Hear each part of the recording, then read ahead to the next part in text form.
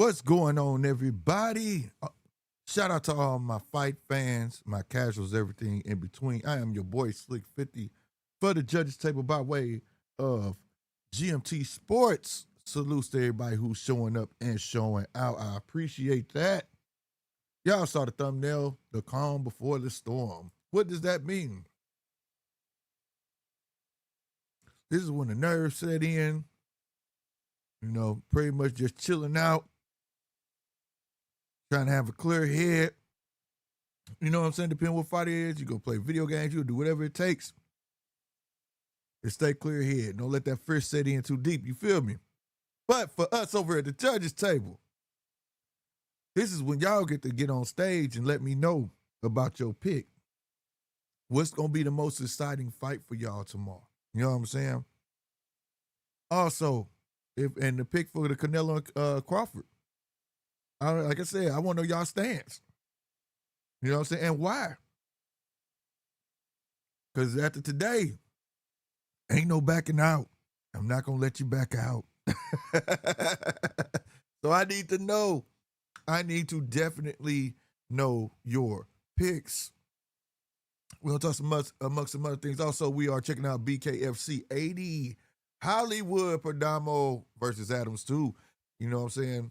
I'm a big fan of BKFC, bro. I just watched what was his name? Brandon Henry or something like that. I only see the one other time. Brian Henry, I'm familiar with his brother, but boy, let me tell you something. Brandon Henry just laid a two-piece that was something nasty had old boy like. He hit him so hard it kind of blasted his wraps off his hands. That's how hard he hit him. And if you're interested in that, I'm not sure if they're still showing it on YouTube. I know they were showing the undercards on YouTube, but I know it's on the Zone. So if you're at the Zone, it's not a pay-per-view BKFC, so that's a good thing. Also, there is boxing on. Azteca, Texas. All right, they got a card over there. I think that's Juan Manuel Marquez's card they showing, right? You know, he got a promotion company. So we going to check them fights out as well as we talk about everything that is going on. You understand me? And the weigh-in should be starting soon, if not already. Oh, it has started. It has started, ladies and gentlemen. Cut this other light on, and I'll be right back.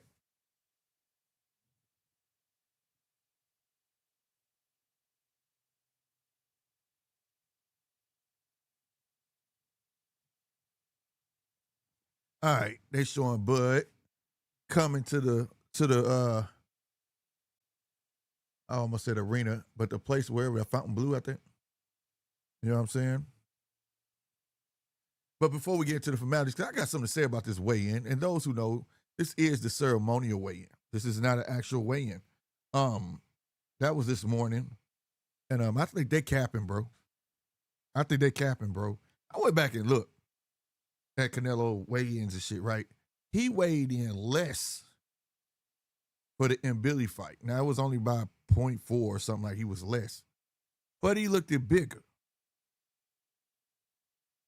On here, they're saying they 167, I believe, or something like that. Yeah, I believe they 167.5, and they both weigh the 7. They both weigh the same. I don't know, bro. This don't look 167, bro. And the way he looked earlier, that didn't look like that neither. That looked small. That looked like, yeah. I think they capping, bro. I don't know. But the way the same, I don't know. Like Bud looked bigger than him. Like this is bananas. Yeah, 167.5, 167.5. But in Billy fight, he was 167.1. But this version of Canelo is way thinner. And if that's because how you pack on all that damn muscle in that short amount of time to make yourself look that thin, because that's what it would have to do. You have to put muscle in place of that fat. Right? I don't know. I want y'all thoughts on that too, because I'm calling cap on that one, buddy. But they do have the like I say, the weigh-ins is taking place over here on Ring Magazine YouTube channel. That's how I'm watching it. They also have it on the Netflix channel as well. Right now, they just drumming up the facts and everything that led up to this, talking about the records and the knockout ratios and accuracy percentage, and they didn't bring up a lot of stats. I think they said Bud is 42% accurate, whereas Canelo is 47%. You know what I'm saying? Accurate, but Canelo got more fights though. You know what I'm saying? But they don't say that. The numbers is just to make everything sound good. Sometimes numbers do lie, but it is what it is. Hold on, let me get everything together, set up right. All right, where that link? I thought I put the link in there. Hold on, y'all. Hold on. Damn, boy, his shit look broke. Is it broke? Because he had a hell of a hard time taking that damn mouthpiece out. Woo, hoo, hoo, hoo, hoo. Boy, his face looked at lopsided when he got done with him, bro. Oh, my God. All right, chat. Let's see what y'all got going on. Who all up in this thing? Who was first? Weird ass. Oh boy, let me give me this. Just do I got it? Did I take it out? Weird ass nigga. Salutes to you. What's good? He said, who gonna do the lecture slide tomorrow? I'm not guessing Billy. We gonna see. MMA boxing addict. What's going on? He said, let's go. Hyped up for this, man. Team Leicester. Hey, they think Leicester gonna get whooped on, man. But I hope not. I hope not. Hold the phone. What's good, my guy? What's good, man? What'd you say, Bud, by close decision, possible rematch? Hey, that's what I said, bro. Hey, I think it's going 12. A lot of people feel Bud can get the knockout, but Bud, he ain't trying to go for it. But if it's there, goddamn me, it's gonna be what it is. You know what I'm saying? But yeah, it is what it is, bro. It is what it is. I'm thinking decision. I'm thinking decision. Weird ass ninja said Lester better not get hit behind the ear, or he would do the scrub the ground. Oh boy, crazy, bro. They gonna be on that Snow White. That Snow White. No, that Cinderella. Okay. Oh man, I had to put that in perspective in my head. That boy stupid. It's because Canelo body already filled out at 168. And Billy, it took this long though, weird ass. He ain't never looked like this, bro. Now it was like probably when he first got to 168, like he looked, like go back and look. I'm like, they can't be the same way, bro. Hold the phone, boxer said, and Billy, a one-trick horse. I got Lester. That's the fight. People really interested in that fight, yo. They are really, really, really interested in that fight. Hold the phone, boxing. Nello got a football neck. Nobody knock him out. You ain't lying, bro. He got that double wide Mike Tyson neck going on, Brett. You ain't never lied about that one. But this is one for the ages, bro. This one for the ages, bro. Everybody down there, guarantee you, everybody who was hating on this fight gonna be the first in front of it. You know what I'm saying? They're gonna be the first in front of the TV screen, and they gonna tell you, yeah, I'm gonna watch it because it was free. They gonna have that excuse. They know they would have paid that $100. They didn't pay that $100 because I know I would have for a fight like this, bro. You know what I mean? Weird ass ninja said it was probably a rough weight cut. That's why he looked small. It was just like Boots versus Stanionis. Hey, that's why I said the way he looked, bro, that could help and it could hurt. Right? You know what I'm saying? That could help, but it could definitely hurt. You know what I mean? Like I said, now we know Canelo ain't no heavyweight, but Dillian White did something of the same thing. Shrunk all the way down like that to fight the young man in Moses Atama. And look what happened to him. Them legs was like, man, you did too much, bro. So we gonna see, bro. We gonna see.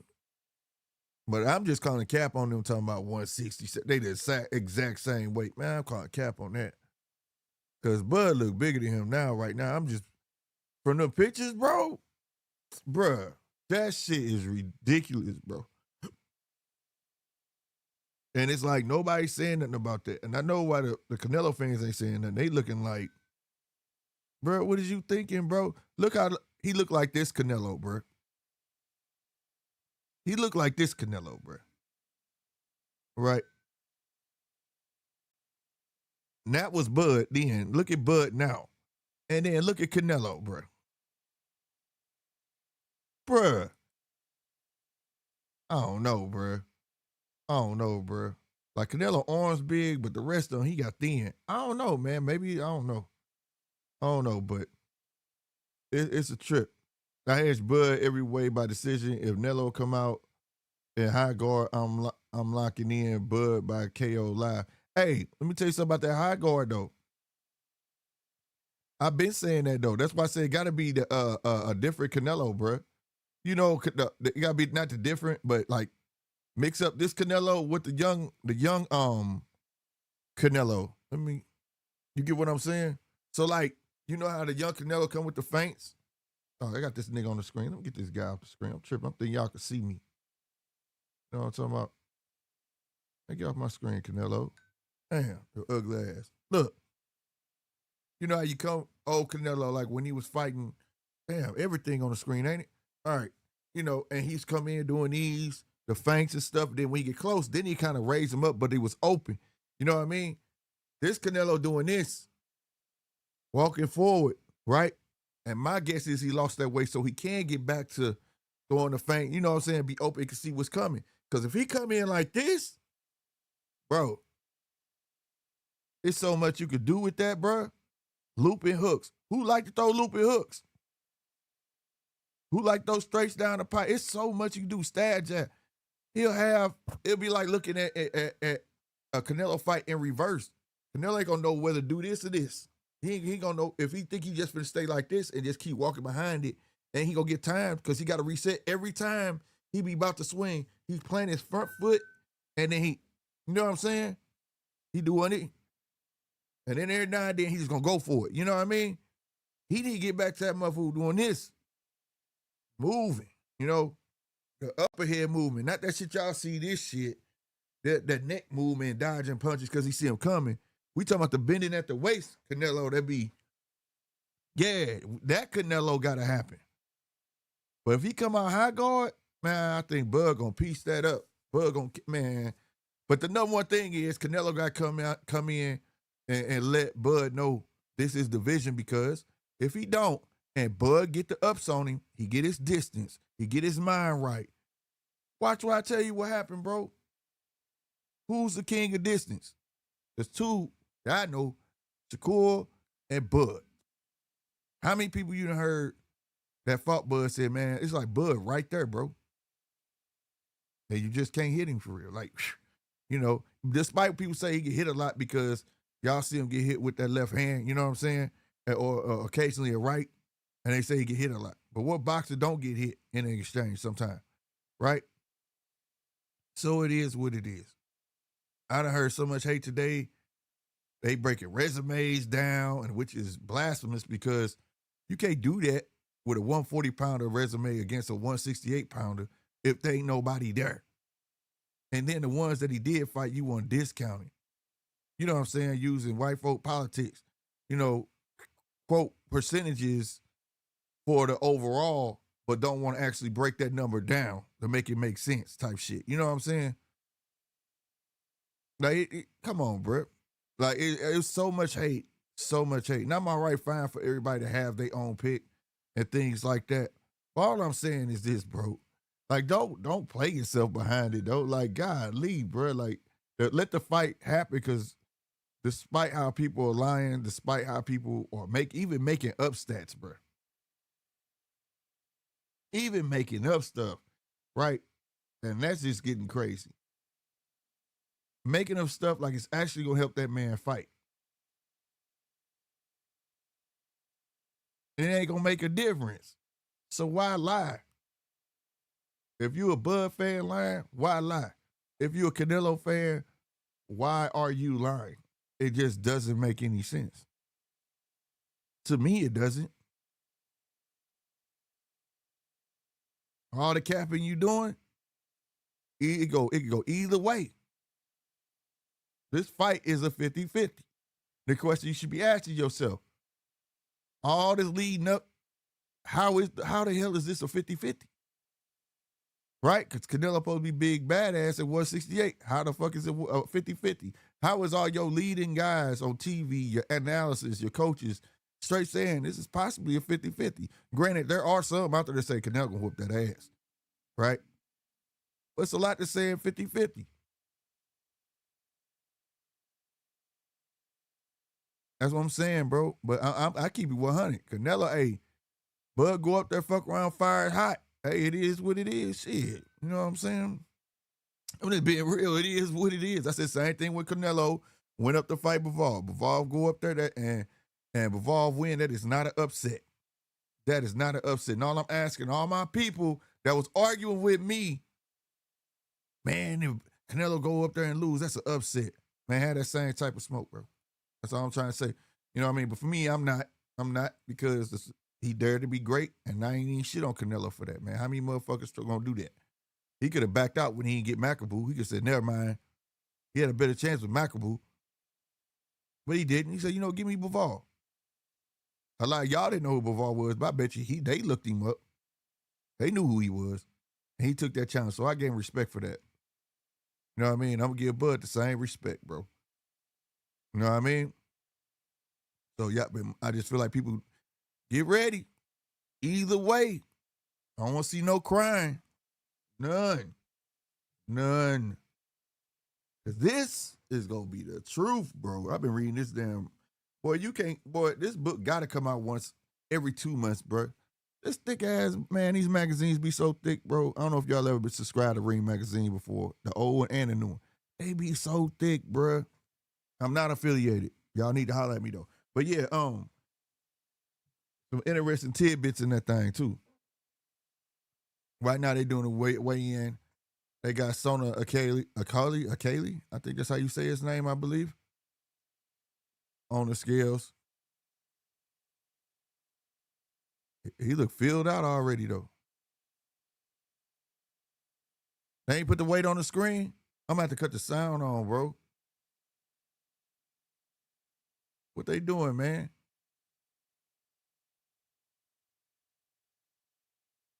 Now, ain't the prelims on YouTube? Oh, that's what I wanted to talk about, bro. Did y'all see what I posted in the YouTube community? Bro, they giving $100,000 to the winner and loser of the best performance in the prelims, bro. They did that with the Jake Paul girl card. Oh, they did. It's under their name, 158 pounds for Marco Verde. But yeah, that's dope. So whoever get the best performance, the winner and loser is gonna get $100,000. Also, there is a bounty. I don't know how much that bounty is, but it's incentive for a KO and a Bud and Canelo fight as well. That shit's real. There's so many incentives. That damn 18-karat diamond ring the WBC made for the winner of that fight is oh my God, that mud dope. If you ain't seen it, I'm gonna have to show it to y'all later. But that thing off the chain. And then new belts being made. It's crazy. There's so much shit being done for this fight. So much stuff being done for this fight. Oh, they doing a weigh-in for everybody, man. Reiko Santana.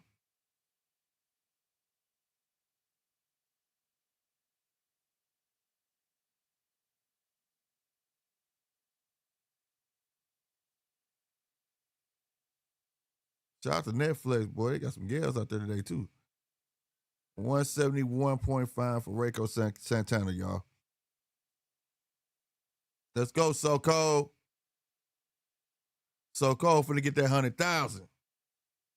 Bernie the boxer walking him out. So Cold look ready, too. Like he walking like how the wrestlers walk down to the ring, bro. He too ready, you hear me.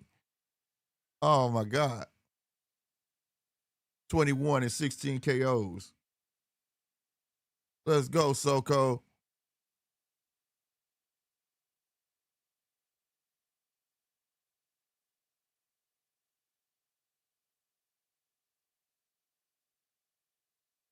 Let's get it.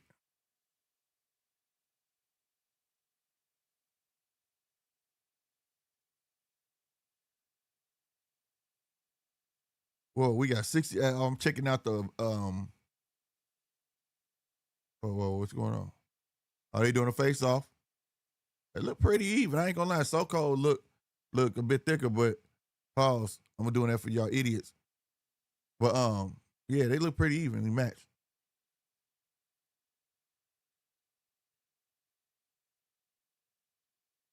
Al Muhammad versus Caraballo.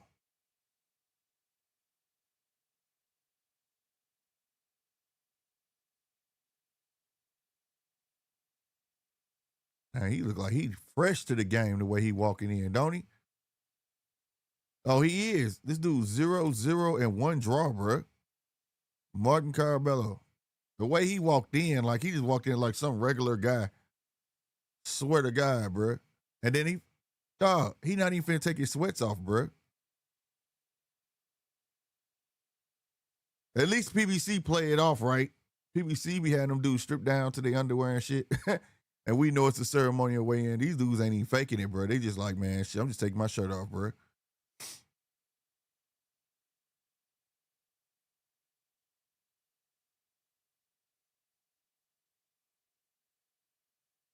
Hell, Muhammad trying to do is, let's see. What's his record, man?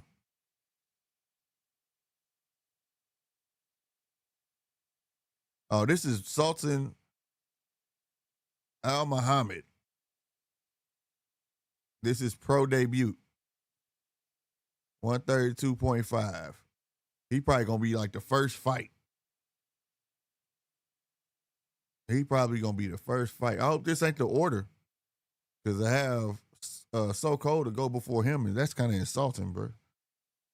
That's kind of not that's not cool. That's just me though.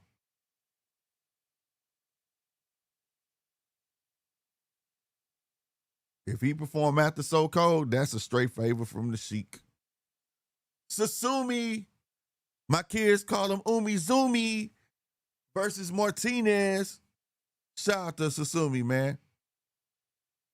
AKA Umi Zumi. If you know who Umi Zumi is, man, yeah, you got kids.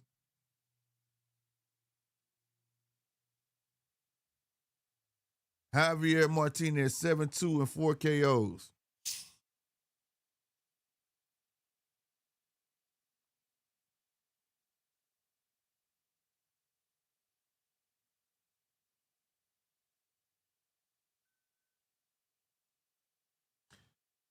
Umi Zumi.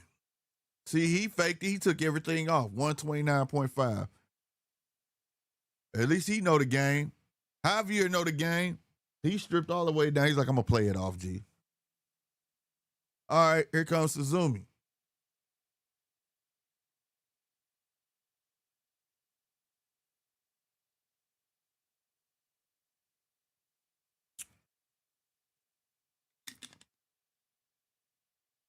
Mr. 2-0, 1 KO. Let's see what you about. Hey, that dude big. Hey, look at the dude. Hey, something ain't right. Hey, man. My keys at?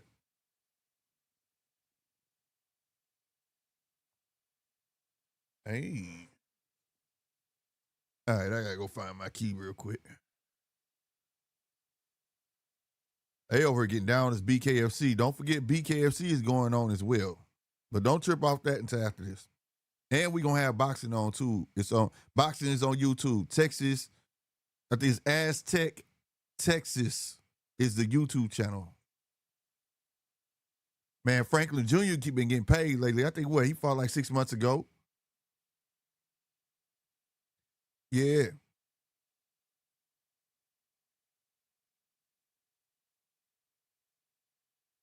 Yeah, he lost to Anthony Joshua, Dillian White. Ain't that the dude that walked out the ring against F.A. Jogba? Ain't that him? I might be wrong.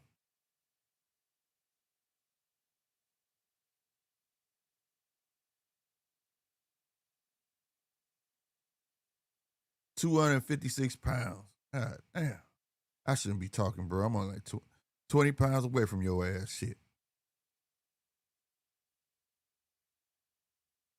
My dude, Ivan Ditchko, bro.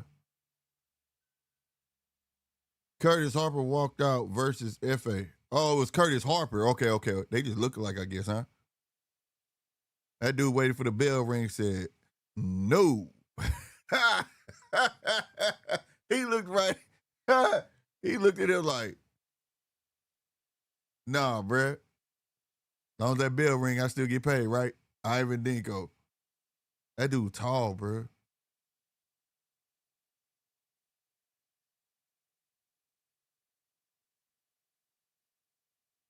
Yeah, that's right. Franklin was the first fight for Anthony Joshua, wasn't it? When Anthony Joshua first returned, right? Brandon Adams versus Sergey Boychuk. Yeah, that's gonna be good, bro. That's gonna be good. I need Boychuk to pull it out though. Brandon Adams don't look like a boxer to me. He look like an MMA fighter, don't he? Why my dude he got the wrong wig on talking about he old. My dude came out looking like Norman Bates, bro, with the shirt and everything, bro. Talking about he the old man. This dude keep ripping his shirt off too, bro, like he Hulk Hogan.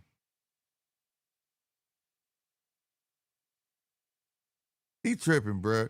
Y'all see this shit, bro? That dude got a straight gray granny wig on. And now he up here flexing, bro. Like this the WWE, bro. Pretending like his back hurt.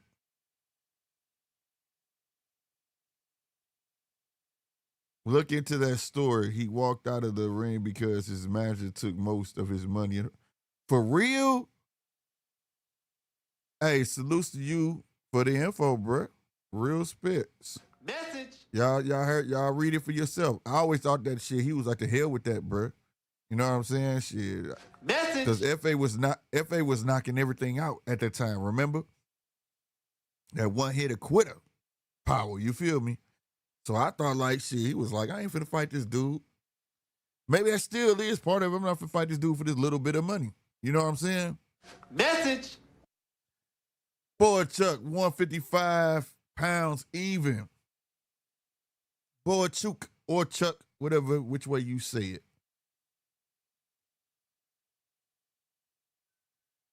But you can't take this dude Adam serious, bruh.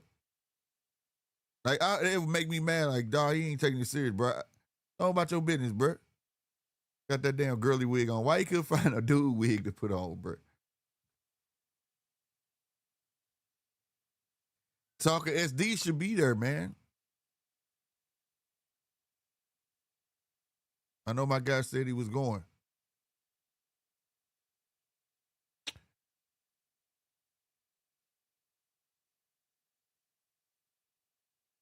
Travis Crawford, huh? But he the challenger though, because I definitely don't know who he is. I know who Kelly is or whatever his name is. Oh, I'm about to be rushing out of that party tomorrow. Y'all hear me? I'm finna be. Oh, I gotta get home, bro. Be speeding so fast, bro. Oh my God, bro. Because I want to see this entire undercard. What I'm hoping is that I can still catch the main event of the Crocker fight tomorrow. That's what I'm hoping. I can at least catch the main event of that and just, get that going. They start from there. I want to see that, bro. All right, man. They got Ramora and the Dukas fight is over. Dukas. That's a hell of a name, bro.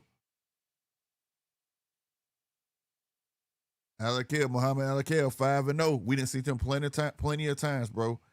They keeping them active. Hey, it killed me with this overseas shit, bro, because when do rules kick in effect? Because like this dude been fighting like every 2 months, every 3 months. Real talk. You hear me?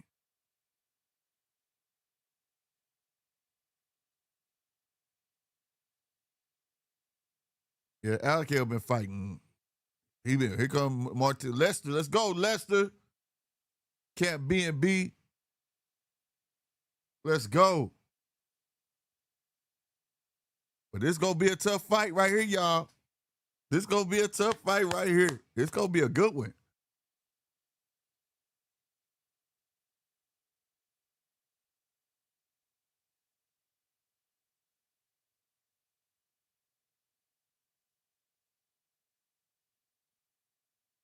Let's go, Lester.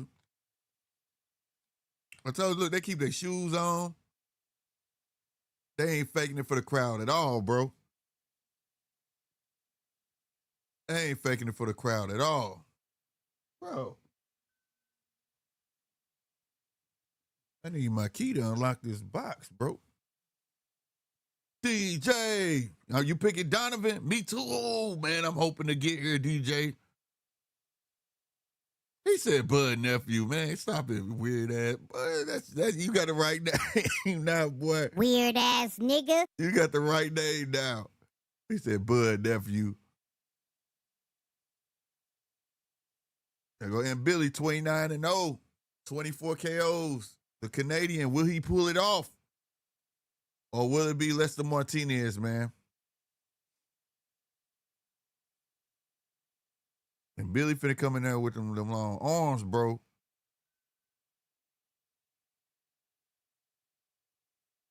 Let's go. Lester go ahead. All Lester gotta do is go straight down the pipe. Hey man, why? Right. Bomac, tell him to get his hand off you, bro.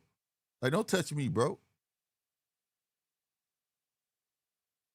I don't like this UFC security, bro. I do not like this. I don't like it.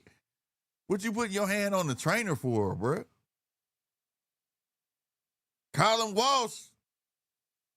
He finna be known now. He finna be known now. Colin Walsh ain't no slouch, bro. For those who do not know. For those who do not know.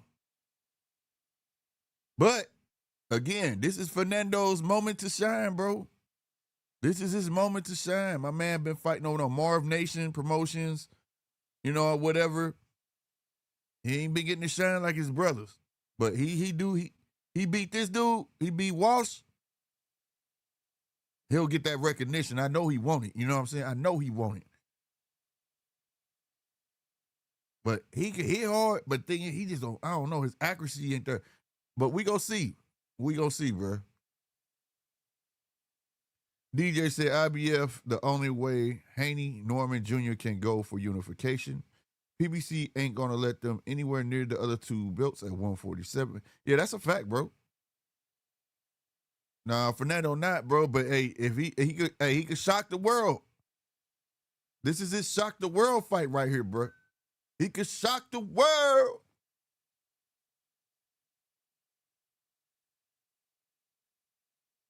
This fight right here, bro. This ain't your regular white guy. This a Tommy right here, bro. If you know who Tommy is, this a Tommy right here, bro. Yeah. And he ain't no joke. He's no joke, bro. Promise you. 153.5. He went right at Fernando, bro. Right at him. He with the shits.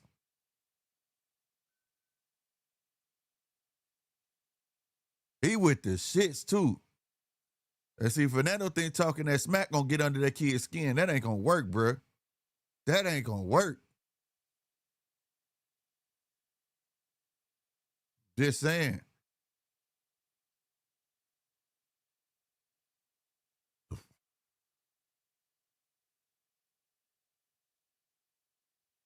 He better fight good. That pretty boy shit ain't gonna help him in that ring, bro. I'm just being real. It's not.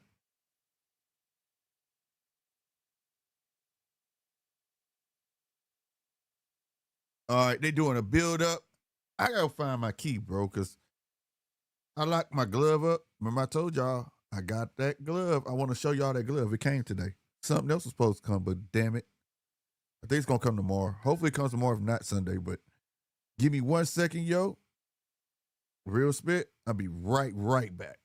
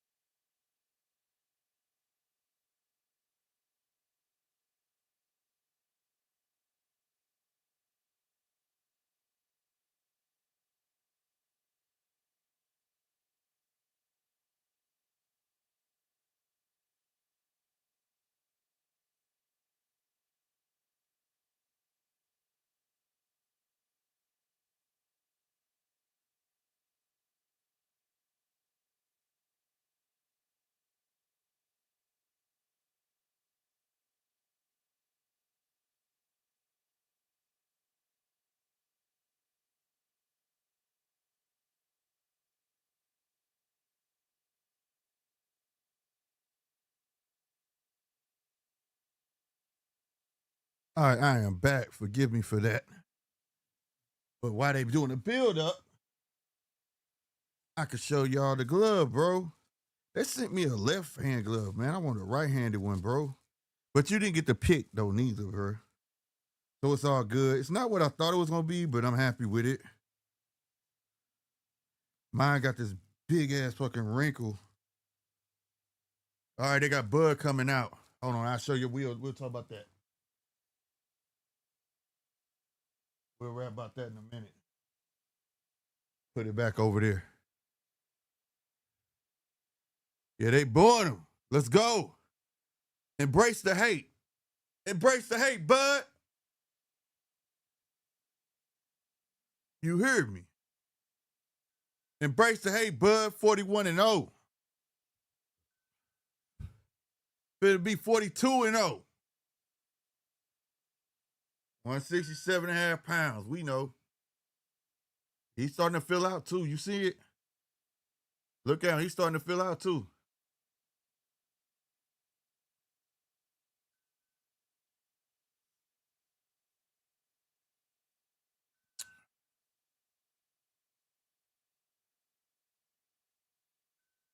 That whole, you hear a little bit of booze for Canelo, but that hey, Canelo got it, dog.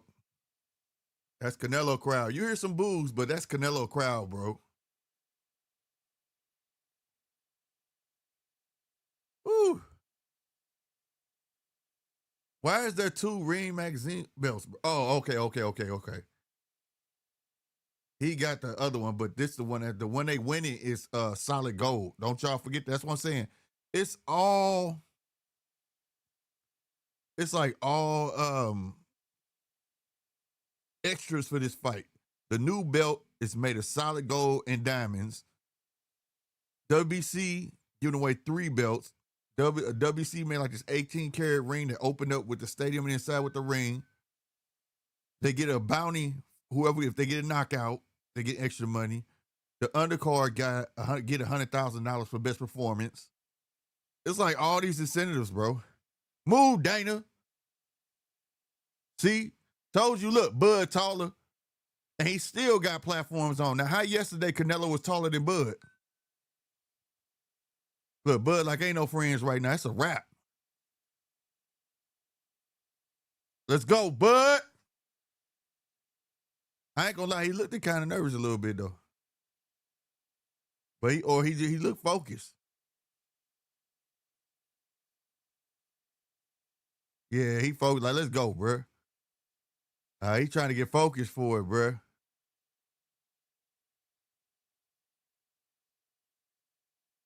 Canelo still look. Hold on, man. I wish I could rewind him. Canelo still look kind of thin, but Bud look like he's starting to fill out already though. Canelo by me, Bud burnt out. See, Canelo still look thin at the waist, bro.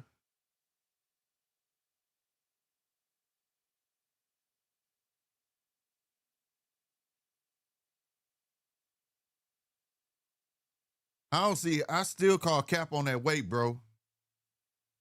I call cap on that weight, bro. Man, bro. All right, Bud coming back. They probably told Bud he had to come back.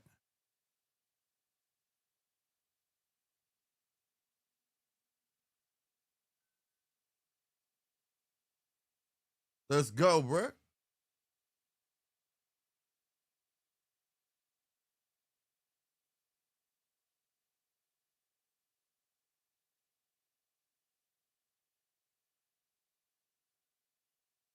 He said he feel good. He can't wait till tomorrow.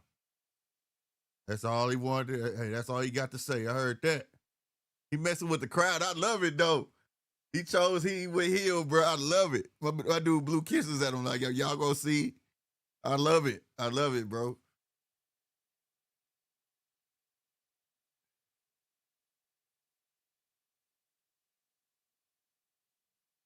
Boy, they already, even the commentators talking bad about Bud.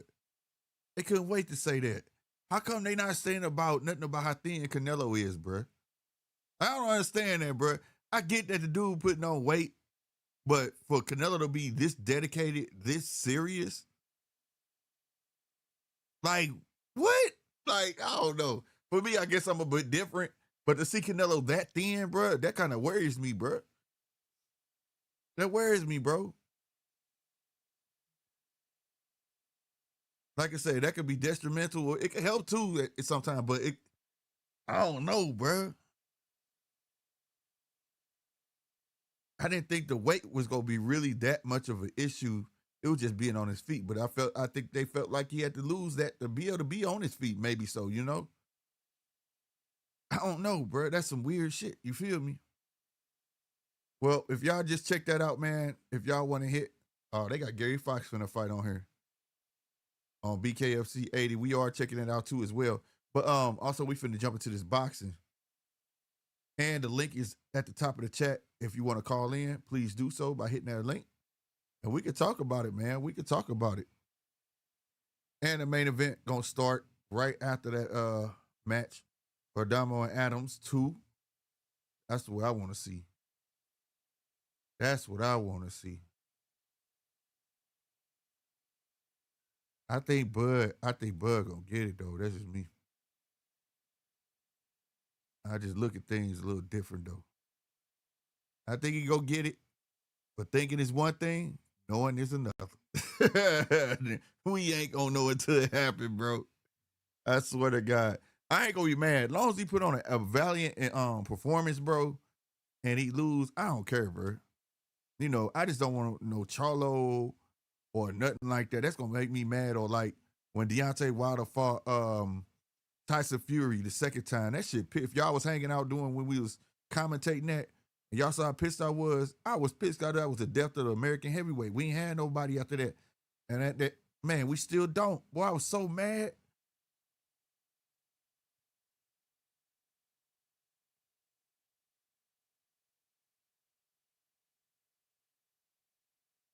I can't wait.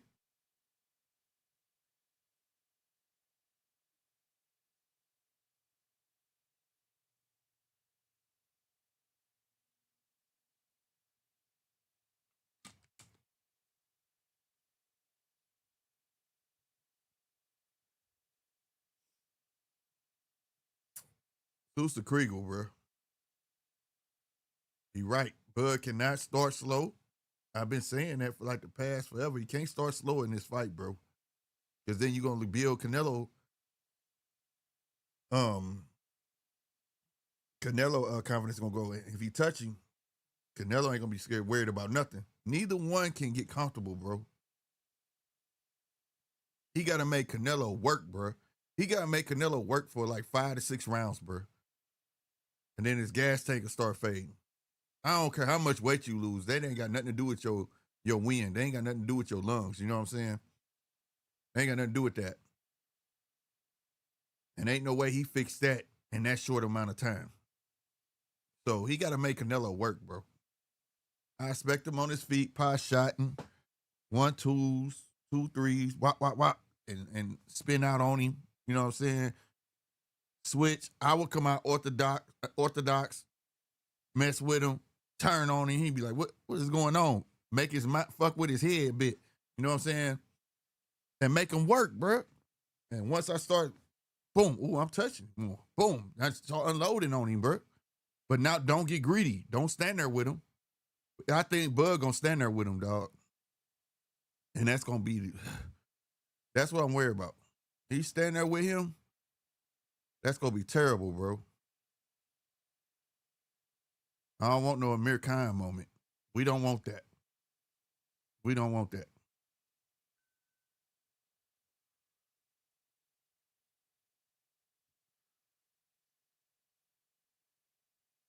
But you ain't lying. In this Mexican Independence weekend too, bro.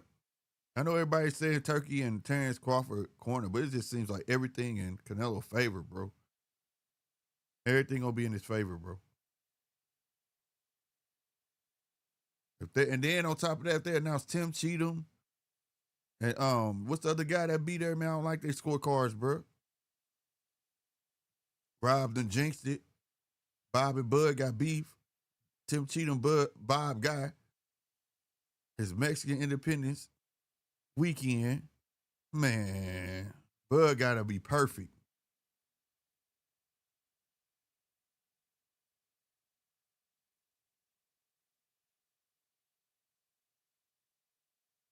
That's crazy, bro. And they out here trying to justify it, bro.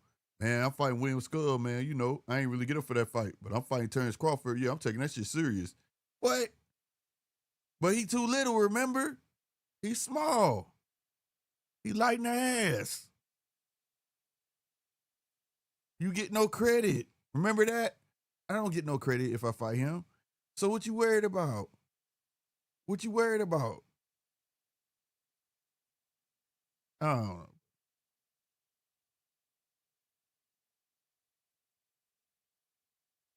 I can't wait though. Bring it. Anyway, because they justifying bullshit right now.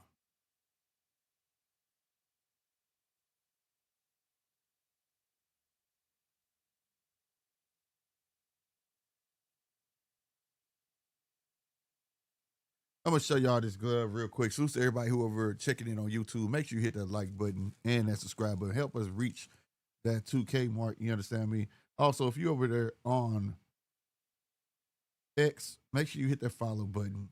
Reshare this. You know what I'm saying? Help people learn about the judges table over at GMT Sports. Real talk. We are at 1834. I see we already gained one new subscriber, man. Salutes to you, man. Real talk. Appreciate you 100%. Another one. Yeah. Big things. You know what I'm talking about? We trying to get to that point. You understand me? Shift this camera real quick. All right, yeah. Another glove to add to my collection. This is the commemorative glove for the fight. Here it is. It's still in the plastic because I don't know if I want to take it out or whatever. It's not like a sleeve. My other gloves I got came in a sleeve, like the Bud glove that's signed by Bud came in a sleeve. You see the Deontay Wilder one up there. It's like in the sleeve. So if I take it out, I can put it back in. This one's like that cheap plastic. So I don't know. But it is what it is. But I just want to show y'all. This is what it looked like. Nothing that spectacular. I do have my gripes about it, but if you don't get it, when it's gone, it's gone. So I grabbed it. It got Crawford's signature on there. That's how Crawford writes his name. Sometimes it's a little more messy. He definitely took his time on this one. But of course, this is a printed signature. It ain't like they really took a pen. But that Canelo, that is not how Canelo signed gloves. Now that kind of, I should have looked at that before I purchased it. Canelo does not sign his name like that. Canelo's signature don't even look like it says Canelo. I don't know what the hell that is, bro. Right? But Crawford, that's how Crawford basically do his C, F, you know what I'm saying, and the R. And sometimes the A and W look like scribble, and the O and the R is this scribble. But you can make it out sometimes. So I got a Bud signed a shirt here. I got a signed glove. If you look right there, the program, Bud signed that on his forehead. But yeah, be nice if I could have got this signed though with a white marker like right here on the front right here.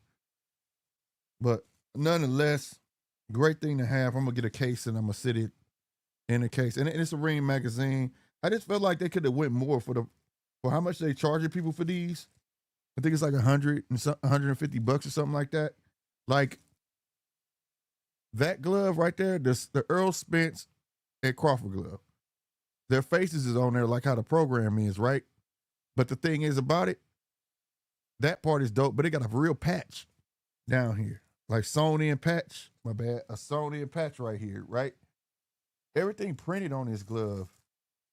I do like that he got the gold accents and it's a real glove though, like laced up. Those are real gloves too, but I just felt like they could have did better for this type of fight and the amount of money. Cause I think that glove was $100.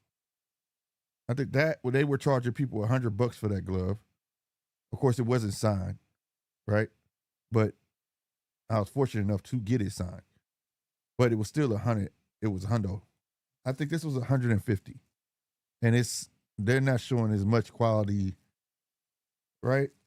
I thought the ring was going to at least be sewn in. Like I said, I don't know if I want to take the sleeve off, but and you can see the official tissue sticker right there.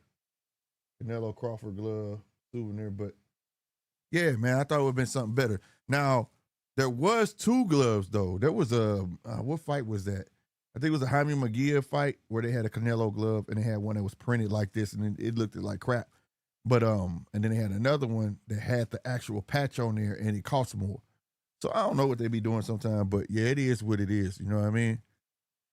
Yeah, now see, they just showed that Canelo with Austin Trout, and they keep showing that Austin Trout fight. They keep showing Austin Trout and Danny Jacobs, bro, because that Canelo was thin like that, and that Canelo was moving. He was head moving. That was head movement, upper body movement. That's why they keep showing. They ain't showing nothing recent because they know that's what he need, bro. They smart like that, bro. I'm telling you. They ain't crazy. What's going on, family? What's happening, man? Nothing. Checked out that weigh in, bro. I'm Oh, it's showing his already glove. over. Yeah. It Did was anything on. happen? Nah, bro. They just weighed in. Bud and then went face to face. Bud looked focused as hell. You know, Canelo trying to smile and shake hands. Canelo looked, Bud looking at him like, nah, bro. Tomorrow we got to fight. So, I mean, but he did. He looked kind of I felt like what y'all saw yesterday. I didn't see. I kind of saw it today though. What, He the looked kind nervousness? of nervous. Yeah. When he was just standing there, like after they made him stand there, take picture, he kind of had this expression. But then when the crowd started booming, he started smiling and started like antagonizing the crowd. But I saw kind of a glimpse of it. Like I think he looked a little nervous. You know what I mean? Yeah, I he could was be looking nervous wrong. the whole time yesterday. I didn't see today, but I mean, yesterday I was saying it while we was on here. I was like, man, he need to. I was in the chat. I was saying he need to get. I said Crawford need to get his shit together. Yeah, I saw that. I saw when you said that. Yeah, because Yeah, I mean, I ain't picking on him and shit. Like, no doubt. It's just what yeah, it looked like. yeah, It's that just what what it it looked looked like. like. Yeah, I would Yeah, have called it out too if I recognized it like that. I'd have been like, dude, look nervous, bro. But yeah. yeah, I was just showing this glove, bro. It's cool. It's cool to have. It'll be worth something in line. I know people who always want to know, will it be worth something? Yeah, it'll be What worth glove is something. that? The Canelo Crawford glove. Oh, that how you get that? I ordered it. It was a little birdie told me that it was up early on fanatics.com. Usually Mm, this stuff is only sold at the fight, but they sold some on fanatics.com. mm, Yeah, but my Bud glove right here, like you only was able to get that in Vegas. You know what I'm saying? mm-hmm. And it's better than this. And that glove was $100, right? Of Uh course, huh. it wasn't signed though. You know what I'm saying? But I'm talking about Mm-hmm. before it got signed, it was $100, and they got a real patch on it, like the part down here Mm-hmm. is a patch. You know what I'm saying? And it's Mm-hmm. sold into the glove, and then their facing and the Crawford and Earl Smith is printed on like this. You know what I'm saying? Mm-hmm. But it's still a patch, bro. It's like better. You know what I'm saying? Mm-hmm.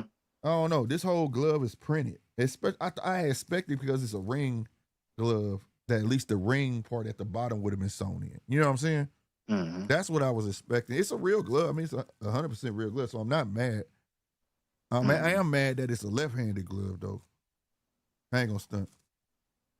I don't like left-handed because they don't sit right. Like it don't the way I want to pose the glove. It ain't gonna let Mm-hmm. me do it. You know what I'm saying? Mm-hmm. But other than that, I think I'm gonna be my first time buying one of them cases. You got one, the case I want, because I thought about your ass, where you sit it like this, like stand it up like this. Mm-hmm. You know, it was in your background. I got one. Yeah, I think you got one where your gloves is sitting on, where they standing straight up like that. I'm finna show you. You tweaking. Emma, Yeah, look. Yeah, I'm coming. They sit on a computer screen, bro. oh bro, why? I swear, if I pull up they got a case like that. I thought that was a black case, fam, Nah, that's a bro. Mac computer, bro. No, Yeah. okay. No, they got a black case like that, and they got things inside, and it's the whole inside of it black, so you can see the glove good. You know what I'm saying? Uh-huh. Or you Yeah, can nah, get it, them or you them can get them it white are inside. them ain't The them whole gloves time ain't I thought you had one, bro. man, them gloves is not memorabilia, but them gloves I've used. I didn't know because it was in the background. I'm not nosy like that. You know what I'm saying? I Yeah, see yeah, something like, yeah. oh, Nah, I okay, he see. got that. You know what I'm saying? Yeah, But nah, I, these is a special edition Everlast though, but I probably yeah, should have never used them. yeah, Um, they came in a bag, like these gloves came in a bag and everything, bro. Like a little yeah. what you call it, a velvet bag. And Like, another thing, huh? Oh yeah, no, but I was see, just gonna say these some limited edition Everlast that I should have never used. I used them, but I should have never tournament. used them. But Huh? fam, Huh? tournament to memorabilia. It don't fucking matter. You better go take your. If you got dirt on them hoes, go get you a magic eraser. You know what that is? A Yeah, magic eraser. Go yeah, get yeah, you yeah. one of them. Clean them hoes up. Wipe them hoes off. You got a Brian Norman fight that's gonna be in your town soon, or a tank fight, and get that bitch signed, nigga. Fuck you talking Oh about? no, no, no, no! I ain't getting no sign. I got other gloves. Them ain't my only gloves. I got other gloves. I get some other shit. Well, that Not them. limited edition, shit, I get them signed too, shit, cause they the bigger worth more. Man, nah, bro. Because I mean, I ain't never gonna sell it anyway. So Well, that's what I I'm saying, I cause they like look punching in good. those. Like Yeah, okay, I get you, they good for my hands. I get you, Cause I I had get you. jammed my thumb bad. Like my thumbs look totally different. Like on the thumb on my right hand, thumb on my left hand. Uh-huh. They look like they belong to two different people. Damn, Yeah, I fucked them shits up. So I damn. had to get them special gloves because I couldn't afford them winnings. And you know the winnings. Uh-huh. I couldn't afford the winning gloves, so I had got me some good Everlast. See, I'm finished. I'm about to show y'all what a Canelo signature look like. It don't even look like it say Canelo or none of that shit. And they spelt this shit out. Now the Crawford signature is close to Crawford signature. Because I know he signed his way. He signed his name like 3 different ways. You know what I'm saying? And I got 2 different ways of how he signed it. But all of them look relatively the same. This shit they put on his glove, that's the only thing I ain't gonna lie that's bothering me a little bit. They selling this shit. They could at least had Canelo sign something, replicated it, and then mass produced it. You get what I'm saying? But they didn't do that. Somebody wrote this themselves. Yeah, and I'm not a fan of it, bro. I'm not a fan of it.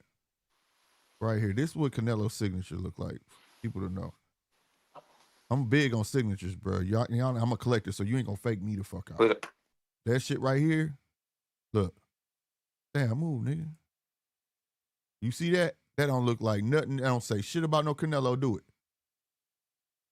I don't see it. I don't see it. Oh, it ain't up there? Okay, hold on. Nah. Oh, hold on. This motherfucker went to a whole different window. No, don't stop screen. Yeah, stop screen.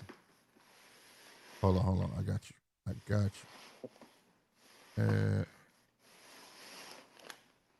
There we go. Now, this shit on screen, that shit don't look like say nothing about no Bro, I'm Canelo. Do still. it. Oh, there you go. There you go. There you go. There you go. That don't look like Oh, say shit about no Canelo. Do it. hell no. That's how he signed. I swear to God, that's how he signed. Look at this shit they put on Bud Crawford. Oh wait, let me put a big on my screen. This Oh, shit so you don't look. saying it ain't his real sentence? No, look. Oh no, no, no, no, no. No, that's a font, bro. That's a font. But no, that's how Crawford write his name. I can show you, bro. Well, then Crawford signed both their names, nigga. Them the But same. that Crawford, that fucking Canelo though, like I can get look. No, but I'm saying that's not even a real signature on neither one. What I'm telling you is, That's what I'm saying. What they did was try to mimic Crawford's. I ain't saying Crawford signed it. oh, What I'm oh, saying is they at least tried to mimic Crawford. This how you know it's not Crawford's signature like that, right? I'm about to show y'all. Let me switch my camera. I'm tired of shifting back and forth. Okay, look.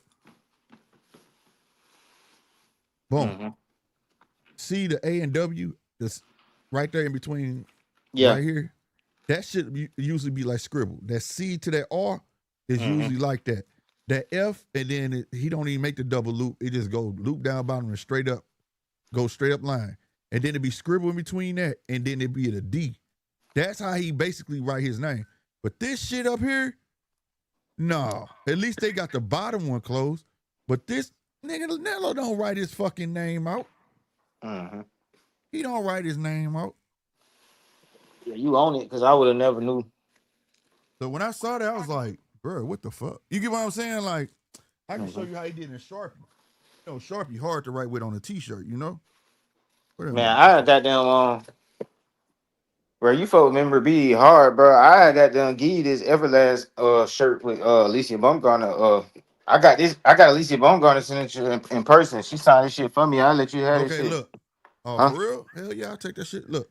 Okay, Huh? look at the C. See the C? Yeah. See the F? And then the Mm. D at the end. Now he did Mm-hmm. this on a shirt stretched out when he signed it. You know what I'm saying?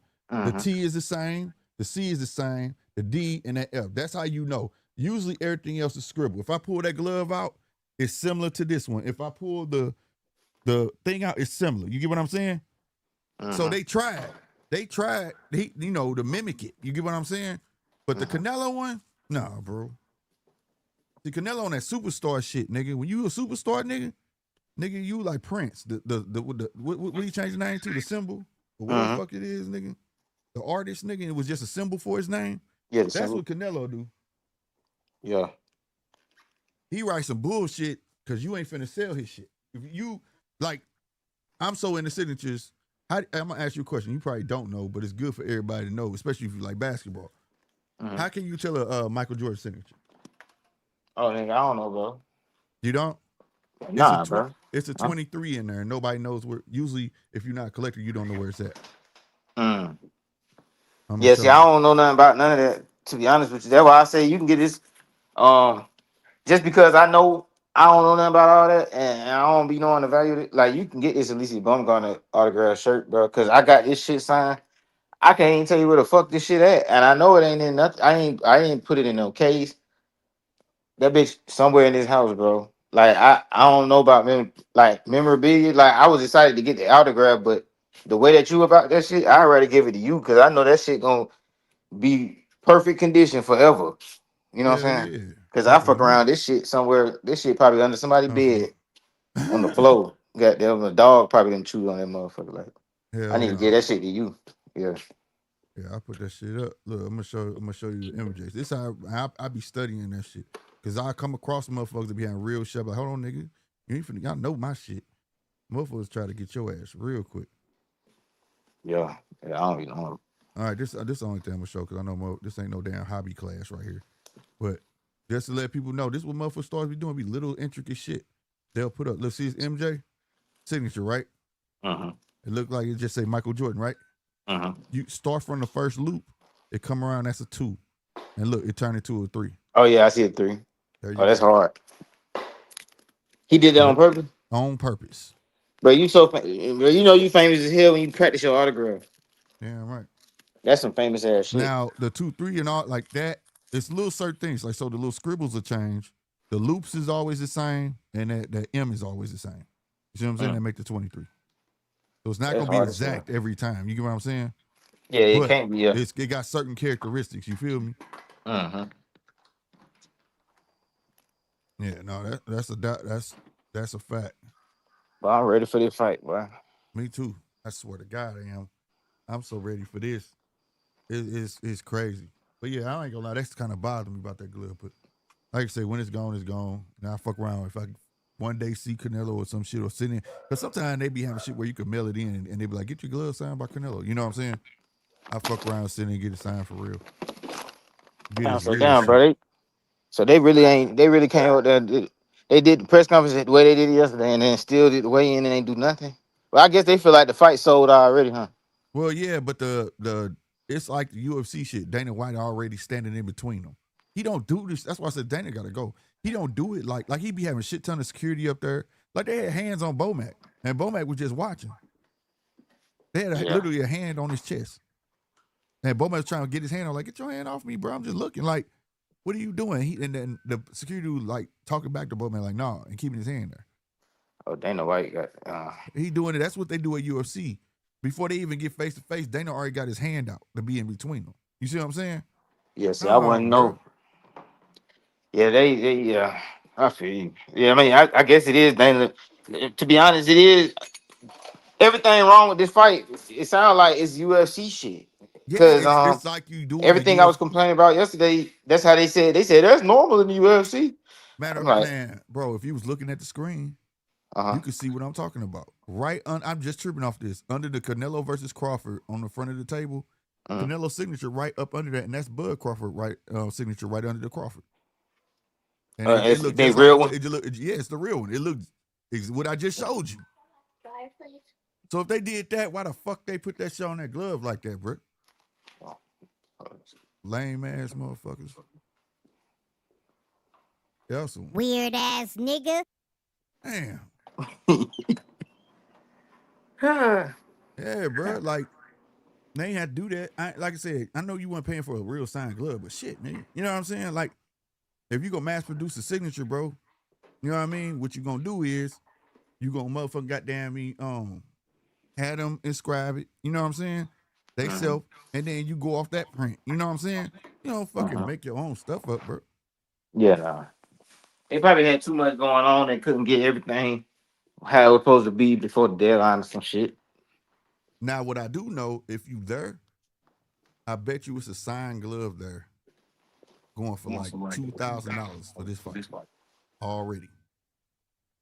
And it's gonna be sold in the stadium. They probably gonna have two of them because when they did the Jaime McGee and Canelo fight, they had a Mm-hmm. glove it was a gold glove, and it was Everlast, I believe it was.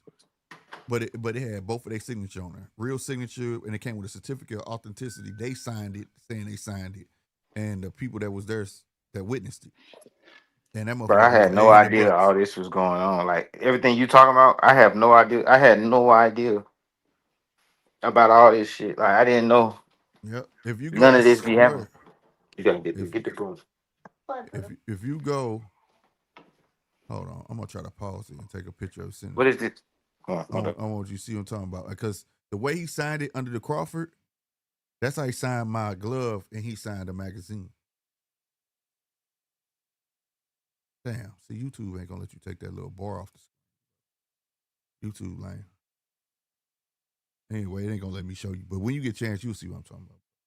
But yeah, they be get, but you'll be shocked. Like people be out there, be like, man, I got this. I just got this sign. You want to buy it? You know, that's what be stopping them niggas just signing people shit because they'll get it signed right there. It be people out there with bags of gloves, like a backpack full of gloves, Mm-hmm. and be trying to get them all signed just so they can have them throw on eBay or they'll sell them to people that's there. See, I be like, man, That's why.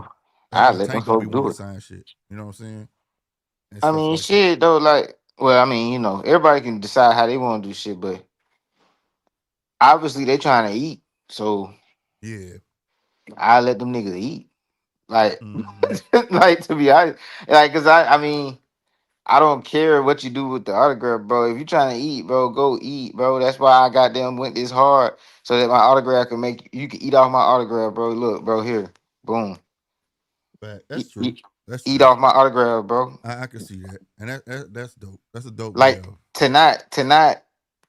like to not want niggas to eat off your autograph. That's some whole shit. Yeah, I can see that. I can To see it like me, that, and especially to in the beginning, if you try and get big, I wouldn't. well, either way it go, like if I got time, if I got literal time to autograph this shit, you in my face, you think I'm gonna say no because you gonna sell it? Like nigga, Shit, I that's don't what have it's that type of money. for. Nigga, I'm the type of nigga I sign that bitch like, hey man, go sell that bitch. I be like, hey, go sell it. Like tell him, you better go Yeah, I'm sell it gonna while I'm tell them, hot. nigga, go Hey, sell that bitch. You go better go sell it, sell that bitch. go sell that shit while I'm hot, nigga. Yeah, nigga, go Get sell some that bitch, money, nigga.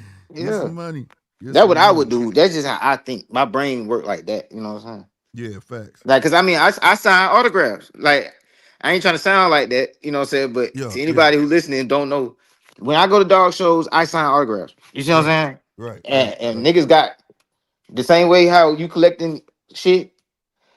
It's niggas who got nothing but autographs from legendary dog man. You know what I'm saying? The same way how you got the boxing shit. You know what I'm saying? So when right, I go to a dog show, nigga might buy a t-shirt from me and want me to sign it. You know what I'm saying? And then I had I gave the people who organized the show, they wanted me to get them a shirt and sign it, and they raffled it off at the show. You know what I'm saying? Like people paid for a raffle to try to get that shirt and shit. You know what I'm saying? right, right. I like giving autographs, bro. Like I don't give a damn what you do with that shit. Like you know what I'm saying? Like I don't know. I don't know how you. It's hard to imagine getting to the point where I be like, hell no. Like I can't ever even see myself being like that by the autograph, bro. Nigga ain't asking me for no money. Nigga ain't asking me for shit. Right, Nigga you just ain't want my lying. autograph. Everybody usually want money, nigga, when they open their mouth. You ain't That's never what I'm lying. saying. Nigga just want autograph, bro. Get a nigga autograph, bro. Yeah, but he might sell it. Nigga, he might need it. But you want to know what though? He might need that shit. That's Huh? true. That's true. I used to do raffles, right? And they used to be like, and I, if you go on my old channel, bro, I used to have like 200 pairs of sneakers on this wall right here. I'm talking about from the ceiling on down, right? And I Uh-huh. got to the point where I was like, you know what, bro? I can't wear all this shit. So I start, and all my shit looked new because I couldn't get to it. You know what I mean? Uh-huh. Um, so I was like, y'all know what? I got like 30 pair of Kobe's. I got like, and I had fucking off whites. I had everything, right? So I was like, you know what? I'm a do a raffle. So I would do a bingo raffle, 100 balls. It was like $2 a ball. I would have motherfuckers be like, man, shit, if you sell all 200 balls, that's $200, nigga. You getting over. How the fuck I'm getting over if you only spending $2, nigga? Bro, this is how niggas is, bro. Yeah, bro, I swear. And I used to be like, don't enter, motherfucker. Why you People hating like that? always trying to figure Trying to out hate, bro. what you doing. You know what I'm saying? Yeah. Like that's how niggas is though, bro. That's Yeah, just and I'm how like, people is dog, my always. shoes is worth more than $200, bro, and you get to win them for $2. So I'm just trying to get rid of this shit. You know what I'm saying? And you know what I think it is too? Them niggas be letting the hate get to them folks, bro. So they be like, man, fuck y'all niggas. I ain't signing shit. Y'all niggas just trying to sell it because they probably be feeling like that same nigga trying to get that signature is that same nigga who was in the comments hating. They probably feel like that. Yeah. But see, me, I don't give a damn. I deal with the same shit they deal with on a smaller Facts. level. I say on a smaller scale. You know what I'm saying? Mm-hmm. But I deal with the same shit, bro. It don't make me change how I deal with the people who generally come up to me and want to talk to me at these events that I go to, bro. I never let that shit affect me, bro. I never care about what no motherfucking person say. You know what I'm saying? Right. In my chat, bro, because I know who I am. Yeah, as a You know what person, I'm saying? Like 100%. so, 100%. If you let yeah, motherfucker get to you, you still seeking for valid. You still seeking validation, bro. You too old for that yeah. shit. I just You don't stamp understand how yourself. people get on that Hollywood shit like that. I'm stuck on that shit because, bro, I'm sitting here thinking about like, damn, bro, like niggas really Yeah, like they do saying that. no and shit. Yeah, Like they that's do some that. lame shit, Yeah, bro. like it's a video where Tank was wanted to sign a glove, and I guess whoever was handling was like, "Don't do that," or whatever. And then dude was like, "All right, you could do it." And dude just wanted to take a picture of it so he could have proof that it's a real signature. And he was like, "No, cut the camera off." Blah blah blah. Like it was a big old thing about it. Yeah, bro, that's some whole shit, And bro. that's still on YouTube, bro. Real spit. See, but I'm the type of nigga I check the nigga who checking him. I'm like, man, nigga, back Like the fuck up, even when man. I got the shirt signed, Mm-hmm. Oh, Bud you told brother me was about Arrow. You said Jay Prince got you. You know what I'm saying? yep. If we didn't know who Jay Prince was, he ain't stamp us, he wouldn't have signed it. And it's the same thing with Bud. Bud brother, he questioned the shit out of us. He was like, "You ain't finna go sell this, put on eBay, is you?" And I was like, "Come on, man," because the goal was to raffle that shirt off, and I held my word, bro. I tried to, didn't nobody bite. I got pictures of Sean Porter signing this motherfucker. I got pictures of Jamel Herring signing it. I got you know what I'm saying? And I put all Yeah. of it on here to show everybody. This shit real. You see them holding the shirt, signing them, and it was a raffle, But that's just right? so crazy because it's like, And all nobody right, bit. if a nigga is selling it, they're selling it to a fan of you, nigga. True shit. Like, bro, nigga. Bro, I need to have a talk with these niggas, man. Oh, you ain't Y'all gotta lie niggas though. dumb as hell, bro. Don't do that lame shit, But bro. you gotta People do don't like travel. do like Mike Tyson. This is what Mike Tyson do though. Mike Tyson still sign your shit. But Mike Tyson mess with not Pristine Auction. It's another place. And he just signed a shit ton of gloves and give everybody opportunity to have one. You get what I'm saying? So his Uh, name ain't so rare. So he'll sign shit. And he signed so many, he got his own like little QR code so you'll know people can authenticate it themselves. You know what I'm saying? uh, So you don't have to pay nobody else to authenticate it. You know what I'm saying? uh. Or whatever. Do some shit like that, bro. I think that shit hard the way he did that shit. And he said because he didn't want his name to be like so fucking like after he died, of course it's gonna go up. You know what I'm saying? But you not like finna rape a kid. Say a little kid, 13, save all his money up, and you try to sell a glove for $500. That's a little kid, bro. He should have an opportunity to be able to get a Mike Yeah. Tyson signature for a little bit of money. Some of his parents can afford. It's gloves he got out on that website for like $110. You know what I'm The saying? way I look at it, bro, it's like, all right, niggas is worried about people selling their gloves. Yeah. Why you worried about niggas selling the gloves? You just said no to a motherfucker who just goddamn. You don't even know what they did to get to that motherfucking event, nigga. You don't know what the fuck going on, bro. You can't just generate, bro. That shit lame as hell, bro. That shit's Yeah, lame, yeah. bro. It's lame, bro. Yeah, Yeah, it is. I can't. I need to have a talk with them niggas, bro. Casino Life Promotion, bro. You gotta sign all gloves, bro. You ain't lying, cause and especially in the beginning, bro. Especially in the beginning. Now I understand, like your, like for instance, like Mike Tyson got, of course, his marquee fights. Uh-huh. Them gloves on there, but you paying for that. You know what I'm saying? Yeah. You paying, and 9 Well, now times if 10, it's a glove that he wore and shit like yeah, that, yeah, yeah, I yeah, mean, yeah, of yeah. course You that's paying gonna for cost. that. But if a But nigga like, just if A a random if glove. it's just the fact that if somebody thinks highly enough of you to want your autograph, bro, that's the type of shit get your ass beat, bro. I mean, of course, niggas ain't finna beat no boxer. They got security and shit like that. But I'm just saying though, bro. Like, I Mm, mean, if you didn't have security and all that, like, it's just either way it go, bro. That shit just that's the yeah, type of shit really piss somebody off for real. You know what I'm saying? Because a lot of niggas don't like asking nobody for shit anyway, bro. So nigga goddamn work up the goddamn nerve to actually step to you and want to get the autograph, and you do that shit, bro. Like it's like yeah. nigga gotta think. You gotta That think shit about that weak. type of shit. No, Yeah, that bro. shit weak, bro. That's why I like the Canelo. It was a little kid shouting for Canelo. This was doing a grand arrivals, and he was doing a mid interview, and the kid was just like Canelo, Canelo, Canelo, Canelo, Canelo. And he sent the security. He said, "Hey, go get that glove." And he went got the security went and got the glove, and he signed it for him, and he Yeah, cause he gave a it to man of him. the I people, thought that bro. was dope. I thought that was dope. Yeah, like that's bro. To be honest with you, bro, that's Canelo is one of my favorite fighters, bro, because I can tell he's just a genuine guy, bro. He's a good guy. You know what I'm saying? Yeah, He's a yeah, good guy yeah, to be a yeah, fan yeah, of, bro. Like he's not no yeah, asshole. yeah, yeah, Um, yeah. 100%. like Tank, Yeah, I feel that way about him too, but he has done some asshole shit. Like, but like like when well, I ain't gonna say shit, but I feel like Tank like a Lil Wayne, bro. he a little You what? know, a Lil Wayne came into money early, and that's all he. You know what I'm saying? Where like one half of your life has outgrown the other half. Whereas, like for instance, if you ain't had shit to your 20s and you finally get rich, you definitely gonna remember where the fuck how it was beforehand. You get what I'm saying? Whereas this kid was basically on, taking care of them. You know what I'm saying? For the most part, once he got in Mayweather and all of that stuff. So, that attitude come along with it. That's why like people didn't understand like Lil Wayne. Lil Wayne ain't no gangster for real, none of that. Man, you been cash money millionaire, nigga. You was rapping at 14, 13, nigga. You know what I'm saying? Like you couldn't even curse at one point. You know what I mean? And so for to hear him say, I've never experienced racism. Yeah, because you had money. You had the money where people was gonna respect it. You get what I'm saying? So that's how I feel about that. I don't know what happened, man. Yeah. I just dropped off. I don't know what happened. Now that might be StreamYard being it do that ignorant shit sometimes. But Yeah. yeah, I sent you them pictures though to show you like, yeah, how they had the real signature. You can see Canelo's signature under his name and the Bud signature. And then I sent my signature where you can see how the T is the same, the F and the D. That's how you Mm-hmm. know. Everything else in between might be different, but everybody's signature got some consistencies. You know what I'm saying? Mm-hmm.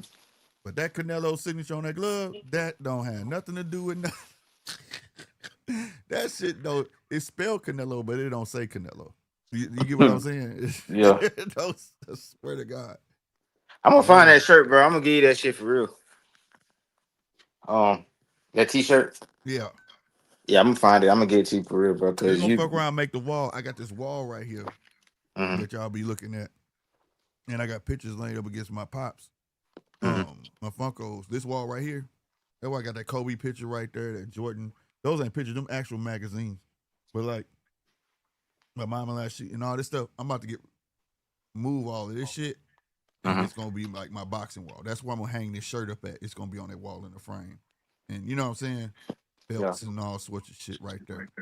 So I Yeah, plan to I'm gonna move send it all to of you this. when I next time I see that bitch, I'm gonna put that bitch to the side so I can go ahead and get it to you, bro. Cause I rather you have it and then it lasts forever. You know what I'm saying? Than me Yeah, have it and goddamn that bitch just was a waste of time. yeah. But that's Oh all that's God, gonna happen. I put that shit in the frame, bro, on everything. Like even my trading cards and shit, nigga. I don't have no case. Them bitches Now you is can keep them in a box. Just keep them in a box. As long as you ain't putting your the real reason you put them cases over them. Like I got a Carmel Moten boxing card right here. That's what's mm, right here, and that's in the sleeve because it ain't really the corners. It count. It's your oil from your fingers, bro, mm, that fuck them up. You get what I'm saying? So if you not touching them and you just got them in a box, like I got mine, I don't have sleeves on mine. I got basketball, baseball. I got Cardinals cards that's unopened. You understand me? That's mm, in boxes in this closet. But I'm not touching this. Collector taught me that. He said, as cards age, you start seeing your fingerprints showing up on them hoes, and it ain't gonna come off. So like, long as mm, you ain't touching them hoes, you all right. You know what I mean? mm. Yeah. I just like my memorabilia. I never looked at it the way how you looking at it. Like I can tell the way you looking at it, the way you talking about it. Like Like I know, like the value of all my memorabilia. I can't even say the word, bro. The value of all my memorabilia. Yeah, memorabilia. Don't feel bad. I'll be fucking that. It's all accents, bro, that fucks us up. Yeah, bro. It don't sound right when you be saying it in your head. It It sounds like I sound said right. way too many letters, bro. Yeah, swear like it's making your. That's what I said, bro. Oh my god! Somebody came on this motherfucker was like, Because I'm said, trying to be professional. Because I really be where like, they make where they, what I really would say. I'm trying to be professional because what I really would say is all my shit. But I'm trying to use the right there you word. go. They when they sell them. My memory. Right. And look, hey, bro, I'm with you because I'd have been like, when I sell my stuff, Yeah, the motherfuckers know what stuff, dog. You would know yeah, what I'm talking about. You know what I'm saying? Like, yeah. I swear, Maybe be motherfucker an came asshole back. like, but nah, bro, tell us what stuff you talk about. Nah, Right. bro, nah, you know what I'm talking about. Nah, what Bro, kind of stuff is it, bro? bro, a motherfucker came on here and got my ass, bro. Huh? Motherfucker, hey, where do they make beer at? Uh, at a refinery, No, it's another word. distillery. No, it's another word. I don't know, bro. I can't say it. Brewery. See, you better than me. I was like, what? I was trying to say, I said, fuck you, nigga. I know why you did that shit. Because in St. Louis, we got hard R's and everything. You know what I'm saying? I say here, there, and all that. And so I was trying to say it. I was like, this is bullshit, bro. I can't say it. But I wonder how a Baltimore person sounds trying to say Brewery. brewery. They're It's like, brewery. brewery. Right. It's brewery. No, I just brewery. That's what it is. He was like, that ain't it. I said brewery, and that's what it's gonna be, bro. I can't say that shit. It feel like I'm using too many muscles in my face to say it the way you say it. It don't sound right because it's gonna come out slow. Boy, I was dying, dog. I was dying. Like when I moved to Detroit, right? Man, I got kicked out of school here, so I got shipped off. Went to Detroit, goddamn me, and everything I said, bro, they was like, what? Say that again. I was like, hey man, where the iron at? They was like, what? I was like, bruh, quit bullshitting, bro. Where the iron at? I was like, the thing that go back and forth, bro? I was like, oh, the iron. I was like, motherfucker, fuck y'all. Yeah. Like, you know what I'm saying? Like, you really don't know until you leave your space. You know what I'm saying?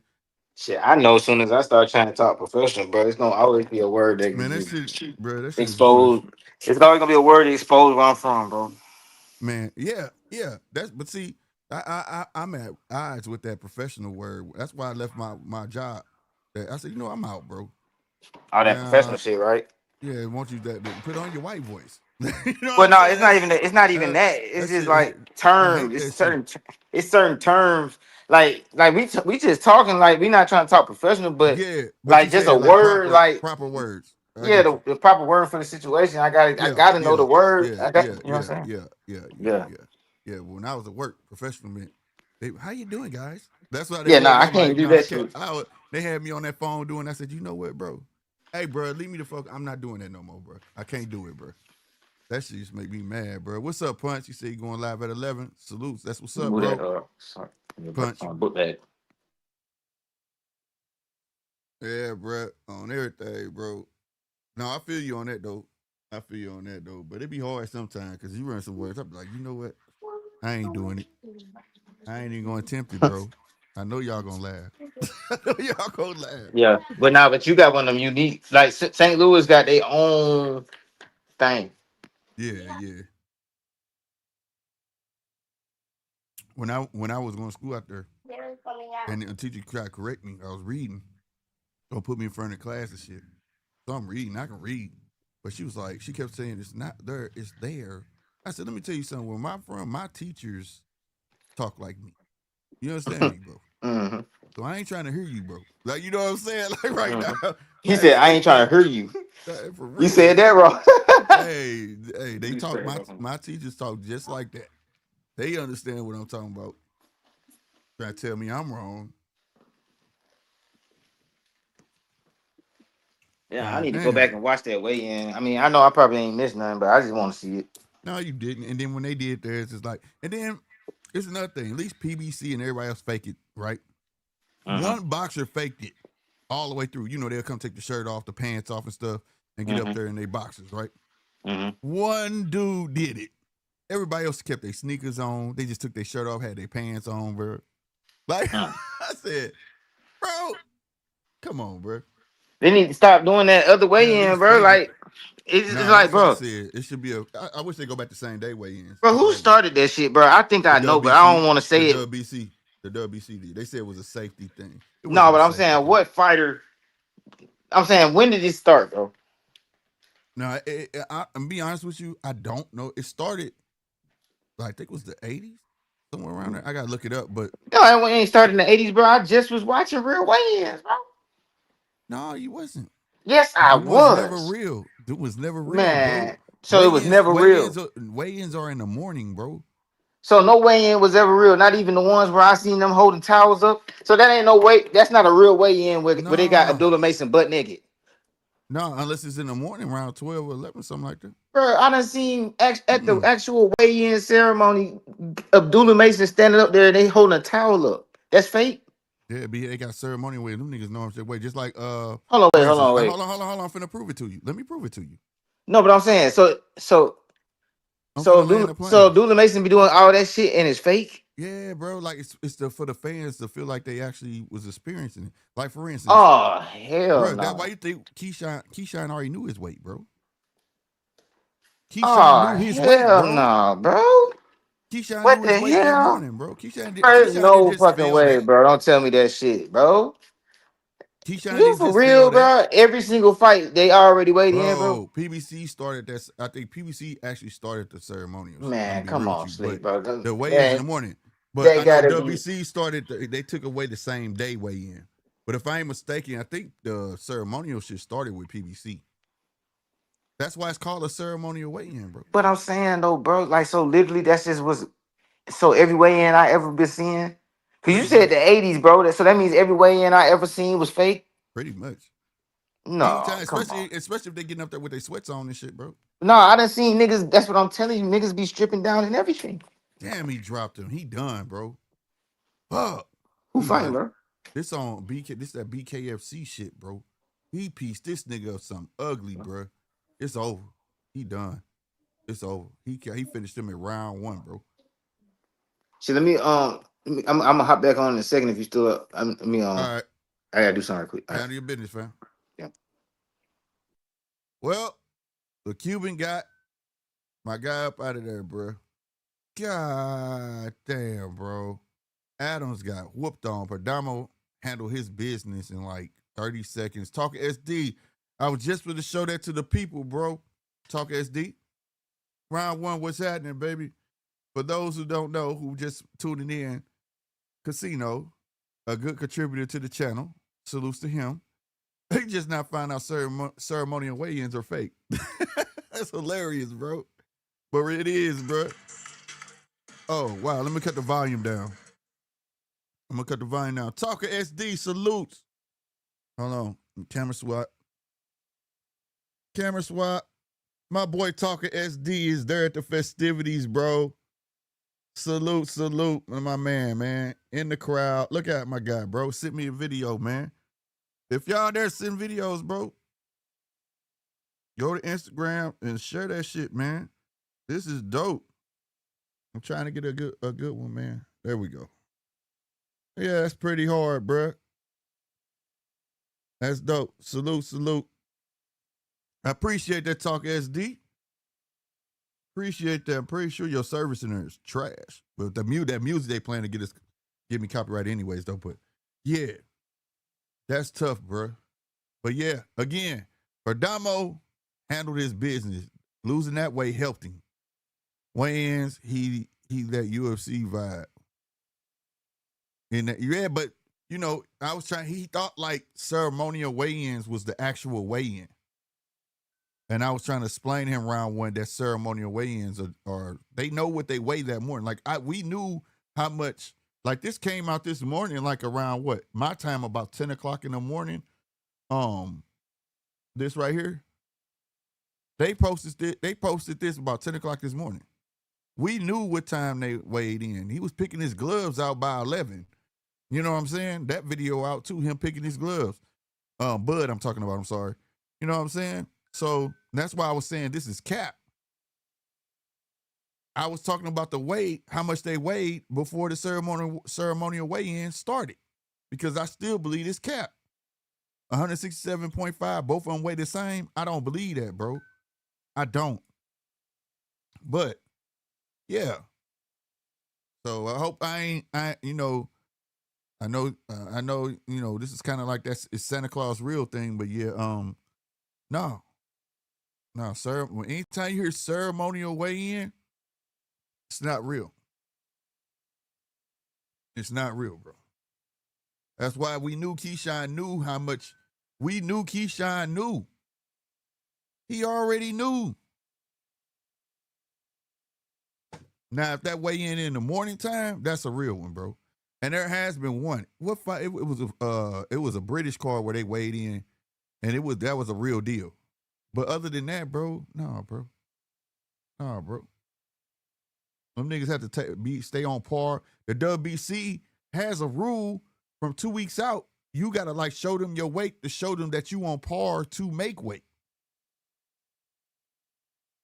Like, but those are the little details. Like I said, a lot of people don't know. You know what I'm saying? Yeah, that's why I thought Casino was listening. I thought, that's why I was saying these guys wasn't even faking it. PBC, they stripped down. Top Rank, they stripped down. They want the fans to feel like it's the real thing. They know how much they gonna weigh, bro. Now, Keyshawn, they probably knew the weight earlier, and it was like, okay, you got from now to ceremony weigh-in to get that weight off. And he was like, the hell with it. Just like Shakur Stevenson, when he stepped on that scale, he knew he wasn't gonna make that weight, bro. Like, it's part of the game. It's the set, you gotta sell it. You know what I'm saying? Round one, I better see you on at 11. I want to hear how the fear in your voice. Let's go. That's what I'm saying, man. I'm trying to hear y'all fear. That's why I put that link up there, goddamn me. Like I said, I want to know your pick. I want y'all to talk y'all shit. You know what I'm saying? Real talk. Because ain't no reneging. Ain't no reneging. You picking Bud, you picking Canelo, or if you're on the fence, I want to hear it. Either way. Either way. But I got this poll up, 70% going with Crawford, bro. I mean, Canelo. Real talk. We got a lot of ghost watchers, and I salutes to my ghost watchers, man. But I wish y'all get active in the chat for real, and also hit that like button and hit that subscribe button, man. Help us reach that 2K. But I definitely want to hear it. Take part. Hit that if you want to call in. Hit that link up top. You know what I'm saying? But he fell into that way perfectly, and he didn't, and he did it the right way. You talking about Bud, right? Yeah, Bud. I'm talking about Bud. Bud did, like, I understand why Bud looked away. How the hell Canelo replace, if he weighs that, how did he replace that fat with muscle that quick? Like, bro, they ain't doing it, but when they showed Canelo, from the time he showed that picture, all they've been showing is Austin Trout Canelo, bro. Because that's the Canelo right there, bro. That's all they've been showing. And the Miracle Man, Austin Trout, and the Miracle Man video, because that's when he looked at like that. He had upper body movement, everything I've been talking about. That's the Canelo that needs to be in that ring. That Canelo can move. That Canelo was bending at the waist. That Canelo had them serious feints. He get close, then he do the high guard. He didn't come in with the high guard. Like, that's the Canelo that needs to be there tomorrow night. That Canelo has to show up if this is really going to be a big fight. You know what I'm saying? Him just walking into jabs like he did Bivol, that's not going to fare well with the people. The people going to be like, what the hell are we watching? Because Bud just going to peck at him. If you going to give it to me, I'm going to take it. Right? So Canelo got to do something different. He know he can't do that because he fought a boxer like Bivol, and if you do that, a boxer going to take that route. Why not? You giving it to me.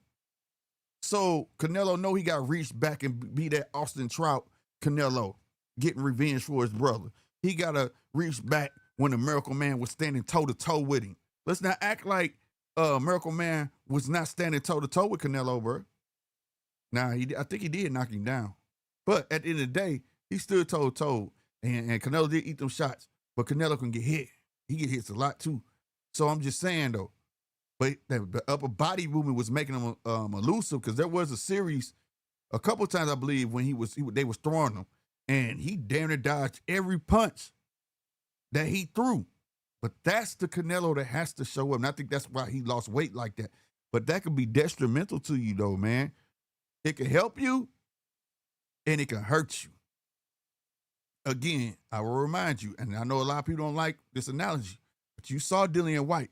When the last time you saw Dillian White look that good? Moses Atama is a young, up-and-coming heavyweight. He is not as good as Dillian White made him look. It was his legs. If you go back and watch that fight, he had nothing. He came in the ring with nothing. He left everything in training camp, trying to make weight. So, I don't know, bro. You know what I'm saying? It's crazy. You know what I'm saying? It's crazy. I don't know, bro. Punch said they weigh in twice. You just realized that, dog. Not me. Casino just realized that, bro. Casino just realized that, bro. He thought all the weigh-ins, like even when Abdullah stripped down all that, I'm like, bro, nah. You know what I'm saying? Like the one where, like the one with like Tank, when he got on a scale, they knew that boy was like 160. You know what I mean? Like, bruh. Now, if it doesn't say ceremonial, then yeah, bruh. It's real. It's at a time. Like it's at the location. So that location time might be 12 o'clock where it's 2 o'clock here. Or vice versa, 3 hour difference or 2 hour difference or hour difference. You know what I mean? So you gotta go by that too as well. But pretty much, I will say this, majority of the time, it's in the daytime, bro. We know how much they weigh that morning. Like even when they miss weight. When they miss weight, they'll put that shit out there like 10 in the morning. At least my time, it'd be 10 in the morning. They'd be like, yeah, whoop, whoop, whoop was over by 5 pounds. It was just a fight. They did that. They was like, such coming in 3 pounds heavier. Then they did ceremonial weigh-in and played off. It was like, and said his weight. And they was like, oh, he came in overweight, XYZ. Like, duh, we knew this shit earlier, bro. You know what I'm saying? But they do that shit for the fans, though. You know what I'm saying? That I don't had go on no the thing. clue, bro. I'm finna show. I don't know why I didn't show you this, because I thought you was watching. See this? So, but see, You see this picture? yeah, but I know that This was. came out this morning. Well, nah, I know that happened. So then you know this weigh-in right now was fake. Yeah, I know that one was fake. I be knowing when it's fake. But how the hell, bro? It's no way that Devin Haney Bruh, versus Cambosis was fake. they fakes this. They know that morning, bro. How the fuck did he look like that then? They know that morning, bro. They be No, holding bro. that Slick, shit. listen It's to what for I'm the saying, bro. theatrics. What I'm telling you is for the theatrics, No, bro. listen, Slick. Uh-huh. When them niggas be looking like fucking skeletons. Like, for instance, Frank Martin, right? Super skeleton. It's for the Bro, theatrics, bro. so that was fake? Pretty much. No, man, It's come ceremonial on, weigh-in. Go bro. back and look up Frank Martin, see if it don't say ceremonial weigh-in. All ceremonial weigh-ins are what it says. Ceremonial weigh-in, bro. It'll say that? I've watched motherfuckers get on scale at PBC with their chain on, bro. You ain't getting on no scale with no big ass chain on, bro. You done stripped down to your boxes and everything under the sun. And you got this big ass chain on. Now that's not me speculating. I'm just trying to point out the obvious, bro. Like I said, I just watched the dude. If anybody need more proof, go back and watch this one. It don't say ceremonial. You gonna see one dude strip his clothes down all the way to his drawers. And the dude he fighting got on that motherfucker, took his shirt off, had his sweats on, his Jordans on and everything, stepped on the fucking scale. And quote unquote made weight. But bro, how do they be looking like that, bro? They just ain't rehydrated up. Now, I'm gonna be honest with you. I'll be honest with you. The one with Dev, I don't know, because that was Australia. That one I will say. Bro, That one I will say. I'll say that. I'll say that. You know what I'm saying? I will say that. Bro, look at this bullshit right here, bro. There's no way this was fake. I mean, you said it was Australia, so yeah. Yeah, Australia. No, that's what I'm saying. I don't know about that, because see, you gotta think too. They on a whole different time zone too. So I don't know. Yeah, look at that shit, bro. There's no way Vodafone they said they ain't fake trying to that. cut down on people having to get naked or leave to cut weight in whatever way they need to while live. Huh. Well, I know they be knowing in the morning. Well, I know for real. Yeah, in the morning. Right. Facts. Because there was one like when Shine got on that fucking skill, that was real. But that shit was in the morning. That was early. That was a little early though. Where Shine had to cut his hair. You remember that? Now that one was real. But it was early though. Like I said, if you I catch mean, that some of motherfucker them around be 12 real or before slick. 12, that's why I said depending on the time, bro. If they say we having a press conference at 11 in the morning, that 9 times 10, that's real, bro. 9 times 10, that's real, bro. Oh, it You just catch depends these on what motherfuckers. time of the day it is. Yeah, because they usually do it like 10 in the morning, bro. If it's 10 in the morning for me, it's like 8 in the morning at motherfucker in Vegas somewhere. You get what I'm saying? Mm-hmm. Yeah, nah, that Those be shit. real. I felt like the Terrence Bud Crawford versus Errol Spence shit was real, bro. That wasn't real. Nah, they waited late to do that shit. That shit was not no. Man, them motherfuckers, like I'm telling you, bro. And I want to be, if somebody check for me, bro. Didn't PBC usher in the fucking ceremonial weigh-in?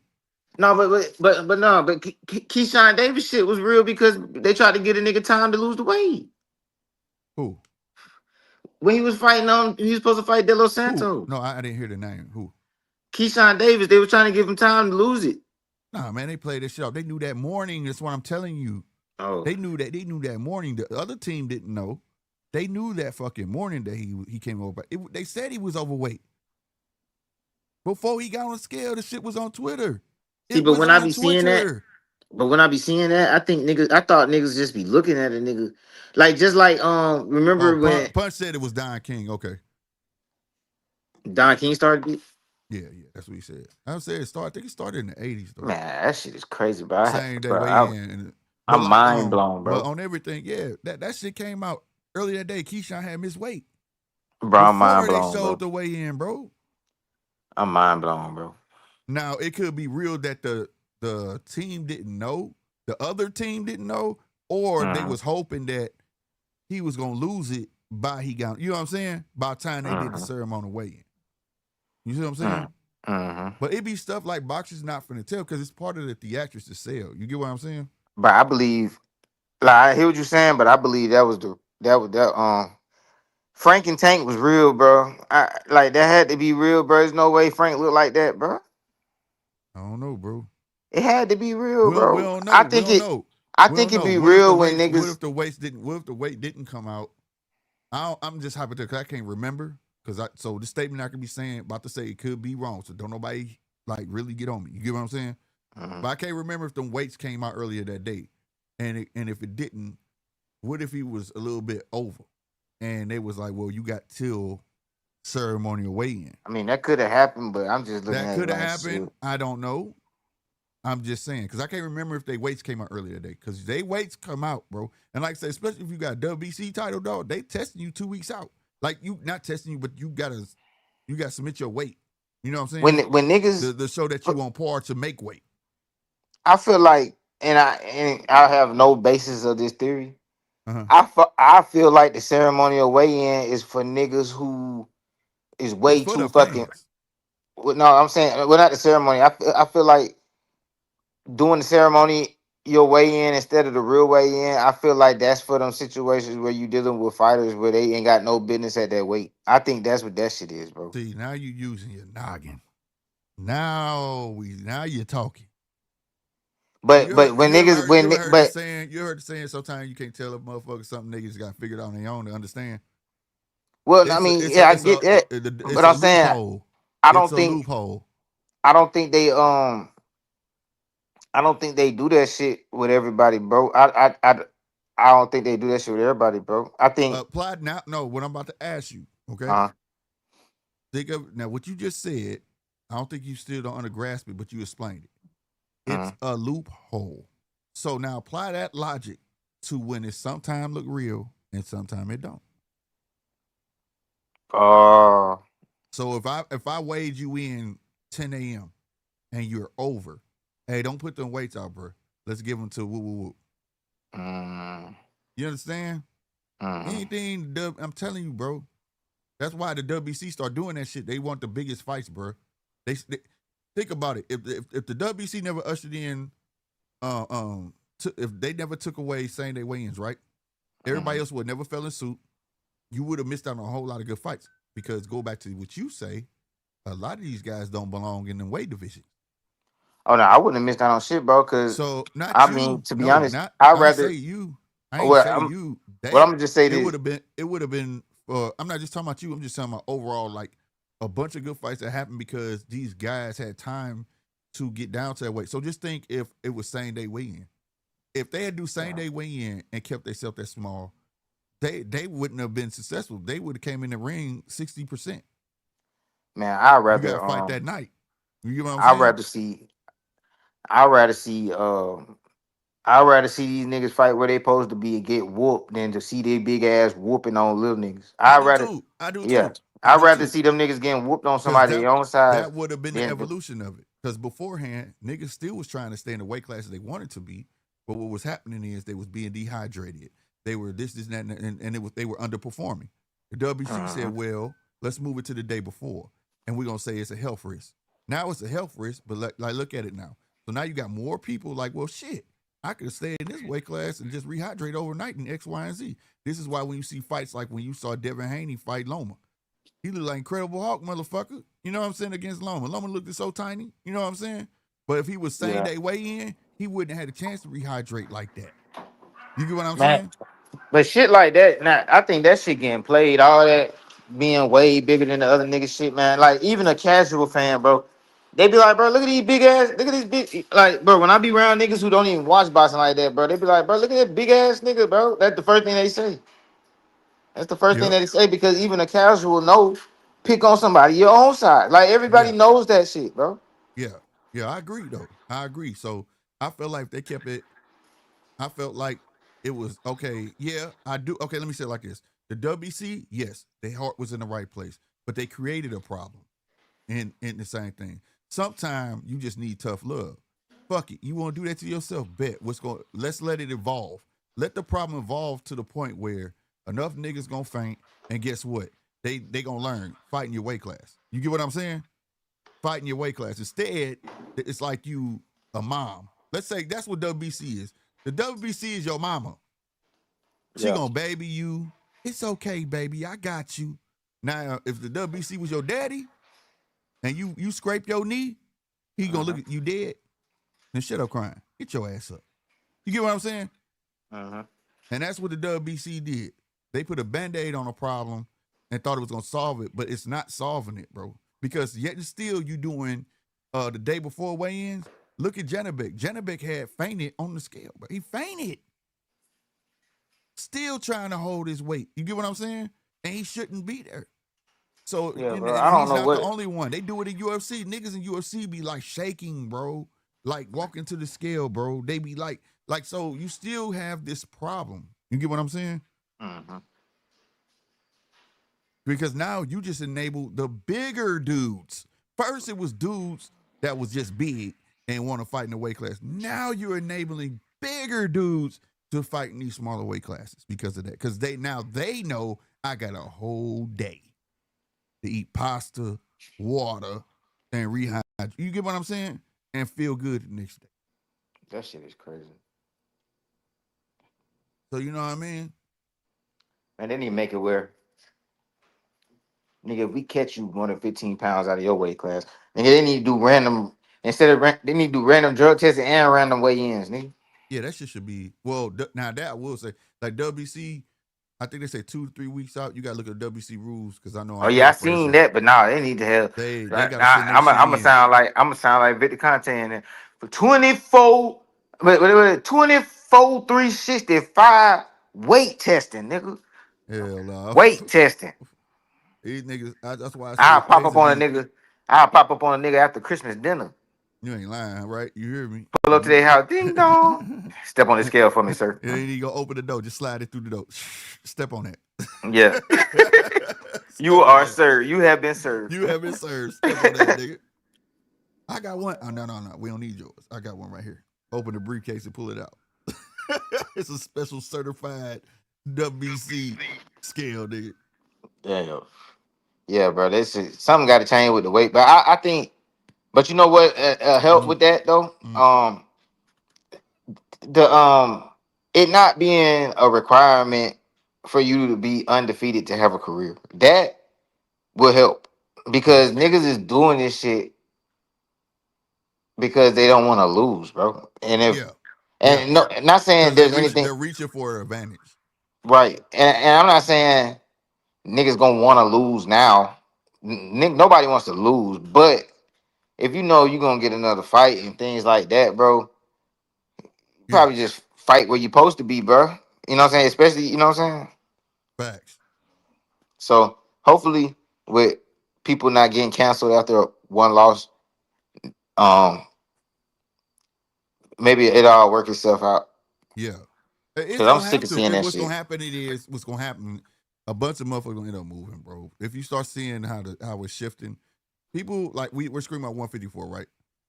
Okay, 154, 154, 154. When Canelo leave, Bud leave, that leaves 168 open. And who's on the 160 pounds gonna start moving to 168. But what's happening, what people not understanding is that it's gonna shrink the game. So what I'm saying, it's gonna consolidate. You get what I'm saying? Hmm. So now you have even more less motherfuckers to root for. You get what I mean? Hmm. So it's gonna end up consolidating, bro. I'm telling you. Because you see this start to be desperate. Oh, wait, are they announcing this? Hold on. This might be special announcement. They got T.O. and Shakur right here on the Inside the Ring show. Mm.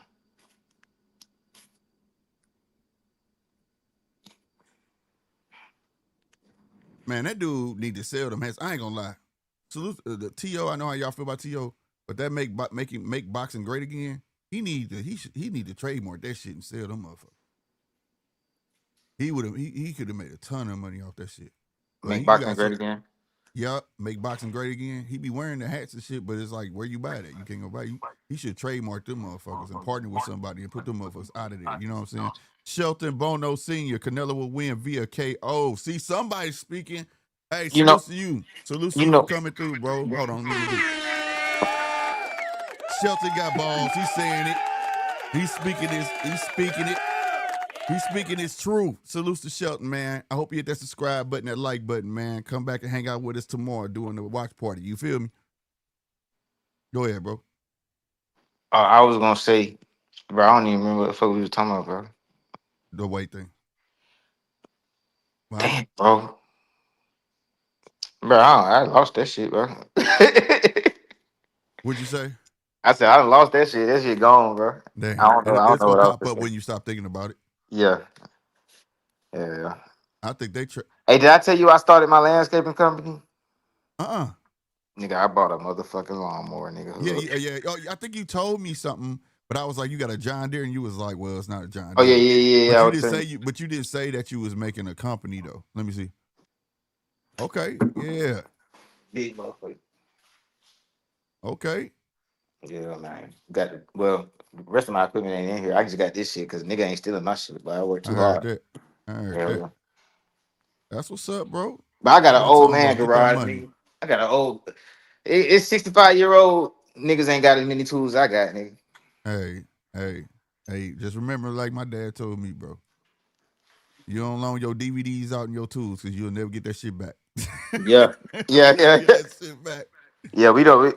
Me and my partners like that do this type of work. We don't even, bro. We don't even stress, bro. If a nigga need to borrow some shit, whenever I get another job where I need that shit again, I just borrow that shit back.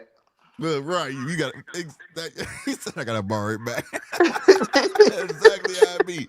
Hey, let me get the hammer. Oh yeah, here you go. Like I nigga, got a it's nigga. mine. I got a nigga chisel. Cause I had to bust open a brick wall today, bro. I was, bro. See, that's what I'm saying. That's why when I started boxing, I punched so goddamn hard. Do you know that I just bust open a brick wall with a fucking sledgehammer today, and it had motherfucking cinder blocks behind it. I had to bust behind that shit too, and I also had to dig goddamn 2 feet down into the ground and busted goddamn all that shit down up under there. I know what you talking about, bro. I used to do weatherization, bro. But then I had to put the shit in the wheelbarrow and take it up the hill. I used to do all that shit in California, bro.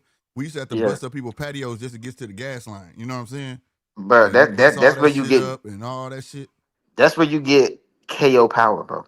That's Right. you get that one punch KO power from slinging sledgehammers, lifting cinder blocks, filling up wheelbarrows full of bricks. taking it up the hill. That's how you get that Got John there. Henry power, nigga. Nigga, Nigga, that's my whole life, my nigga. that's I've that been doing John this Henry shit. power, nigga. I've been doing this shit my whole life. Right, swear, bro. I'm sick of this shit, bro. That's My why. hands, That's like why my your hand, granddaddy. That's why your granddaddy fingers be like 2 inches wide and shit. All that nigga, I hard ass got shit. boxer hands, nigga. Like Yeah. off of work. I mean, I fucked my hand up boxing too, but nigga, just off work, bro. My hands is just like, nigga. I'm gonna need an orthopedic doctor, nigga, one day. Like, oh, is it orthopedic? What is it for the hands? Orthopedic. Yeah, I'm Orthopedic. gonna need an orthopedic doctor one day, bro. Cause It's for the feet or hands. We know what you're talking about though. yeah, It's one of them.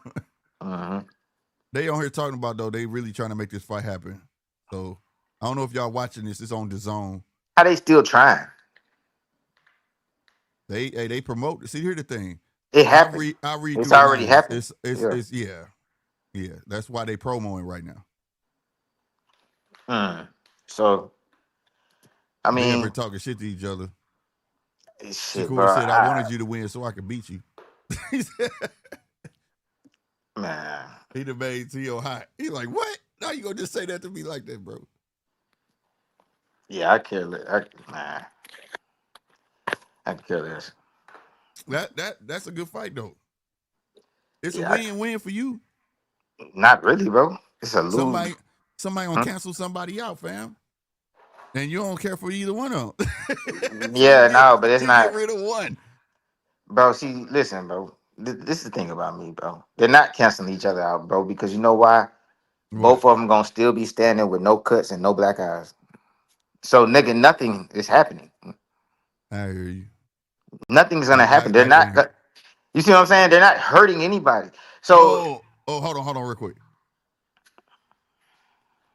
Shakur going in on Coppinger. They say, why you hate Coppinger, bro? They about to go with. Coppinger standing his ground.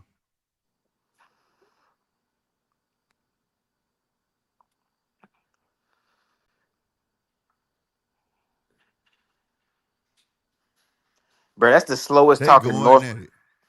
That's the slowest. That's the slowest talking nigga I ever seen from the North. Who? Shakur? Yeah, I ain't never seen no nigga from the North talk that slow. Coppinger gotta learn how to be professional, bro. He's straight arguing with a kid. You too old for that, bro.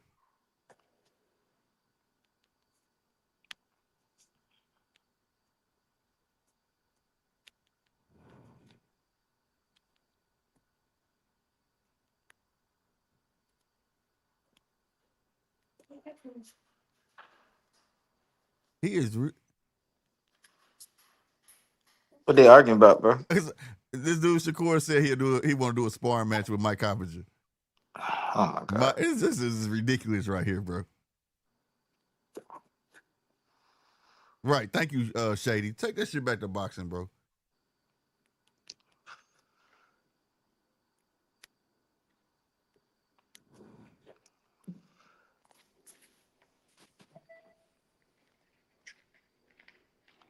See, like this. What's a win-win? Like, all right, so like this is what type of shit I be want to see. Like you were saying, it's a win-win. A win-win for me is, let me think. What'd you say? Now you were saying it was a win-win, but I'm saying like a win-win, like a win for me would be like if T.O. versus Boots would have happened, nigga. Now I'm lit because he gonna get hurt. You know what I'm saying? Yeah. You know what I'm saying? Like I don't want to, like, like, bro. So I don't like T.O., bro, but I'm gonna get no satisfaction out of seeing him getting outboxed.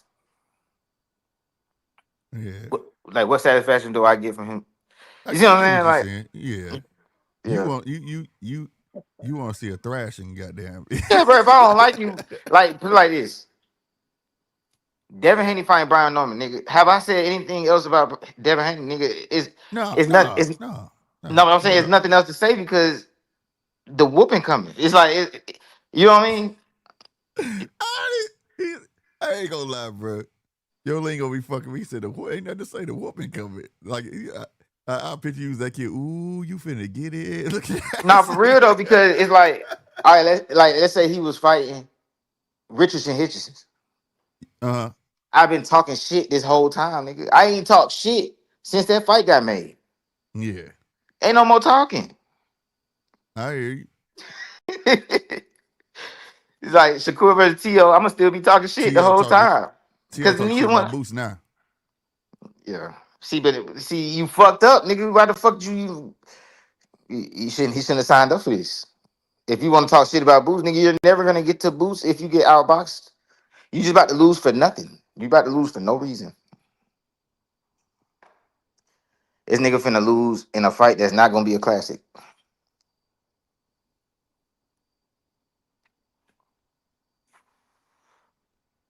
If I lose, it's gonna be a classic. Fuck that.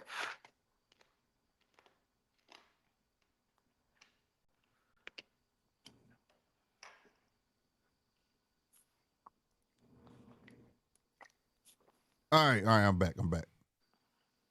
You still there, Casino? Yeah, I'm here. I was just saying, bro. I was just saying T.O. finna lose and there ain't gonna be no classic. What an Yeah, idiot. that'd be bad. I ain't gonna lie, that'd be bad if it's like I ain't gonna stunt. I totally get what you're saying, but at the same time, I'm looking at these two dudes, and if they give that performance, it's a lose-lose for both of them because this is the fight where like you could really get the fuck off and become something. Because both of them got namesake. You get what I'm saying? At least they got that. So if you don't show up, you can show up, but if you don't show out, I agree with you. It's a lose-lose for both of them. Like it's like what you do it for, right? Like when you say you lost for nothing, nigga. You lost for nothing. Sometimes niggas won for nothing. Like niggas, Right. That's what I'm saying. whoever lose this fight is finna lose for nothing, and whoever win this fight is finna win for nothing because it ain't gonna be no stoppage. If there's any possibility of a stoppage, it's gonna be Teofimo stopping Shakur. See, here's And my thing. It ain't gotta be a stoppage. It just need to be a thorough ass whooping. You know what I'm saying? Like it's just an ass whooping. Like really show this motherfucker was never on my level type shit. You feel me?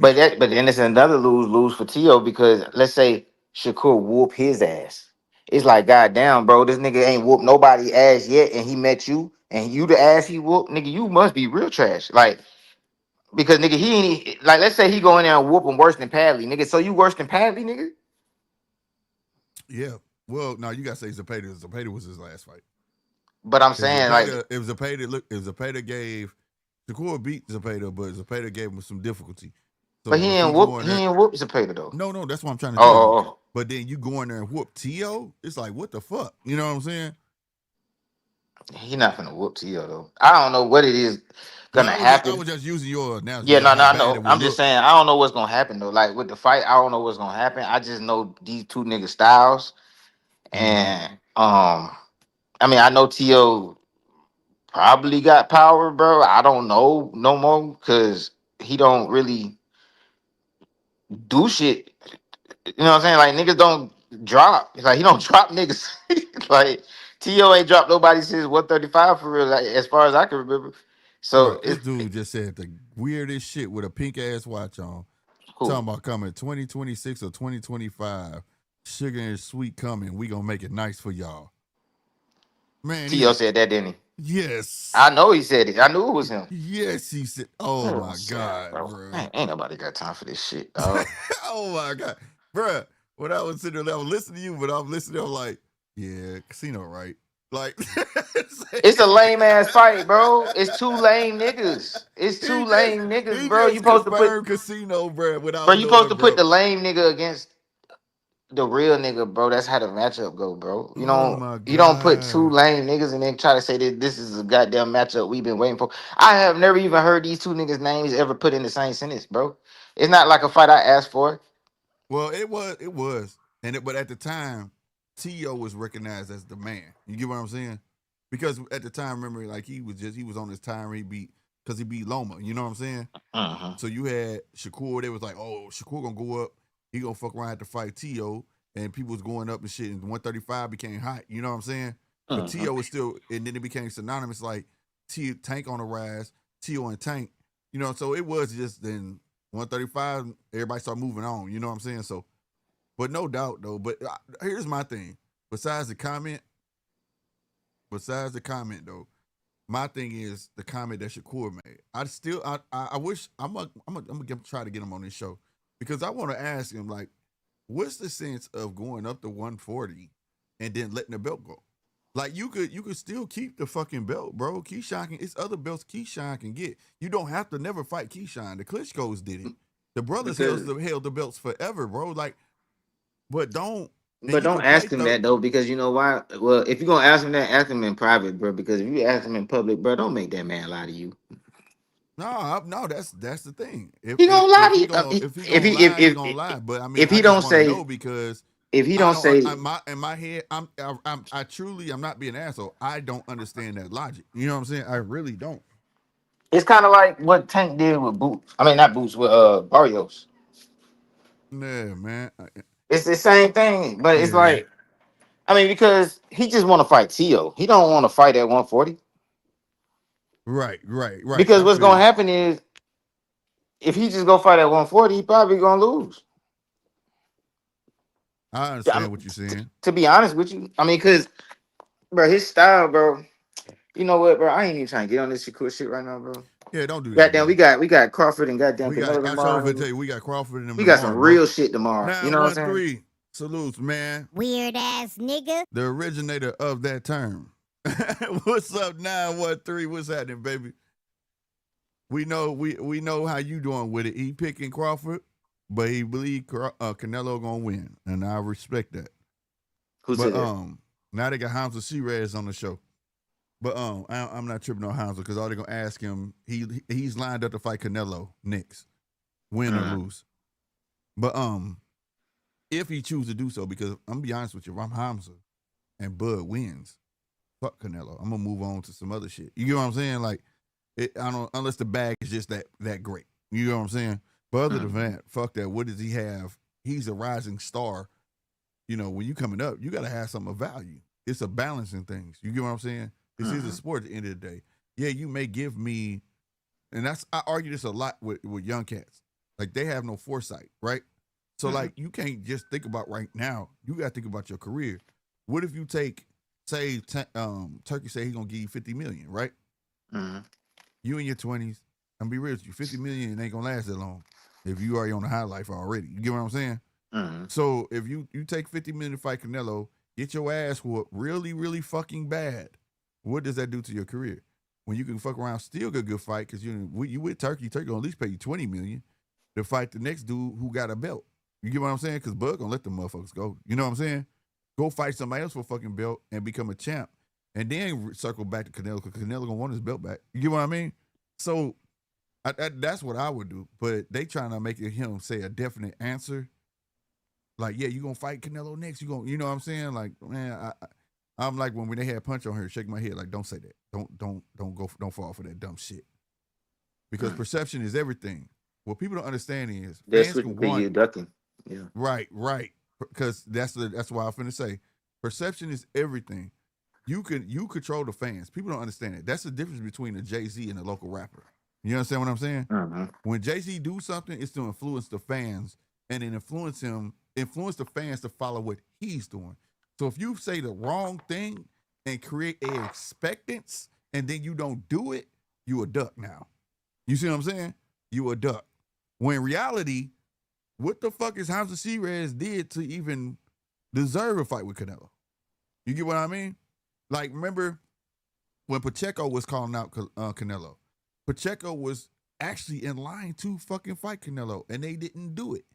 But he kept calling him. And instead of just being real, I ain't ready for that type of smoke, nigga.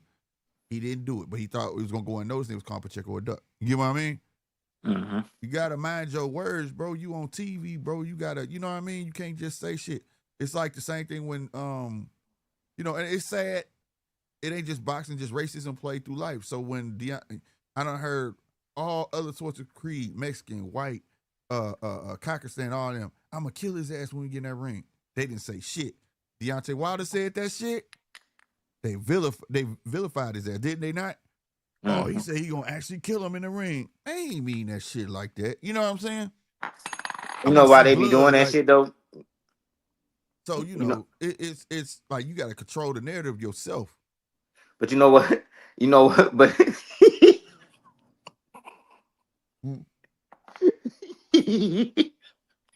What, bro? That's some good shit you got It going ain't on. had nothing to do with being. It had nothing to do with his color, bro.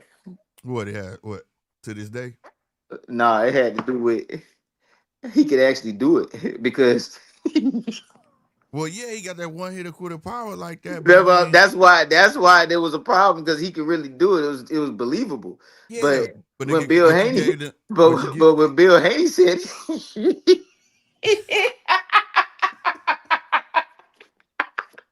Okay. when Bill Haney said it, nigga, they knew that shit was impossible, nigga. Ain't nobody even care, bro.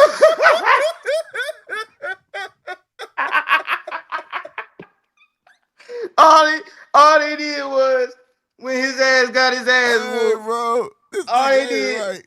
This they all nigga they ain't right. did was when he got his ass whooped, they said, "I thought you was gonna kill him." Hey, you ain't right, bro. Ah, Hey, shit. bro. Hey, you better put your kids up. Put the motherfuckers to Hey, sleep, cause this finna be a murder. but that shit was funny as hell, bro. It wasn't no outrage. It wasn't no outrage. You know what? All it was That they was just be funny, bro. talking. They just be talking. They just trying to sell the fight. You know they Bro, just trying to sell the fight. you When killed me with. Deontay Hey, Wilder said it, when yeah, he Deontay got. Wilder said it, niggas was literally terrified. Nigga. He. Like niggas was like, "Oh shit." That nigga Devin Haney said it. Oh, That nigga Bill Haney said it. Nigga, they was like, they was like, this he just. nigga ain't right, bro. They said he's just trying to sell the fight. Don't worry about it. Oh my god, bro! If you grew up my hood, casino nickname would be no good, nigga. I swear to God, this nigga is no good. Nigga, where you going? No good house. All right, This shit like be this nigga funny ain't as no fuck, good, bro. Like I bro. be watching this shit, bro. Like because it don't never be what people be thinking it's about. It don't never be what people think it's about because that's two niggas the same color, bro. It This don't matter you about the ain't color, lying, bro. bro. You ain't lying, It dog. matter about the nigga Hey, inside of that hey, skin. Like it ain't about the hey, color of the skin. It's about the nigga in the skin. Like it. You see what hey, I'm bro, saying? you got me crying over here, Because bro. that nigga got on the same skin and we not scared. Oh my That nigga god, got the same bro. skin, bro. We Oh not my scared of that god. nigga. Come on, man. We thought that shit was funny when he said it. I But knew when you this was nigga, when finna this go big that ass way, nigga boy. over here with that one hitter quitter said it, niggas got the was scared, Oh nigga. my god, bro. Niggas was scared, nigga. That niggas. I just swear to God, I try to laugh this hard, bro. Y'all gotta. If God could let y'all in my brain, like when people say stuff, like I be acting that shit out my head, like a TV show, bro. And I swear it was like a documentary, nigga. Deontay Wilder. So I could see him when he was saying it, and I could see Casino like, now look at this, and then he.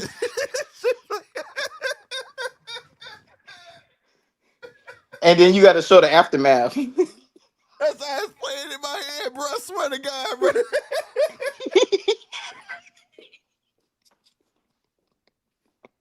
Bro, swear to God.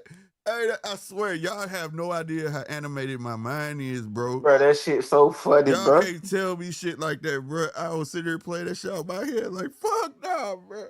It's just all about it's everything is see, I don't be liking the generalized shit because but everything is a certain But you got a point, and that was a good. It was an ignorant point, but it's a point. You got a but every point. now because every separate It's and the situation got race a shit. The separate race shit is just what it ain't race. Is where it's coming from, and I yeah, like bro. that he did that, even though the shit was ignorant. But I stand corrected. He put it in perspective. It Yeah. had nothing to do with race. It was just the dude who actually had the firepower to pull that shit off. Yeah, it's like you're actually dangerous. You can't say that. This nigga's not dangerous. People You can say feared whatever the fuck you want Deontay. to say. You ain't dangerous. Right at that time, people feared Deontay because they seen what he do. You know what I'm saying? Uh-huh. Uh-huh. Versus, yeah, bro. Yeah, bro. Versus Bro, that's the shit I be telling you about, like videos and shit like that. That's the creative shit. That's some creative fucking shit right there, bro. That shit crazy. Like, bro, that's I shouldn't be telling you to do that because you ignorant. Nah, don't do that nigga said, my son going out there to kill him. He went out there and said, round one, ding ding ding. that. Hey, And then no, the nigga threw the punch. It was like, that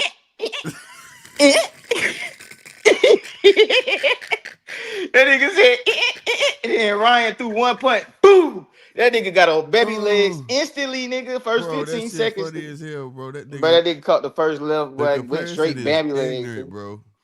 But remember That that nigga? comparison. Remember they had that nigga? What it was? I think Ryan was doing that little Tootsie roll, and got Yeah. there, Devin got there, hit that nigga with that mean 15-piece body shot with Yeah. no defense. I'm talking about the meanest body shots I ever seen since Canelo Alvarez, nigga. I'm talking about the nigga. Hey, I ain't gonna lie. When he was hitting him with them body shots, I thought he was for the killer. I ain't gonna lie. Bro, that shit funny, bro. That shit right there, bro. Oh my God. Y'all can't be telling me no shit like that. Bro, like, I swear, this nigga leave me with something. I always wake up laughing at something from productive ducking. See you lost for nothing. He got some. Casino got some quotables, bro. I gotta give it to him, bro. You just see you went lost for nothing. That was the first Man, one, bro. You done fucked I'm around and went living out out and my lost for dreams. nothing, I'm just living out my dreams of what I would have said if I would have got them actually went pro, nigga. If I would have started boxing like a kid like these niggas, I'm just saying the shit that I would have said. Like, but I swear to God, but if them niggas would have let me in this bitch, bro, I man, think nigga, I think that's I think that's how we all think. To be real with you, bro, because I was yeah. thinking like that earlier. I was like, I can't wait for the day a boxer come in the game that's like me.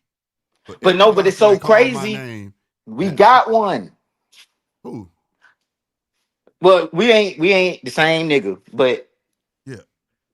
Brian Norman Jr., bro. Wait till this nigga get to talking. Wait till y'all get a load of this nigga, Well, bro. well, well. I'm waiting on that, but I'm talking about a boxer like you know how you hear boxers complaining. Damn, you spoke his name. They got Devin Haney on the show now, right now. But when you hear boxers complaining, hey, yeah, he just calling me out. He trying to attach my name to him so he can sell or whatever, right? Mhm. And see a nigga like me, I'd be like, you go get your turn. I'm about to beat all y'all ass. Like that's me, bro. Like line y'all ass up, bro. Y'all asking Yeah. for it. I'm gonna give it to you. I'm waiting on that motherfucker.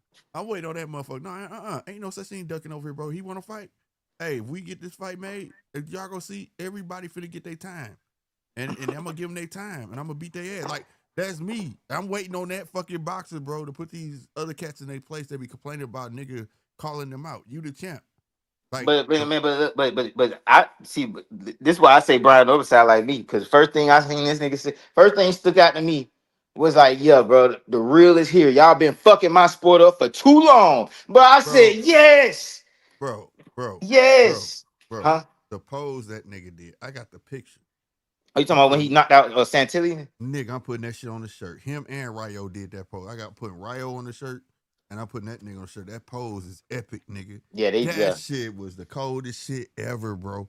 You talking about cold as ice, yeah, nigga? that was Cold as cold, the bro. other side of the pillow, nigga. When he did that, But nigga, I I was ain't gonna like, lie, it wasn't damn, colder. It wasn't colder than Suzuki.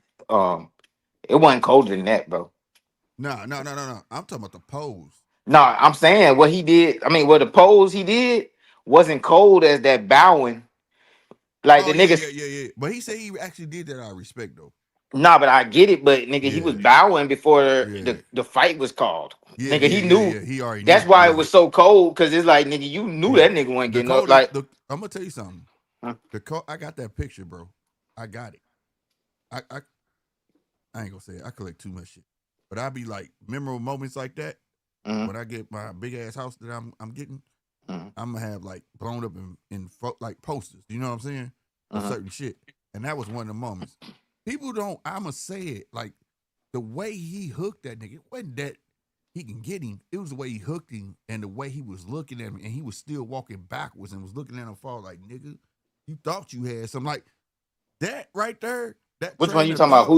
Who you talking about? The the the, Which the, fight? the Which fight? Japanese guy. The Yeah, Japanese guy. exactly. Yes, you talking about how he was looking at him before he did that? He hooked him. He hooked. Nah, when he hooked him, bang, and he was still like moonwalking backwards and looking at him fall. Nigga, I Uh-huh, was like, damn, bro.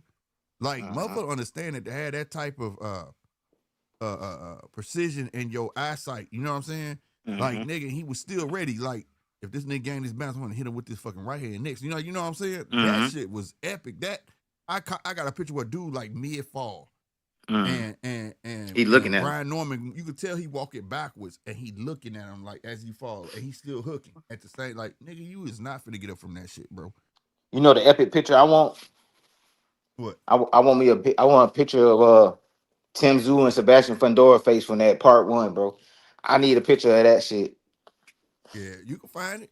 You can find, Well, especially no, I know you can find a picture, but I'm saying I need that shit. The way you talking about blowing that bitch up. yeah, bro. I'll blow some shit like that up. But bro, after that fight, bro, for a whole week, Tim Zoo face was my goddamn icon on goddamn Instagram. Let me see. Hold on. I'm gonna show you how to do this shit too, so you can blow it big as you want. It's the All thing right. on Google. Motherfuckers on Google don't know. But I'm finna show you real quick. So if I'm gonna type. Who was it? The first fight? Yeah, Tim Zoo versus Sebastian Fedora one. Yeah. Okay, let me see. Yeah, I want a picture of that shit because that shit was the craziest fight. How you spell zoo? Well, that was the bloodiest Z-O-O. fight I ever seen. You know what I'm Okay, saying in yeah, my yeah. life. And I was in here just tripping. Like I was in here tripping off that shit, bro. Cause All I'm right, here like, we bro, go. Fundora because one, right? Hold on, let me put this on a big screen for you. I'm gonna keep cutting you off. no, you Yeah, good. I was just hold gonna on. say, I was just talking about how that fight impacted me. Like that shit was like, nigga, that was a moment in time in my life, nigga. I'll never forget that fight, nigga. Like, Here we go. bro, I was yelling at the TV like, what the fuck? I just was yelling at the whole time. Right, like what the fuck going on, bro? Yeah, All like, right, bro, so they ain't like gonna stop it. when you go here, right? Mm-hmm. All right, you go to tools. You see Mm-hmm. tools, Mm-hmm. oh no, that's hold on. You go to images first, right? Mm-hmm. Boom, you got all that, and then you go to tools. See where it say size? Mm-hmm. A lot of people don't know this, and then you go to large, Oh, and it's gonna bring all the big files, like where you could stretch that motherfucker out, and you go I need find that it. one at the top right. The one all the way at the top right. Hold on. Hold on, let's see if Wait, I hold can. on. The other side. You Hold got on. it blocked. Yeah, press right there. That's the one I Yep, want. yep, and that motherfucker in high resolution too. Yeah, that's the And then one I and want then right you there. just go get that motherfucker. You I see get that that bitch shit? See signed. how you see all the spit and all that shit? Yeah. And then you right click that hole and see where it say save image. Hmm. Save that motherfucker. And then you can just print it. Print that bitch big as you want to, because this motherfucker is a raw file. Raw Mm. file, like it's infinite. It ain't gonna distort when you blow it up. You know what I'm saying? That's why I be when I make my thumbnails and shit. Uh-huh. That's why I be going to find and all that shit. That's why my thumbnails be sharp. Yep, that's how you do it, bro. But a lot of people don't know. Like I be telling you, you gotta learn to use your shit. This right here, this tools. Even if you want a color, you could look for a black and white. See how I can bring up all the black and white shit? Yeah. Hold on. It's This okay. is Just put the oh, sheets. you talk to somebody else. Okay. Yeah, I But was talking yeah. to my daughter, bro. My bad. It's all good. But yeah, see, so you could look for, like, you know what I'm saying? Mm-hmm. If you want it black and white, you could pick what color of the picture you was looking at. So if anything with red in it, it's gonna bring all the pictures that got red in it. You know what I'm saying? Bro, Like I had no it's a idea bunch about of this. shit. Well, I didn't know you could just pick colors and shit like that. I knew you could do that first part, the large, make it large. Yeah, yeah. But I never thought about doing it to print out posters though. I Because ain't never think about it. you'll find the same picture without doing that, but it'll be like a small file. And when you go take it to get printed, it'll be all distorted and shit. You know what I'm saying? Like Mm-hmm. pixelated. Mm-hmm. So you want to find the largest files out there, period. And then it's websites you go to, like the photographer websites Mm-hmm. that's actually there. So like, let me go see. I'm about to get the people game right. And it's also how you apply for credentials and other shit. Now let's see where we can go. Hold on. Let me get. I want to share all my information real quick. Yeah, don't I'm gonna tell them how to get the credential, nigga. Let see. them figure that out on their own, nigga. That's, Yeah, you don't give them, I don't ain't give them gonna. that for free, Well, huh? it's actually free game. Ain't no, it's not a.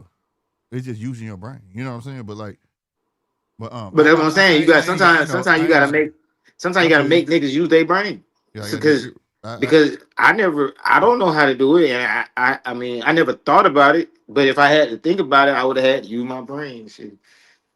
right. You know what I'm saying? But I ain't saying don't tell niggas. But I mean, well, I am saying No, don't no, tell you niggas. said you, but it's Yeah, like what I did to you earlier. Like you said, sometimes you can't tell a motherfucker shit. You gotta. yeah, you can't give niggas everything. Sometimes you know what I'm saying? Because you know that's just Right. how it got. You know, the game is to be sold, not told. That's what they said. You know what I'm saying? Sometimes. Sometimes, yeah, what I'm saying, yeah, sometimes. Yeah, I don't believe in that But now shit. you But get hella game though. So, but some shit just like yeah, so like, all right, this is a website you go to. They do all the press stuff for called Magna Media. I know it's hmm not on screen yet, but I was actually see if they had something loaded up. So I was usually finna. when a fight is over with, Mm-hmm, if you go back to that fight on this website when the fight over with, mm-hmm, all the photos that was taken during the fight, mm-hmm, even the press conference, even all of that shit. You feel what I'm saying? You'll mm-hmm. get the photos. You know what I mean? So like, I'm trying to find one right now. to show you. You be like, damn, and they all like raw videos, and it's on here for you to use. If you got a website, if you got, so it's not like you stealing. It's not like, you know what I'm saying. And if you use it in your YouTube video, all they ask you is like put the credit up there, like who took the photo. You know what I'm saying? Mm-hmm. I was gonna say something about this your ticker with the Yeah, go ahead. highlights with the who you got Lamont Roach or Pitbull. Well, that's a tough one. I'm gonna ride with Pitbull, but that's a tough one because that's a style matchup that like I expect the same type of fight that Tank went through. It's not gonna be what people saw Roach, and I think people looking at like what Roach did to Tank, but you saw what Pitbull did to Tank, and it's gonna be one of the same. The reason that matchup between Tank and Roach was because they were similar. You get what I'm saying? Mm-hmm, mm-hmm. Motherfucker Pitbull got that tenacity. Like, I don't give a fuck where a punch land. I'm coming at your ass. You get what I'm saying? And Roach going up. I thought this nigga was coming down. Roach going up to 140. So he finna go to another division. You know what's gonna happen, bro? I see the play. Do you see the play? Explain. What Nigga do you think? Pitbull, they fighting for the rematch. Yeah, yeah, oh yeah. Oh, I thought you was say, oh, okay, yeah, I thought you was thinking, yeah, that's Cause definitely they what it both want is. they I both want a said that. rematch. Yeah. Yeah, I said that on the other show. I Oh, said I that ain't see it. the two people that technically quote quote, even though he didn't lose, the winner gets Tank. You get what I'm saying? Because this dude finna go fight Jake Paul, and that's how they trying to make save face behind it all. You know what I'm Well, shit, saying? I hope Pitbull win, bro, because I like it. I'd rather see Tank fight Pitbull again, bro. Well, a lot of people will because Roach got a good chance of beating. Think about it. He's real familiar with him. You feel what I'm saying? Whereas Pitbull gonna come there and fight Tank the same way. Pitbull don't got no other dimensions of fighting. He just fight. But you put Mm-hmm. Roach in there, he watched it. I mean, the nigga been in the ring with him, so now he real familiar with Tank. You know what I'm saying? It's gonna be a little bit different, and which is gonna give him a stronger chance of beating Tank. You get what I mean? Well, that ain't what I'm worried about. I just I like Pitbull. Like I want to see him Yeah, fight yeah, Pitbull again. yeah, Yeah, yeah, yeah. It yeah. ain't got No nothing to do doubt. with that. Oh yeah, I Yeah, ain't saying that. I'm just saying a lot of yeah. people that's their outlook on it. Like shit, I'd rather him fight Pitbull than that motherfucker. He Just because fucked he's more around. excited, this is just more exciting fight. You know what I'm saying? It's just it's gonna be more exciting. Like Okay, here we um, go. him versus Lamar Rose was exciting. When it got exciting right after he took that knee. And then I'm trying to think, it was like another like little part where they was exchanging. It was only Yeah, like two parts of that fight where they was exchanging, basically. Like right, really exchanging. You know what I'm saying? right. But when he fight Pitbull, he gonna be exchanging the whole fight. No, that's real. All right, I'm So finna I put just this rather shit. watch that. You know what I'm saying? All right, can't nobody ever say slick hating. So if you're a blogger, if you're whatever, you know what I'm saying? This is definitely is a help. And I ain't gonna stop. I be wishing people would help me along the way. And I done had to figure out all the shit you see on the screen, everything. I had to teach myself because a bunch of hating motherfuckers act like they cutting the check. But you can go to Magna Media. They do all the PBC promotion, right? So as you see right here, this is where sometimes I be knowing what the fuck going on before motherfuckers know what the fuck going on. I just don't say nothing because you gotta know how to play the game sometimes. You know what I'm saying? Sometimes the shit'll be in here before they announce it, right? So Mm-hmm. like, okay, you see the press tour, the dates. Everybody wondering dates. Guess what day it's gonna be? September 17th, September 18th.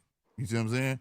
Did you hear It, about they got on hold on. Google? Oh my Now bad. I'm finna drop a bomb on y'all ass. Now here Uh, lately, it's been a problem, right? About Atlanta, right? mm-hmm. Well, why the fuck it say what it say? New York City and where else?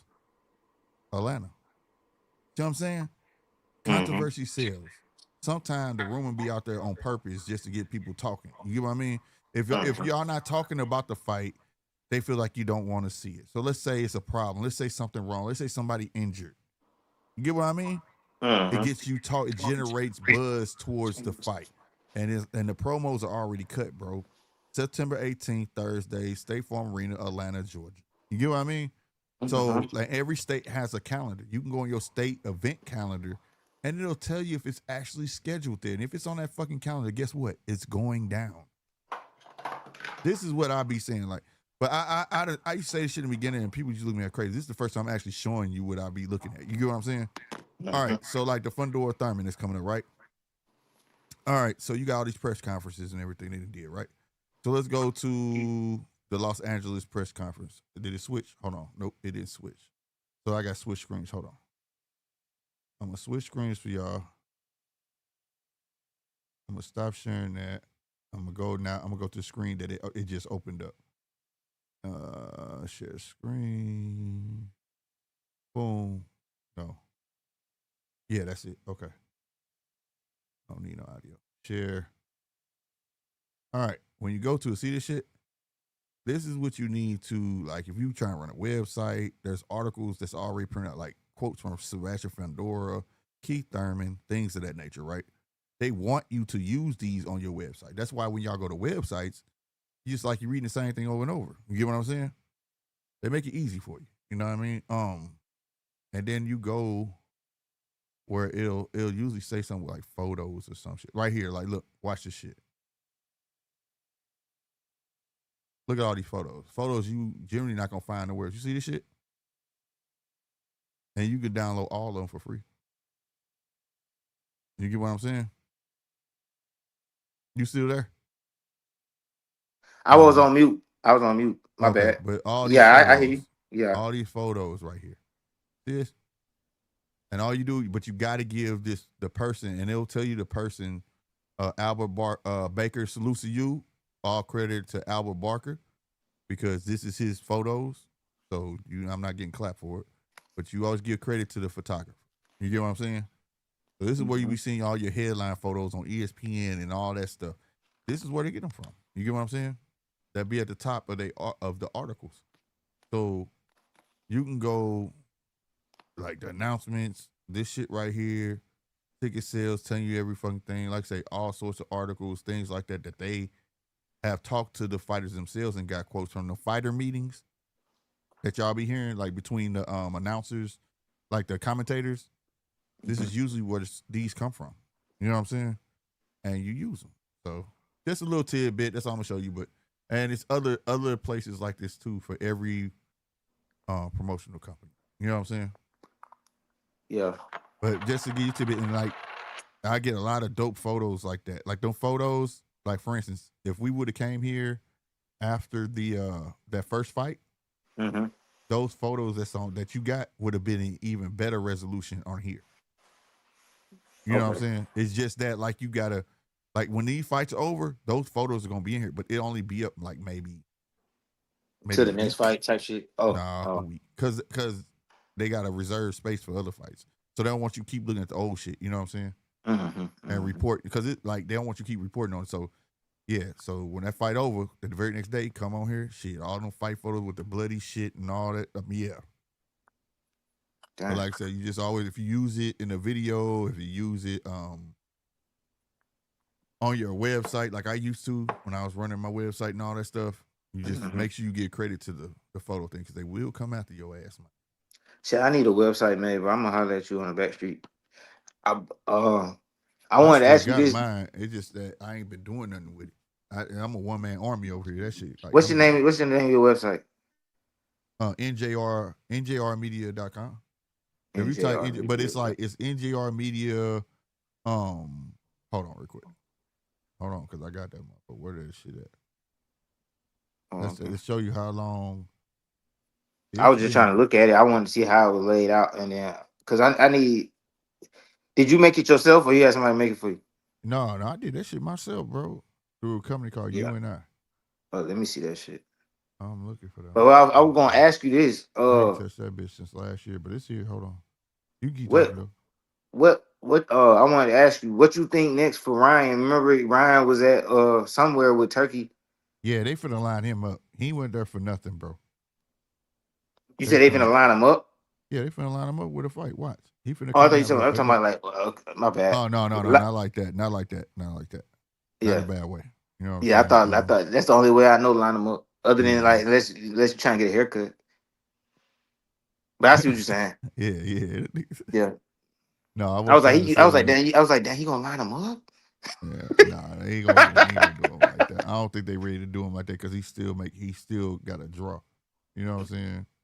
I'm trying to think who would he I'm fight? overlooking this motherfucker for some reason, bro. First of all, I don't be knowing what divisions these niggas in. I guess Ryan But and it's hard, welterweight, right? huh? Huh? I No, guess Ryan and 147. welterweight. Yeah, 147 now. Man, they need to get that nigga the winner of goddamn Devin and Norman. It's possible, but he needs to take something to, win. I think they go get him an easy win. You know what I'm saying? That's my guess. Let me think. Who he fight? Who could he fight? Who could he fight? Why they ain't give him T.O.? That I don't know. Well, T.O. 140. He trying to fight at 140. T.O. ain't trying to move from 140. That's his whole thing. He not trying to go up. He trying to stay where he at. That's why Oh, okay. the Shakur fight makes sense, because Shakur is willing to go up. You get what I'm saying? Mm-hmm. Yeah, because he know he won't be effective. Right. Because he not effective right now. Like, he He ain't hurt feel nobody. he feel like it's a safe bet for him, because Yeah, it's up to T.O. It's not up to Shakur. You get what I'm saying?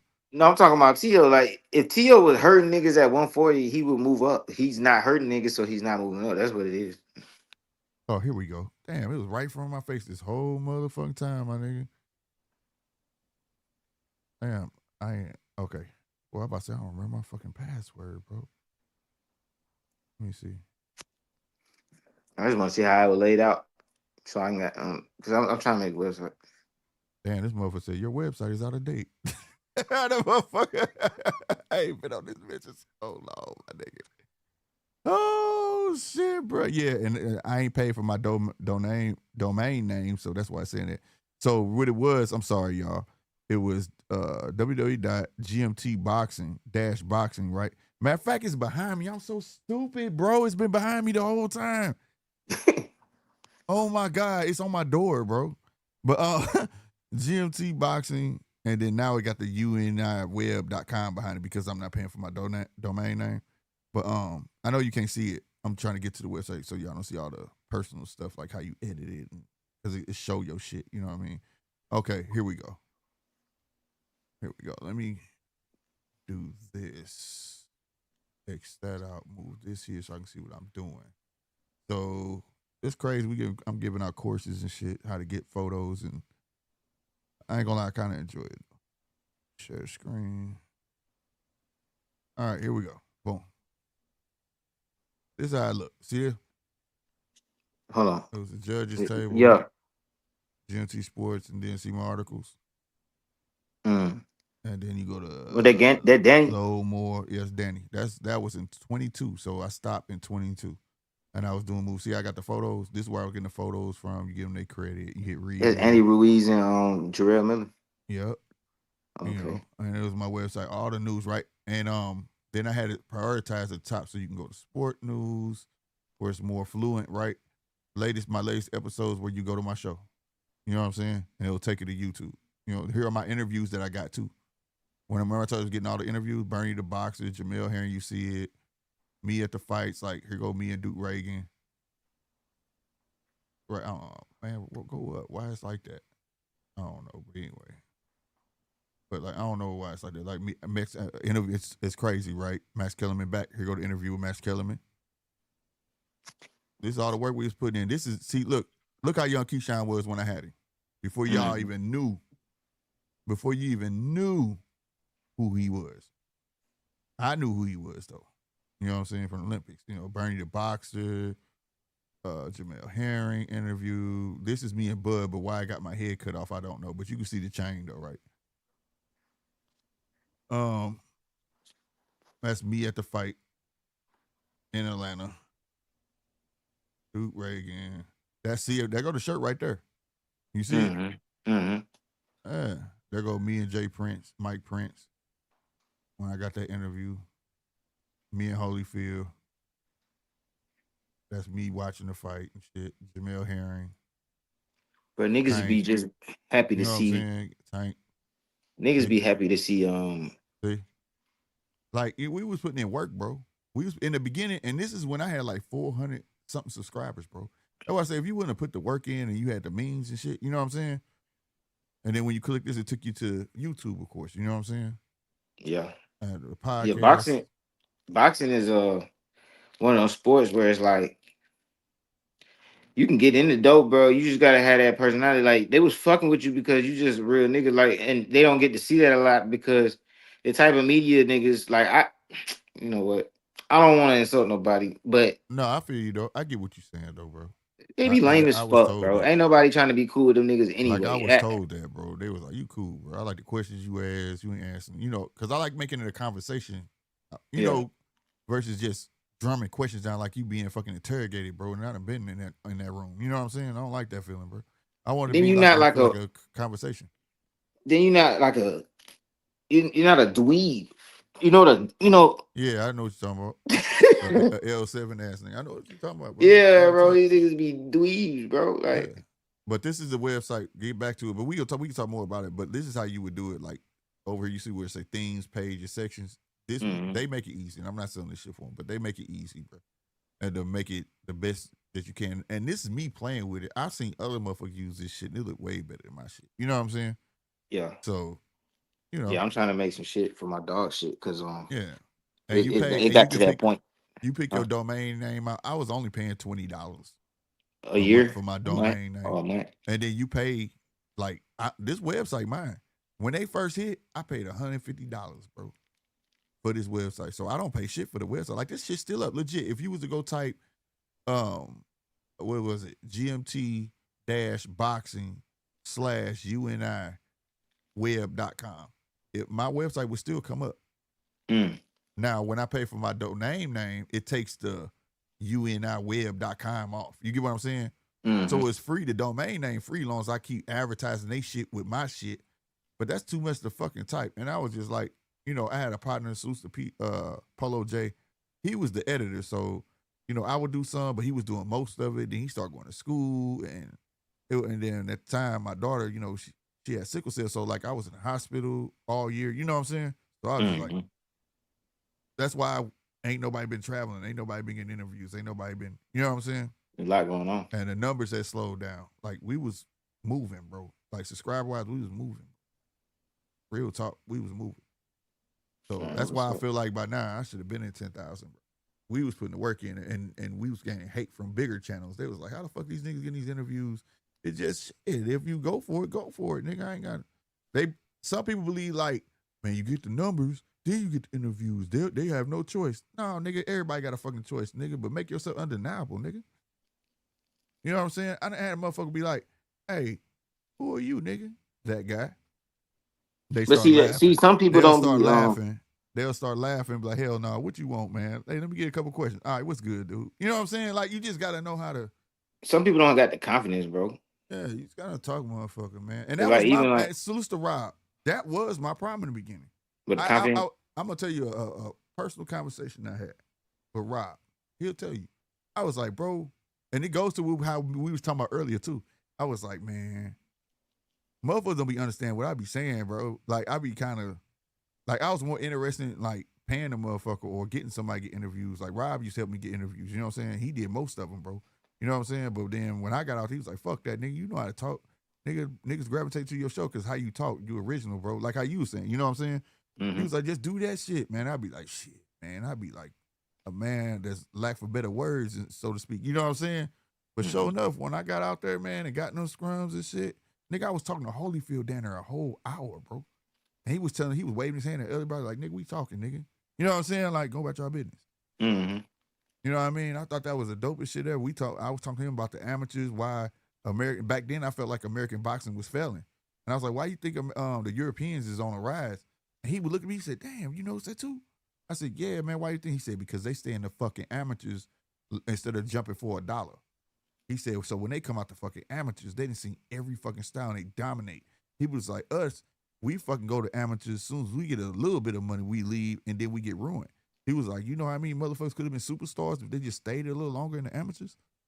Mm. Yeah, we was talking about some real ass, me and Holyfield talking about some real ass shit, bro. Real ass shit. Cool ass motherfucker, man.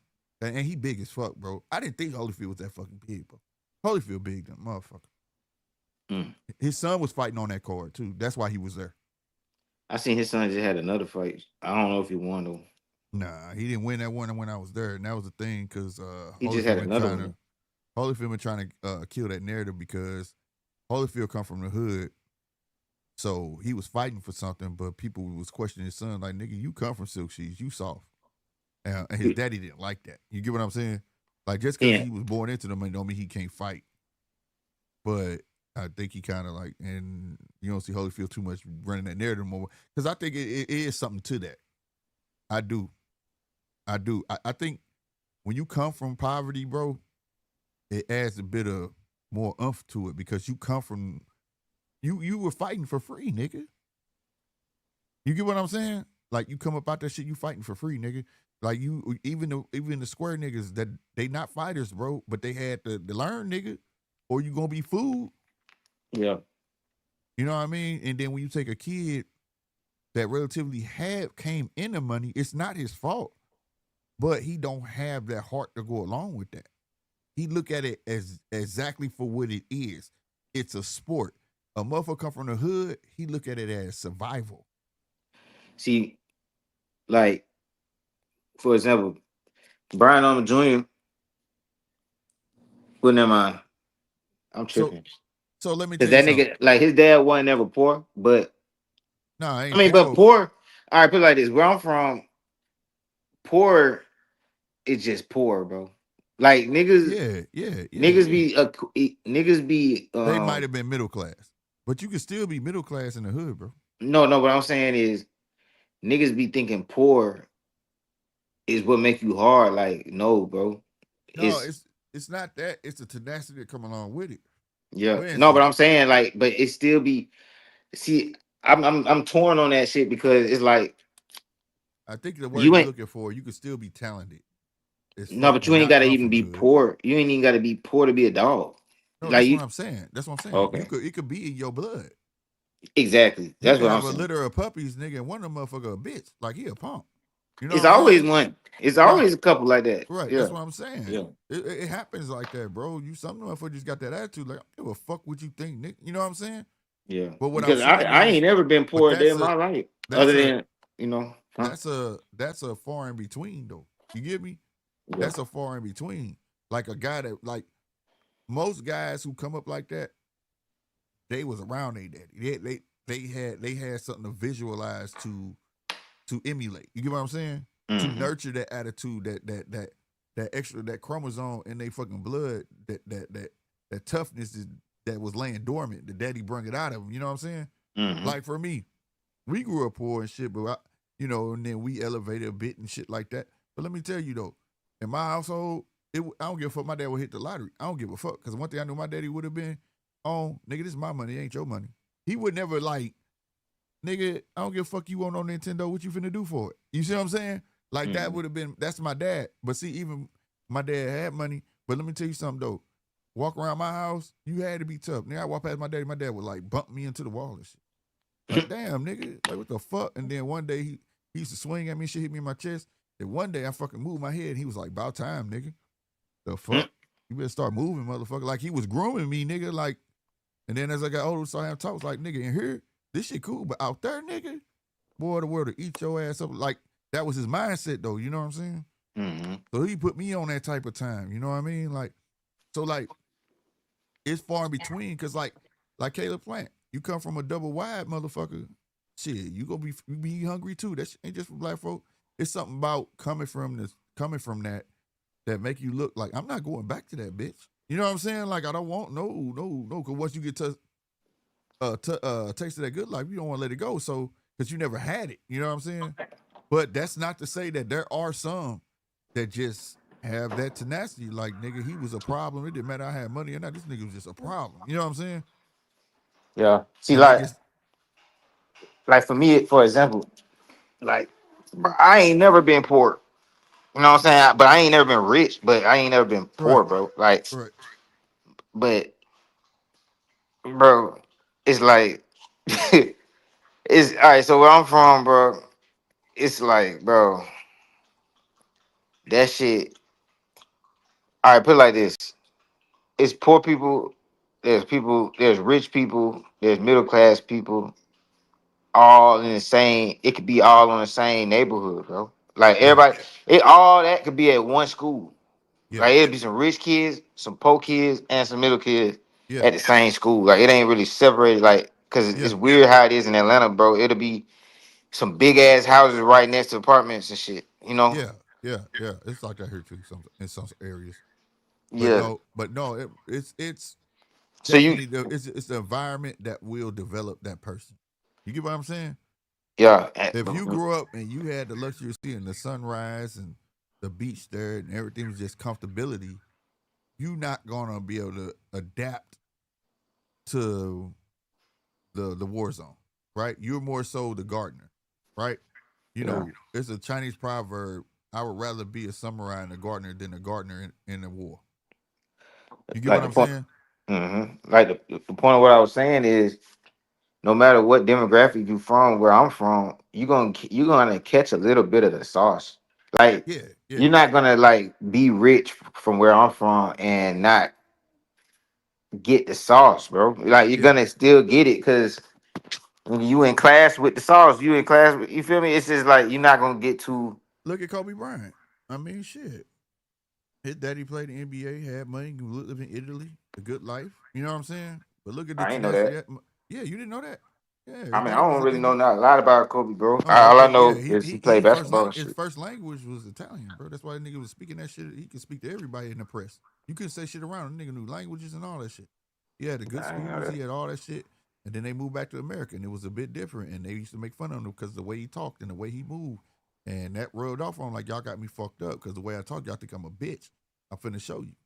You know what I'm saying?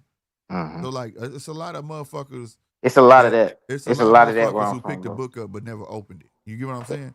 It's a So lot of that shit. What you just said, it's a yeah, lot of that shit where I'm from. Like the shit you just said about I'm finna show you.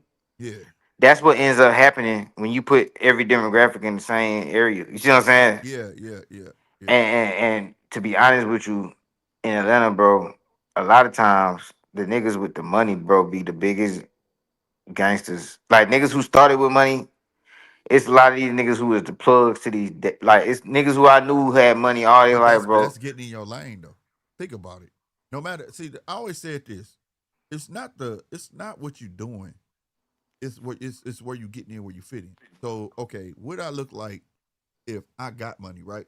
Hmm. Or I was left some money and my family had money. What the fuck I look like going on the corner selling any fucking thing? I'm finna Right. just be the fucking man. This is where I belong, and this is gonna keep me comfortable because this is my stat. This equates to my status in the gangster format. You get what I'm saying? If I'm Hmm. a good guy, want to be a gangster, I'm finna automatically be the fucking man. I'm not finna dumb myself down, go to the street corner and all this shit. No, nigga, I'm finna get bricks and sell it to the little niggas. You get what I'm saying? Hmm. It's about getting in where you fit in. You know what I'm saying? Like that's all it is, bro. So to say that a motherfucker can't fare well in that world, that's not true. Hell That's no, it not ain't true. true. It's just I about done getting seen in where that you shit a fit in. million times, bro. I done seen that shit, bro. That's why, like, it really don't even matter, bro. Like, cause they was saying that shit at the boxing gym. You know what I'm saying? Bro, I went in there and tried to knock a nigga head off his shoulders, nigga. I was in that bitch like, bro, you ain't even tell me how much anger I don't got. Yeah, that's and You sometimes know it what I'm takes a saying? motherfucker to push you, bro. You know what I'm saying? Like I said, man, I grew up in the household. We grew up poor. Now I'm from originally from Charlie Park, goddamn me, and nigga, I grew up eating sugar sandwiches and water like nobody's business had, nigga. I can tell you how many wish sandwiches I had, nigga. You know what I'm saying? So, but it played a part of my life, but for me, it played more of a part of. Nigga, I can't wait to get away from this shit. You know what I'm saying? Like From my because experience, my family that I see, like people I see, like, bro, a lot of times people who got shit be more, they be going way harder than the niggas who ain't got shit. Like, well, that's the thing. 'cause That's the they problem. don't be having no motherfucking confidence anyway to even do nothing. Like they be Yeah, fucking, they be that fucked up. You know yeah what I'm saying? They that too they too busy being fucked up. Yeah, that be the problem, bro. Like, I grew up in a hood where I was tired of fucking having to be tough all the time. You know what I'm saying? When I Hmm. left the house, where motherfuckers got money and they want to be tough. Like, nigga, you want to trade places? Nigga, give me a break from this shit. Like, I'm honest. I'm like motherfuckers just think that shit the shit, bro. That's why I stand Nah. on it. I had a big old thing on my other show about this shit. I was telling the motherfucker because he was on here talking about, well, black folks just do this. And I said, let me tell you something. More than 65% of motherfuckers in the hood don't want to be like that. They just have no choice but to be like that. Yeah, niggas ain't got no money. You know what I'm saying? Motherfuckers Yeah. ain't got no money, no resources. They don't have nothing, no outlet. And not only that, it's some square ass niggas that can squab, nigga. I know some square ass niggas navigate through the hood with no problem. You know what I'm saying? And getting respected. But the thing is, he not the type of guy just tee off on you. Fuck with him, he gonna fuck you up. You know what I'm saying? Everybody not the same, bro. But what makes everybody look like they're the same is because of the environment they come from. You see what I'm saying? Yep. Yep. Yep. Cause I know a bunch of motherfuckers. Boy, if you see these motherfuckers and you be like, damn, I know he will. You would judge. I swear you would judge him. But if I tell you this nigga go watch opera, if I tell you this motherfucker go listen to jazz and go to jazz, cause you be like, what nigga? I be like, yeah. You know Bro, what I'm I saying? ain't never. You know what's so crazy? Like, it's just be crazy how people put jackets on people. Like, Yeah, I'm bro. just talking about the same I thing. got a homie. If he had the money, bro, this nigga play anything on the piano. He could do whatever on the fucking nigga. Just cold, But cold. the But way I he look just at it didn't is have the like, opportunity. You know what I'm saying? yeah, and you know how you were saying it's something to that. Like having struggle and all that kind of shit like that. That might be true, bro. But like, just in general, like, cause I be observing what be going on and shit, bro. From my observation, bro, do you know where I seen the most bitch ass niggas ever? Where? In the hood, bro. In Oh the well, in the fucking projects, nigga. well Like, yeah. Well that's where the most that bitch go without ass niggas saying though. at, But huh? that goes without saying because that's a broad term. Too at the same time, it's consolidated. So you're gonna see a lot of fuckery.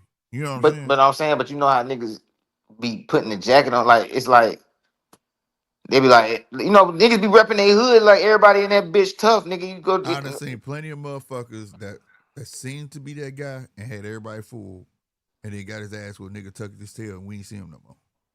I done seen that happen so many times. You know what I'm saying? yeah. So many times. And So see, many like where times. I'm from, like is it's like that, but it's like, bro, there's so many people with money out here, bro. Yeah, Like niggas not.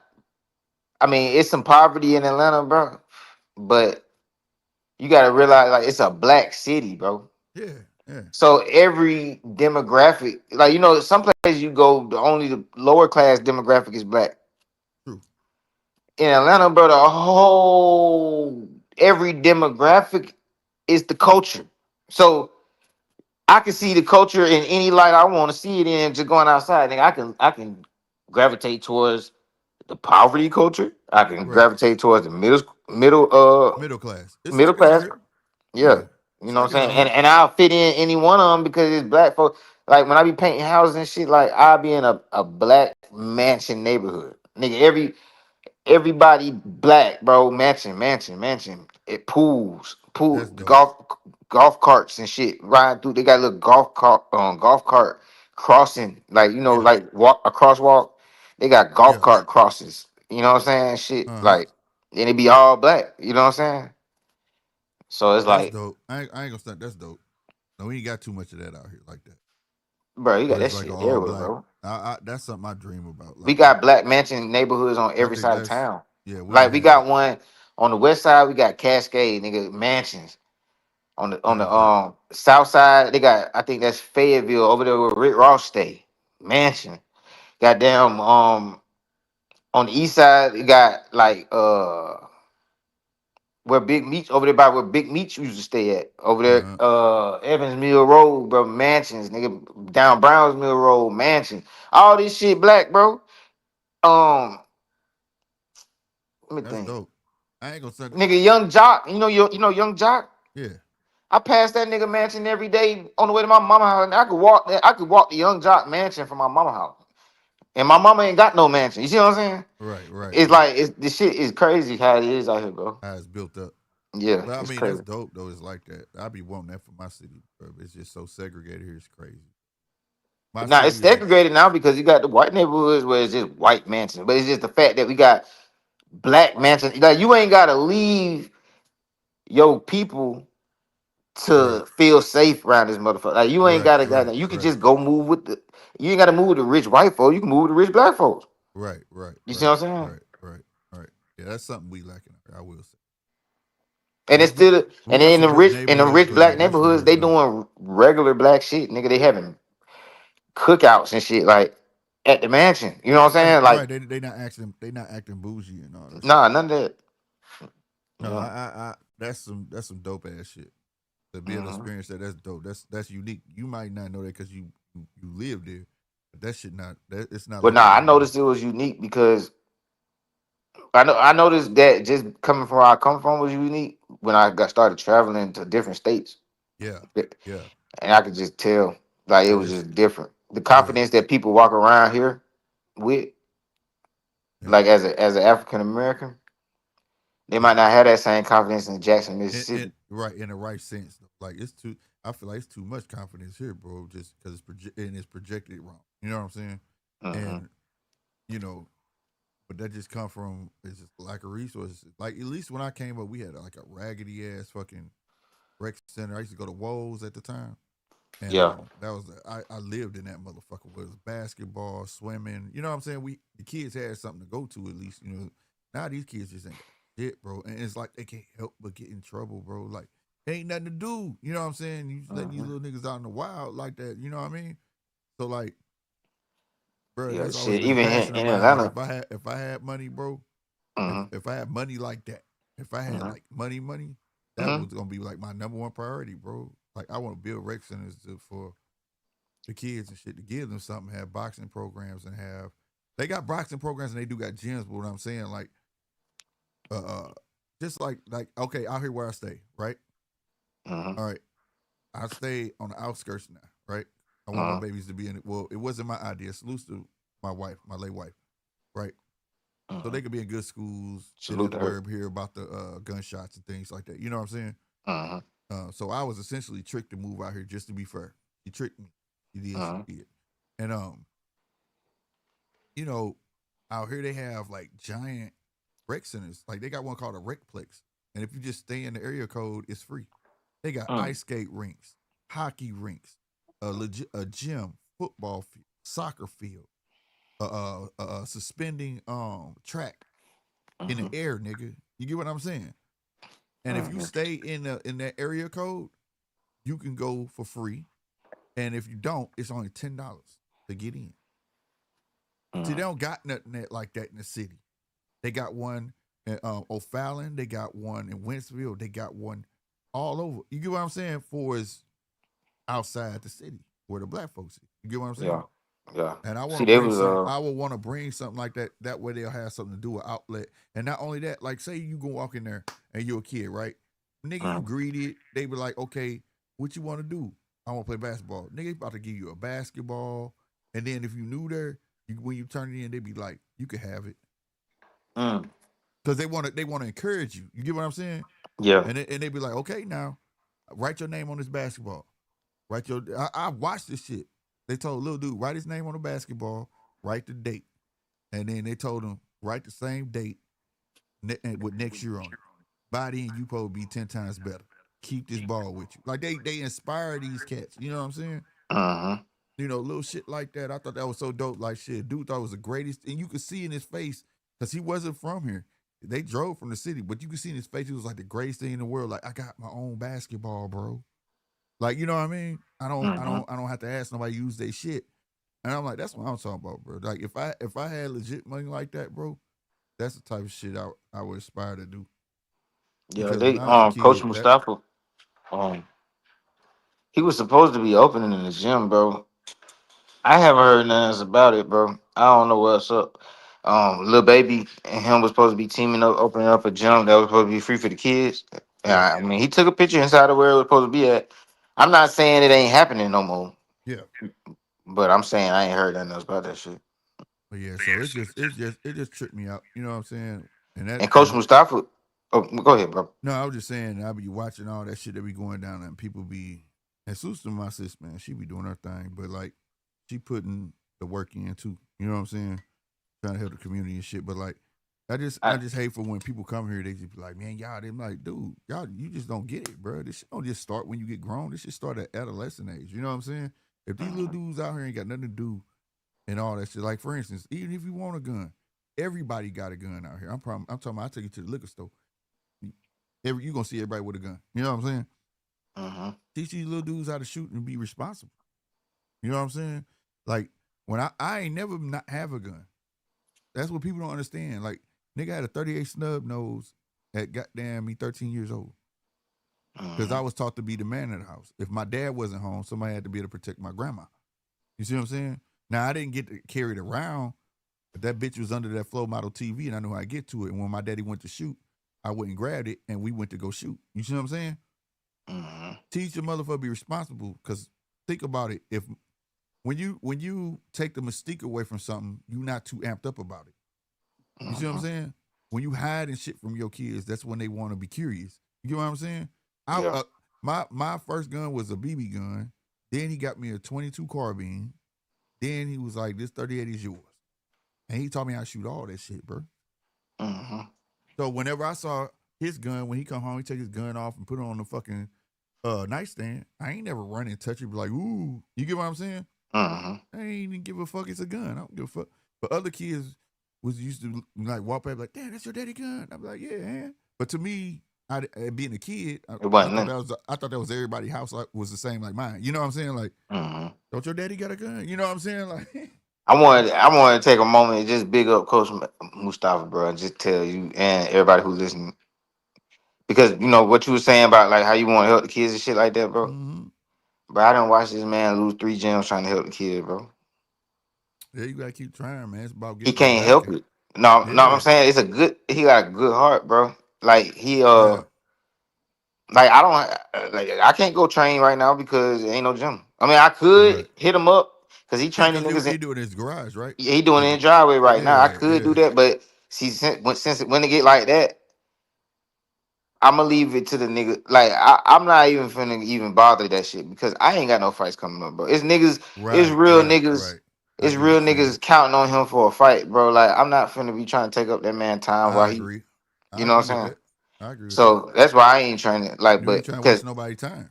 yeah, I mean, what's the like, bro? You got real niggas trying to get them. I see what you're doing. You're doing this shit in your driveway, bro. I'm not even finna come over there and take up somebody's slot who might got an amateur tournament coming up or got you know what I'm saying? Like I'm just leave that Yeah, shit alone right now. But what I done seen the man do, bro, like bro, every kid in the hood could just walk up and be training in our gym. I used to bring waters, cases of waters, because I see what's going on. Like I see that these kids, like you could yeah. tell, you know what's going on.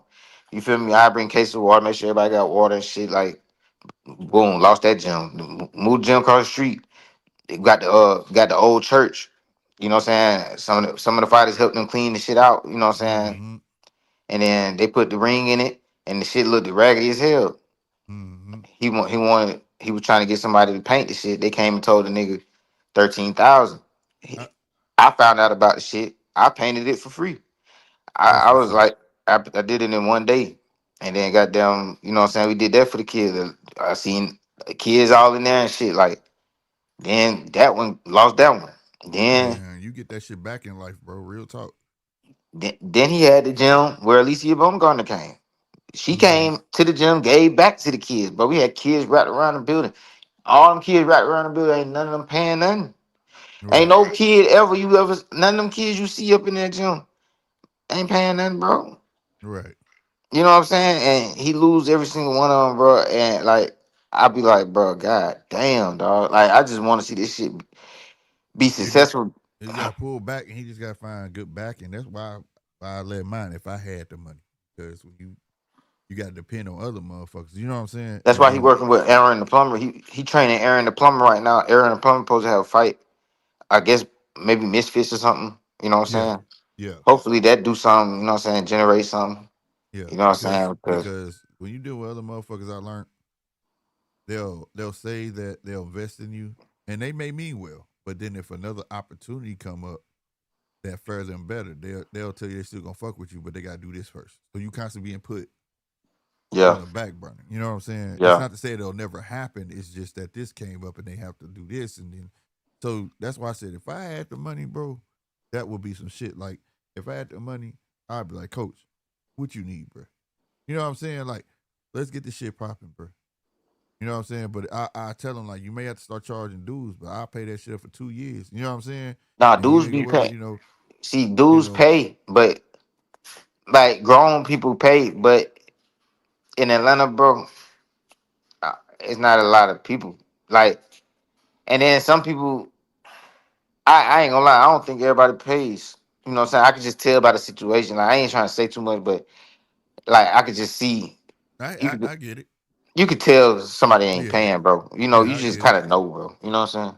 Yeah, I get it. No doubt. And it used to be times, bro, and I hope I ain't saying too much, but it used to be times, bro, we'll be training during the day.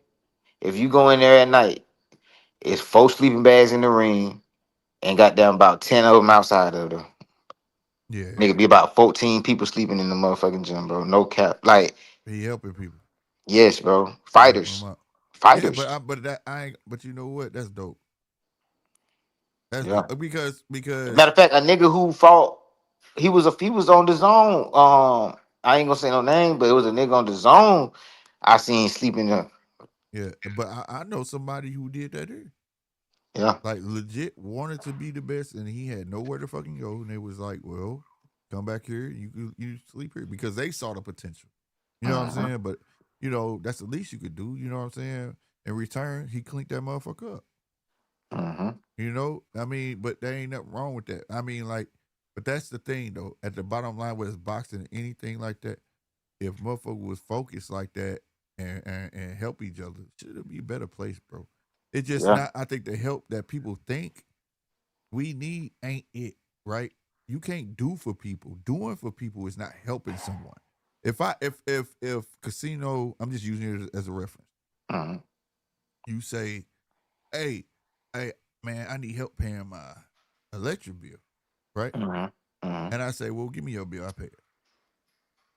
To other people, they saying good shit, slick helped them. I didn't help you. I did not help you. I didn't educate you on shit. I didn't do nothing. I just paid your bill.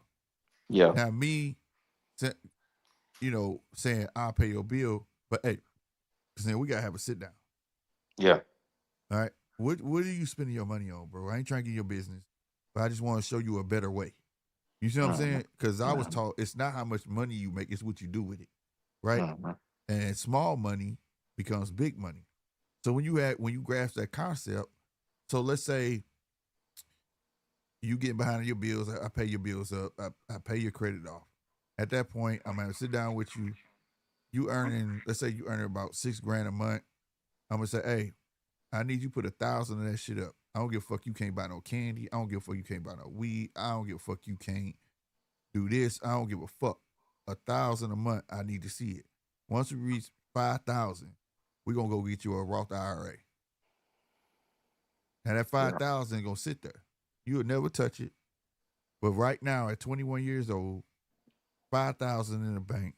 By the time you hit 60, 65, nigga, you have well over about $600,000. Mm. You understand what I'm saying? These are the things like that's helping someone. Yeah. See, I'm trying to get that kind of shit. But Man, that there's but so you much shit can. I'm It's trying to get. easy, but this we're not educated in the financial aspect of things. And that's helping someone. You understand what I'm saying? Yeah. That like when you just doing something for somebody, paying a car note or giving them money or any of that shit. Like, okay, like I watched some videos where dudes be giving like these homeless people $500, $600, right? Uh-huh. He's still finna be in the same place he at. You may help him out for a couple nights. He finna still be in the same place he at. You may get him some clothes. Guess what? He's still finna be in the same place he at. You know what I'm saying? I'm gonna clean you up. I'm gonna get your haircut. You know what I'm saying? I'm gonna put you in a hotel, and I'm gonna find a job, line you up, whether it be a janitor or whatever. But nigga, we finna help you get out this hole. Now you fuck yourself after this. It's on you. You get what I'm saying? That's Uh-huh. helping somebody. You get what I'm saying? And I think that's the problem where people think help is just handing out money. It's not handing out money, bro. It's creating opportunity and showing that they can create the opportunity on their own. So, like I said, that's my thing, bro.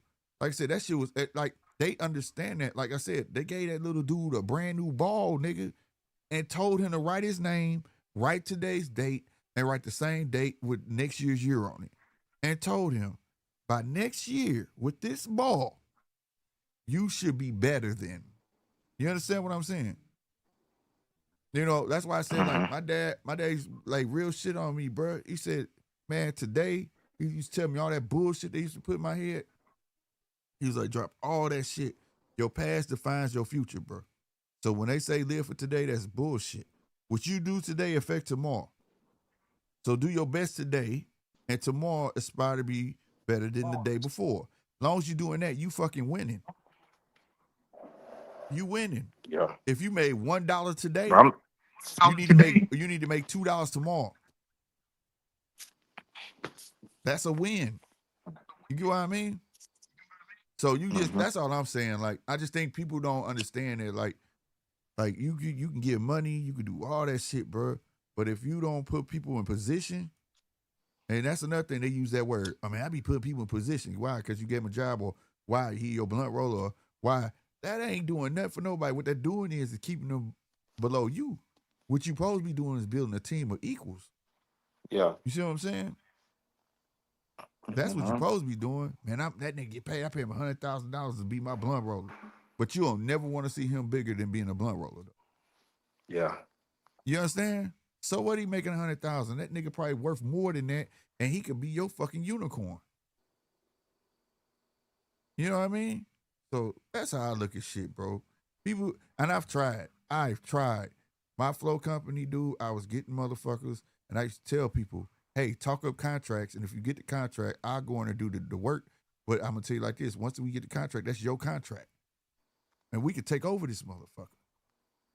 Motherfucker didn't want to do it. They thought I was crazy.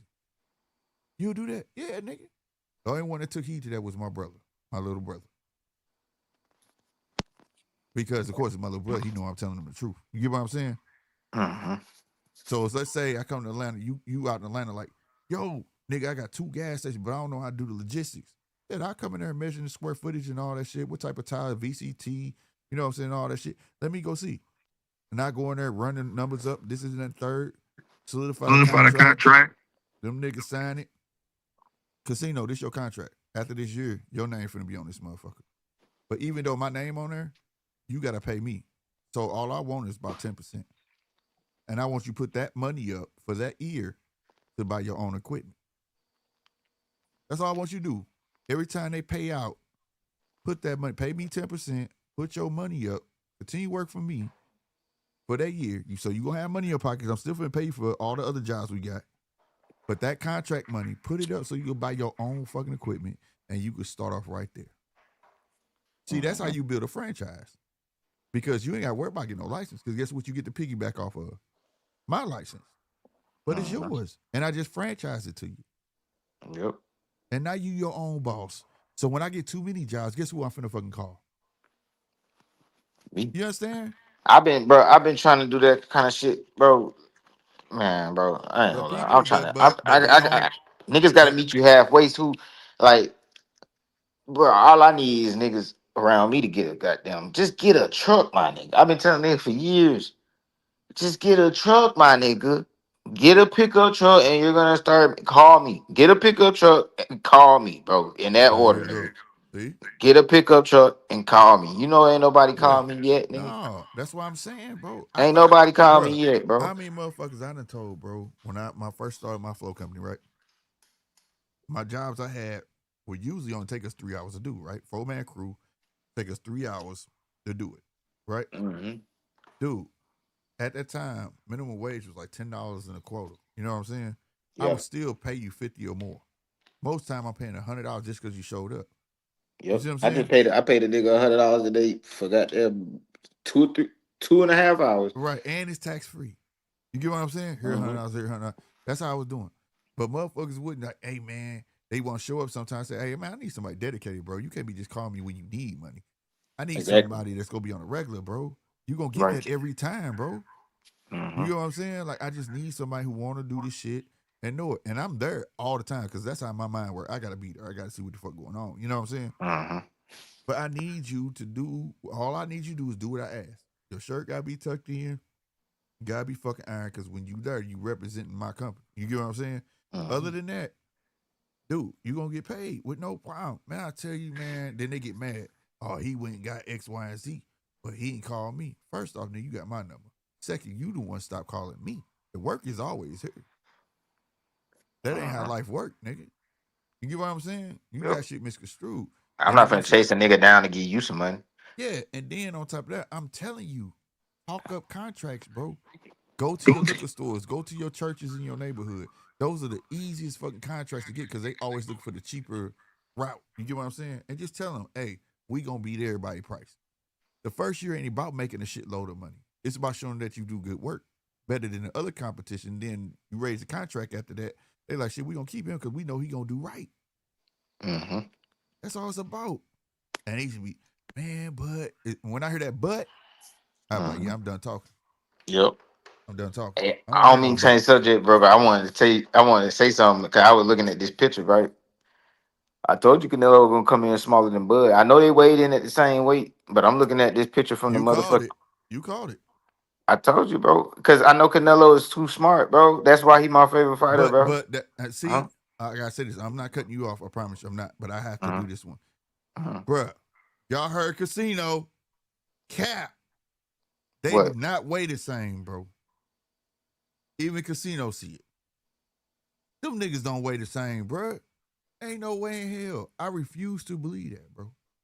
Uh-huh. Yeah, Cause just Crawford. you can visually see it. Yeah, Crawford bigger than him.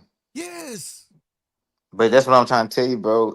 Like, man, listen. bruh. This picture right I here. need Look at Canelo. this. Look at that picture.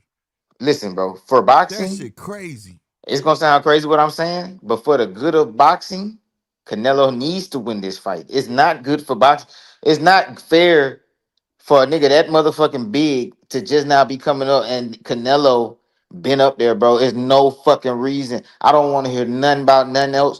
It Like ain't fair. It ain't it- fair, it's but not skills fair. pay And the then that nigga done bills. did all that just Yeah, for but this nigga to come up there and take it all. yeah, And you bigger than him anyway, nigga, and you're playing the role as the bigger man coming up. I that's mean, why I can't you're wait till playing the role as tomorrow, the bro. smaller man coming up, I huh? gotta wait till tomorrow, bro. I gotta see how they rehydrate, cause Bro, nigga, but I'm about to that send you this nigga picture I'm looking at small, right bro. here, bro. Look at this That picture I'm nigga looking at. small, bro.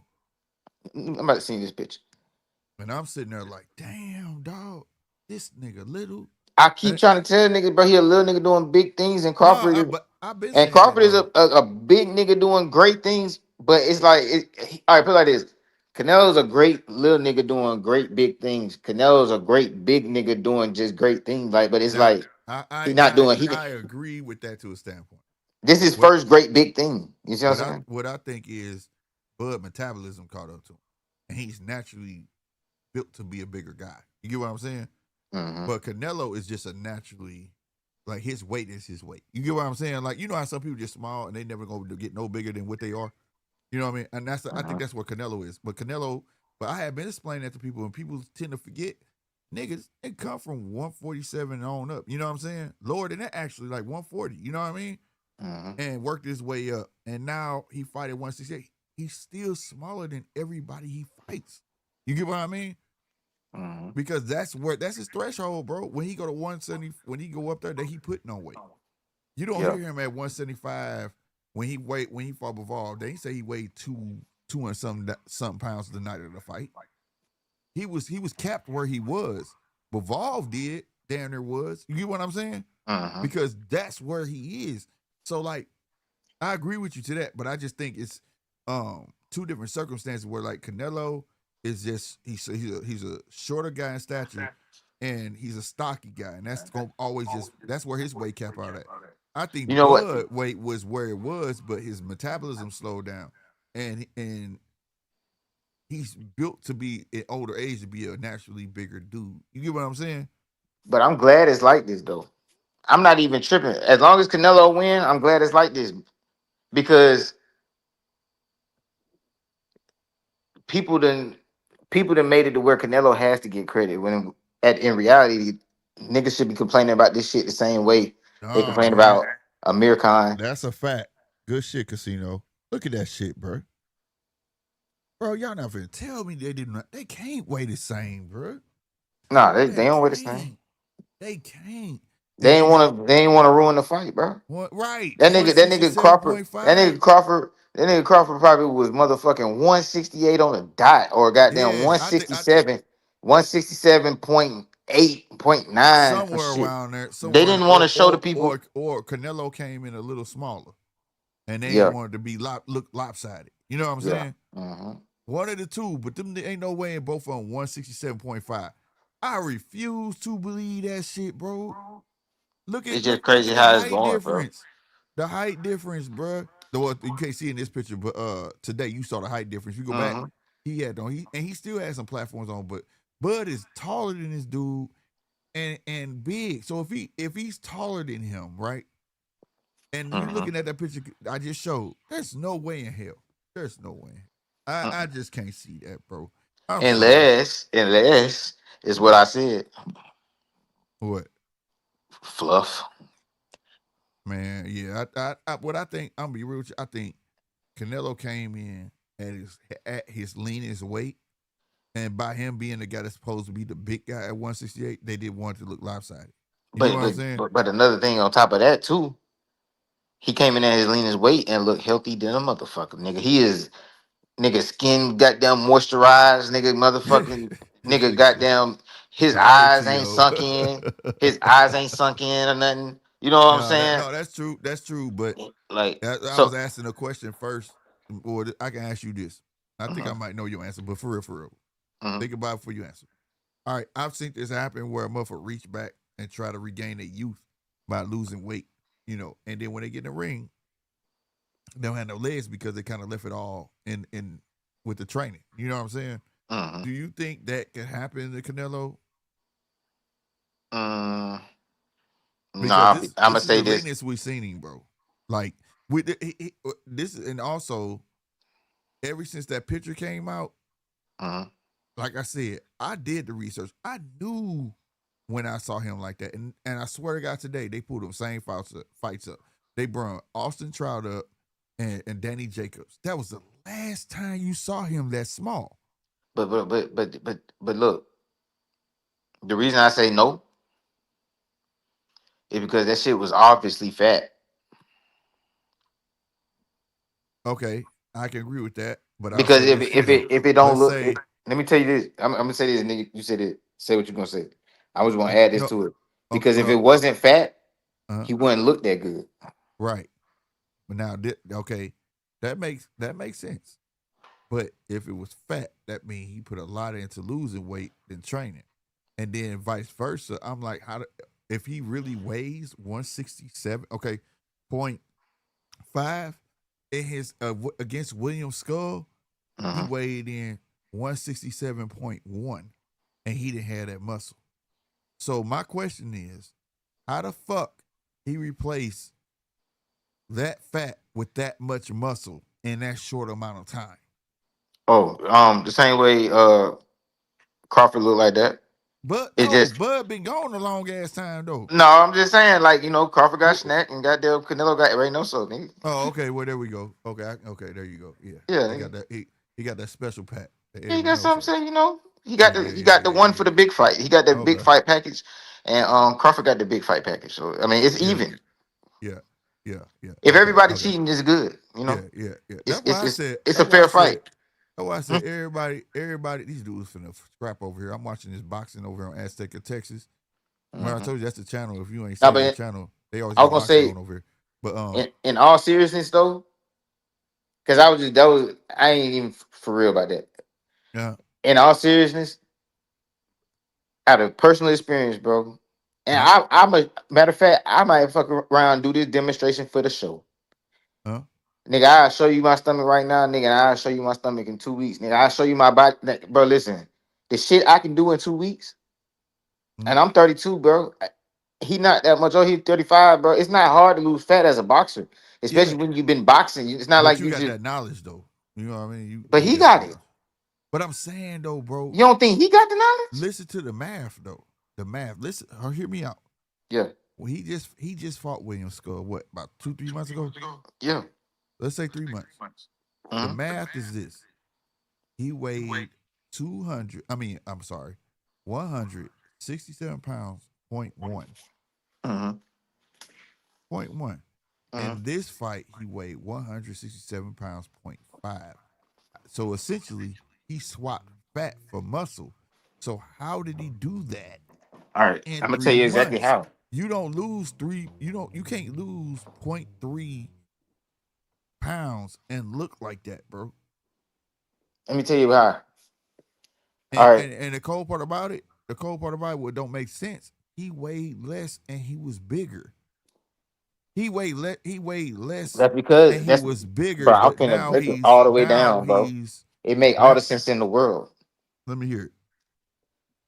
It was what I just said about Crawford. I was like, they probably do weigh the same, but that's fluff.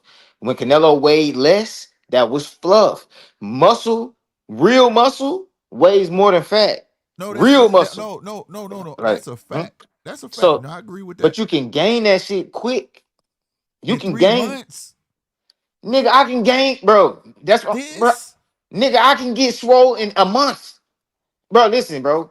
I can go to G. Listen, bro. swole and Listen. packing muscle is two different things, nigga. This I nigga can don't got pack muscle in, bro. Listen. I might can't get. I'm not gonna get that big in a month, but I can get, bro. In 3 months, nigga, I'll be big as fuck. All I gotta do is go to goddamn GNC and buy the right. motherfucking Okay, and you Huh? saying that though, but that's what that means that most of your time, that's what you putting your time on, right? No, bro, you can do whatever you was finna do. Just get on that motherfucking GNC shit and goddamn, Okay. yeah, you can do whatever you was finna do. Get on the GNC shit and you just gonna get big. It's just like that. It's like Because the what? only thing still the same size on him is his arms. His arms stayed the same, but his midsection, excuse me, his midsection though, bruh, that's what got me. His arms is bigger because I can pull this other picture up. But that's what your midsection look like This when is you around the Austin Trout right here. See right. this? Mm-hmm. This is around the Austin Trout fight and all that. His arms wasn't as big, but his midsection, like you ain't seen how lean. See how lean he is? Mm-hmm. That's what this is right here. But He listen, ain't looked like that since his arms is bigger though. but that's because he been fat. No, yeah, but I was just But you saying. look like that But when you take the fat off your abs. like I agree with that. But how But you're I can saying do the take shit. you're saying take the fat off and show your muscles, but I'm saying he weighed less with the fat. You understand what I'm trying to say? In his last fight, and now he's supposedly quote unquote weighed more leaner.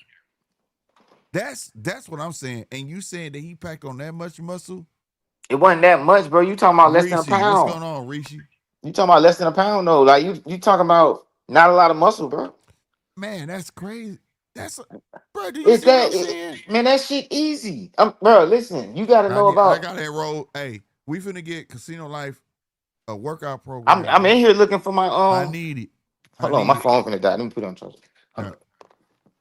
But I'm in here Cause looking for my motherfucking if that's some factual I shit, can't find the shit, I box. need I that can't find the box for my shit, bro. I can't tell you the name of the GNC. Oh, the rip pack. rip pack. Nigga bought a rip pack from GNC.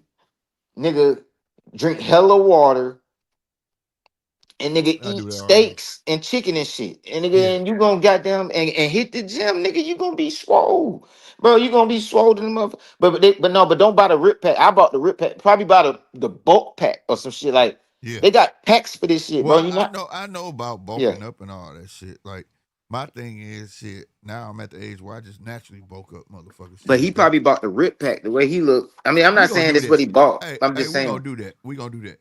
Hey, what. hey, and he finna agree with it whether he wants to or not. Hey, y'all, we finna start a challenge. Goddamn me, a get right challenge. We just finna throw it out here right now.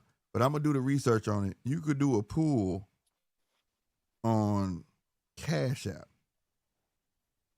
and Mhm, I propose that we do a pool.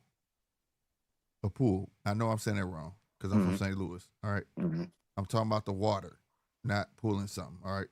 mhm. Um, and do a weight challenge. So if you need to lose some weight, I'm about to figure out how to do a pool, and we put our money in, and then we see who loses the most weight. Now, here's the thing, though. It's not per pound. We not doing the per pound shit. We don't do per percentage because some people lose water weight real quick Mhm, and some people can't. You get what I'm saying? mhm. So we'll do by a percentage, right?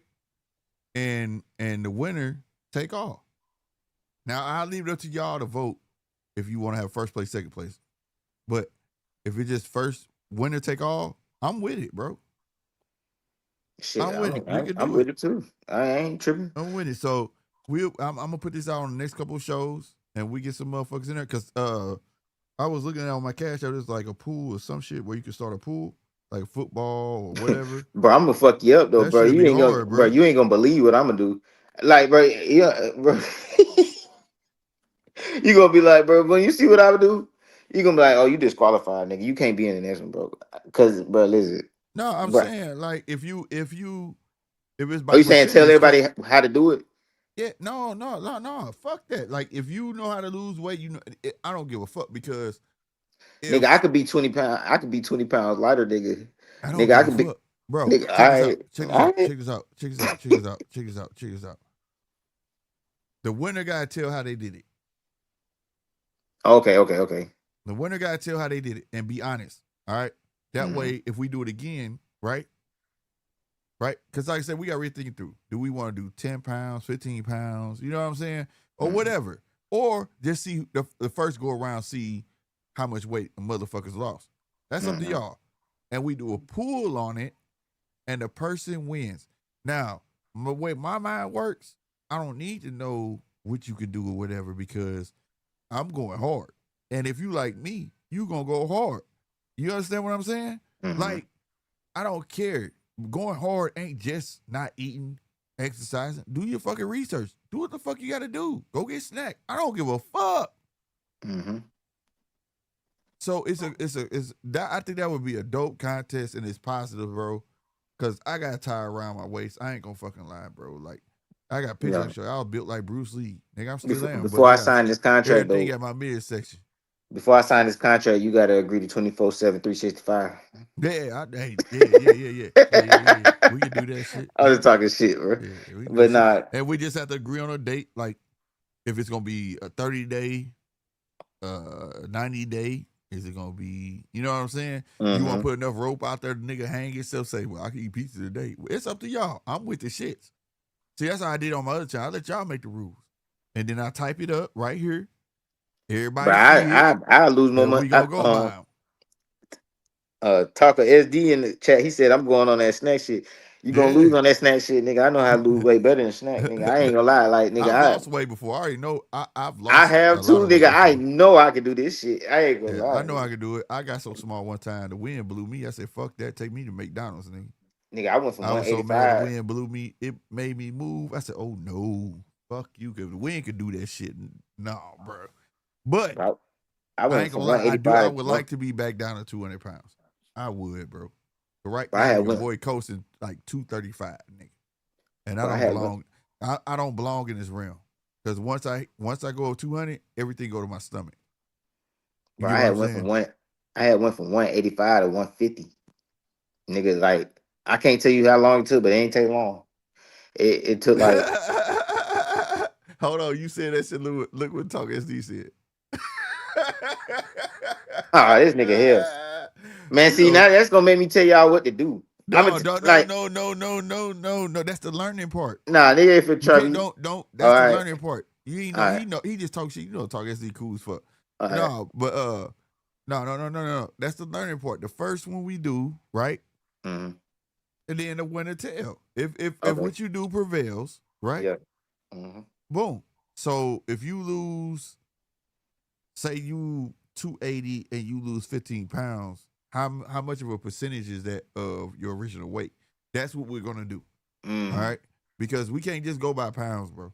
If you go up, I can say that's too easy. Yeah, that's too easy, bro. So we're gonna go by the percentage. That makes it fair for everybody. You know what I'm saying? Everybody, because everybody got different body types. Everybody metabolism different. Everybody, you know what I mean? Yeah, we gonna do that. I want to do it. And especially I'm gonna have to quit the weed. The whole time we competing, I can't smoke. Because if I smoke, I'm gonna lose. But hey, I like that you said that. Hey, y'all heard what Casino said? He eat when he smoke. I know motherfuckers that treat weed like crack. Them niggas get skinny as fuck. All they do is smoke, nigga. That's that stress smoke. That shit weird. You talking about niggas who smoking because they stressing? All right. That shit weird. If you smoke, now if I have been stressing and be smoking and do that because you don't even you hitting the weed and your mind so far from eating Nigga, you got so much on your mind, nigga, that you just forgot to eat. It ain't like, but as soon as you remember that you hungry, nigga, as fuck. Like you gonna eat the fridge. I ain't never had to remember I was hungry. When I used to smoke weed back in the day, I just think it's something in shit today. No, but that's When I because you wasn't stressing. That's what I'm telling you. Like, if you was stressing, if you roll this blunt, you really stressing. Like you got a lot on your mind, nigga. You hit that weed, nigga, you are not finna be thinking about no eating, nigga. You man, gonna be thinking about I know stress. niggas who smoke weed to eat. Yeah. You smoke too much. If you got smoke, man, I need to smoke before I eat. Like, what the fuck? Yeah. That's too much, bro. Like, and like I said, I was a loner anyway, so it wasn't hard for me to leave that shit. So, but like at the end of the day, bro, I had to think not loner like that, bro. I had plenty of friends, trust me. But my thing was I was a germ person, bro. You wouldn't finna put your mouth on my shit, bro. I ain't like that shit. You know what I'm saying? I rather, hey, I like for instance, I never understood the concept of matching a blunt with a person. If you got a blunt and I got one, why don't you smoke your own and I smoke mine? But I nah, never understood it. I used to understood it. Cause this was the benefit of it. You don't smoke What? them at the same time. Now that if you do that, then that don't make no sense. Why But not? it, Because it's the but you same kind of shit. get the effect. I'm not saying it's actually effective because you're not actually getting two blunt. You're only smoking one blunt because you're only gonna smoke half of the each. But Right. for some reason, if you match a blunt and you don't smoke them at the same time, it feel like you smoke more, bro. Like when you smoke Oh, that's some yours high shit. and then another hour you smoke another blunt, it's like you got another blunt where you wouldn't have had another blunt, even though you didn't smoke the whole blunt. It's like you got high It's a mental anyway. thing. It's a mental It's a thing. mental It's thing, weird. yeah, Now yeah. I understood when it was But I something ain't did different. that shit since I If it was was something younger. different, like if I had runts and you had something else, that's different. But if we got the same shit, and I used to be like, nigga, you better blaze your shit, nigga. I'm good. Cause if I ain't had to do that, and I was a joint smoker anyway. Oh, You with know the what I'm paper, saying? Huh? paper. Yeah, I'm right. Roll that motherfucker. But see, I still, and what's crazy, like I ain't smoked weed in like 20 years, right? I still got my shit, bro. Mm. I still got my motherfucking roller. Why I should roll motherfucking joints that was the size of cigarettes? But I got a problem with weed, nigga. My nigga, if you see my blunt right now, nigga, you gonna be like, bro. Weed made me intelligent. Well, you just seen one of my blunts before. But I mean, We every blunt, I don't smoke every blunt like that, but a lot lately. boy, I ain't gonna. It's times like I be wanting to, cause like Yeah. it heighten everything. Like for me, it do me different. Like I don't get lazy. I be want to go out. I be want to talk to girls. I be want to do everything, bro. It Like depends on the weed that you smoke too, though. Also, it don't make me fucking want to sit on the couch and just eat and watch TV. And then like I smoke before I go to school, especially when I had a test. Oh man, boy, I be focused in the motherfucker. Like I don't know, it used to do me different, bro. But I was a loner. Like nigga, I have half a pack of Newports and half the pack would be joints. I smoke me a joint, blaze a motherfucking stick. Nigga, I was good, bro. Let me man, correct that because a stick is a different term now. I ain't smoke sticks. Fuck man, this that. blunt I got right here. A But I a already done fucking smoked joke. this. I already done smoked on this blunt. This shit still big as a motherfucker. Hold on.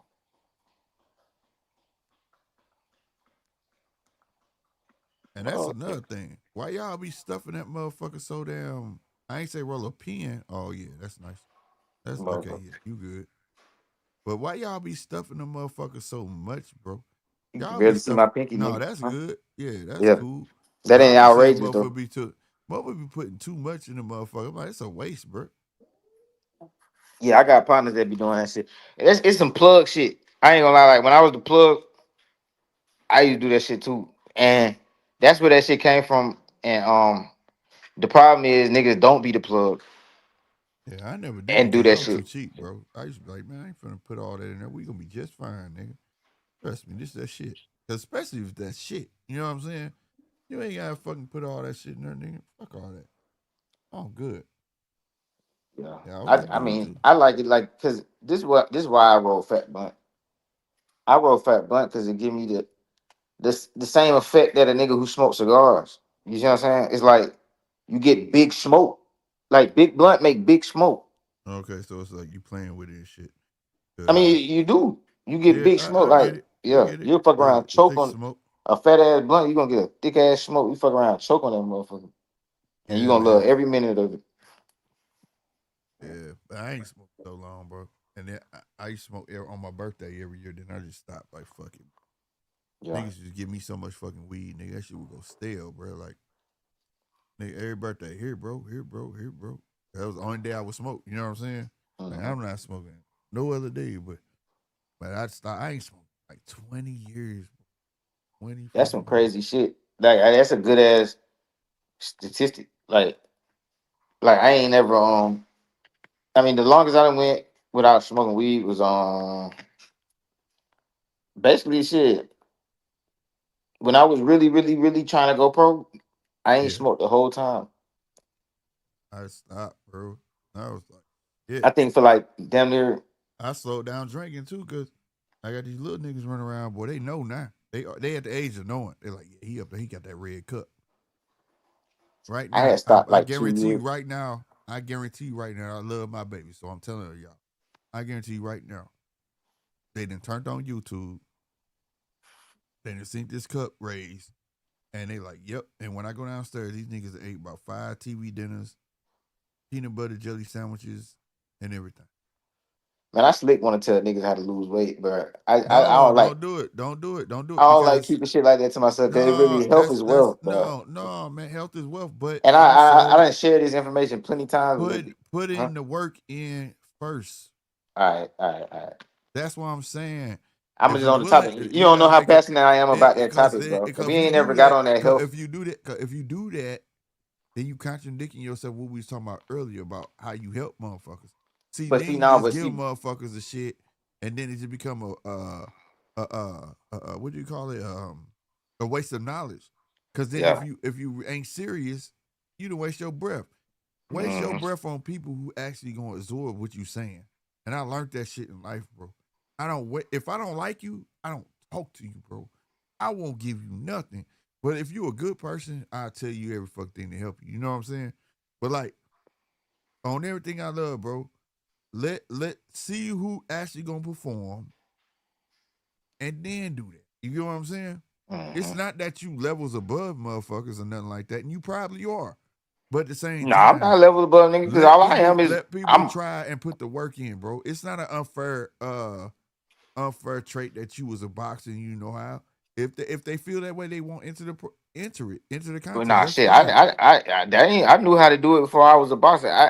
That's My, what I'm saying. yeah, What I'm saying is that yeah, the yeah, knowledge you got is not an unfair advantage. What I'm yeah. saying is every man is a man, and if you want to know what to do, you gonna either Google it, you gonna find out. You know what I'm saying? And Bro, I then could tell these niggas how to.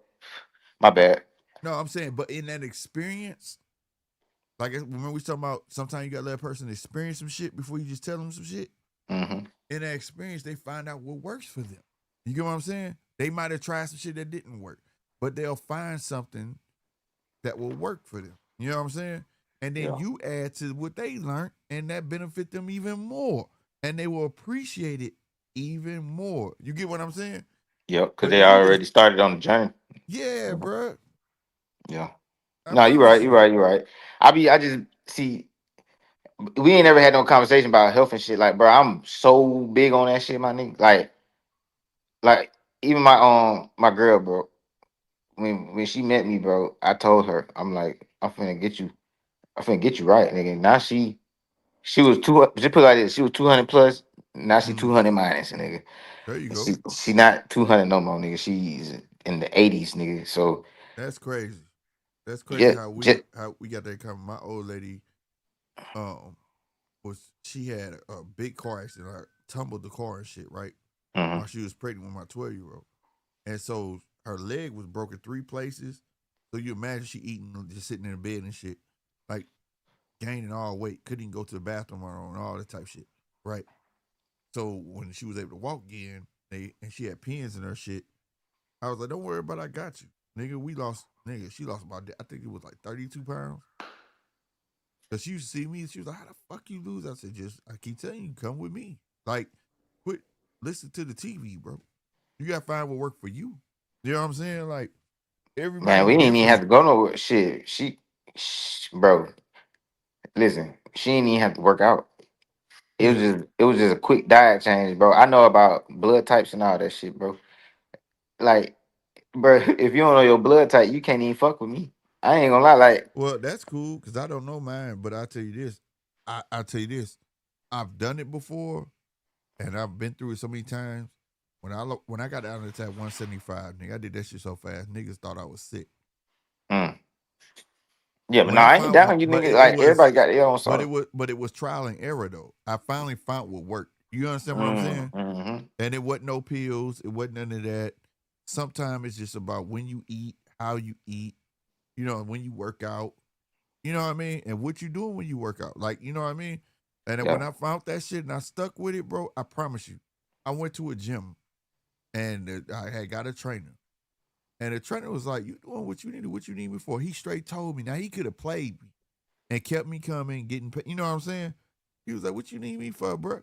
He was like, "All right, you only need a couple things. I ain't gonna tell y'all a couple things."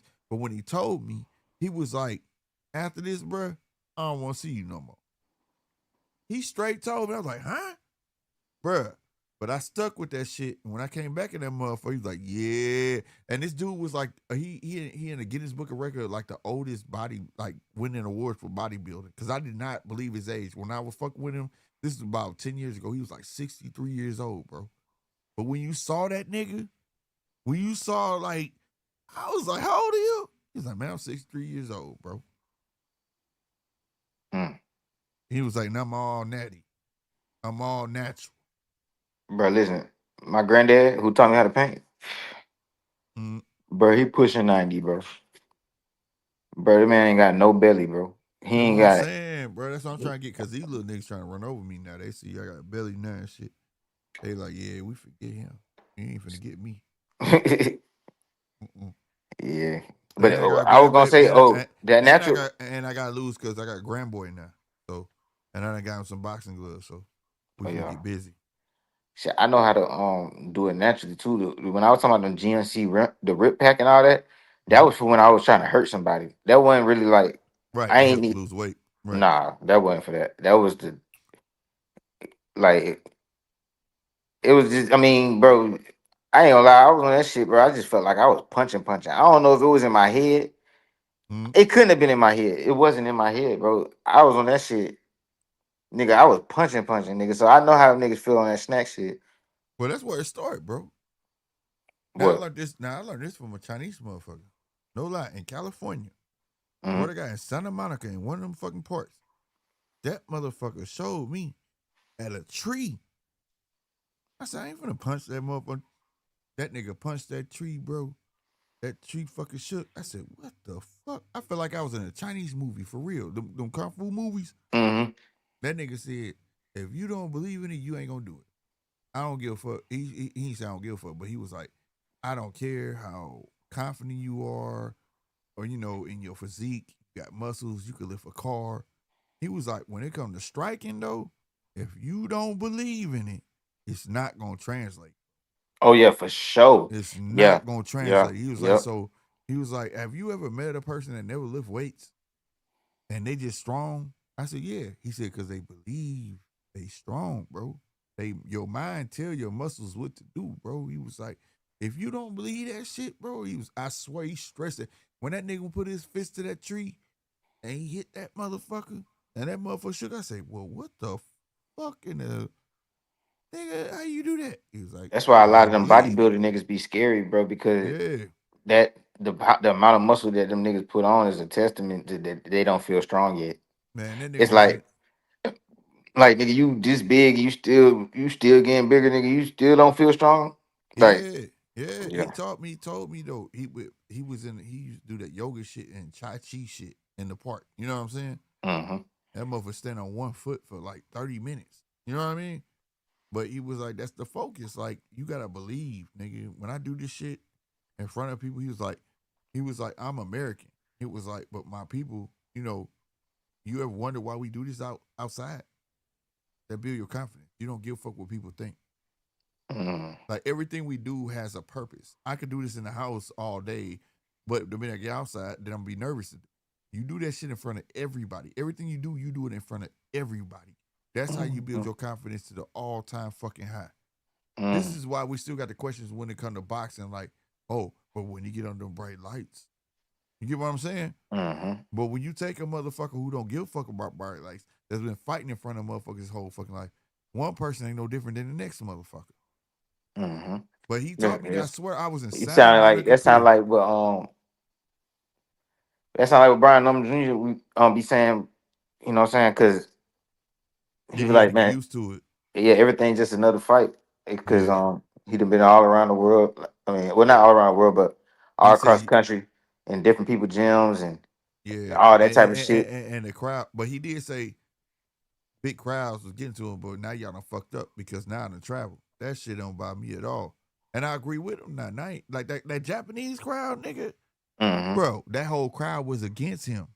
Yeah. He earned, and the one thing about Japanese culture, once you beat one of their own, they can't help but love you. That's just the respect they're gonna give you. Yeah, you beat him. You know what I'm Yeah. saying? Now he's always gonna be a fan favorite there. You know what I'm saying? Yep. Because that's how their mentality is It was built. Asian people at the barbershop, bro. Yeah. To come see him. I saw I, that. I saw that on the video. yeah. It was a couple on the video. Yeah, I saw that. I saw that. That's crazy as hell, bro. But that's their culture though. Like, hey, he beat that dude, bro. We can't help but love him. Ain't no excuses. You know what I'm saying? Like, he beat him. And I think that's dope as fuck. Because you can hate him, but even in their culture saying that I have to give him his respect. You get what I mean? No matter what Yeah. you say. Fuck him. I don't like black people, whatever, but guess what? He the shit. You know what I'm saying?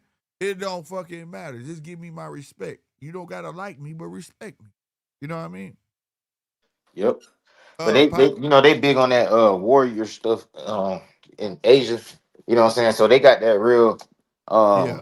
that samurai honor. You know what I'm That saying? shit real, bro. Bruh. I Yeah. love that shit, bro. I'm a big Like even all that bowing and everything, like that's all a part of that shit. Like that's their culture, bro. yeah. And I think that's dope because they hold on to that shit, bro.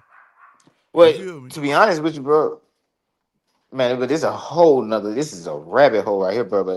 Hold on, But before you say that, mhm. Susan Talk SD off to the ass. I think his name is Pay Son. He said, what time? And he said, Susan Talk SD, he said, what you mean what time, Pay Stone? Pay Son. Because he said wear time. He said wear time. Yeah, where time. I don't know what you mean by that, but I do hope you hit that like button, hit that subscribe button, bro. We trying to get this mug going, bro. Real spit. Oh. I'm gonna say this and follow me. Casino. Mhm. Follow me. You said something about saying something about advertising something. Remember that? I said something about That you average. wanted to start yeah. Mm-hmm. Send it to me. Because I got a setup tomorrow that I'm using. And I can show you what it look like. Logo. You mean Yeah. damn? All I got right, I can show it to you a little bit, my bro. shit not even ready, bro. You got a logo. No, just send a logo, nigga. And what you want to say. And I'll build it. That's what the fuck I do, nigga. Okay. Okay, I'm about to show you a little real quick what it kind of look like. It's just a preview. Ain't too many people on YouTube gonna see it, but I was saying it for Hey, I was looking on your channel, bro. You got hella views for that bare knuckle shit. hell yeah. But check this out. Hmm? See that? Oh, okay.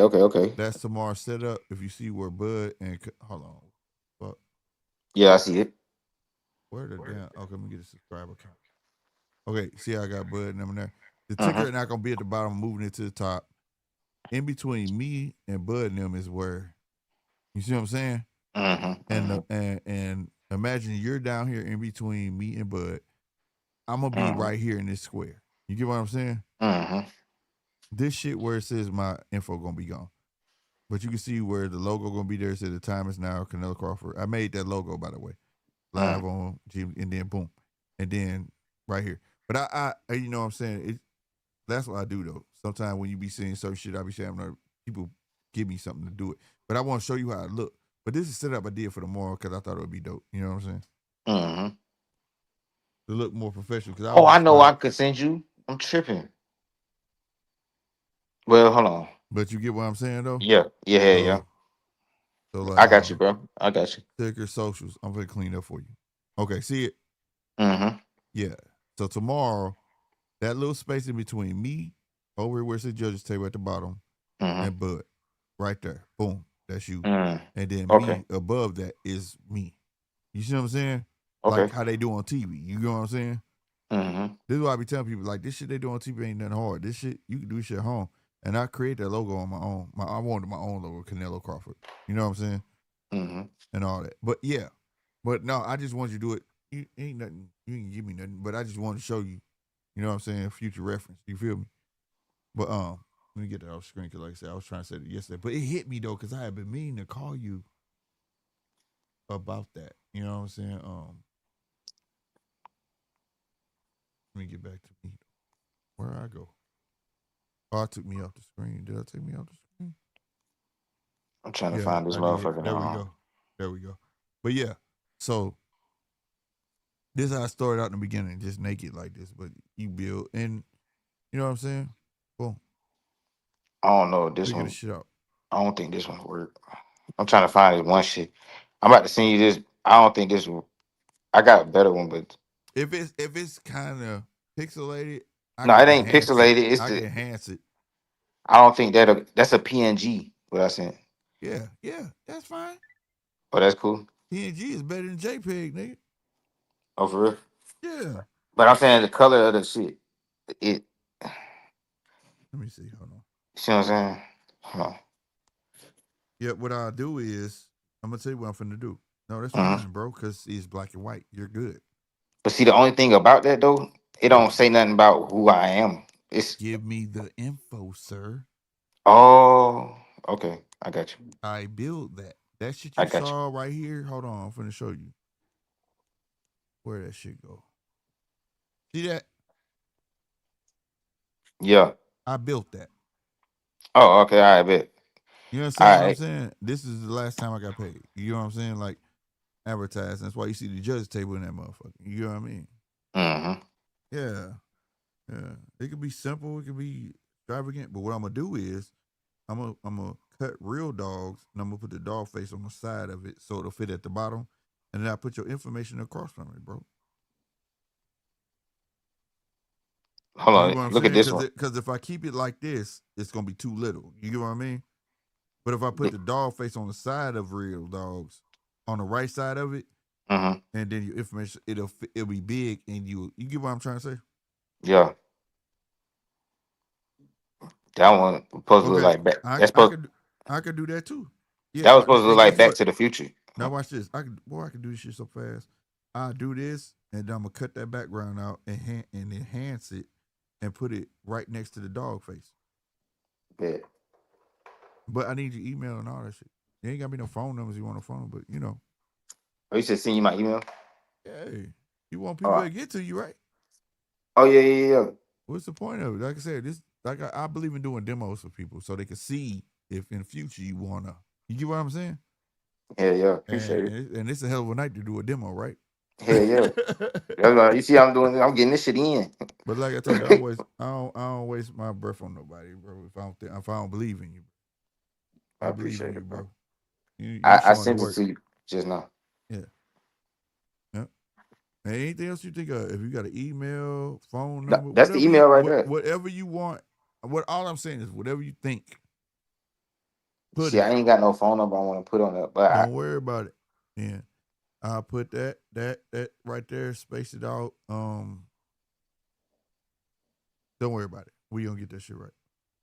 yeah, I'm gonna work on the shit, and then you gonna see it. You gonna be like, damn, you yeah, got this shit. But yeah, yeah, I yeah. did this shit. See how it's small on the sides because it would be made to fit. The screen when you put it, I know Yeah, the yeah, screen when you put the screen with the screen. Yeah, yeah. right there. Where And yeah, all the that, screen on the right. there Yeah, you go. And all well, this is different, but all I had to do is raise it and shrink it a little bit and be right in between that. You get what I'm saying? And mm-hmm, then you will see me right here above it. You feel what I mean? mm-hmm. People think stuff like this hard. It's not hard, bro. But like at the same time though, I get why people just It take patience sometimes until you get good at it. You know what I mean? But the thing with me, bro, like I just be I'm type of nigga, I be needing to help, bro. I be having so much going on. It's like, That's what. But bruh, in the yeah, Bible, if you had oranges, I had apples. We find another nigga who had grapes. We find right. another nigga who got tomatoes. We each one teach one. Each Okay. one help each other. You might be good at something, bro, that I'm not good at, and I throw it to you. And when you good at something, you throw it to me. Mm-hmm. And we help each other. And guess what? We both gonna do what? Prosper. That's what it's a. But that's a lost art. People forget that because everybody about they self. You know what I'm saying? Right. Everybody Mm-hmm. want to be a self-proclaimed boss. Yeah. You understand me? A Now, I didn't got to self-proclaimed. the point. I didn't. I ain't gonna lie. It was a point in my life I wanted to be like that because I thought everything was about being a boss, bro. But when I understood, No, you ain't no boss till somebody else say you a boss. right, and I mean I was literally the boss, but bro, it was a point in time, bro. You could come and work for me and make more than me. It Bro, was a point in time. I wanted to be the boss so bad. It was a point in time where literally you could come work for me and make more than me, bro, because bro, I always wanted to be the boss, huh? if you a boss because of work, you a boss because of work. But a boss in life, when another motherfucker fuck with you like that, a motherfucker be like, hey, Casino that dude, bro. I don't give a fuck what you say. He get me paid. That's a boss. Yeah. A real boss put people in position, whether it's to make more money or to even inspire them to make money or any of that. That's something I learned, bro. Well, let me And rephrase what I was saying. I would say I thought I was a boss. Like I was trying to be a boss, but I didn't know what a boss was for oh, real. right, See what I'm right, saying? right, And right. the main thing to being a boss, bro, you gotta help yourself before you can help anybody else. Like so, There like you now, go. There you go. now when I'm hiring niggas, it's way more smooth. Like today, I hired a nigga. I paid the nigga same day. Boom, no problem. I ain't got paid yet, but it's no problem That's because right. You did it the it right way. I can do it. You see what I'm saying? It Right. used to be You did it the times where right like way. nigga, I'd be down there finna scare the customer. Nigga, I need that check so bad. Nigga, bro, you know what I'm saying? Yeah, because it take money to make money. See, Yeah, you was doing it backwards. yeah. It take money to I'm make trying to money. make everybody come up at the And same then time. Like, I learned that same lesson, bro. When I started doing hotels with the floors, mm-hmm. I wasn't hip that they was gonna pay me when they pay their bills. You get what I'm saying? So all month I'm doing this work, not getting paid. I gotta wait till the motherfucking first or the second when they pay their bills. You get what I'm saying? Mm-hmm. So I was like, fuck. Man, I gotta pay these motherfuckers. I had a crew. I'm like, hey man, just bear with me for this month. But once I got that check, I ain't spent on nothing else but paying motherfuckers so I could wait. You know what I'm saying? And when I got in that rhythm, it made sense. You know what I'm saying? This Real nigga talk. said Canelo by boxing By politics. politics, that hey, let me tell you something. You get back on boxing because we was on that real life shit, and I love real life talk. But Canelo's, you right because it's a possibility because it's in Vegas. You got Tim Cheatham. Bob don't like. RC made a point. Or Bob ain't favoring fucking Bud like that, even though he said Bud gonna win. But that's his boy. Then you saw Turkey sitting by fucking Canelo because he paying this motherfucker fight 2 more fights and all this shit. So the judges, and just because Canelo is Canelo too, though, at the same time. If Canelo coming to pressuring for the last year and a half, we've been seeing pressure fighters get the favor. You get what I'm saying? Like they ain't even performing like that, but they just because they're pressuring, they feel like they're the motherfucker making the fight what it is instead of Well, going by the they are. rules. But judges are supposed to go by the rules. Ring gentlemanship, clean punch, effective punching, things like it's 4 rules they go by, but they haven't been going by it. Usually, they just give it to the person who is pressuring, the But person you could, who's making the fight. but you gotta look at it like this though. They might be giving they it could be calling that pressuring ring generalship. No. That is a former ring generalship. That's a Yeah. fact. But that's the only criteria you give him. What about the other three?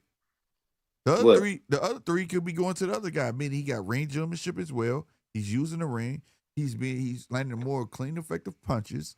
He's doing X, Y, and Z. We've watched a fight where a guy landed more punches using the ring and everything, and the other guy won. And it's like, how? Because he was walking forward. But that's just the day and age. I'm not griping about it. It just says that the game is evolving, and I'm not gonna lie, it's gonna make motherfuckers have to work because the game is lacking work.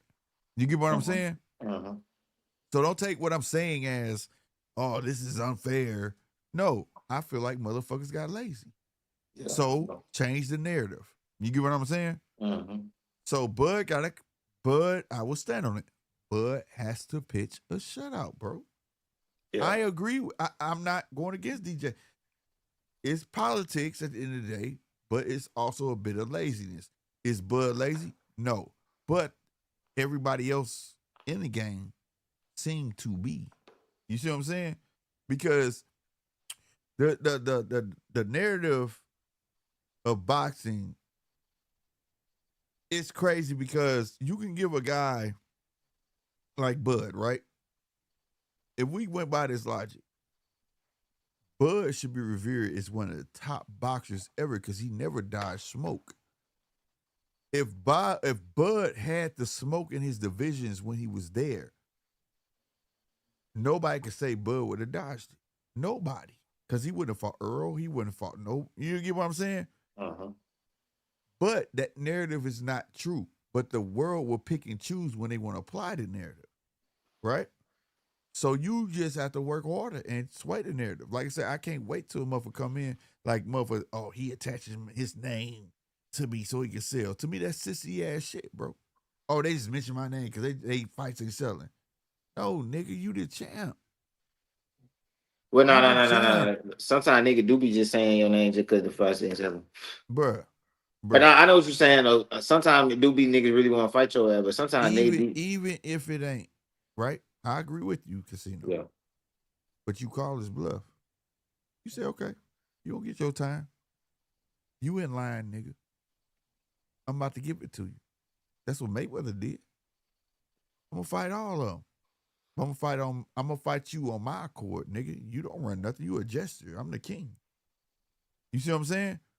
Yeah. I'm not dodging no smoke.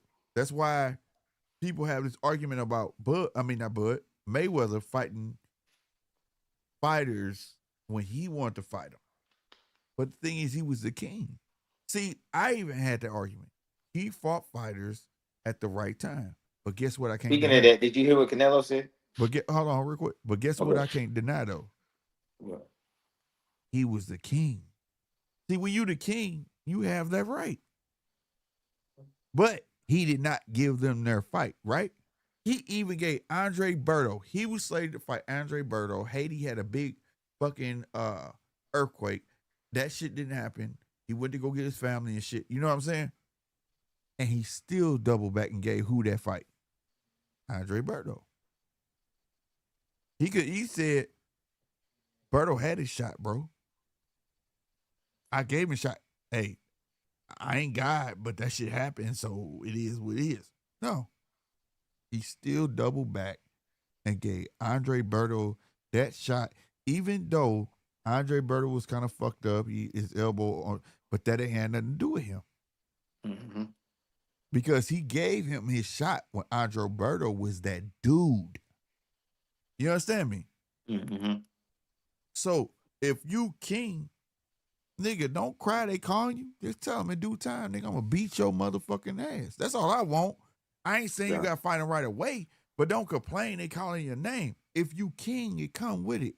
You understand me? The head is heavy as the crown. You understand me? Yeah. You wearing it, expect it. Did you see what Canelo said at press conference about fighting David Benavidez? Yeah, he said it fuck. He said he said he never. He said he never. He said he never say no. Yeah, he said yeah. I about to say it a different way, but yeah. He don't turn on no smoke. You know what I'm saying? But he concentrated on this fight, and I was happy to hear that, bro. You know what I'm saying? I think they're gonna fight, bro, because it's gonna be his last fight.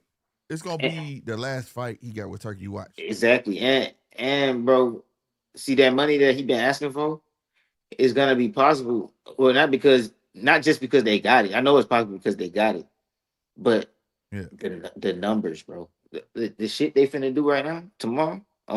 That shit for me stupid, bro. It's gonna be no reason why you can't come up with what Canelo want to fight that man. Yeah, and I'll be real with you too. Lose to Max Kellerman. Mm-hmm. You know, he compared to Spinks, Ali, and which it should be. It should be compared because everybody comparing it to Manny Pacquiao and Mayweather.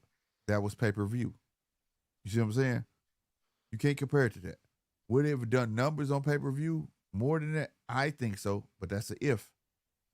But on regular TV, nigga, this shit finna be stupid. In this day and age, Netflix is regular TV. Yeah. That shit finna do stupid numbers, bro, tomorrow, bro. Mm-hmm. I've been getting calls all day. What time that shit coming on, man? Motherfuckers, you understand me? Mm-hmm. I got a motherfucker call me talking about, hey man, you coming through, man? I'm charging $5, man, to watch the fight. I said, you know who the fuck you talking to, nigga? Nigga, I got the fight, nigga. I'm man, what the fuck? Oh no, Yeah. I'm throwing a party, nigga. But this nigga don't give a fuck. That's how big it is. Yeah. That's how big it is. Bars is showing this shit. They don't have to get CCTV and pay a fee. They just cut on Netflix. Bars finna be packed. Downtown finna be packed. Everybody watching this fight, bro. It's not a bar that's not finna show this fight. It's not nobody household. It's nuts, bro. Yeah, it shouldn't be big, bro. That shit is huge. This shit finna be huge like WrestleMania, bro. Yeah, it shouldn't be big, bro. Yeah, this shit gonna be crazy. And with that being said, as long as Canelo handle his business, we getting that David Benavidez fight, bro, because the numbers, bro. Yeah. The Hell yeah. numbers. Bro, hold on. Somebody had told me the numbers. You said numbers, and that just struck a chord. Hold on.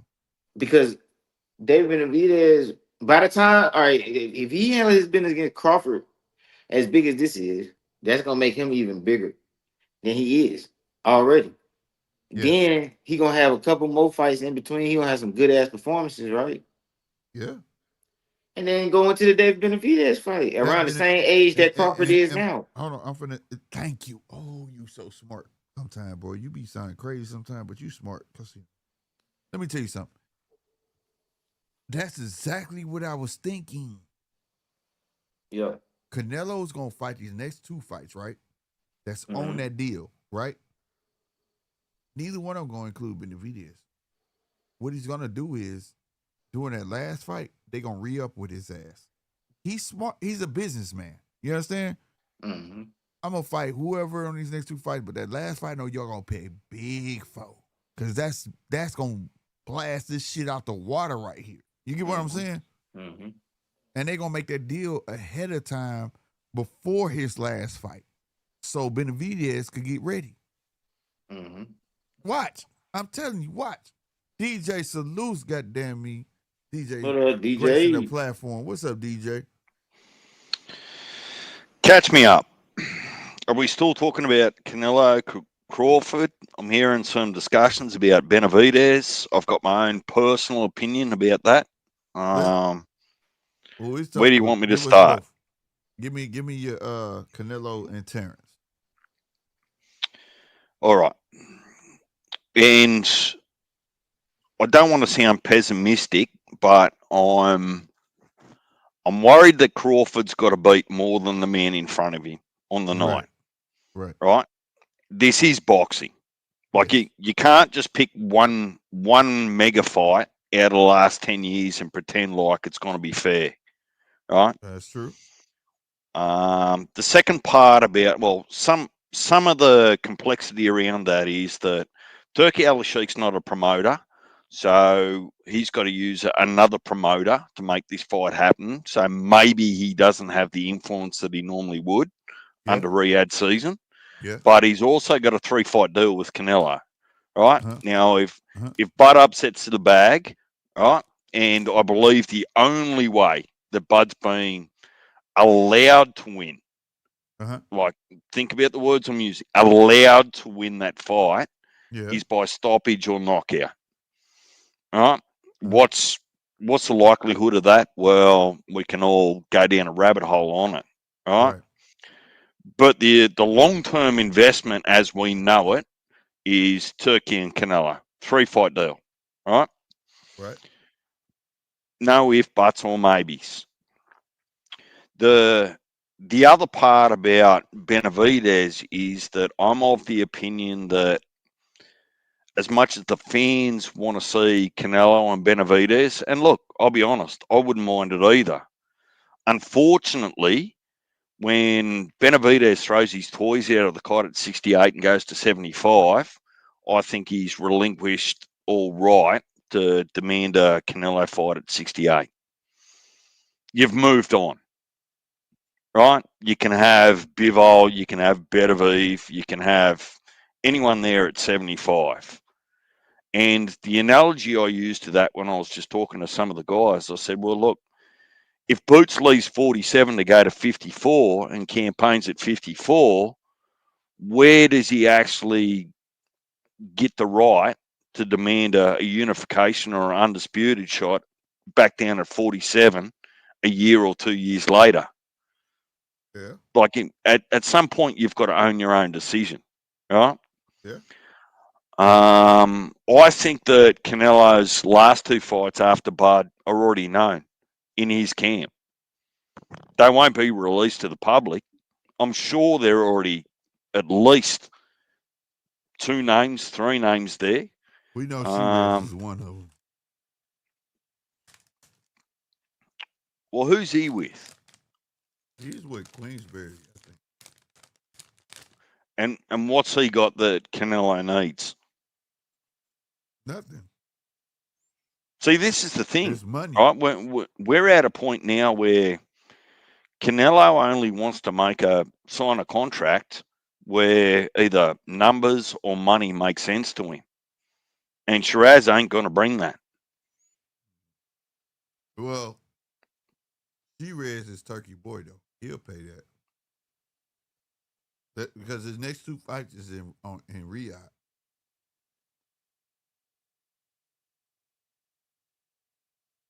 He's not fighting in the States. His next 2 fights is in Riyadh. So that's a caveat. Yeah, that's okay. And look, I'm happy to hear yours or Casino's view on it. I worry, and I hope I'm wrong. I just worry that there's too many hurdles for Bud to overcome other than the guy that he's facing in the ring tomorrow. Right? I don't want to be naive about it. I just refuse to be naive to say that this mega fight doesn't have some boxing politics sitting behind it. Yeah, no, it is. And God, I hope I'm wrong, boys. I hope I'm wrong. I would love Bud to get a fair shake. If he's going to go in there and go out on his shield or, shock the world with an upset, well, so be it. I'm down for it. I'm on record saying it, just like the Bivol fight. I said Bivol got picture shut out. Bud got to do the same thing. There's a lot of love for Canelo, and Canelo is a bag. So you got to make it undeniable that you beat him. The other thing is too that Canelo's a staple twice a year in Vegas. Right. So we know how close-knit community, business-wise and otherwise, Vegas is. Mm-hmm. Yep. Well, he ain't gonna be in Vegas next year. That's for sure. This is my opinion on it. I don't think I don't think Robin Bud gonna be necessary, bro. I mean, but I feel what you're saying. Like that could happen if it come down to that. Mm-hmm. But I don't think it's gonna be necessary.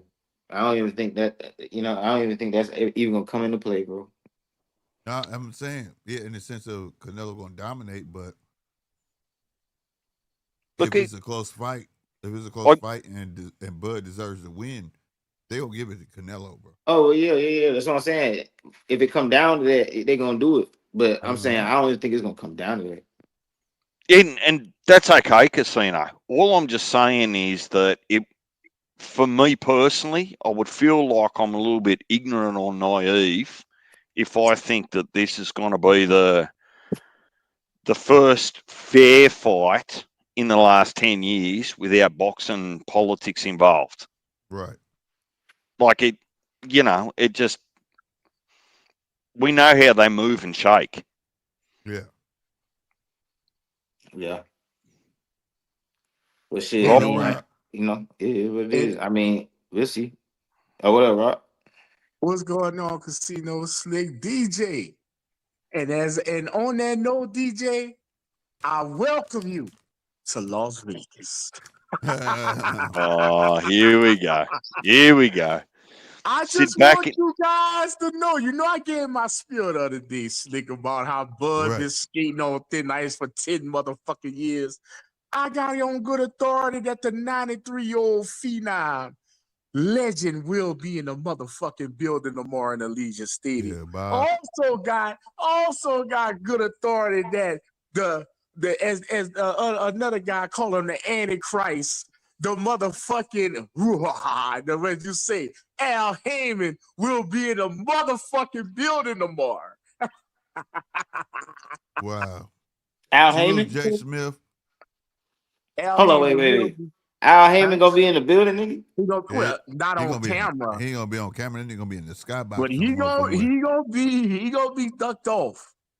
But I gotta say this to all the people that be like, "Oh, turkey." Let me give y'all an indication on facts, straight facts. That's why I'm calling it. Mm-hmm. At 12 noon Pacific Standard Time, that is 2 o'clock in St. Louis, 3 o'clock in Atlanta. I don't know what time it'll be in Australia. Turkey Al-Rashid has lost motherfucking power.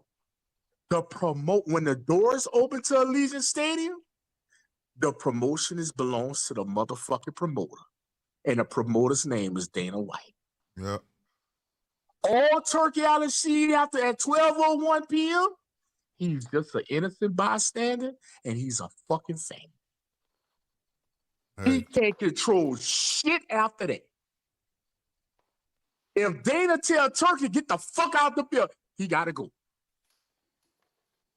Well, just keeping it real with you.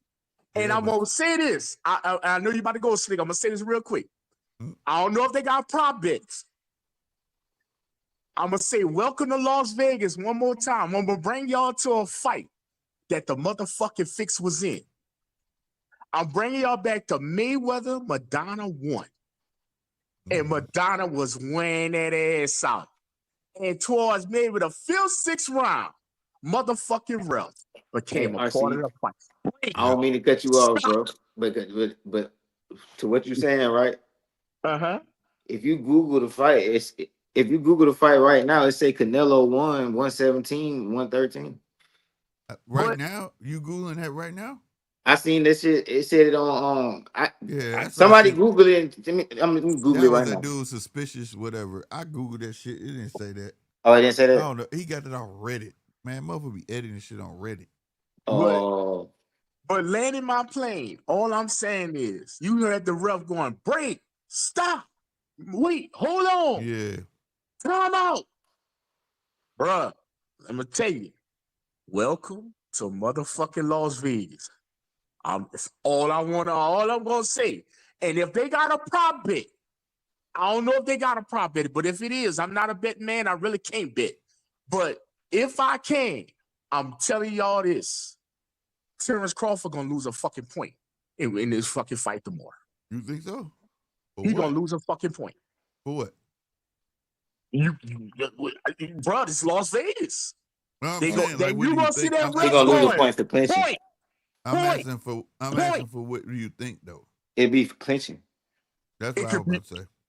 It could be a clinch, but I'm gonna tell you, it's gonna be something that's gonna make Slick get out that motherfucking chair and want to walk out that room. It would have to be something stupid. Nah, bro. If it's clinching and he excessive clinching, then fine. But and the crazy part, I can actually see that him coming with a 1-2 and time up. And not to cut you off, I'm gonna let you finish. I'm saying the point gonna come with Bud up. Oh yeah, that pissed me the fuck off. Like what the fuck? But then that's gonna tell me right there. We want to knock him out. And now I don't think that's happening. I don't know how close this shit is going to be, though. Like, I mean, see, the way people respect Bud, it making me make it more close in my head. But in my mind, This shit is a cherry pick. Casino, look, you know the fight game just as well as anyone else, right? Yeah. When the contract's signed, it's not designed to be fucking fair. It's just fucking not. No, but I just think I think Canelo is just better, pound for pound. I agree with that. I do too. I think he's just better pound for pound. He's just better, bro. That's what I think. We're gonna find out tomorrow. But I just think Terrence Crawford can't fuck with Canelo at all. Like he just can't fuck with him. Like that's what I believe. That's okay because the scorecards should reasonably reflect that. You know, like 117, 113, one whatever. I get that, right? The thing is, though, that my hope is that it goes both ways. So if Canelo takes a round, it goes to Canelo. I'm just not sure that if Bud wins a round, it goes to Bud. Right? So, and it's not about conspiracy theories. It's more about just where are they going to get the best income. Las Vegas earns a lot off Canelo twice a year. No ifs, buts, or maybes. They don't earn that sort of money off Bud. So where does their bias lie if they've got one? And I hate talking about it, but this is such a big fight that if there was ever going to be a fair playing field, I'd want this to be one of them. Well, hopefully, because you got Dana White. Canelo's not fighting in Vegas next year. Why not? He is fighting in Vegas next year. No, he ain't. His next 2 fights is in Riyadh. No. Yes, they are. No, he said he's not going back over there, Slick. Back to Riyadh. He said that again yesterday. He might have said it, but I know what Turkey said. So y'all heard him. Did you hear what Turkey said? Well, but watch this. This fight had to be in the You know States. Canelo will run off on the plug, nigga. You know Canelo will run off on the plug. You know that. I'm just saying, I know what I heard Turkey said.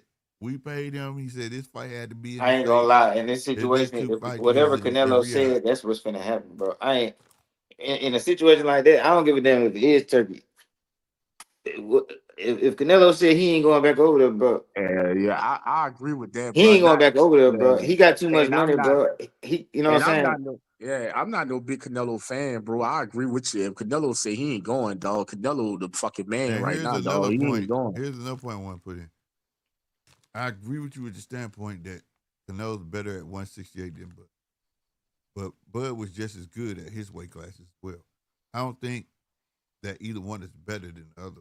I think they just, both of them at the top of their game. I'm going to say this. I think Canelo has fought a fighter on Bud's level. But Bud has never fought a fighter on Canelo level.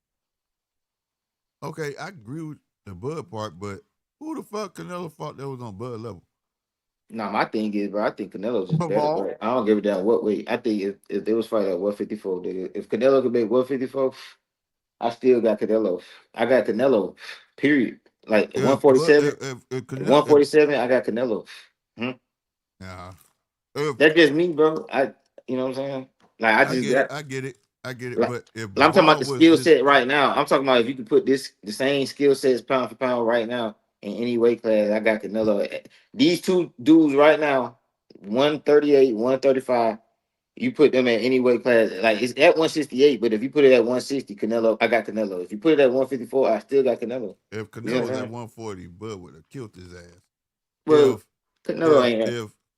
If Bivol was not light heavyweight and he was 140, 147, Bud would have killed his ass. The difference I can't say that. I can't say that. Switch hitting, bro. It's a difference when you got to deal with different looks every time motherfucker come out that fucking corner, bro. No, but I can't say he would beat Bivol at any weight class. I don't know if he's better than that dude. I didn't say any weight class. I said if Bivol was a 140 or 147 pounder. But I'm saying if you take Bivol's exact skill set and put him in that weight class, bro, with like similar dimensions, like he probably can't be that tall, but like if he's tall, still he's like the tall nigga in the weight class. If he's the tall nigga in the weight, if he's tall and he got the same skill set he got right now, I mean, it's a 50-50 fight. I mean, even Canelo would be a 50-50 fight. I'm just saying, I got Canelo. I'm not saying he'll demolish him. You know what I'm saying? If they was evenly, you know what I'm saying, pound for pound type shit. But I'm saying I still got Canelo. Like with Bivol, if put it like this: if Bivol and Canelo was the same size, I got Canelo.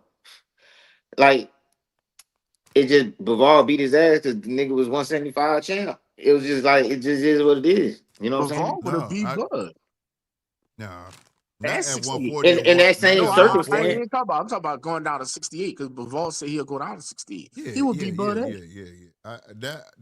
Because he too big, bro. Like Canelo's the biggest I can see Bud fucking with. Only because Canelo's not a true 168 pounder. You get what I'm saying? Hang on, Slick. I need to just test your commentary. Right? Okay, go ahead. I'm not testing your validity. It's all good. Last year, you and I were watching fights in all sorts of divisions, right? And the message was, right, the smaller guy can beat the bigger guy. And we saw that, right? So something that you're talking about needs to be explained. That why is it different that a Wardley knocks out a guy and busts half his face in that's 60 pounds heavier, right? But or Usyk beats everyone at heavyweight that's heavier than him, but now weight's a problem at light heavyweight, 168. You know what I'm saying? Style make fights. That's all I'm saying. Like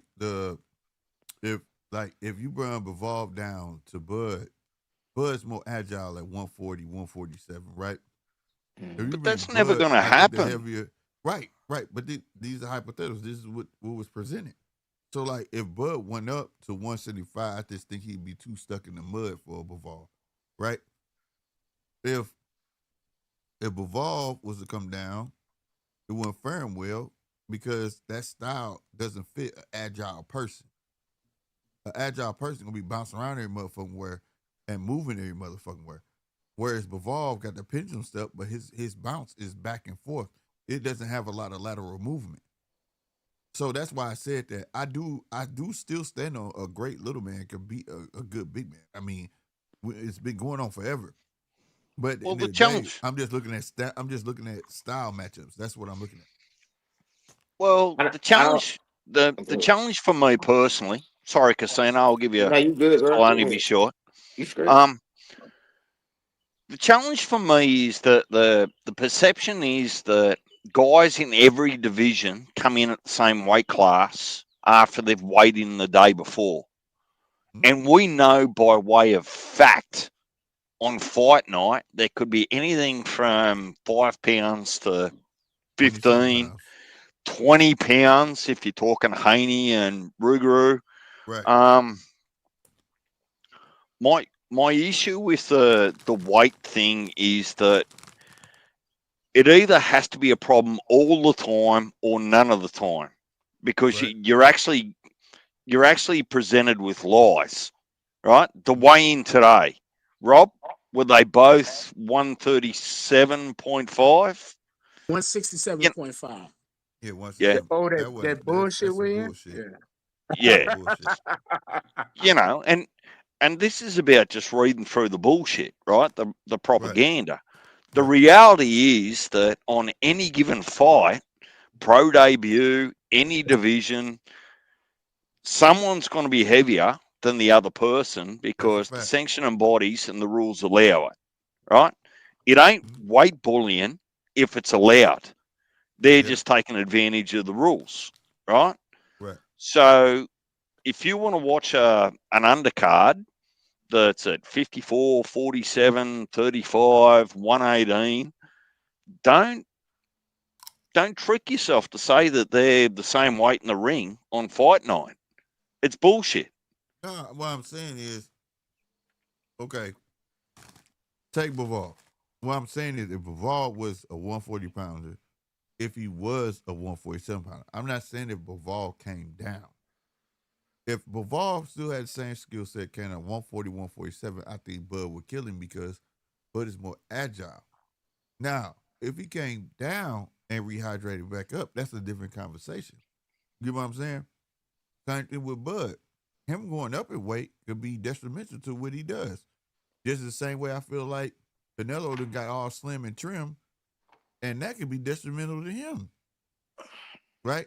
All these variables play, but the main thing for me is just style matchup. That's all it is. You can have the same thing like for instance, we watched like who you bring Wardley. Wardley knocked the fuck out of the Juggernaut. Not once, but twice. And then Justin Hooney came in there and put hands on his motherfucking ass. He got a lucky knockout. Styles make fights at the end of the day. And that's why I said I stand on a great little man can beat a good little man can beat a great big man. It's possible. And you know what else? You know what else? Another reason I got Canelo finna beat his ass? What? Because he done fell for the Canelo bullshit, bro. They do it every time, bro. You think? Yeah, bro. What makes you think that? Bro, that shit is respectful because that nigga Canelo made it that way, bro. You think Bud being respectable? Nigga, hell yeah. What?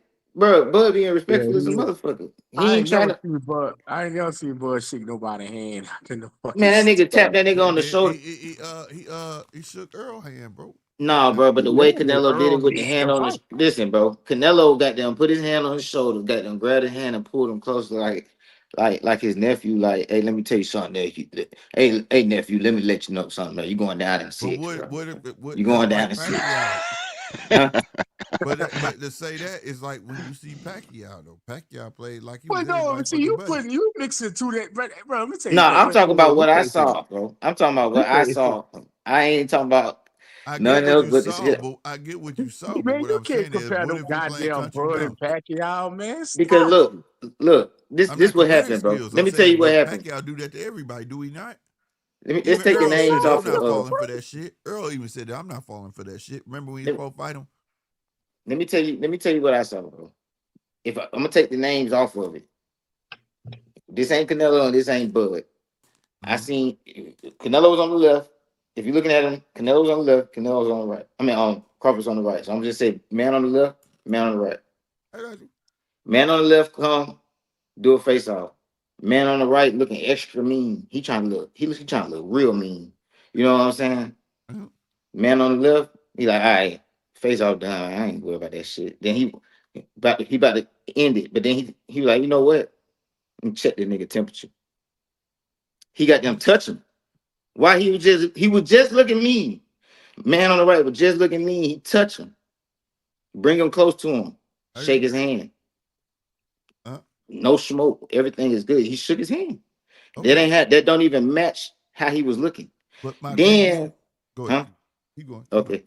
Then man on the right walked all the way off to the point where man on the right coach looking back. He looking at Canelo. Canelo that throwing, like, doing that signature Canelo combination thing. Bomac, well, I ain't even say nobody's name. The coach, he looked back at the other fighter. Now he's looking at the fighter that was on the right. He looking like, damn, where the fuck you go? Now go back and watch. That's what the fuck I saw. Now, let me ask you this. I don't see the press conference or the weigh-in having anything to do with fight night when they're getting punched in the face. And I was so confused at that, to be honest, because it's a fight. It do matter because each other at the end of the day. So it's like, okay, what up, bro? Who that is? Oh, yeah, what's up? God bless you all. Yeah, like the fighters got respect for each other at the end of the day. So like, I'm not sure. I'm lost. Here's my thing. Hold on, let me sum this up. In that same analogy, when Bud walked Canelo down, did you feel like Canelo really was intimidated? Yeah, I feel like he was really intimidated. Nah, I feel like he was caught off guard. There you go. But overall, even though he's caught off guard, did he feel intimidated? No, but what I'm saying did he feel like that Bud was really that? Do you feel like he felt like, oh shit, Bud really that dude? You don't fuck around, hurt me? No, I'm not saying that. That's how I feel like about this. I'm just telling you. I'm just analyzing the press conference that I saw, bro. Yeah. I know that shit ain't got nothing to do with the punches, but all that stuff happens for a reason. Like everything is for a reason. Like it's for the gambling. Niggas be betting they type of money on it. Like so, it do matter to some people. You know what I'm saying? Yeah. You feel me? That's why that's why people talk about it and shit. I just from what I seen, what I was looking at, that how it looked to me. It looked like. Matter of fact, hold on. We can get some answers, Casino.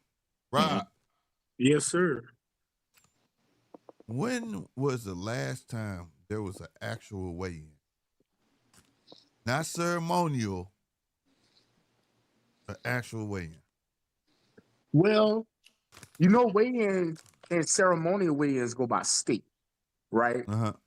So Okay. Nevada allows ceremonial, California allows ceremonial, in New York.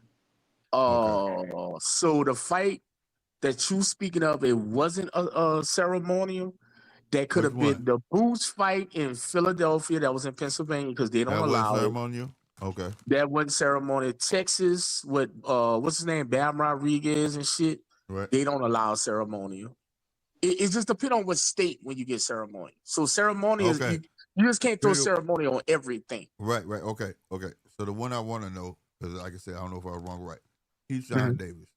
Because they knew his weight that morning, because they had reported his weight that morning, but that still doesn't mean that weigh-in wasn't. You get what I'm saying? Right. I was out there doing that weigh-in. No, that was real. I was out there doing that weigh-in. Because they asked him right then and there, do you want to take the 60 minutes or 90 minutes to drop the weight? Because he was 4 pounds over. And he said no. I wanted to ask because that morning they said that he was overweight. Because Bomac put him on a scale before that. That's like Shakur before he went to New Jersey.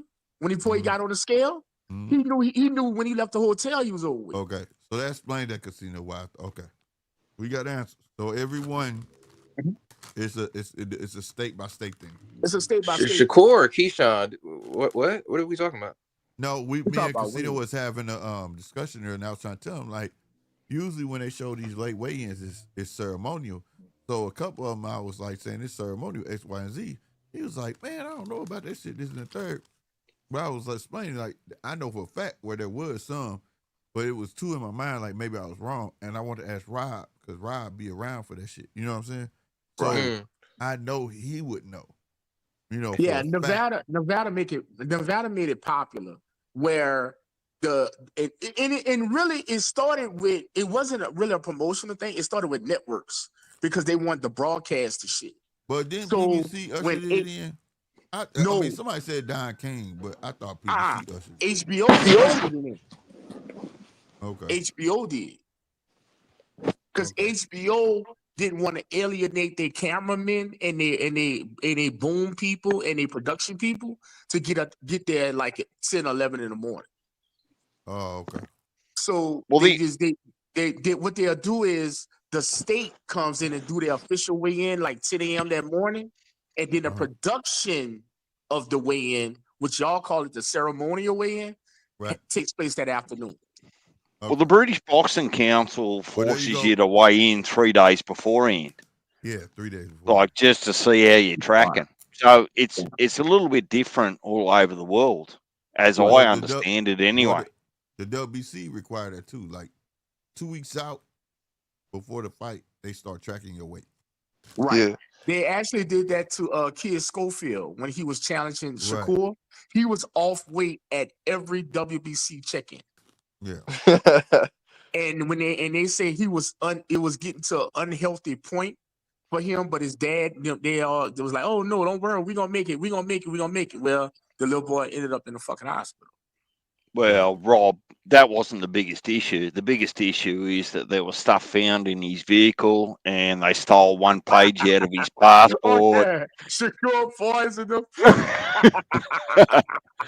and Shakur's masseuse fucking used oil that fucking made him pop dirty. Shakur broke in his house. Bro, I forgot about that one. I forgot about that one, DJ. The masseuse. Man, you know what's so crazy? Oil. Like the lie was so outlandish, and I don't like Shakur so much. I almost started to believe that bullshit. I was finna make myself believe that shit. I was like, Casino. It was the breaking in the house, taking a page out the it had got too passport for much. me. That was the last straw, bro. That was the last straw. The masseuse fucked me up because I'm like, that damn near constituted as a hit, nigga. Like what? Like you would have hit out on that man, bro. Like, Nah, bro, that ain't worse than the motherfucking. Who the fuck take a page out your passport? Like, just come on, bro. Thank you. Like, you gonna take the whole You gonna thing. break in a house. bro, It's do you a got a real ring page. camera, nigga? Do you got a motherfucking anything, nigga? You ain't got nothing on camera, nigga. You was Here goes cap. the thing, but then the video come out here and slapping up old girl. They got cameras, nigga. See what I'm saying? But this the thing. You in somebody's house. You gonna pass up the PS5. You gonna pass up the 70-inch TV. You gonna pass up Right, bro. Like right. Just the passport. you gonna pass up the goddamn what's the thing that with the Siri thing that play music and shit. You gonna Alexa. pass all that shit up. Right, Damn. just rip a page out. Yeah, that was some cap ass shit though. And leave. That shit was crazy, bro. I really don't know what the fuck he finna do next. But I mean, it gave Oh, he- Dubois an easy out to avoid Parker. It did. Same weekend. It did. Gave him an easy out. So, hey, Rob Jenkins, you still got Bud by TKO? You made your prediction 6 months ago. You guys already know. And I'm feeling. I said this earlier, but I'm feeling for this fight. I feel that Errol Spence beating is coming from Bud. I feel like Canelo might get Errol Spence. Don't jinx that, bro. Don't jinx it. But touching on the weigh-in thing one last time is by state by state. Oh, and this thing I gotta add, since we're talking about weight. One of Slick and DJ's favorite fighters, Jenabet, is still suspended in Nevada. I think that comes up the spring of next year. Jenabet, the same guy that was ducking Carlos. He passed out on the scale. Oh, because he had passed out. Yeah. So he can't get on another Nevada scale until the spring of 2026. That's all right. He's gonna go up and wait anyway. It don't matter, RC, because everyone's avoiding him. Yep. He's got all the time in the world. Bitch, they're about to wake me up. Man, don't even start your fucking shit with Jenabet. Yeah, look. Fucking Jenabet, please. Hey man, Jenabet that dude though, bro. I ain't gonna lie. Jenabet ain't shit. Yeah, tell him to stop ducking Carlos. Who? Jenabet is that dude, bro. Jenabet is a problem. He's ducking Carlos Adames. No, Carlos Adames is ducking him. No. He's ducking Adames. That's true. Day. Yeah, he's ducking Adames. That's right. Adames was supposed to fight him. He chose the other route. Adames went down. He fought fucking Barrios and got the motherfucking draw, which they robbed him on that Jake Paul undercard. Who? Wasn't that Adames that Barrios fought on the Jake Paul and Tyson undercard? No. He wasn't on that card. He too big to go down and fight Barrios. But who Barrios fought got the draw? Yeah, that was some bum. I forgot his name. He's a bum. Pacquiao. No, I'm talking about the Jake Paul Tyson undercard. Yeah, Barrios fought a bum and he got a draw. That was no bum he fought. I'm telling you. He fought a bum and he got a draw. It was before the Pacquiao fight. It might have been Adames, but it wasn't Carlos Adames. Okay, that's how I'm confused. It was one of the Adameses. I'm gonna tell you like this. He got a draw. I'm talking about Bronco. Bronco Adames chose a different route. He chose the different route when he could have went ahead and he fought Shirez. Get the fuck out of here. Shirez could have fought Jenabet. Rob. Jenabet is across fucking overseas because he can't come back to America. Let's keep it fucking real about Jenabet. He can't come back over here because he can't make the fucking weight. He might as well drop the bitch and go to 68 and get fucking skull dragged by that fucking dude that fucking beat the fuck out of Caleb Plant. That's who he gonna get his ass whooped by. Let's keep it fucking gangster. I think he's gonna chase Shirez. Who? Shirez at 68. No, he's not going to do that, Slick. I think he'll go to 68 when Canelo moves on. Absolutely. But he ordered with his scary ass. He ordered with. Man, let me tell you, I think there's a bit of a smoky in the 60 division. Yolandi fucking Hernandez. Yeah. Oh Why, yeah. why, Right. why, let me ask y'all a question. Why Gentleman don't want to fight Laura? I'll wait. Oh, well, ask Al. Laura got a Hold belt. Al on. doesn't Laura got a give belt up at his 60. belt. Al don't want to do that because Jennifer got 2 of the belts. What are you talking about? No, okay. Look, watch this. Unified. Watch this.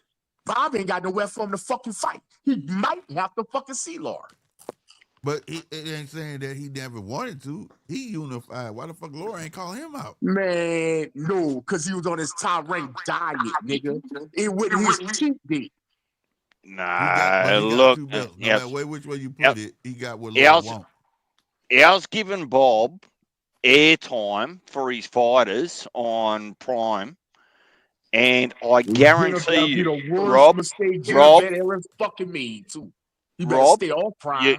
you can bet your left nut, and I'll bet my left nut that Al's coming for payback. Right?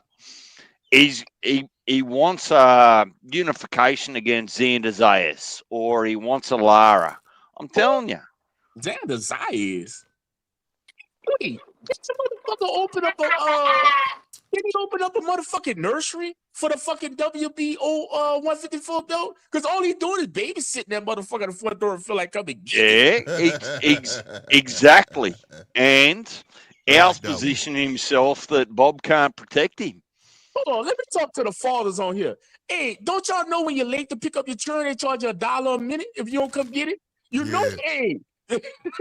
I just said, yo. I ain't gonna lie, Rob. I like that one though. He said he opened up a. That's all it is. He opened up a nursery, bro. He's holding the WBO on the front door. Oh, fucking Earl and fucking Jamel just come get it from his ass. Bro, your time is ticking, fucking Xander. You ticking, tick. They've been like, keep away with that damn belt, bro. I call it rent a belt. You're allowed to rent a belt. Yeah, also, did you guys agree with my like? Do you guys feel the same way I feel that that Canelo, like I was feeling earlier that Canelo might get the Errol Spence treatment Saturday night? Do you guys feel that as well? Nah, fan, bro. I didn't feel Earl was gonna get that, so I ain't finna say that about Canelo. If it happened, it happened, but I ain't finna jinx it. And I didn't think he was gonna do Earl like that, so I can't even say that. Yeah, me either.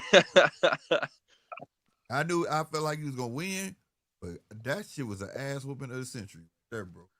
Hey, that's almost like you'll never see no shit like that ever again, bro.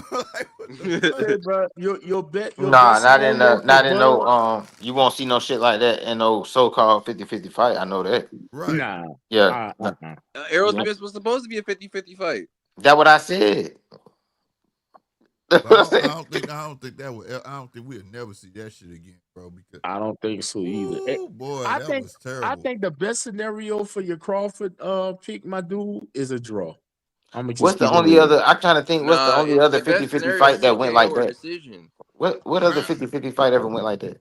Bro, I ain't never seen nobody get beat pillar to post like that. Like in a 50-50 fight, like a 50-50 championship fight. Bro. Like I ain't seen nothing like that. Man, that shit was outside as fuck. Eubank Jr. and Conor Benn? Nah, that wasn't no. Nah. Conor Benn won that fight, to be honest. That was a barn burner. It went all 12 rounds. That was a barn burner. I'm talking about somebody get demolished, one side ass beaten. Yeah, like both of them had skills like that. You know what I'm saying? Like, yeah, but it was supposed to be it was supposed to be a 50-50 championship level fight, and one that was supposed to be 50-50 and one got destroyed like it wasn't 50-50. Like you see what I'm saying? Not on his level. Yeah, I guess. Yeah, Bud. And, Jeff, I got one. Lamont Roach. Yeah, I've got one too. Jeff Horn and Crawford. Yeah. Jeff Horn and Crawford. No 50-50 fight. What, no 50-50 fight? Man, listen. For those that know, I get it, right? But for the public, Jeff Horn's just come off a win from Pacquiao, with Pacquiao, right? I get what you're saying. Oh, you robbed Pacquiao? Well, he probably was, but the expectation from the boxing public was that it was a 50-50 fight, and Bud just demolished him. Yeah, he beat you that. Well, and it was a one-sided ass whooping. And he was bigger. But no, the last 50-50 fight that came out to be just a 100% ass whooping was Shakur Stevenson and the dude had the belt, the WBC belt. Oh, Christopher Eddie Diaz? Renault. Huh? Valdez. Oh, badass. Oh, okay. Yeah, he did do him. Well, Dwyer and AJ was supposed to be a 50-50 fight too. Yeah. Yeah, that's one. That's one. Yeah, that was crazy. That was crazy. I forgot about that. That's two. Because Shakur and Valdez. That's two. But that had its moments though. It wasn't as clean as Earl and Bud. I ain't gonna lie. I can't say Shakur and Valdez, bro, because, bro, when you can't destroy somebody without stopping them, bro. To me, the whole point of destroy, like you can masterclass them. Did you see? But I'm talking about destroy, huh? Do you see that boy face? He beat. But listen, I'm talking about destroy. Yeah, he did beat the heck out. He beat the heck out of Valdez. Bro, I'm talking about destroy, nigga. That man, bro, listen, this is what I mean by destroy. Crawford is about to fight Canelo. We ain't seen Errol since he fought Crawford. Oh, Dubois is about to fight somebody else. We still ain't seen AJ. You see what I'm saying? Like, destroyed. Like, you ain't seen Valdez either. Valdez has been fighting, nigga. I didn't watch him lose to you didn't really twice. see him after that fight, though. Exactly. It was a ghost of him. Nah, bro. Nah, that's not the same thing. Nah, listen. I think he kept fighting. This guy always trying to lived, downplay Shakur, bro. You're not Tank destroyed if you live to fight another day, bro. Jake is like, fighting. Why doesn't Tank fight Lamar Rose? Rose? Saying, Casino. Yeah. I get what Casino trying to say. Yeah. What he's saying is they ain't the same no more. Yeah, bro. They not, bro. Shakur ain't ever changed nobody. Bro, let's just relax. I get what he's saying though. I get what he's trying to say. I'm talking about getting changed. He's saying like you ain't changed the motherfucker. Like when they come back, hold on. What about Jamel Herring? That nigga, man, come on, man, bro. That nigga was changed already. Let's just relax, bro. Like, god damn. Bro, that dude walked in. He walked in. Look, man. Look, he's a masterful boxer, bro. But we gotta leave him out of these destruction conversations. he destroyed like you don't bring him up. You don't bring him up in destruction conversations until further notice. He destroyed Oscar. But he did. Jamel walked in that motherfucker with a belt and Jada Kiss walked him out. And he beat. Oh, you saying he beat? Yeah, I mean, yeah. He destroyed Jamel Herring, but I'm talking about. The topic that I'm talking about is I'm talking about hold on, to the point where he said I got Shiraz's late victory was a demolition. Shiraz versus Berlanga. Yeah, that was a demolition. Yeah, it was. Yeah. The point they was trying to find. What about the Martin? But people said that Berlanga was a joke though. So I don't know about that. It was a demolition though. That was definitely a demolition. But it don't match the like Errol Spence, Terrence Crawford storyline. Well, hell. Well, no what's the difference between getting beat up over 4 rounds and getting beat up over 10 rounds? Nah, they both demolitions. Nah, they both demolitions, but it wasn't built as some big goddamn fight of the century type fight. Like it wasn't the big fight. You know what I'm saying? It wasn't the one. It wasn't like, bro, that fight was supposed to be the one. Slick, you got one of your Slick. You got one of your OGs in chat. If you didn't see it, 913. He know where the link at. Who's that? I see he been in here. He been listening. What I was gonna say was, but I get what Casino's saying. Like a fight that has no excuses on either end. Where when they Herring and Valdez had no excuses. Well, actually, he's one. Fondora Tim Tszyu, number 2. Stole my shit. Fondora just whooped Tim's ass. Yeah. Is the best boxer. Now that's one. Okay, that's one. That's one. Huh? Did y'all really think that was 50-50 though? Which one? Yeah, because Tim Tszyu won the first one. Tim Tszyu and Fondora. Y'all thought that was nigga, I had Tim Tszyu both times. That's what I'm saying. Giving that man hype and all that stuff, you didn't have an inkling like, oh, this dude probably gonna, you know what I'm saying? Or I had Tim Tszyu both times. You gotta realize ambulance. You gotta realize Mendoza already had slept him. You see what I'm saying? So in my mind, what I'm saying is the conversation is starting to turn into. Excuse me, I'm eating this shit. The conversation starting to turn into who demolished the motherfucker when we was talking about a 50-50 fight and get demolished. So No, I thought it was that fight was 50-50, or did you just thought somebody was gonna get demolished? No, I didn't think nobody was gonna get demolished. I thought that shit was gonna be, yeah. But you thought it was 50-50? Yeah, basically. Oh. Tim Zoo and Fundora? But I had Tim Zoo. Okay.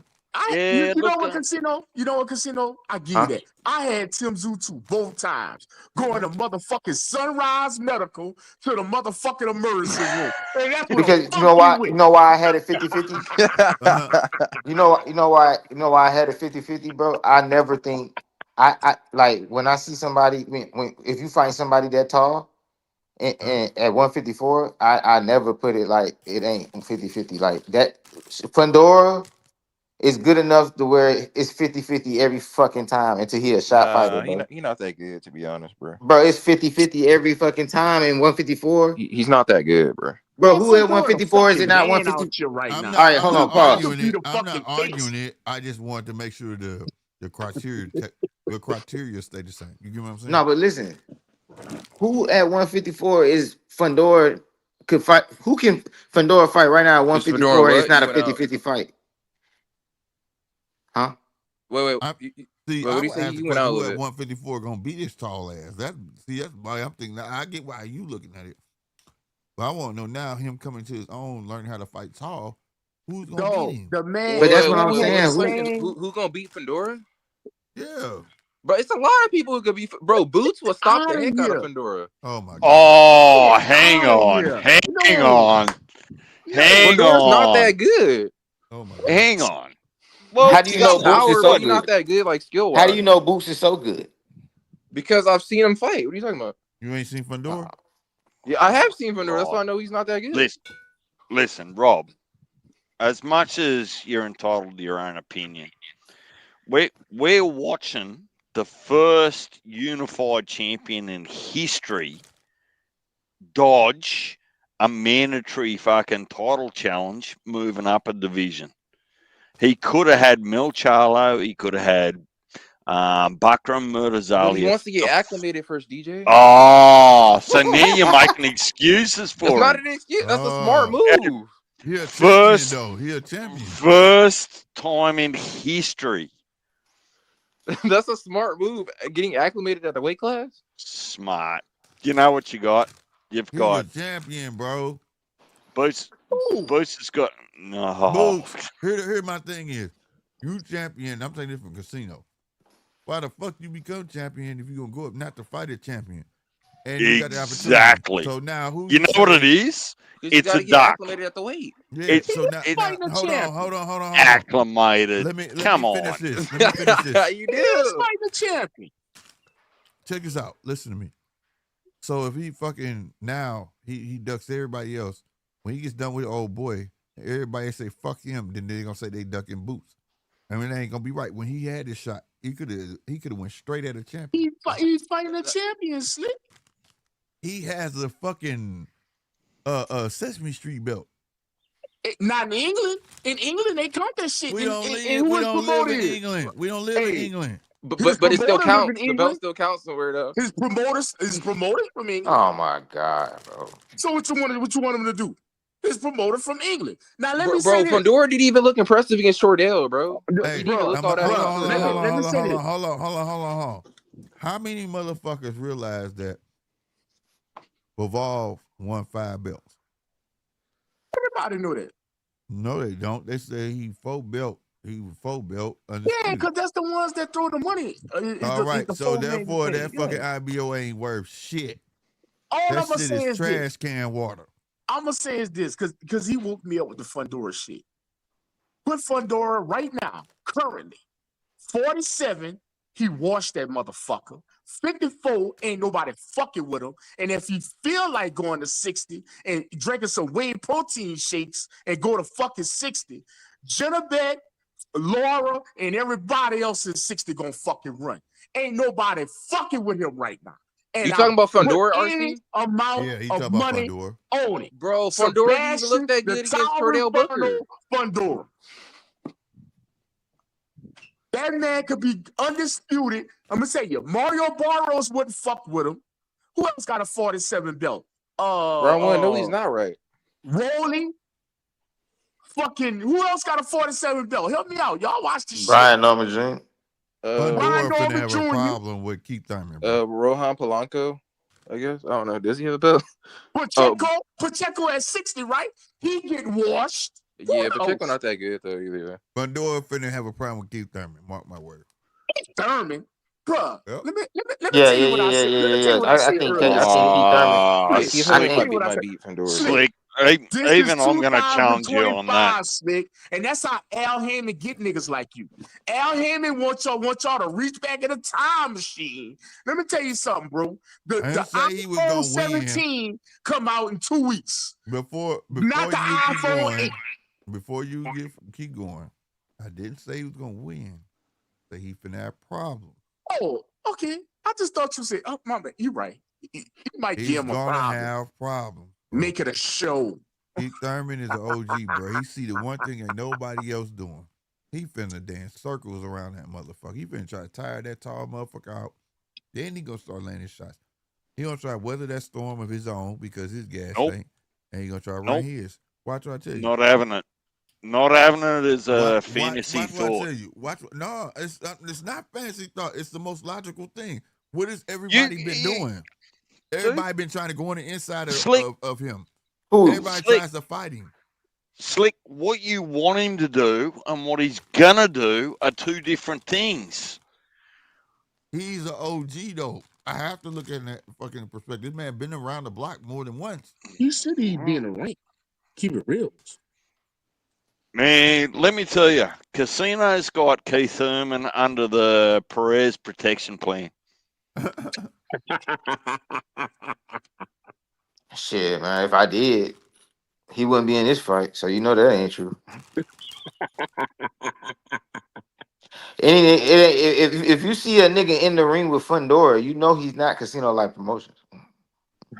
Let me tell you something. Don't worry. Sunrise Medical Center emergency room has one of the best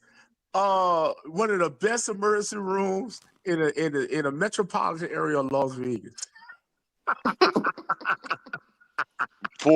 I hope Keith Thurman can beat this man, bro. I ain't gonna lie, bro. I like Keith Thurman right now. Like I want him. I wish he wasn't trying to be no sacrificial lamb. Like I wish he wasn't so desperate right now, bro.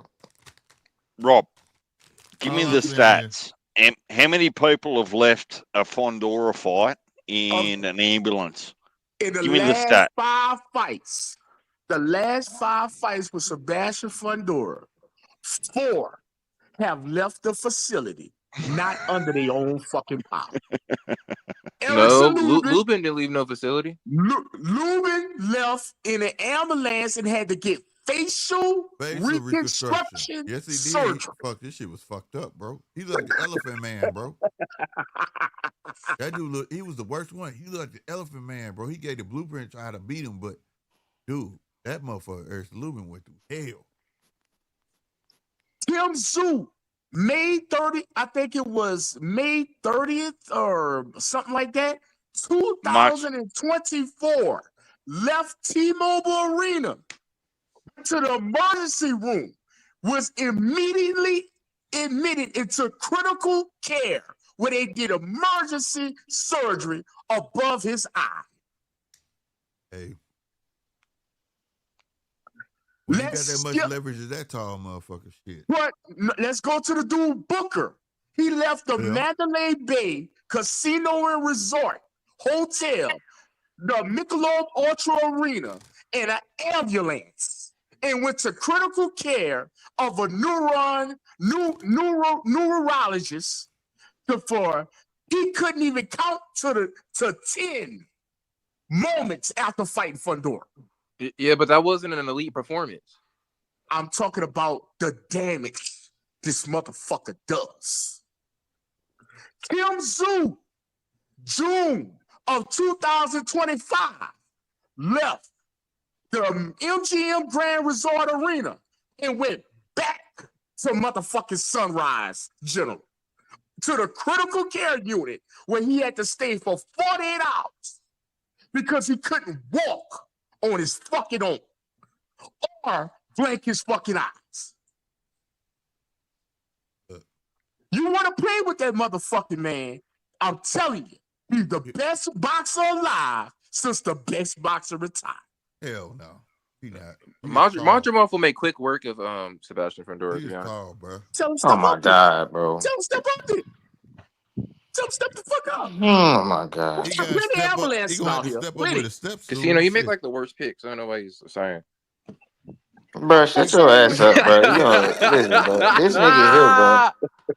This nigga here be talking about nothing. He got us on a whole rap. We used to have a whole conversation about some dumb shit he just said. You see what I'm saying? Oh my gosh. Tim Zug, whoever stepped to him got to come with steps to, but I'm gonna try a different approach. Mark my words, bro. I'm trying to tell you, Fundora had obliterated Tim Zug so bad that Slick 50 himself, who was covering the fight, thought the damn fight was stopped. Yep. But it wasn't. Tim Zug quit. Yeah. He shouldn't have quit. What you mean he shouldn't have quit? He couldn't continue, Slick. What are you trying to kill him? Mm-mm. He was just getting started to get the best of that motherfucker. Just started. Go on your shield, bro. Nah, he did start getting the best of that motherfucker. He started getting the best of him. I thought he was gonna come back, bro. I was like, oh shit. I did too. And then the shit was over. As soon as he got down and did that, it was over, bro. That shit was lame as hell, bro. Bro, sometimes you gotta get in that corner, sit on that stool, and think about it. Yeah, man. I really want to keep fucking with him. Man, Tenzu, man, the downfall of Tenzu got to be studied, bro. We can't let this ever happen again. He said we can't never let this happen again. Crazy, bro. But no, it's not over Tim Zhu, man. He fought with that tall motherfucker. Shit. He gonna be a problem for anybody. Ain't man, like shout to garbage. The big fish, Errol Spitz, who was garbage, scheduled to fight the man.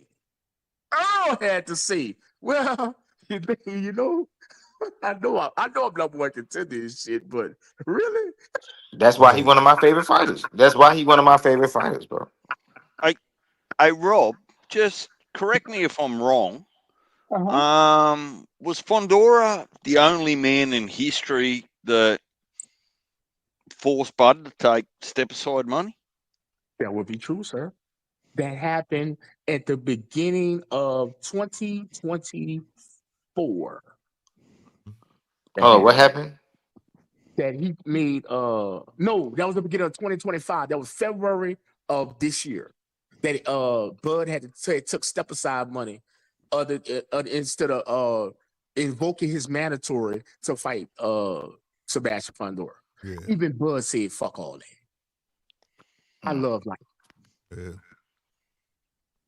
I don't blame nobody, bro, because for what, bro?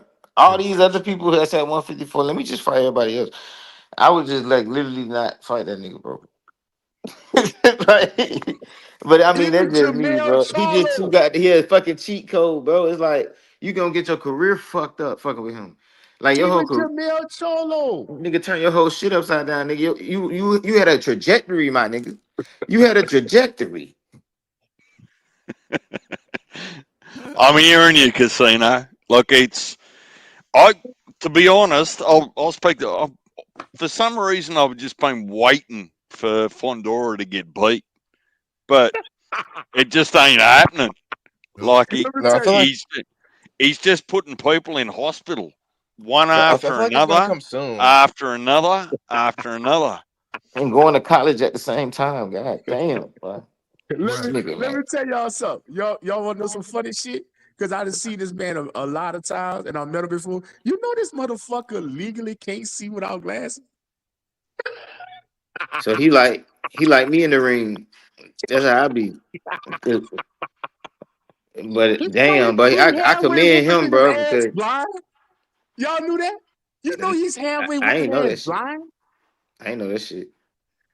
Real talk. That nigga eyes is bad. Why he don't get LASIK? He need to get LASIK surgery. He probably started going. If he get LASIK surgery, he might be the greatest boxer of. Bro, listen. Matter of fact, don't do that. Don't do that. Stay blind. If that's him blind, Stay blind. Bro, you know, because I was watching this shit after the Tim Tszyu fight MGM Grand this past summer, they had his glass. They put his glasses immediately on him before he got out the ring, so he could walk down the aisle to the back. God damn. See, like y'all the type to look at knockouts or think somebody good, bro. Oh man, bro, this man really be hating on niggas with if power you and get shit. Knockout, you gotta. I don't. I'm just saying, like, you gotta have power. Not the Bro, end the all. man got skills, bro. Just because the man got power Rob, don't mean they don't got no skills, bro. That's where people be fucking up with that Fundora shit. one of them people though. You don't. Bro, sometimes niggas got the whole package, Rob. For real. Sometimes it's the truth. Like the lucky knockouts don't outweigh the skillful knockouts, bro. Bro, you got to respect this about Fundora. Yeah, he got put down by old boy, but it's like a Brian Norman story, bro. Everybody be on this channel knew I used to drag the fuck out of Brian Norman, bro. I was in T-Mobile that night when he fought Quentin Round. This dude really came fucking back. This dude then giant it up, as we say in New Orleans. Dog, he the man now, bro. Sometimes you just fix your wrongs, my nigga. That's just keep it real. That's true. I mean, Fundora didn't learn from his mistakes. He got in the gym. He didn't complain. He didn't cry. He worked on his shit. Yep, that's real. He improved every fight. Yep. I mean, that's why. I mean, I give it to fucking Brian Norman. That man got in there. He don't smother his shit no more. He knocking motherfuckers, bro. He doing his fucking thing. Shot it. And guess what? He a motherfucking champion now. Just like and that rematch with Tim Tszyu and Fundora, the old Fundora. I mean, bro, listen, bro. That second fight was not how that first fight was finna go. Right. Like before that cut, it was not finna go like that, bro. Like it would have been. We wouldn't even been going through all this shit if it wasn't for that cut in my mind.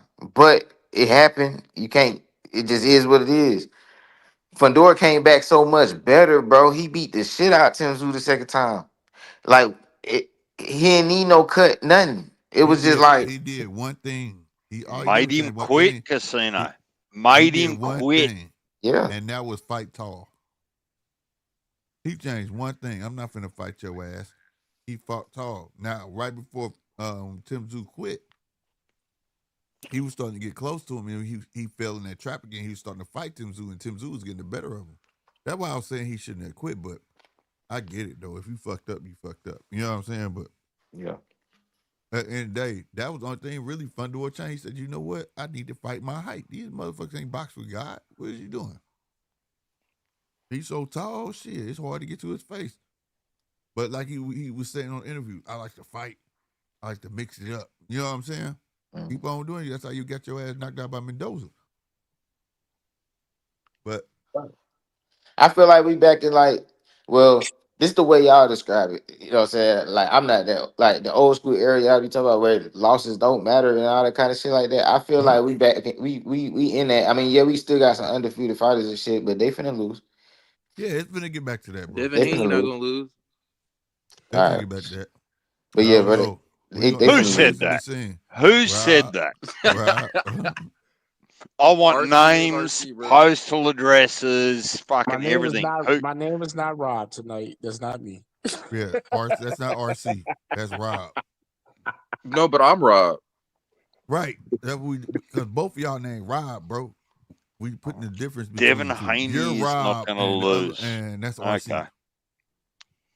But, yeah, and you know what's so crazy, Slick? My birth certificate says RC. What the fuck? Why does it say RC? What kind of birth certificate you got? Oh man. Yeah, my real name is RC. That's so crazy, bro. This is weird. No, like the two letters, the two alphabets R and C is your yes, that's my real name. That's my real name. That's on my like the abbreviation. Hold up. Don't tell me. Come on, bro. Y'all entertaining that bullshit. Don't tell me you're related to Royal Crown Cola. Don't tell me that. No, if you're related to RC Cola, it makes sense. Rob Jenkins? Yeah. That's my. Here's what I'm going to say to you about Devin. You rich. You rich. Whilst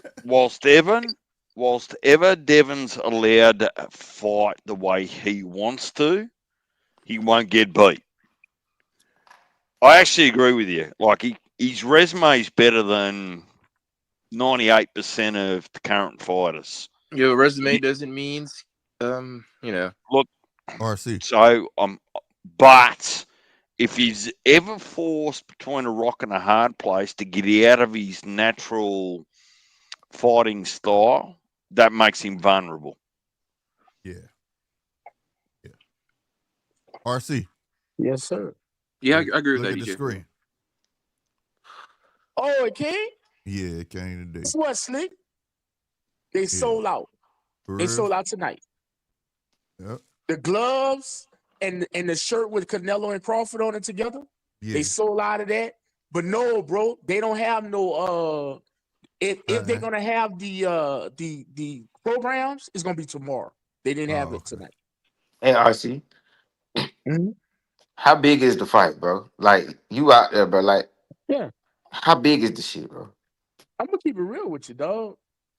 It's pro fucking Canelo, dog. It's like we were saying. You know how I was saying 95-5 last night? It's more like 92-8. It's crazy, bro. What he's saying is it's like crazy magnitude. because is it huge? Is it like a hit? Yeah, I'm saying no. Everything is fucking Canelo Crawford here. Everything. Like, I'm gonna be honest with you. Like, one thing about Vegas, they do shit to like cater to the crowd, and by being Mexican Independence Weekend, so every casino, every little concert hall, everything is for Mexicans. So they know they're gonna have some Canelo people here. So they did a Southern Soul concert in North Las Vegas. So that would be like for the Canelo, for the Crawford people, and they had they got 803 Fresh out here tonight. They got like all the Southern Soul people. So it's lit though. I'm basically lit asking over there, but you know the crazy shit? All the people over there popping the fans and the boots on the ground. No, but I'm saying, bro. I'm saying, bro. Compared to other big fights, is the shit big? Like, how big is the fight? That's what I'm saying. No, Like, it's big. It's big. It's like the biggest fight since, seriously, I've seen since Ryan and Tank. Okay. Ryan and Tank was fucking crazy. Okay. But it's big like that, bro, for real. But it's kind of skewed because like Canelo's like a fucking monster. Like right now, you can't buy shit Canelo nowhere. If you want Canelo, you're gonna have to go on fanatics.com. Like, seriously. Damn. Yeah, everything is fucking Canelo. Nigga, people lying on flyers talking about Canelo gonna be hosting parties and shit. Canelo ain't coming. Nigga, it's fucking crazy. Hennessy out here got special Canelo engraved bottles and shit. That shit's selling out. And no disrespect, Mexicans don't even drink Hennessy like that, but they drinking it because Canelo name on it. You know? Yeah, they drink tequila. But what you call the Mexican monster should be where Canelo is, to be honest. Like, he has the skills that deserve all that fame and stuff. Canelo everybody where they supposed to be in life. Nobody deserves nothing, nigga. You gotta get what you gonna get. Yeah, but it's you all get about what you Canelo. earn. No, you get what I'm God saying gives you gotta get what you gonna get. Like, that's what I'm saying. You gotta go get what God has in store for you. He's not supposed to. Canelo supposed to have what Canelo got. David Benavidez got to get what he supposed to have. That's what. Canelo not supposed to have. That was gifted by God to him because his skill. I mean, David got the better skills. That's why he should have all that. I mean, you can feel like that, but he got to prove it. I'm gonna be He honest has with proved you, it. Rob. When Benavidez got a fight out here, it's just it's not as big as Canelo, but it's big. And that's the problem. It's big, but he's not Canelo, bro. I'm gonna keep it real. He better, RC. I agree with you. But it's a namesake. Namesake Canelo just fucking crazy. Like everywhere. Like right now, if I had a print machine that did t-shirts, I would just put CAs on it, and I sell them shits out in an hour. Like real shit. Like they even paying $50 for the Canelo bandanas. You know the shit he tie around his head to do the ring walk? Them shit's $50, and they selling like hotcakes. Wow. A Canelo shirt is $60, bro. Like real shit. So it's fucking crazy, bro. And shout out to Floyd. Floyd put it out years ago. A Mexican versus a black dude is the green print. And it's some real shit. It's real shit, bro. Yeah, and it's Mexicans for Crawford. It was I got a friend, I don't friend, think bro. I don't think David Benavidez is better pound for pound. I think he's just he a can't be till he bigger. prove it. He's just a bigger nigga. He has proved it. No, he ain't. He hasn't proved it. He No, he ain't proved he better than that. Yeah. Every fight I've seen so far, not I've pound seen for better pound. You got to skills. hear what I'm saying, bro. I'm saying pound for pound, bro. You And gotta I know prove they in the same weight class. Well, they was. I know they was in the same weight class, bro. But they're two different size men, though, bro. You got to be for real, for real. Like on some real shit. Like that's just two different size men, for real. They just happen to be in the same weight division because Canelo, huh? No, what I'm trying to explain to him is Benavidez is in that same predicament like how Bud was. There really wasn't nothing there for him to eat off of. But look you at get this. what I'm saying?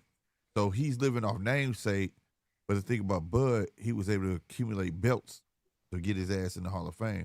Whereas Benavidez ain't never been undisputed. He's been undisputed for his interim belts, but he's never been. You get what I'm trying to say? So how can he be pound for pound if he hasn't really accomplished anything? Yeah. He just hasn't, and that's not his fault. He just was in a division that really didn't have nothing. He had to fight a lot of leftovers coming behind Canelo. You get what I mean? So that's why he was chasing Canelo. That's his unicorn. He fight Canelo, that puts him on fucking top. You can't say nothing about him because he's the man. Every time he fight a name, they gonna say, well, Canelo beat him first, and he damaged him. He was damaged goods. You get what I'm trying to say? Yeah. But he never fought Demetrius Andrade and Benavidez. Well, this is at 175. I'm talking about at 168.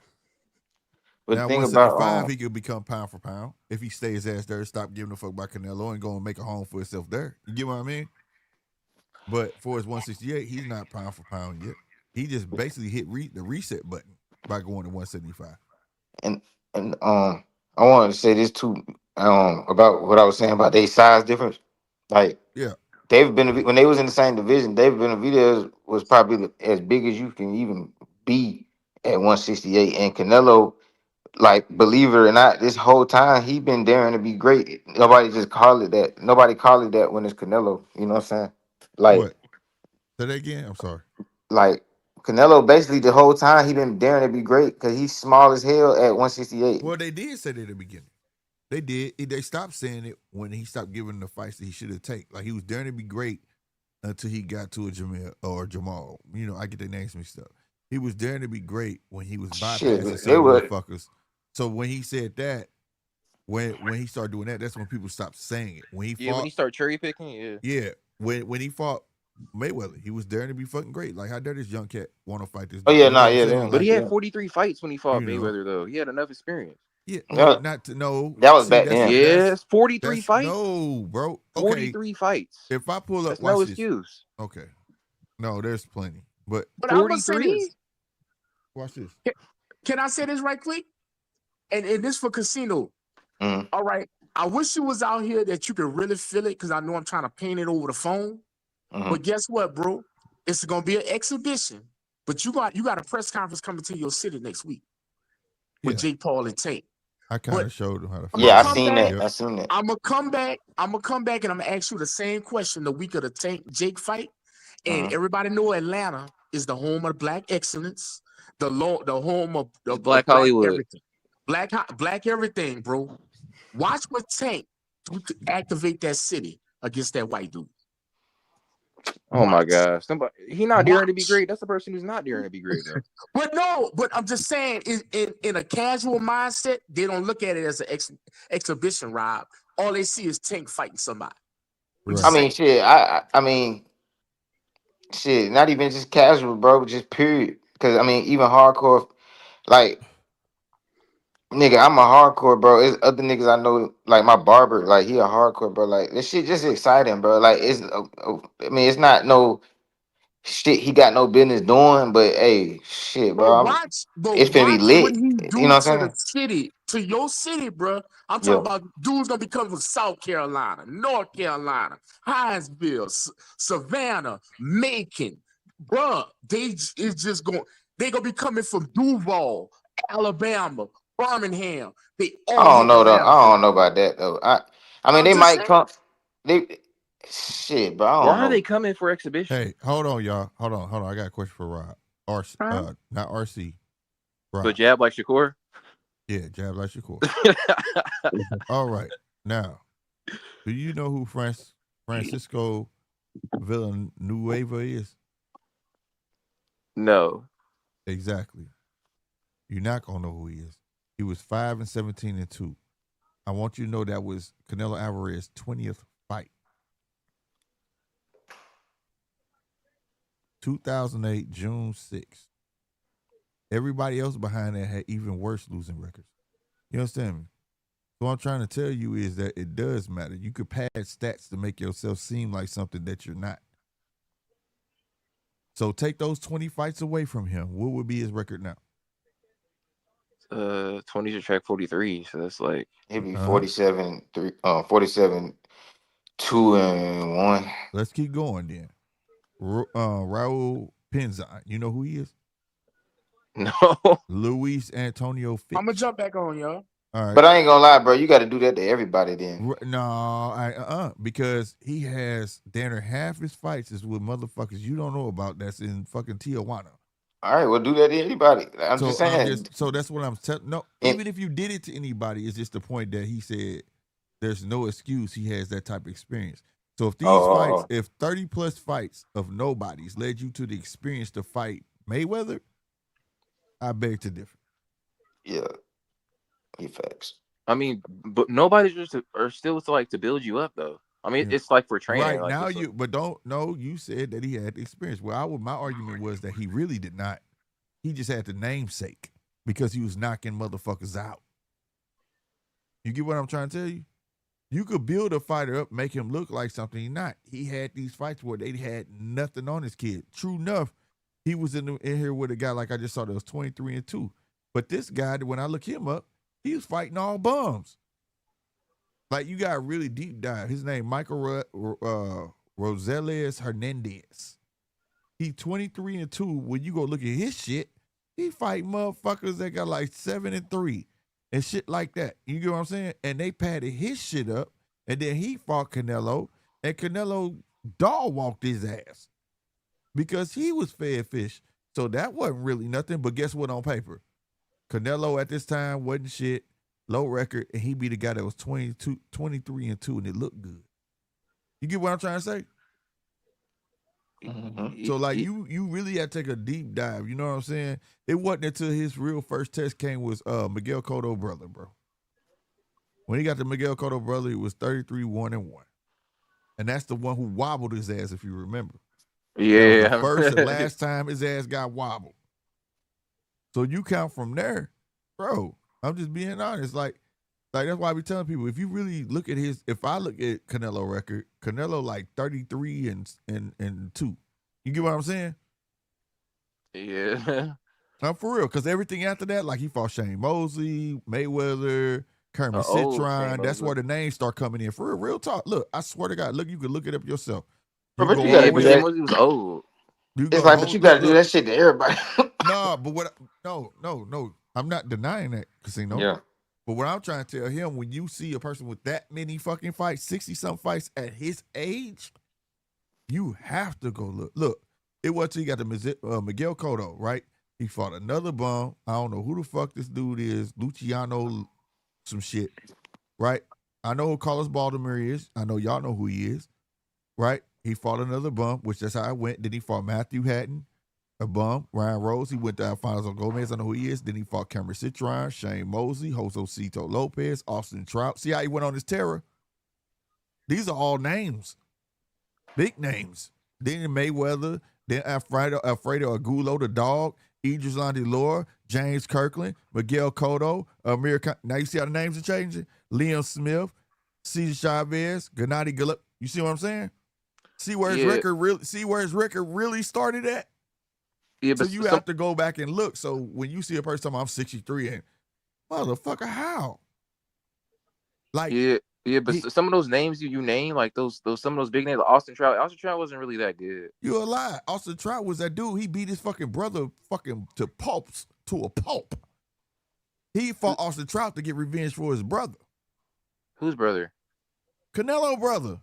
Canelo had a brother who was fighting? Oh my God. Canelo got 6 brothers that fight, nigga. Bro, are you fucking serious, bro? Yes. Is it 6? It's somewhere around there, but he It's beat 5 the or fuck 6 out of brothers his brother. that fight. His brother wasn't that good, and arguably, Austin Trout was giving Canelo problems, but Canelo figured it out and started beating his ass.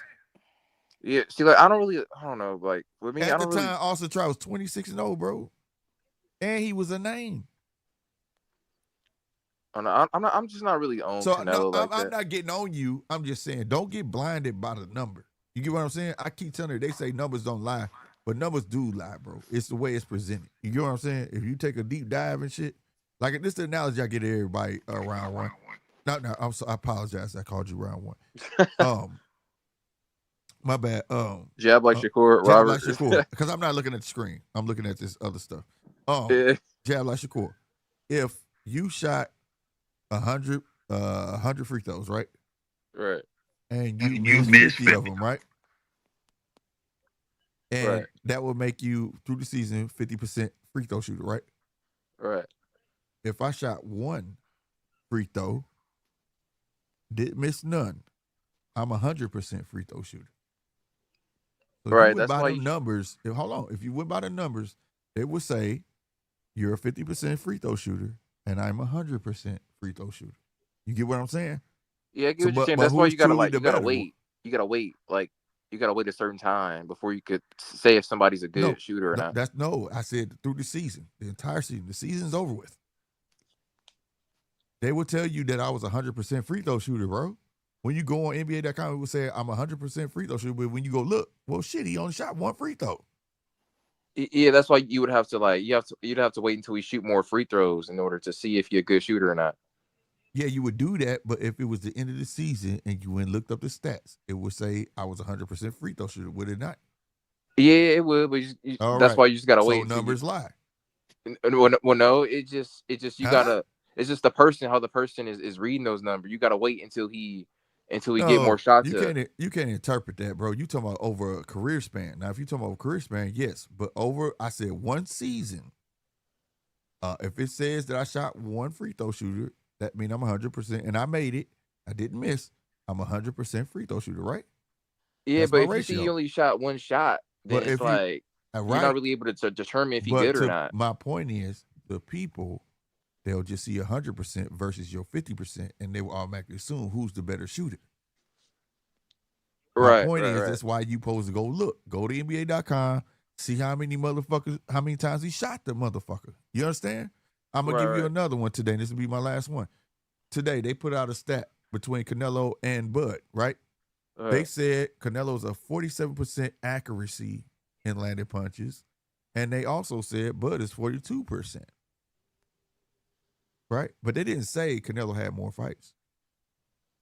You understand? Right. They didn't say Bud had less fights. They just put the percentages out there, and people were running with it. Well, he's more accurate.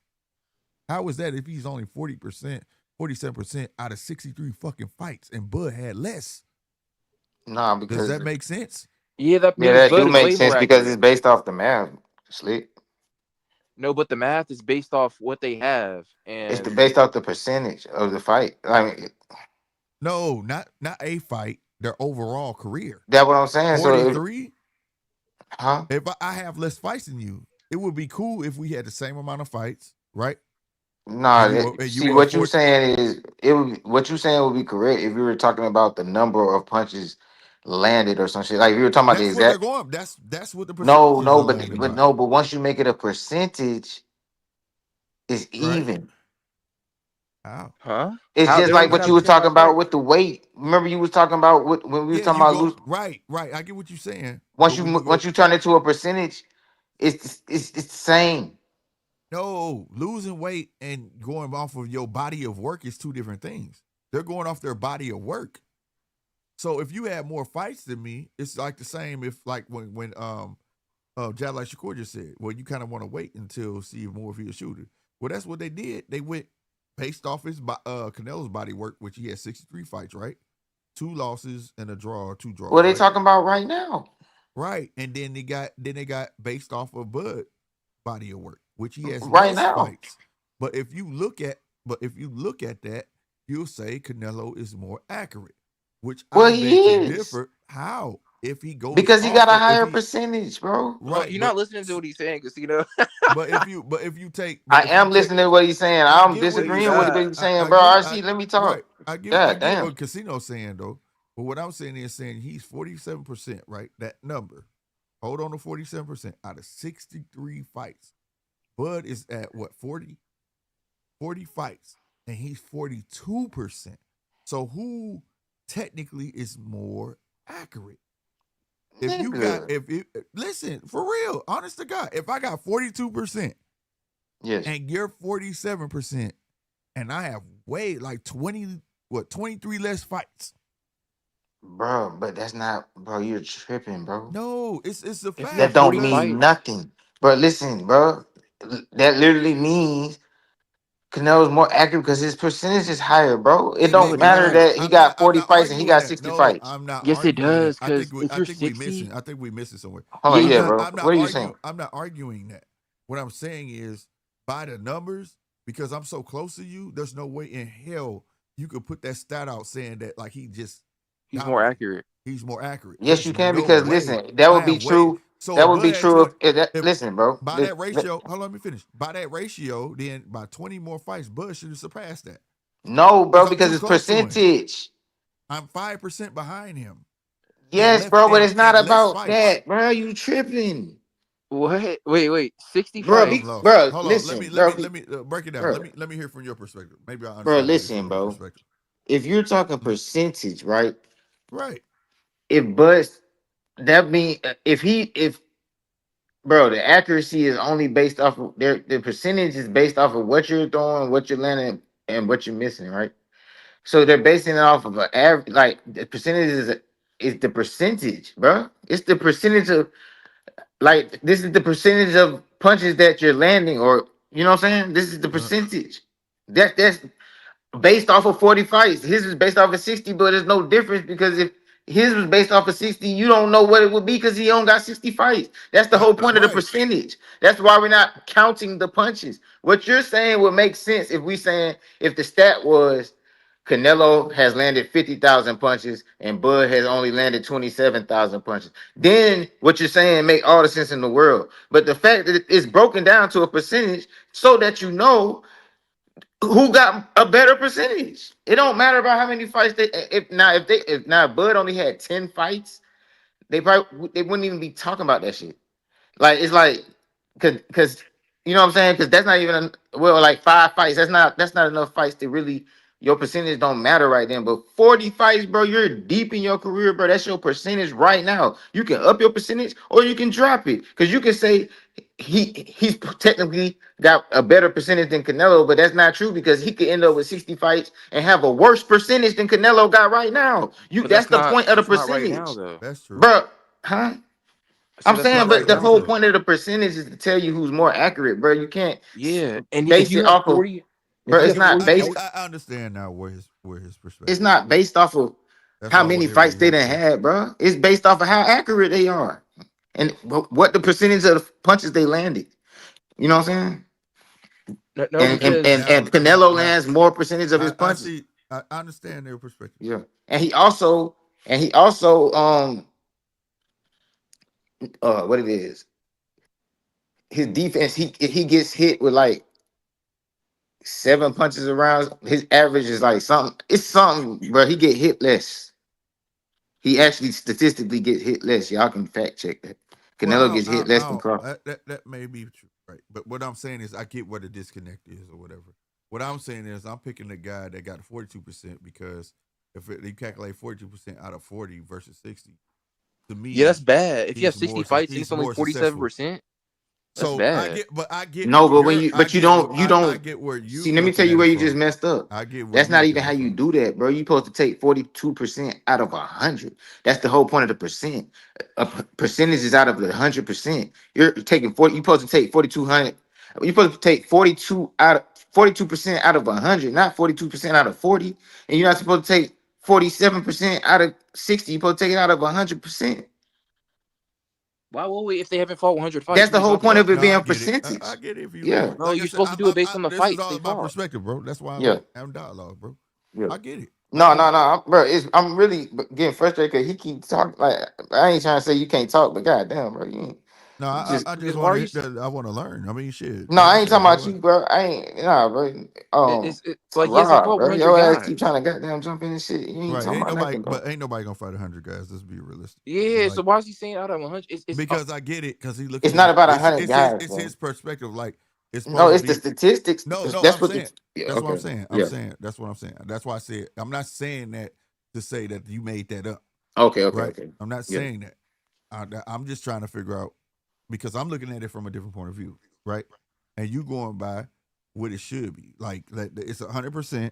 They're going off his body work, so his 40% is 100%, right? And his not 40%. I'm sorry, his 40 fights is 100%. That's his totality. Exactly. And Canelo totality is 63 fights, right? And two losses and I think 2 draws, something like that. No, 1 draw. That's 1 draw. That's his 100%.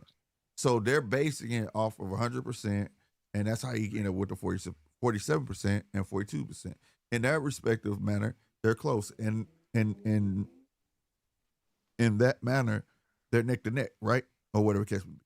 The way I was looking at it was because he understood the way I was looking at it. I just thought he didn't understand what I was looking at. But he's telling me that that's not a good way of looking at it because if you go off his 40, just saying 40 fights and saying 63 fights, he can understand how I came up with that, but that's not the right way of looking at things. That's not how they averaged it, right? I didn't look at it like how Casino's looking at it. You see what I'm saying? Now, if I did, I probably would come with the same answer you did. But I was looking at it as like, okay, well, if you going by his 40 fights, you going by 63 fights, goddamn me, technically, I would be right. But it's more accurate. But that's not what they went off of. The percentage is based off 100%. So this is the important of dialogue. You get what I'm saying? Like my perspective isn't everything. Like I tell everybody, I'm not on here to be the teacher. You get what I'm saying? I like having conversations so I can learn. So now I understand what he's saying. But even still at 100%, they're neck to neck. Yeah, they neck and neck for sure. That's what I'm saying. They neck and neck, and bro, they literally like 0.1 apart on punches on the defense on the defense. I can't even remember which one it was, but the defensive statistic that I was looking at, but them niggas like 0.1 apart. Right. You know what I'm saying? So they just like, bro, them dudes is like, this is a close. I mean, you know what I'm saying? On paper, it's a close fight, like statistically, but but since it's so close statistically, now I got to look at what they've been doing. I'm looking at Canelo, what he been doing, what weight class he been fighting in. Right. You know what I'm saying? Right. So we on the same page. Like you just have to take a deep dive and shit. And like I say, have a conversation because I'm glad he did that. So now I'm gonna look at shit in a different way. But like that's why we just telling people like when you see big records or things like that. Like for instance, Abdullah Mason, you watching how he coming up right now. You get what I'm saying? It's undeniable what they're doing. But I did it with Tank and I did it with Shakur. Shakur's fast track. Shakur technically has more stability in his record than Tank does. But I understand what they was doing with Tank. See, it's also about understanding. Sometimes you take fights because you can have a guy that's fucking 5 and fucking 40, right? But you're going to put him in the ring with him because he has that experience. He has nothing to lose. You understand what I'm saying? He's going to press my guy. Let's see if he can withstand pressure. You get what I mean? Yeah. Most of these might be situational fights. But when you fighting in local bars, when you doing shit like that and they let you count that shit, that's why I tell everybody that when I started counting Canelo record, he was like, to me, 17-0 at the time. You know what I'm saying? Because I already knew what goes on. It's like Devin. Where did Devin start his career at? Mexico. Can you name any of them fighters? Nope. Brian Norman Jr. did the same thing, I think. See what I'm saying? So it's like you have to look at that, bro. You have to look at that. Not out of neglect, not out of to be evil or anything like that. Spite. But see, I count for them. I count them fights for other reasons too, though, because like even, but no fight is for nothing. Like no, I wasn't done. So like, let's say you fight a guy that's 16 and 20, right? Mm-hmm. And then I'd be like, damn, you was fighting a bum. That nigga a bum. But I go to that guy's record that was 16-20. What if his first 16 fights, he was 16-0? You see what I'm saying? Like, all that shit played. If he was 16-0 and he just went on a losing streak, that's one thing, but that don't mean that he was garbage and he ain't too much garbage because you put him in the ring to challenge your fighter. I get him before I get a guy who's just losing out the gate. You get what I'm saying? So like, and like you was gonna say, it's the help your fighter get better.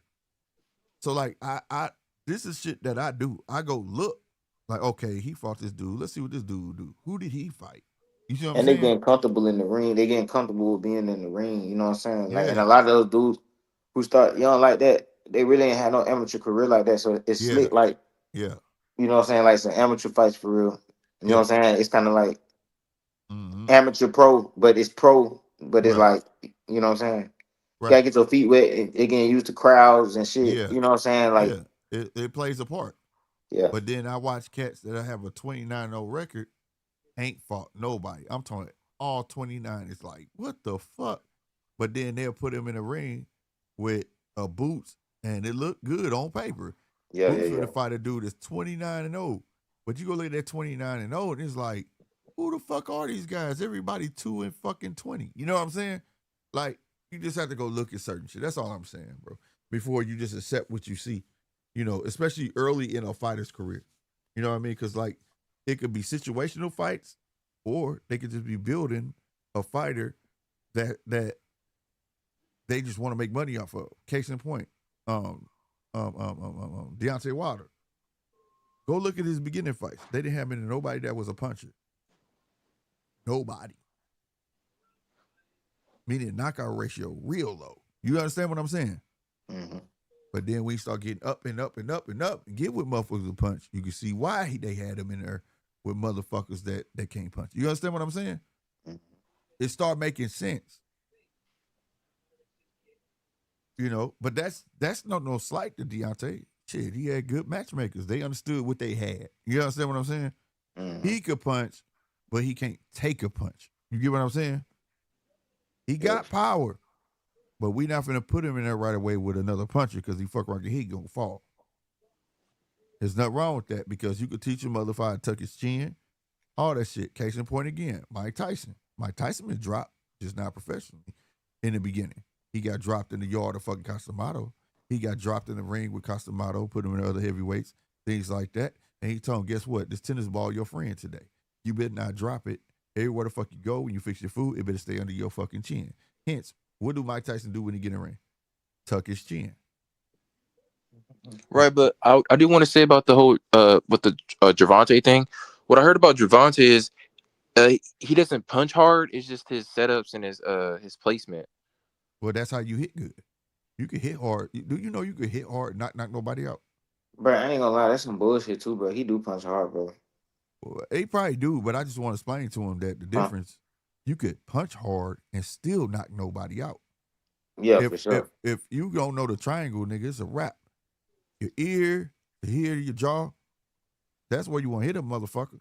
If you can't hit good, mean place your punch, don't mean shit. Especially if you ain't turning that bitch over. Another case in point of that. I know I got tons of examples on these topics. It's crazy. Y'all hitting everything I be looking at. Tyson Fury. He didn't start knocking shit out till he got with who? Sugar. Sugar taught him how to turn the punch over. Hey, Slick, but check this out. Rob, who the Oh, with me? person He talking to you, who other Rob gone. Oh, okay. yeah, who the people who were saying the shit that you said? Oh, that he's not really able to punch hard. Yeah, who said that? My friend. My friend has said that. My chill friend said that. And he actually boxes.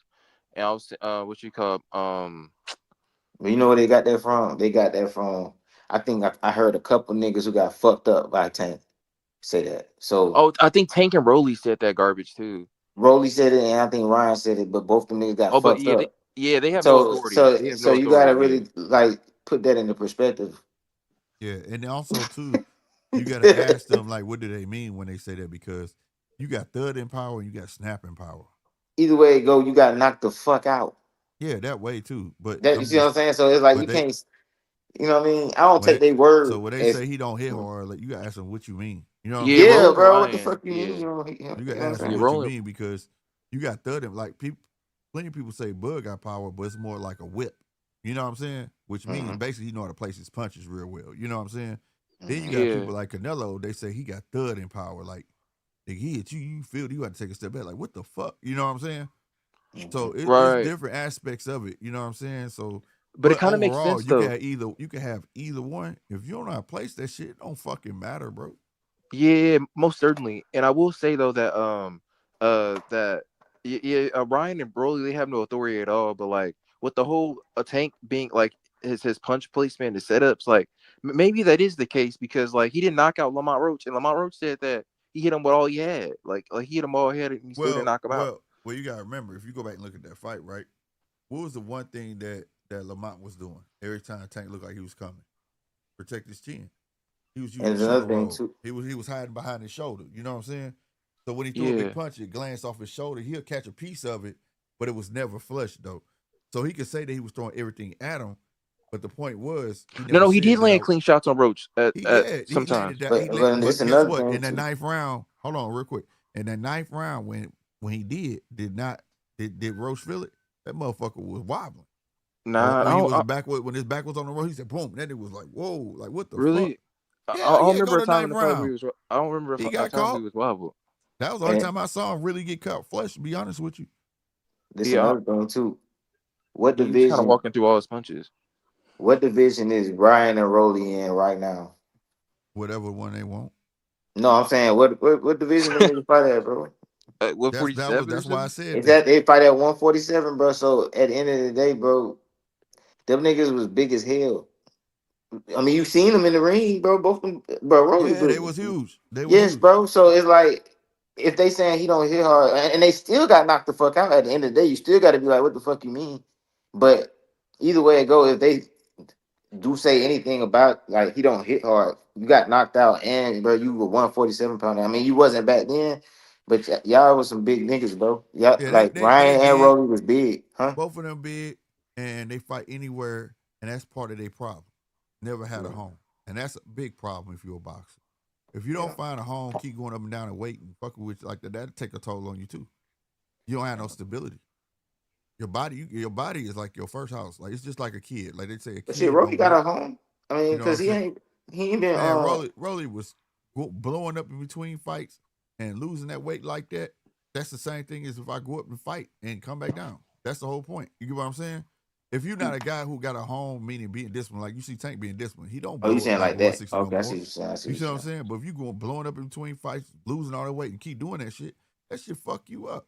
That's what you mean. Yeah, that shit. I thought you meant like stop moving back and forth for weight classes. No. If you discipline and you take a fight and go up, that's that, right? But if you going up because you're not 135, but I walk around 170, and then a fight come up, I got heard him lose motherfucking 40-something pounds. You get what I'm saying? Yeah. And you constantly doing that shit, bro. That shit'll tear your ass up, man. Your body is not gonna agree with what the fuck you thinking. Your body will tell your ass, bro.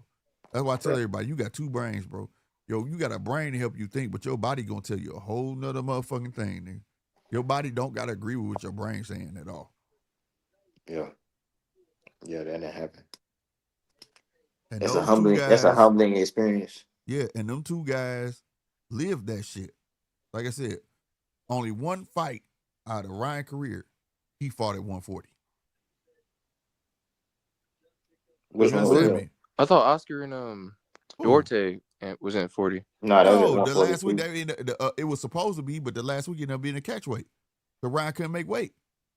Bro, yeah, he's always, I don't know, he's not like Ryan's just garbage. Telling you, bro. So why did he lose all the way to get down to 43 when he knew he couldn't make 140? But the only fight that you saw what happened, what he had to do to himself to get to 140 when he fought who? Tank. Yeah, it's a weight drainer, yeah. No, he weight drained. See, that's why I beg to differ. He weight drained himself. He knew he couldn't make that. Yeah. Why the fuck I'm gonna let you watch? What the fuck I'm gonna be a 135 pounder and fight your ass at, You understand what I'm saying? No, man, I ain't fuck all that. Right. No, I'm not gonna do that. He told, and Tank didn't hide it. Man, you see that dude on stage? He said it white. He said, "You see that dude up? You see him now? You see how big he is? Tank's a little guy." Right. So like, that's all I'm saying. Like, that's why I wasn't on there. Like, oh, Tank weight drink. No, Nah, you gotta ask a nigga like, go ask Hector Garcia if Tank hit hard. Yeah, like that's all I'm saying, bro. At the end of the day, like. That nigga said that shit, I wouldn't no excuse with that shit. People trying to dog Tank for that, but I ain't see it because, nigga, you trying to fight at 135 pounder. You don't gotta take that fucking fight. No, and then even when you don't take the fight, your ass trying to fight at 143, and you really can't make that. But you trying to blame Tank, talking about he weight draining you. You already weight draining yourself. You not even supposed to be fighting at 143.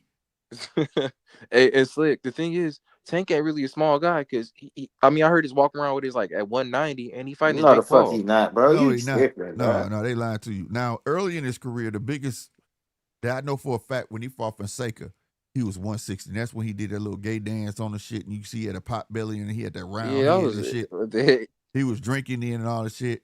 But now that he disciplined, dude, stay 130, 135, 140, like in that realm. No, but his walk around weight though is like 190. That's what I heard. No, we talking about walk around. He's talking about he stays there because that's unhealthy for his height. That's why I tell everybody they want him to go to 140. They want him to go to 147. Yes, he could possibly do it, but Tank has to fight his height, bro.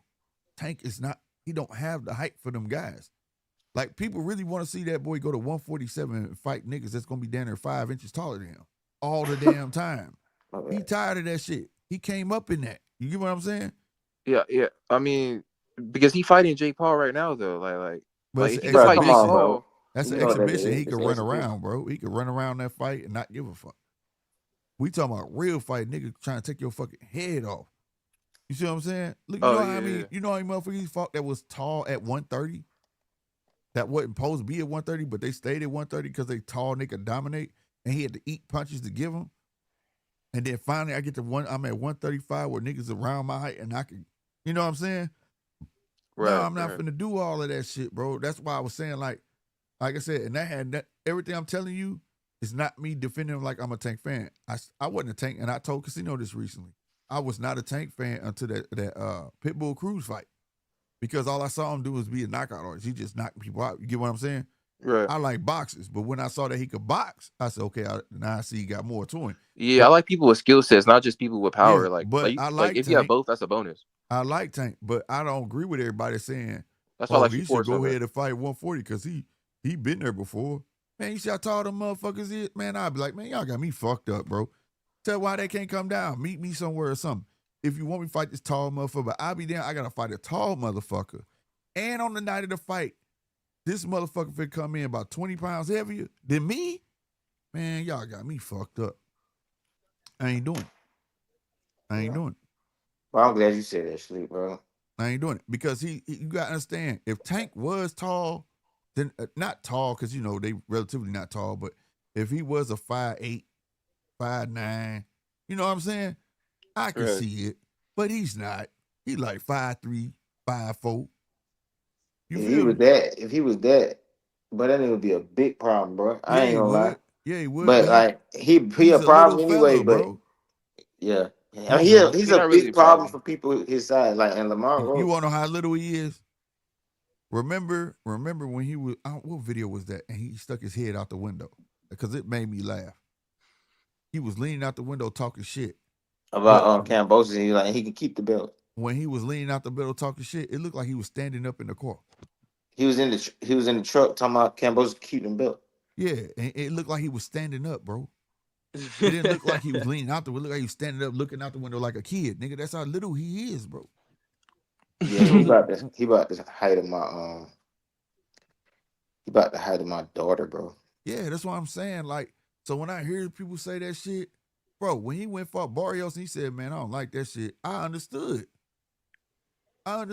bro. This dude got to break his neck and look like he looking at the sky when he look at these tall motherfuckers. Man, I ain't doing all that. For what? Salutes to Peso G's. He said Vargas or Walsh. I'm gonna be real with you, man. I want Vargas. You know, this is his time to shine. that boy Walsh is a bad boy. And it's going to be a tough fight. I'm rooting for Vargas, but I ain't going to lie. I kind of feel like Walsh going to get it. And I'm going to tell you why. Vargas got what you want in a fighter, except one thing. Fucking accuracy. He don't got no accuracy. None. He be throwing the right combinations. It just be like, where was you throwing it at? You know what I'm saying? Like, god damn, that 3-piece supposed to be at the head. What was you doing, bro? Like, he might need some surgery too. His timing be off. But you know, he be having it's just his timing and his accuracy. But that boy Walsh a bad boy. I mean, Callum Boss, he does keep his hands down. I heard. But he a fighter though. He fight. He can take a punch. He can give a motherfucking punch. Yeah, you know what I'm saying? He can take Walsh just punch. isn't defensively responsible, right? I don't want to tell you where to put your money at, Peso G's, man. But if it was me, I'm putting it on Walsh. I don't think he's knocking Vargas out though. So I would definitely not do KO. But if it was me, I'm not telling you to do this. I'm saying me. My money would be on Walsh, bro. Just from watching Vargas, how he fight over on Marv Nation with guys that he should relatively beat. And he does. But it'd be like, did you? Wow. You get what I'm saying? You don't be running through him? He's not he's the brother that's kind of like, yeah, bro. He Kelvin Davis, bro. Yeah, he's the one where we like, okay, well, now we know why we're just not. Think about it. You're just not hearing about him because of his brothers. You understand that? He's the older brother, the oldest. So that means daddy knew you just didn't really. You get what I'm saying? We finna put some money in your pocket type shit. That's how I feel. But you just gotta watch him. The way he move. All he be having, it's just his act. I'm like, what are you doing, bro? Like, what? What? And he doing it. He think he doing the damn thing. Ain't laying shit. You know what I mean? So, you know, it is what it is. You know what I'm saying? Shout out to Abner Mares and Marv Nation. Because they do be putting some good fights on. They coming up in the game for his promoters, but you know, and they got that they helping them out because it's helping them too. You got a Vargas brother. You get what I'm saying? But this fight can put him on the map. If he's improved, right, this late and he do Walsh like that, like do him dirty, that's huge for him, bro. Like this is Super Bowl. No lie. This is his he the underdog in this shit. He's what the weight class he at? I want to say middleweight. That's what I want to say, middleweight. Oh yeah, I might be wrong, but I think it's middleweight. I know they ain't no 147. But shit, we'll see. I gotta go check him out. I don't even know if I ever seen him fight before. I seen his brother fight on UFC Fight Pass and other things, but you know, whatever. But yeah, he's nice, man. It's Slick. Why is Shakur so entertaining? Why is Shakur entertaining? Why is he so entertaining? Man, I'm finna get up out of here, man. He's entertaining to one demographic, bro. He's not entertaining the casino, bro. Because casino don't really have good boxing analysis. There we go, bro. You just be messing, bro. You be throwing that mess out there, bro. You just be messing. All right, casino, man. Much love, casino, bro. But yeah, no, man. Yeah, casino got a demographic that's just for boxers, bro. He's gonna be a boxer, and people just gotta accept it. He's gonna be a boxer that's gonna get revered when he retires. You know what I'm saying? Who? And it's always been like that. Shakur. He's always been, and it's been like that through boxing history, bro. People think Ali was loved. Ali wasn't loved. Like, he had fans, but there used to be tons of people that hated that man until he retired. Now he's the greatest. You get what I'm saying? Like, right. I'm being serious, bro. Motherfuckers hated him because he talked a lot of shit. You know what I'm saying? Fucked up a lot of money for people. Bro, on anything I love. Think about it. Then they tell you can't box no more because you ain't going to the army. Then you come back and you beat the man. Oh man, they hated him. They hated him. So like it was a lot. Mayweather, so on and so forth. All the boxers, most of the great boxers get hated, bro. Exactly. They get hated. Motherfuckers, like Sweet Pea, man, he don't throw enough punches for me. Man, they would find something wrong. But now you're a legend. You get what I'm saying? Right. You ain't gonna get that again. It's just that the brawlers and the fighters, they get loved while they're here. And 9 times out of 10, they're the ones like, you got deep you got to dig in the bag, and when somebody bring it, be like, oh yeah, I remember them. You know what I'm saying? Right. The boxers that made the fighters look foolish, they don't get no love till it's over because they too good. Nobody loves the motherfucker who too good, bro. Nobody. For sure. That is a fact in boxing, and that's beyond Shakur. If you too good, oh, they gonna hate you. You too good. People can't wait till you get your ass whooped. They hope you get your ass whooped. Right. And Peso. Peso in the comment section, he said Shakur last fight he was taking it to his opponent. Peso, Shakur so accelerating, bro. I can name 10 fights. I can name Shakur 10 fights right now, bro. I like Shakur. Shakur, only problem, right? Right. Is that I know you said he was taking it to him, right? I didn't feel that who? way.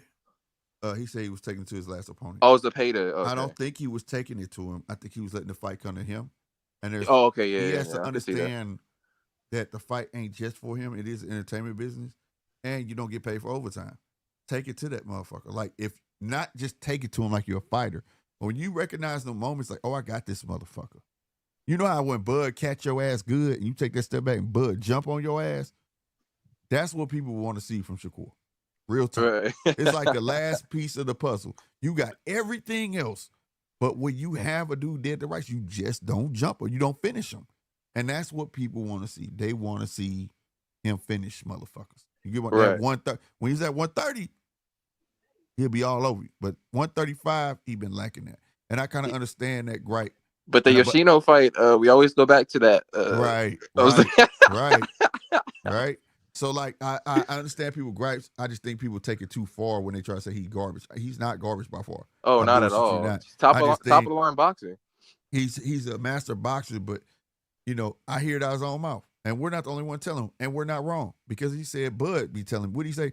Let your hands go. Bud be telling me that. Let my hands go. Andre told me that too. He be getting good. Motherfucker be telling him right. Bro, you be having these motherfuckers. I watched him with Josh Pally 3 times. He had dude dead to right. He let him off the hook. Work. He let him off the fucking hook, and I was pissed. Hartunia let him off the hook, and I was pissed. I wasn't pissed because he was losing. I'm like, dude, get this motherfucker out of here. I know. Boxers, somebody just said this on my channel, and it's 100% true. A boxer's KO is a TKO. TKO. That's all you got to do. Overwhelm them, they're going to stop it. Get him out of here. Shit. That's so funny with Shakur, bro. But that's the only thing, dog. So I understand, like, how some people be like, man, he full of shit. This is that third. But I've studied him so much where, like, he'll be whooping the dude ass and then he'll smile.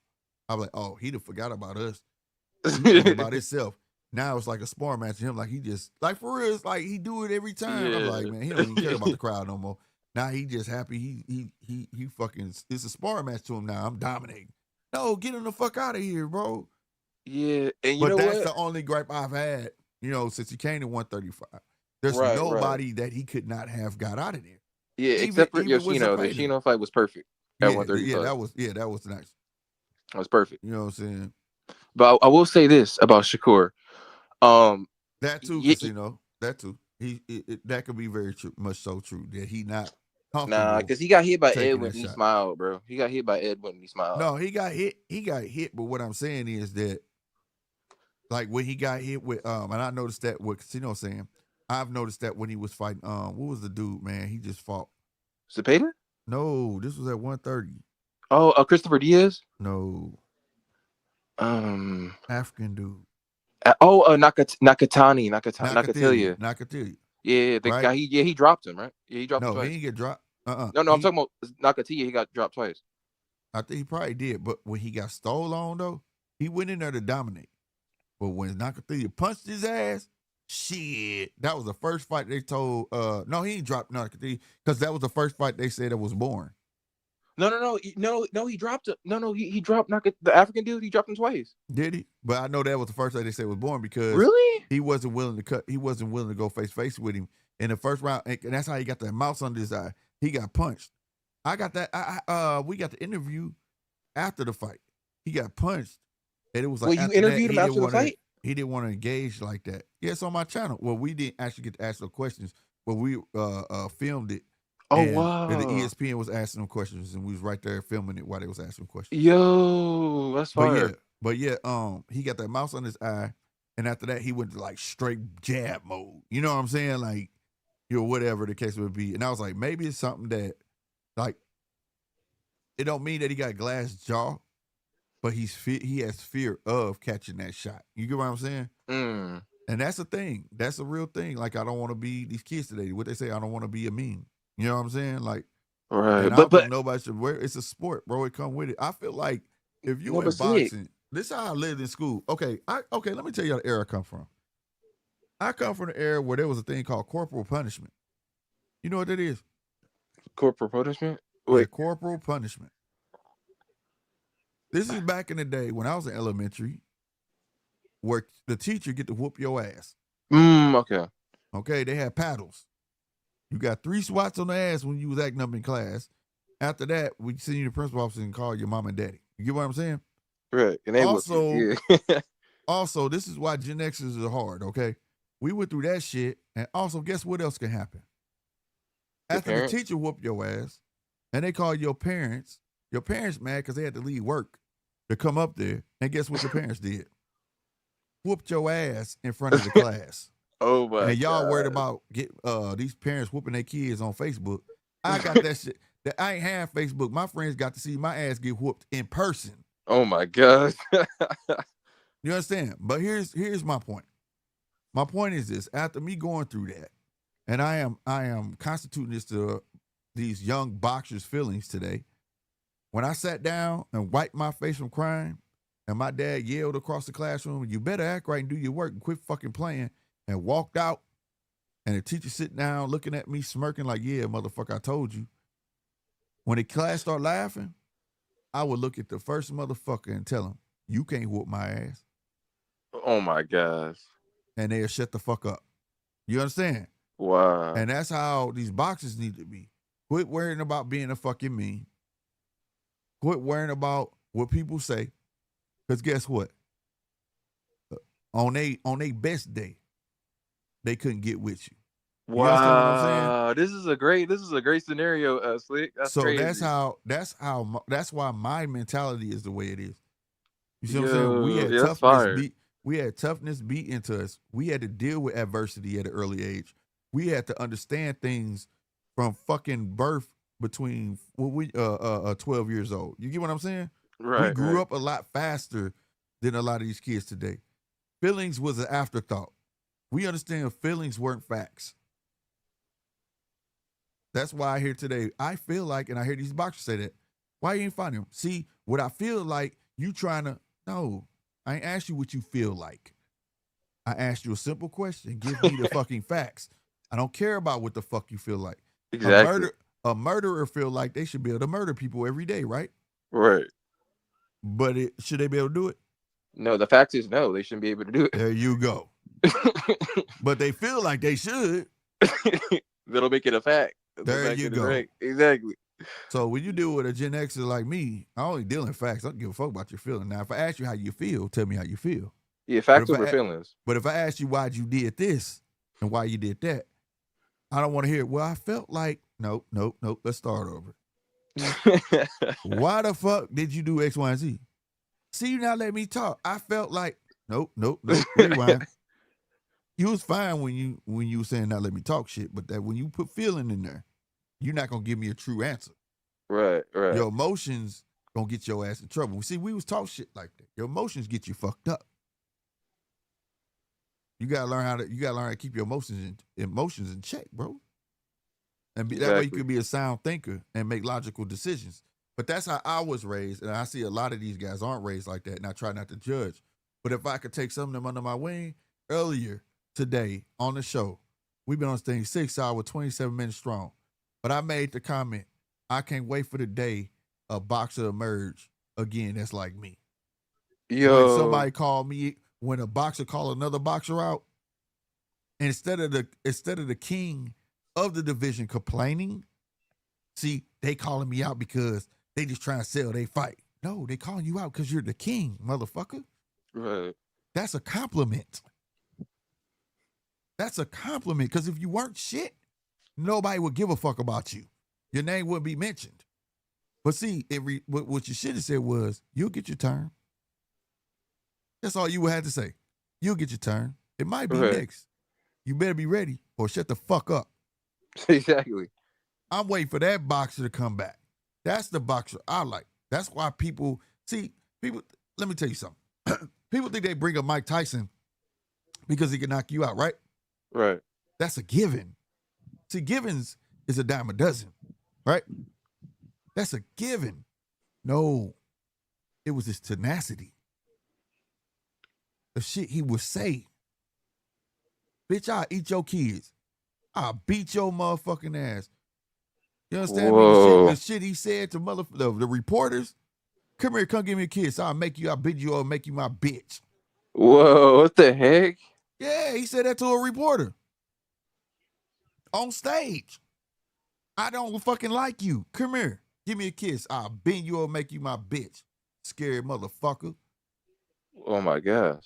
It was his tenacity because if he got the fight, you knew what the fuck was finna happen. He was gonna fuck you up. And he meant it. He meant that shit, bro. He cried saying it. He said, the one thing I hated, like the shit I said, I meant that shit, bro. And I don't want to be that man. What? That's what he said that? Yeah, bro. Go look at the Hot Box podcast. That nigga said he had, this was a great one, right? He had Sugar Ray Leonard, Hearns on that motherfucker, and him, right? And he was crying. He was like, man, I'm so proud. I'm on the same, like, y'all up here with me. Like, he idolized these dudes. You know what I'm saying? Right. And Sugar Ray Leonard was trying to give him his flowers. He's like, no. You guys are great because y'all did great stuff in the ring and great shit outside. I was good in the ring, but I wasn't a great person. You know what I'm saying? Right. But thinking about you guys helped me stay great or whatever. He said, but for me, I'm still working on myself. And Sugar Ray was like, it's okay, it's cool. You know, you don't got crazy. He said, no, man, y'all don't understand, bro. He was like, when I wake up, every day I feel like a bitch. He was like, because the motherfucker that's inside me that want to come out, I got to tell him he can't come out and play today. That sounds like some crazy person stuff, That's bro. some deep shit right there, bro. He can't be crazy because he got enough sense. He got to keep the beast tame, right? Oh, yeah. Oh, wow. Now you put it that way, yeah. But that's who he is, bro. In other words, don't piss him off. He ain't got no, we go from 0 to 100. No, fuck all that. He had 100 already. Every day. He always activated. Yeah, but that's how we grew up, though. That's why I told, by a couple shows, I said, man, when we jumped off the porch, we was already at 100. There wasn't no pushing around and shit. We was already there. But that's how our mentality was. We was raised like that. We understood when you left our house that the raper man was already outside in a white van waiting on us. We understood to walk to the liquor store in a crowd. You didn't walk by yourself. We understood to be a latchkey kid. Somebody say, hey, your daddy told me to come pick you up. What's the code word? You see the environment we had to grow up in? Wow. Like, we understood these things. So we grew up a lot faster, and we understood that shit. You see what I'm saying? Oh, wow. This is why he's so knowledgeable in things. Did you see what he told, what's the big dude from UFC that became a boxer? That became a boxer? He's from the UFC. He knocked down Tyson Fury. I can't think. Ngannou. Yeah, Francis Ngannou, yeah. Yeah, you see what he told him? No, what'd he say? He said, man, you doing great things, boy. He said, yeah, I'm doing great things, man. Thank you. He said, yeah, man. And he turned that shit to some real shit on Ngannou. He said, hell yeah, boy, I'm proud. He said, but let me tell you something. You know you're doing great things, you're favored by God. And Francis said, yeah, I know. He said, no, you don't. He said, because when you're favored by God and you're doing great things, guess what? You're also favored by the devil. And the devil will give you whatever the fuck you want. He said, so just remember this. Make sure you leave with the motherfucker who brung you to the dance. Yo. Mike a deep motherfucker, bro. Mike a deep motherfucker. That's why I love him. I love Mike, bro. Yeah, that's so crazy. What the heck? He said that. When did he say that? On the Hot Box Podcast. Just look up the Hot Box Podcast. Yeah, I know the Hot Box Podcast. Yeah, I seen Shakur was on there and stuff. And just type Francis Ngannou, Mike Tyson, Hot. It'll come up. He was talking some real shit, Francis Ngannou, bro. Yeah, I was asking, like, what day did he say that? Like, oh, that was a while ago, because you know the Hot Box Podcast don't come on no more. Really? Yeah, but they own you all. I'm still on YouTube. Oh, okay, yeah, okay. Because the last one I seen with Shakur was like around like 2021, 2022. Yeah. But he smoked a lot of weed, and like he talked about that. He was like, "Man, I smoke weed. I smoke it out of because I got it like to keep him calm. You know what I'm saying? Like, little shit will piss him off. Really? Oh, he got yeah. anger management. Nah, like he got therapy though. He do say he go therapy and shit. But like for instance, like because of the environment, like people pick on him or think he dumb or certain situations and things like you put yourself in. Like old boy, one time on Brian Gumble had a show on HBO. I forgot the name of Real Sports, right? Right. And yeah, that was called Real Sports. And then one white guy that was a commentator, he went to Mike Tyson's house and he was giving an interview, and he kind of insulted Mike a bit, and but he didn't try to. What up, Zai?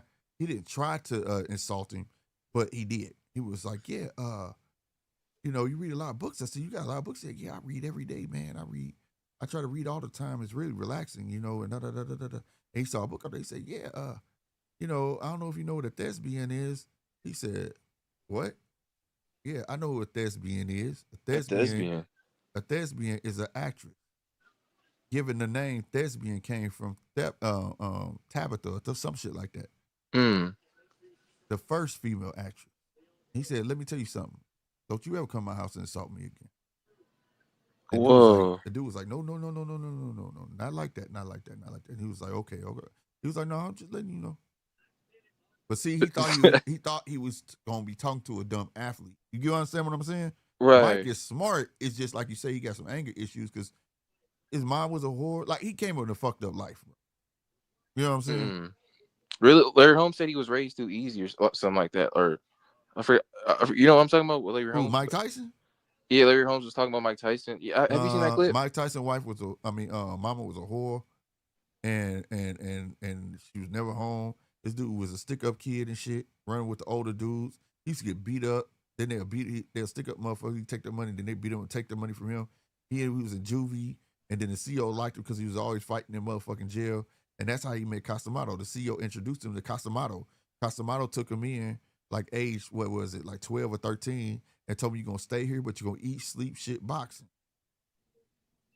That's how that started, bro. Real talk. Go look up the documentary called Tyson. Not the one where he's on stage. There's one called Tyson. And it's like an interview documentary. And he's sitting at home. I swear to God, dude. That's the best one. He break down crying and shit. And then he told a whole lot. Like the main one, the part that I always remember out of that, he said, "How did you feel about when Casamado died? How'd you feel?" And he started busting out in tears, right? He had to get up and walk away and shit. And he came back and said, "We can keep going." He said, "You said how I feel?" He said, "I wish somebody would have murdered Casamado." And wait, why? Like, he said, "Whoa, that's exactly what he said." He's like, "What? Why?" He said, "That way I'll have somebody to hurt." Wait, what? He would have somebody take his pain out on him. So in other words, it hurts so bad because he don't have nowhere to place that anger. Oh, okay. Okay. That's how he looked at it. So and Casamado was his trainer, though, right? Yeah, he died. He had died. Oh yeah, God bless his soul. Yeah. Wait. He had died, and then that's what he's asking about, and he was saying, "How did you feel about it?" You get what I'm saying? Okay. And he was saying that I wish somebody murdered him, so I had somebody to go hurt. Oh, yeah, to place his anger, like you said. Right. Okay. And he ain't had no place. So I forgot who he fought, and he won the belt because Casamado told me he was gonna be champ. And the next day he had a fight and he became champ. But he took all his anger out on the dude. Wow. Yeah, it's a real Mike a motherfucker, bro. I love him, bro. Like for real. I don't care, man. That dude, he can be angry all fucking want, but I can look past the dude smart. He intelligent and he a deep thinker, bro. And what do you think about the whole Floyd Mayweather situation? What about it? Like what's your honest perception Tyson? on it? I don't care about that shit. But I'm just happy it's two retired boxers doing it. So I'm not mad by saying I don't care about it. I'm not mad about it neither. I'm gonna watch it. You know what I'm saying? Right. But it's two retired boxers doing an exhibition match. Oh, that's how it should be. It shouldn't be a current boxer that's still licensed to box. You understand what I'm saying? Right. Exhibitions. That shit makes no sense. Especially when you're a belt holder. I feel like Tank should be stripped. Right. You are not gonna give a rematch that you signed. I get it. The bag is huge, bro. But at least do boxing a service and let the belt go. Right. If you're gonna choose that route. It has to be consequences, bro. Or this type of shit gonna happen all the time. Exactly. Every time somebody get hot and some new influence come around, like, let's do a fight, we'll generate XYZ. All right, bet. Nah, fuck all that, bro. That shit not it. So I feel like he should be fucking stripped, bro. He don't represent the belt any motherfucking ways. You don't never bring that motherfucker out or nothing. Do you know how people don't know that Tank's a champ? Like the casual do not know he's champ. They don't. I tell them he's champ. What? I don't never see no belt. I said exactly. Wow. So if he ain't representing it, fuck all that. Let that shit go, bro. Exactly. And like I don't even know. Like I don't go even get care your money. about... I'm not mad about it. Go get your money. Double back and get your belt back. You get what I'm saying? But I'll be damned. Your division should be put on hold because of what you want to do. And I respect what he want to do. That bag is astronomical. He wouldn't get that on a regular fight. You know what I mean? But everybody else is suffering. Because like I don't know. It's like he should want to, like, you know, he shouldn't duck Roach. Like he should want to, you know, get it back. You feel me? Like he should. No, that's what I'm saying. I feel like Tank should drop the belt, right? And you got Roach for the fight, Pitbull, right? Right. Both of them, Lamont got a draw, Pitbull lost. Like Casino said, and I agree with him. Like I told him, I said I already saw it that way. It's a setup where wins get Tank, right? It's a win-win. The rematch between Roach or a rematch between Pitbull, right? Right. Drop the belt. Let them fight for it. Whoever wins, you fight them. Get your shit back. You that guy. Yeah, that actually makes a lot of sense. That actually will make the fight like even more like. The only thing that will have to go in reverse is Pitbull will have to come down to 135 because as of now, Roach is going to 140. Damn, that's crazy. Yeah, Roach is actually like daring to be great. Honestly. Yeah, he moving with the time. Like, hey, use his buzz to your advantage to get the fight you need to solidify yourself. You know what I'm saying? Right. Because think about it. If he get a hold of fucking Pitbull, see, this is what ain't nobody saying. Okay, you dodged me, right? You went with the Jake Paul fight. You don't want to fight me. Cool. Let him beat the fuck out of Pitbull, though. Something that Tank couldn't do. Right. Everybody can be like, hey, you still got to see Roach, bro. Because now I done fucked your key. The opponent, only me and Pitbull gave you problems. You understand? If I beat the fuck out of Pitbull, that eliminates him. That tells everybody, okay, Pitbull gave you problems. Now and I gave you problems. In the eyes of the world, it's like, dude, you really not that dude. Right. You just beating fish. So you gotta see me.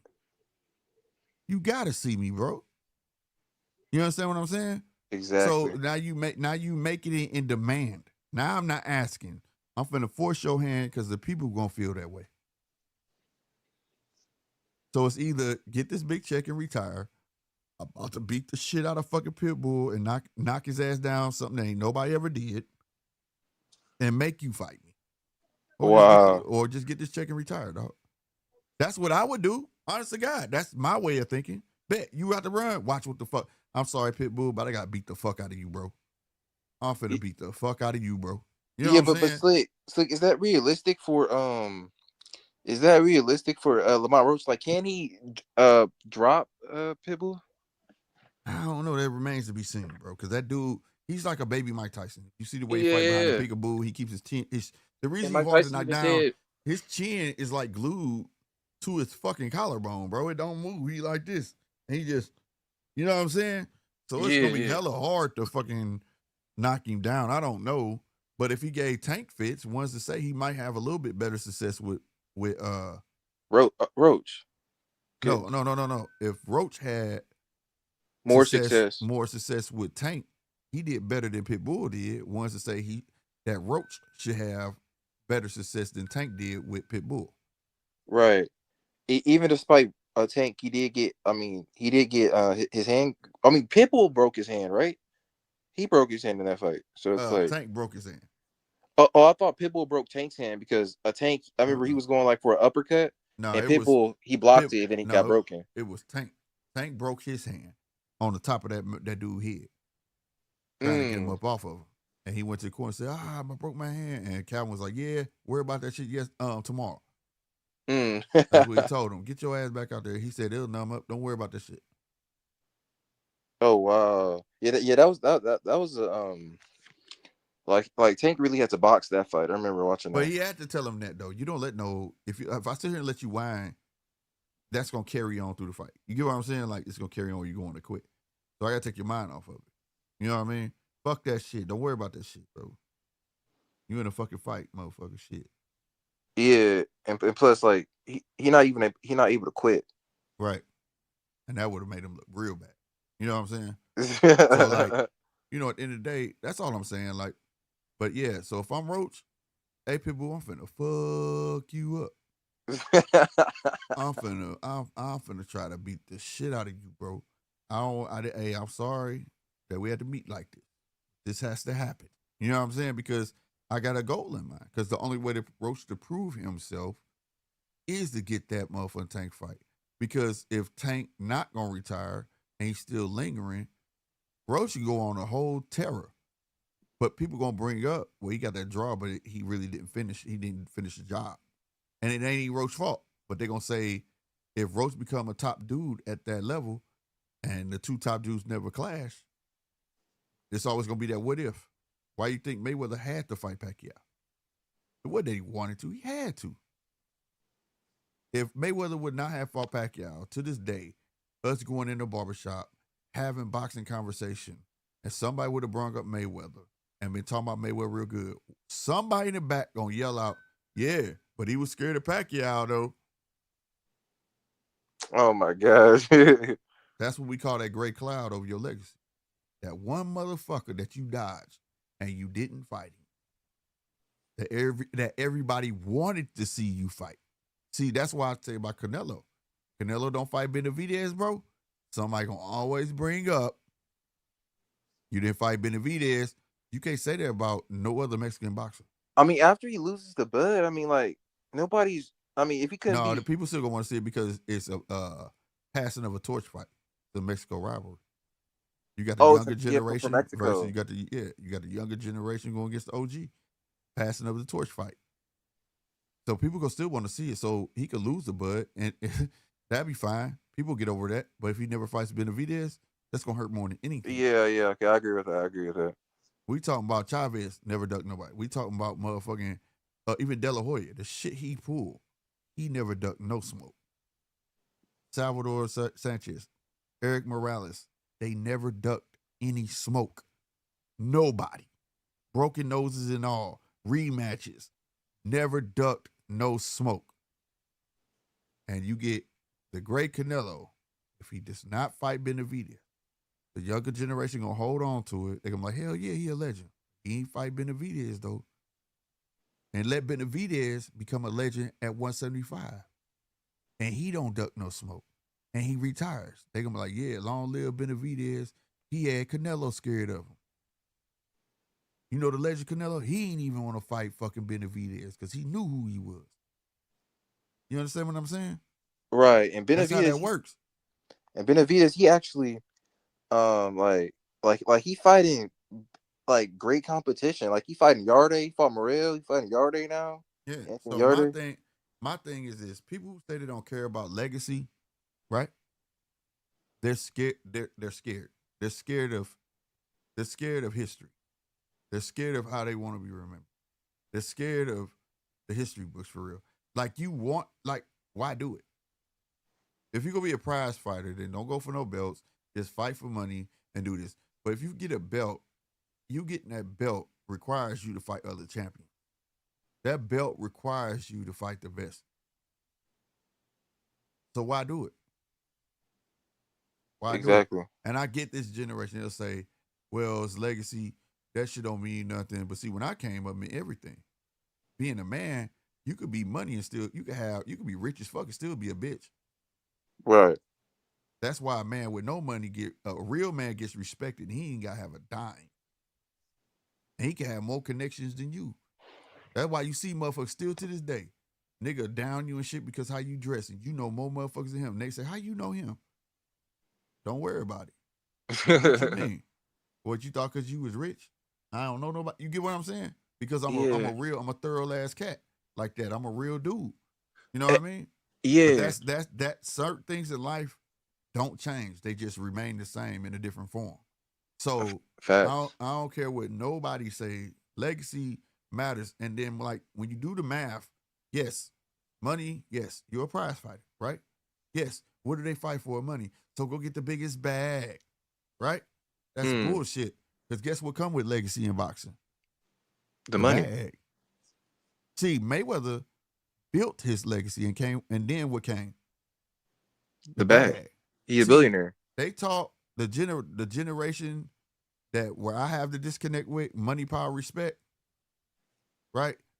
You know, you gotta get the money, then you get the power, you get the respect. See, they want y'all to be ass backwards. See, it was called RPM when I came up, not NPR. Right. You got the respect, then you got the power, then you got the money. This is why these cats today got a problem with loyalty. See, you can't have loyalty, right, without respect. Because if he respected you, you wouldn't be questioning him about your fucking loyalty. You can have a motherfucker who hates you. You can have a motherfucker who don't like your guts, but won't touch you. You know why? What? Because he still respects you. He know what you about. Spot on, exactly. But if you just banking on loyalty, you could pay a motherfucker. You loyal to your job. But if a better job come at you, gonna leave. So you just loyal for the time being, right? Exactly. There you go. And Slick, I did want to ask, because I didn't get the opportunity to watch your breakdown of the breakdown video that you have of Terrence Bud Crawford and Canelo Alvarez, and and I did want to ask if you could summarize it, like, or if you could like explain that breakdown, like I got you. I'll do it, and then we're gonna get up out of here because we're going on 7 hours. Look. All right. Who you want me to start with first? The king of boxing, Bud Crawford, the king of boxing right now. All right, we'll go with Bud. This is what Bud has to do. When that bell ring, he can't waste rounds. All right, he got to use his feet. So a bunch of 1-2s, pot shot here and there, move around, use a lot of lateral movement. Right, he got to do that at least through 1 through 5. He don't want to have no square-offs early in them rounds because that's when Canelo's at his best. We know Canelo fades around round 5. You get what I'm saying? Right. That's his best bet, right? Nothing heavy, nothing too, just gauge yourself, get your distance. You know what I'm saying? So when round 4 or 5 come, you can go to work. You know what I mean? Right. But he still has to remain cautious through the fight because even though when his gas tank go down, he reserves himself, then he has spurts. So you gotta be on point. So you gotta doing them rounds, you gotta learn his feints. You gotta put him in situations to see what he gonna do. You get what I'm saying? And create your opportunities. And I tell everybody this when they watch Earl Spence fight, they just thought it was such a domination, right? All right, round 1, Earl Spence fight. All right, he was filling them out. Round 2, motherfucking Earl fucked up. He bull rushed him, right? And he was like, okay, you want to start coming in, I'm going to show your ass. So he started darting with 1-2s. A lot of them was fencing ass jabs, right? And he would shoot the jab that was light, and he'll see Earl's reaction. Now, I tell everybody, go back and rewatch that fight. Go watch those sucker jabs. I call them sucker jabs. That's feints, right? Right. Boom. And he ain't trying to hit him. It looked like he is, but he not. It looked like he missing, but it's on purpose. And then go look at he throw that same combination about 2 rounds down and land that shit. That's the mind games that Bud plays. And he needs to do those same things. That freaking IQ, bro. That's crazy. I have to see what you could do. The same thing in the Sean Porter fight. That combination he knocked when they told me he was down, he went out there and did. He was doing that in the 4th. He was doing that already in the 4th round. And he kept missing the uppercut. I mean, that hook part of it. So, like, he has to put Canelo in situations just to figure him out. You know what I'm saying?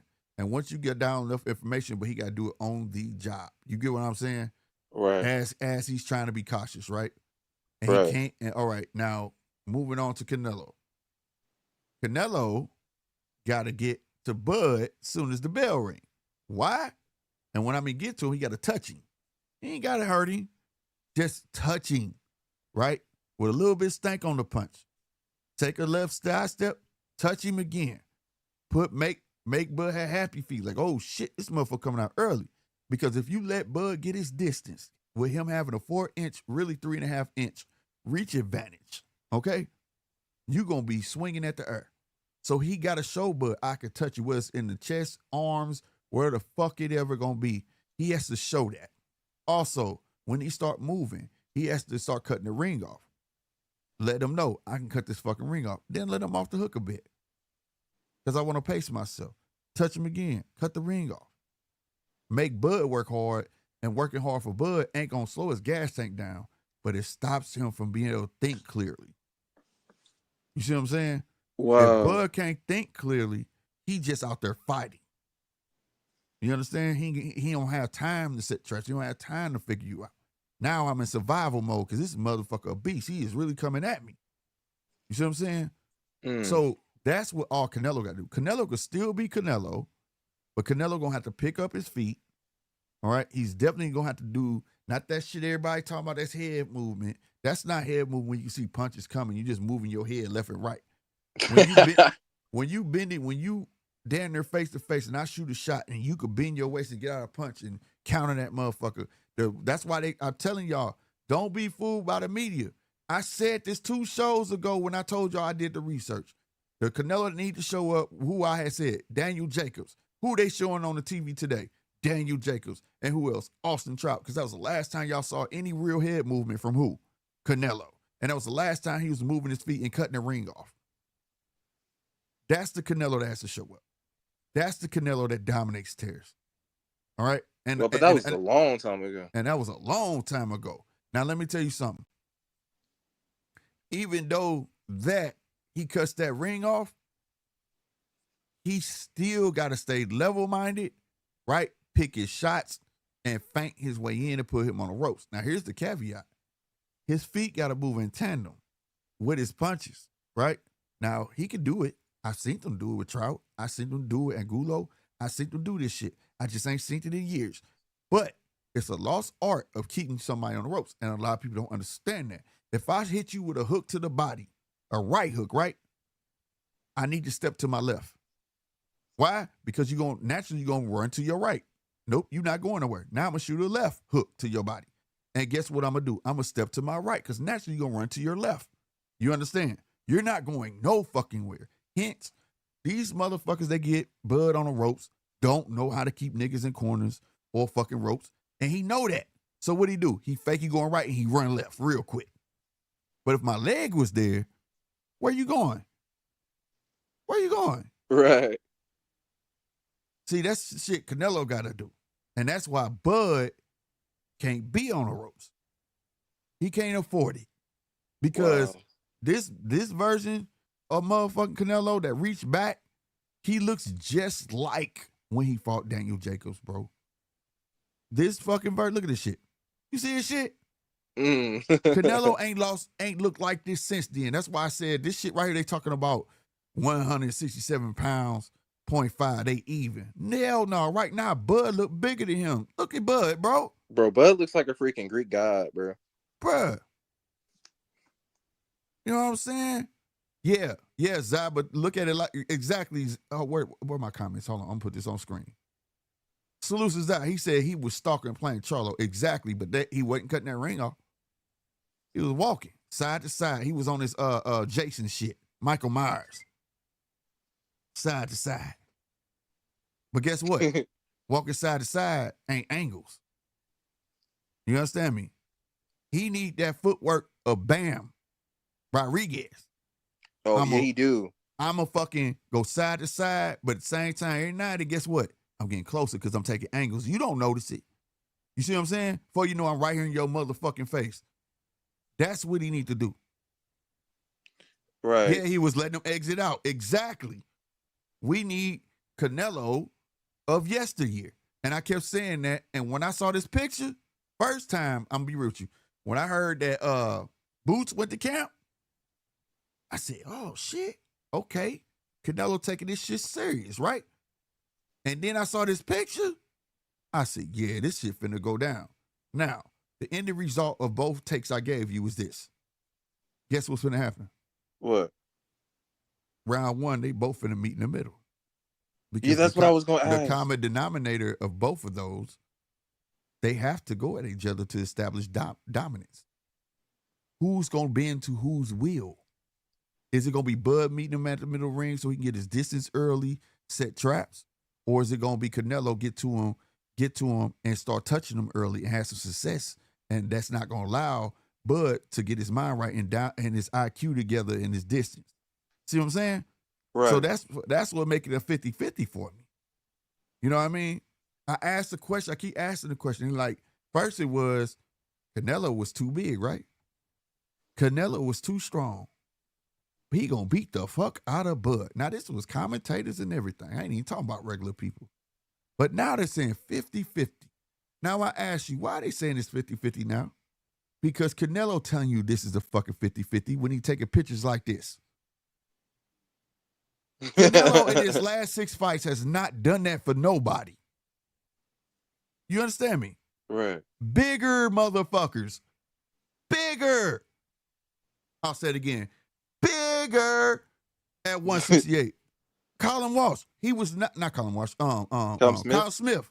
He wasn't looking like that. Bivol, guess what? Wasn't nowhere. Nobody at 168, 175, he was not looking at like that. None. So why is he taking it this fucking serious for little old Bud? Because he respected skills. While people saying Bud respected him too much.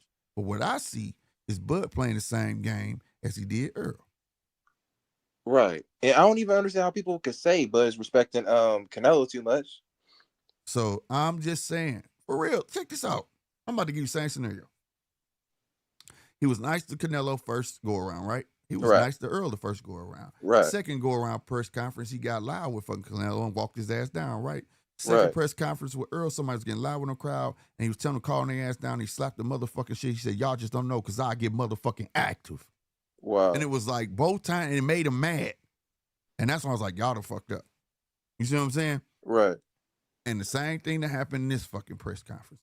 In that press conference, he accepted being what? The heel. In this scenario, what he has accepted? Being the heel. He has no problem accepting being the heel because he's always been what? The underdog. Right. He don't care about being the A side, bro. You can't take shit away from me I don't give a fuck about. Think about it. Dave Chappelle, he walked away from $50 million, didn't he? Right. They said, man, he lost the fuck out. He's stupid. How he stupid when he don't even give a fuck about money? Tony Yayo said he told him that story. He said, how the fuck you walk away? He said, man, when I saw this on another thing. He said, how you walk away from $50 million? He said, because God told me my belly was full. Oh, wow. That's fire. That's a fire. That's a bar. He said, that was the most humbling shit I've heard in my life, bro. He said, God told him his belly was full. He said, you can't take nothing away from me I don't care about. As long as I got my wife and my kids, I'm good. You see what I'm saying? So you can't say that about a person who don't care about the A side or the gratification or the validation. See, that's one thing people tend to not understand about a man. A man don't seek validation. He validates others. Wow, yep, exactly. So why the fuck Bud need me to say, man, you're the greatest boxer ever? I expect him to say, yeah, I know. Right. Thank you, but I know. And that's what Bud was saying when people were saying like what do you think about Canelo bringing in Boots? And Bud was like, he fighting the best fighter in the world. That's the exact response you should have said. Yeah. So I'm just saying, bro, like at the end of the day, so they take him as being cocky. He just a man, bro. Like I said, this new age shit crazy, man. These kids today seeking validation. That's why they in trouble in the first place. We called it showboating. When I came up, you showing off for such and such. You showing off for jab like Shakur just so you could be cool. All that dumb shit. We understood. My crew wanted to be leaders. You see what I'm saying? I wanted a crew of leaders, bro. How the fuck I'm gonna trust a follower? Exactly. I want a leader so I know who he is. You understand what I'm saying? Yeah. That's what I believe in. So that's the mindset. So when I hear shit like that, man, I don't take him being fucking cocky and none of that shit. Dude's a whole man, bro. He taking care of fucking 8 kids, nigga. Exactly. 9 kids. 9 motherfucking kids. Take care of his household, his mama and shit. Yeah. He should feel like king. God damn it. Everything gonna run through me, god damn it. I gotta make this motherfucking money. I'm sacrificing my motherfucking self. Right. And another thing. Yeah. You And spit Canelo facts. should feel that way too, though. That's what I'm saying. Like, it's no man should bow down to nobody else but God. Exactly. And yeah, I do want to ask, what did you feel about Roy Jones when he said Bud got 6 ways to win, Canelo only has 1? Because he's a boxer. See, he can speak from experience. He's a boxer. Roy is a boxer first, right? A boxer could figure you out. And he can create about, like you say, 6. If you special, you can create 6 different scenarios of how I'm gonna take this motherfucker out while you're fighting him. Because he don't like this. Because a boxer tends to find out your tendencies that you don't like. He watches your ticks. He watch how you reset your feet. He watch how you move when I throw this punch. He watch this and that third. A fighter don't do that. A fighter fights like Pitbull. That's why Pitbull fights the same motherfucking way. That's why Canelo's been fighting the same motherfucking way. You understand? Just because you got head movement don't mean you're a boxer, bro. Exactly. You could be a brawler and have head movement. Hence, Smoking Joe. Okay? Smoking Joe had that. Motherfucker, Mike Tyson, head movement. But he was a fucking brawler. So, yes, he's absolutely right. Now, here's the thing. Canelo's a special fighter. One thing he did adapt. He adapted. The one lesson he learned fucking early on his tyrant, and he thought he was doing such a great job with the Carlos Baldemirs and all of them, those names, and they are rightfully so champions, okay? When he got to Floyd, though, he said, oh, this is a different motherfucker right here. This ain't normal. What the fuck? And Canelo can't tell me he can go back and watch that damn tape. He watched what he was getting caught with and all that. And then he sat there and said, damn, okay, all these mistakes. But what was the common denominator? Feints. When you mention Canelo to anybody, what they say? Man, he be throwing hella feints, man. He be feinting this. He learned it. The catch and shoot, which is equivalent to what? A pull counter, which was getting his ass fucked up when Mayweather go in that corner. He get hit with what? A pull counter. See, he picked up tricks from that motherfucker. That's why he give Mayweather his respect. He straight said, no Mayweather, no Canelo. Wow, that's crazy. Wait. So, and what you call? So Canelo, like, basically, like he basically, like, would you say he used like Floyd, like the Floyd fight as a motivation to like get better? Yeah, 100%. You learn, bro. And look, when you're a real G, bro, for real, when you're a real G nigga, you don't take losses, bro. You take lessons. You learn from it. You don't sit there and pout like no. See, a woman take a loss. When you get a bad bitch that's no good to you, right? She ain't shit, and this mother treat you bad. Do you go get the same bitch? Nah. You learned from it, right? The Exactly. same thing with anything else, bro. Only a dummy make the same mistake twice, bro. Exactly. That's insanity, bro. If you think doing the same thing gonna change, right? Right. So yeah, I'm gonna look back, and I'm gonna be real with myself. What the fuck was I doing wrong? He couldn't have been that good. It had to be something I was that I was doing wrong. And he went back and saw what it was. He was biting at them motherfucking feints. Getting his ass tagged, and that's how Mayweather was getting off the hook. You understand what I'm saying? Yeah. So, yeah, you supposed to do that, bro. You're supposed to do that. That's how else you gonna learn, bro. That's life. Most certainly. Yeah. So only the real motherfuckers that want to be great, they're gonna do that. Okay, people bring up my favorite basketball player, Michael Jordan, right? Michael Jordan's getting his ass whooped by the Pistons, right? And he went back and said, you know what? They be bullying me when I get in that hole, right? They be beating my ass. So guess what he went and did? What? He went strength conditioning. Bitch, you ain't finna do that no more. And they couldn't do it to him no more. Wow. Motherfuckers start going the whole dunking on everybody. Fuck you hoes. And looking at them like, what? You see what I'm saying? He didn't blame them. I'm not doing good enough. It's something that I'm lacking that's letting these bitch ass motherfuckers get over me because I'm a god, bitch. How they getting over on me? You understand? That's the mindset you gotta fucking have, bro. I know I am him. Y'all say him, right? Right. When I came up, I'm really that guy, girl. I'm that guy. You understand? That was our lingo.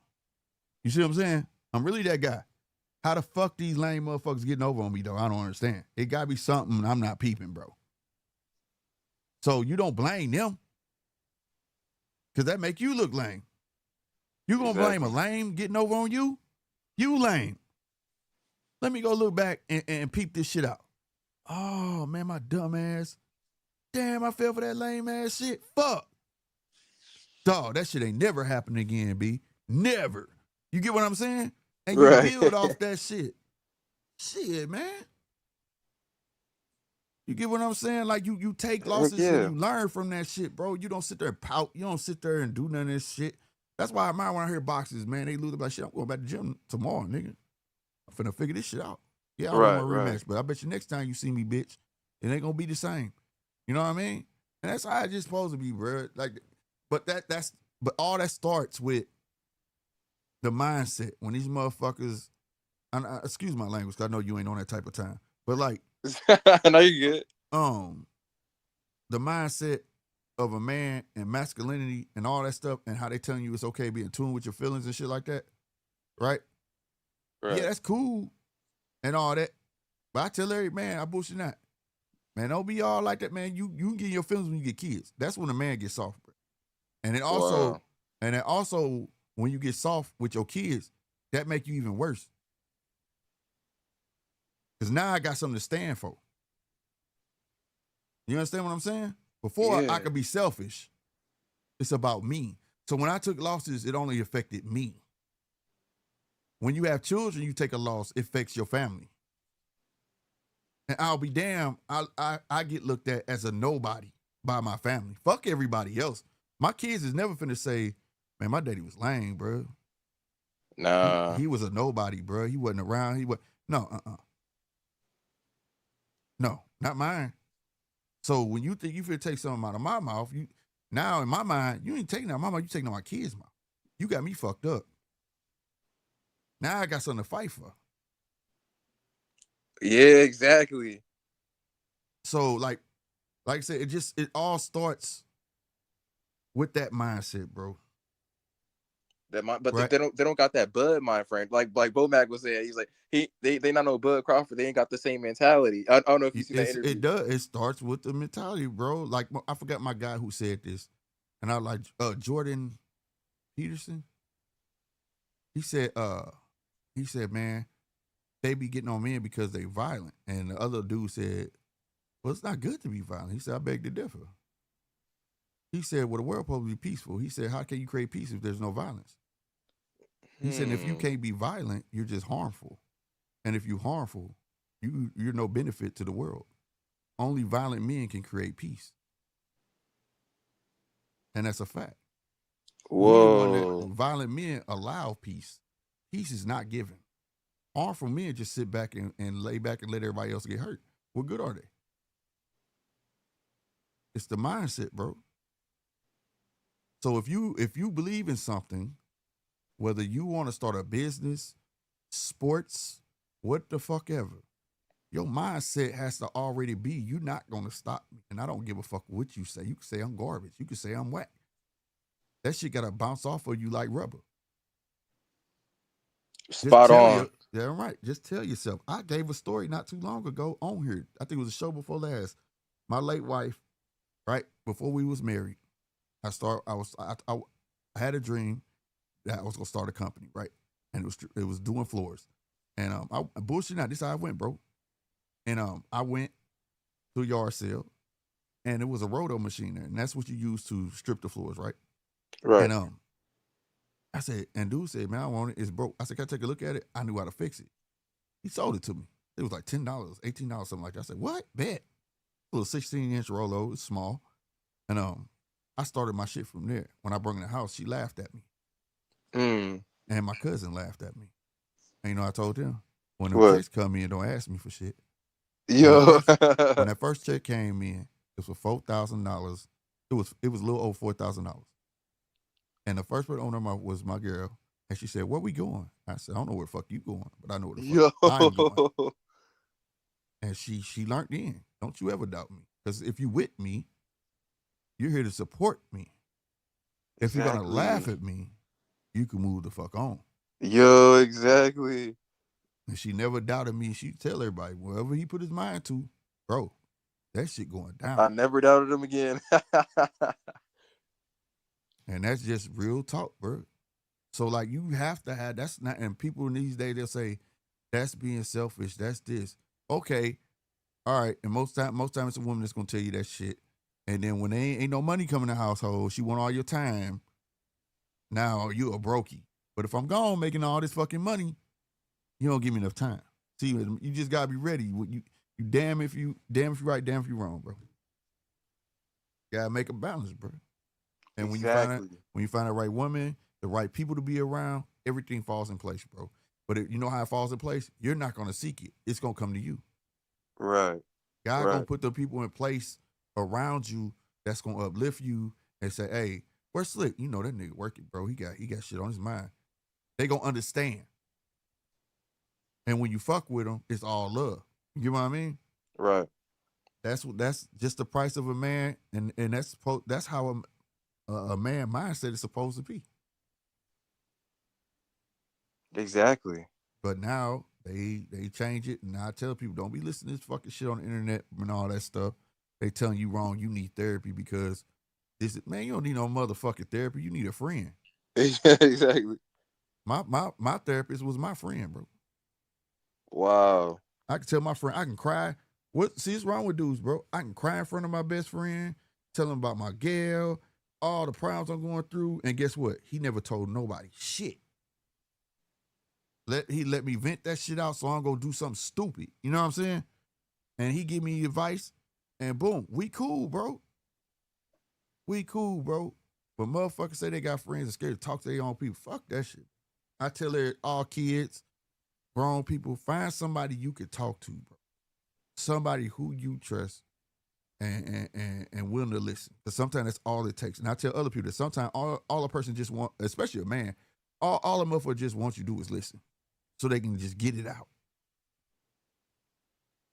But like I say, I ain't trying to rant, bro. This shit I talk about on my other channel, but no, you're not ranting. You're speaking facts, man. This is great. This is important, like life stuff. But I'm saying to this that all this pertains to sports, and this is why we get the reactions from the fans and even the boxers. Yeah, it all translates to that. Nobody's venting that. Nobody's conveying it, bro. Like I'm not understanding sometimes when I hear what I hear. You know, like Shakur said he was gonna go up to 140. Like I said, I want to get him on here, and I really do want to ask him, what do you mean you gonna go to 140 and win a belt and then let it go and give it to Keyshawn?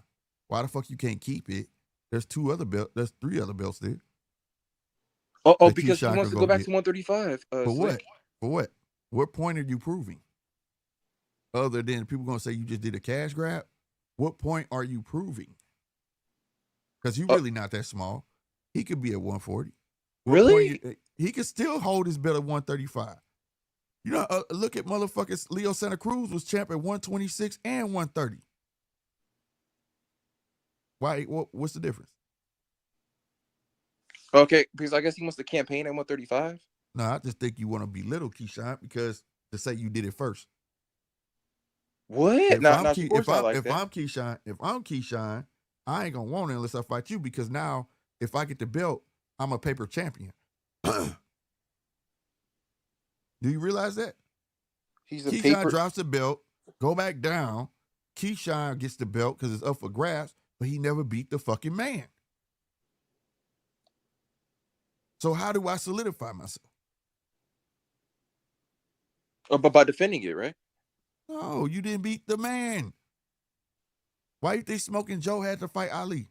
Ali was gone. Belt went up for grabs. Smoking Joe held that motherfucking belt.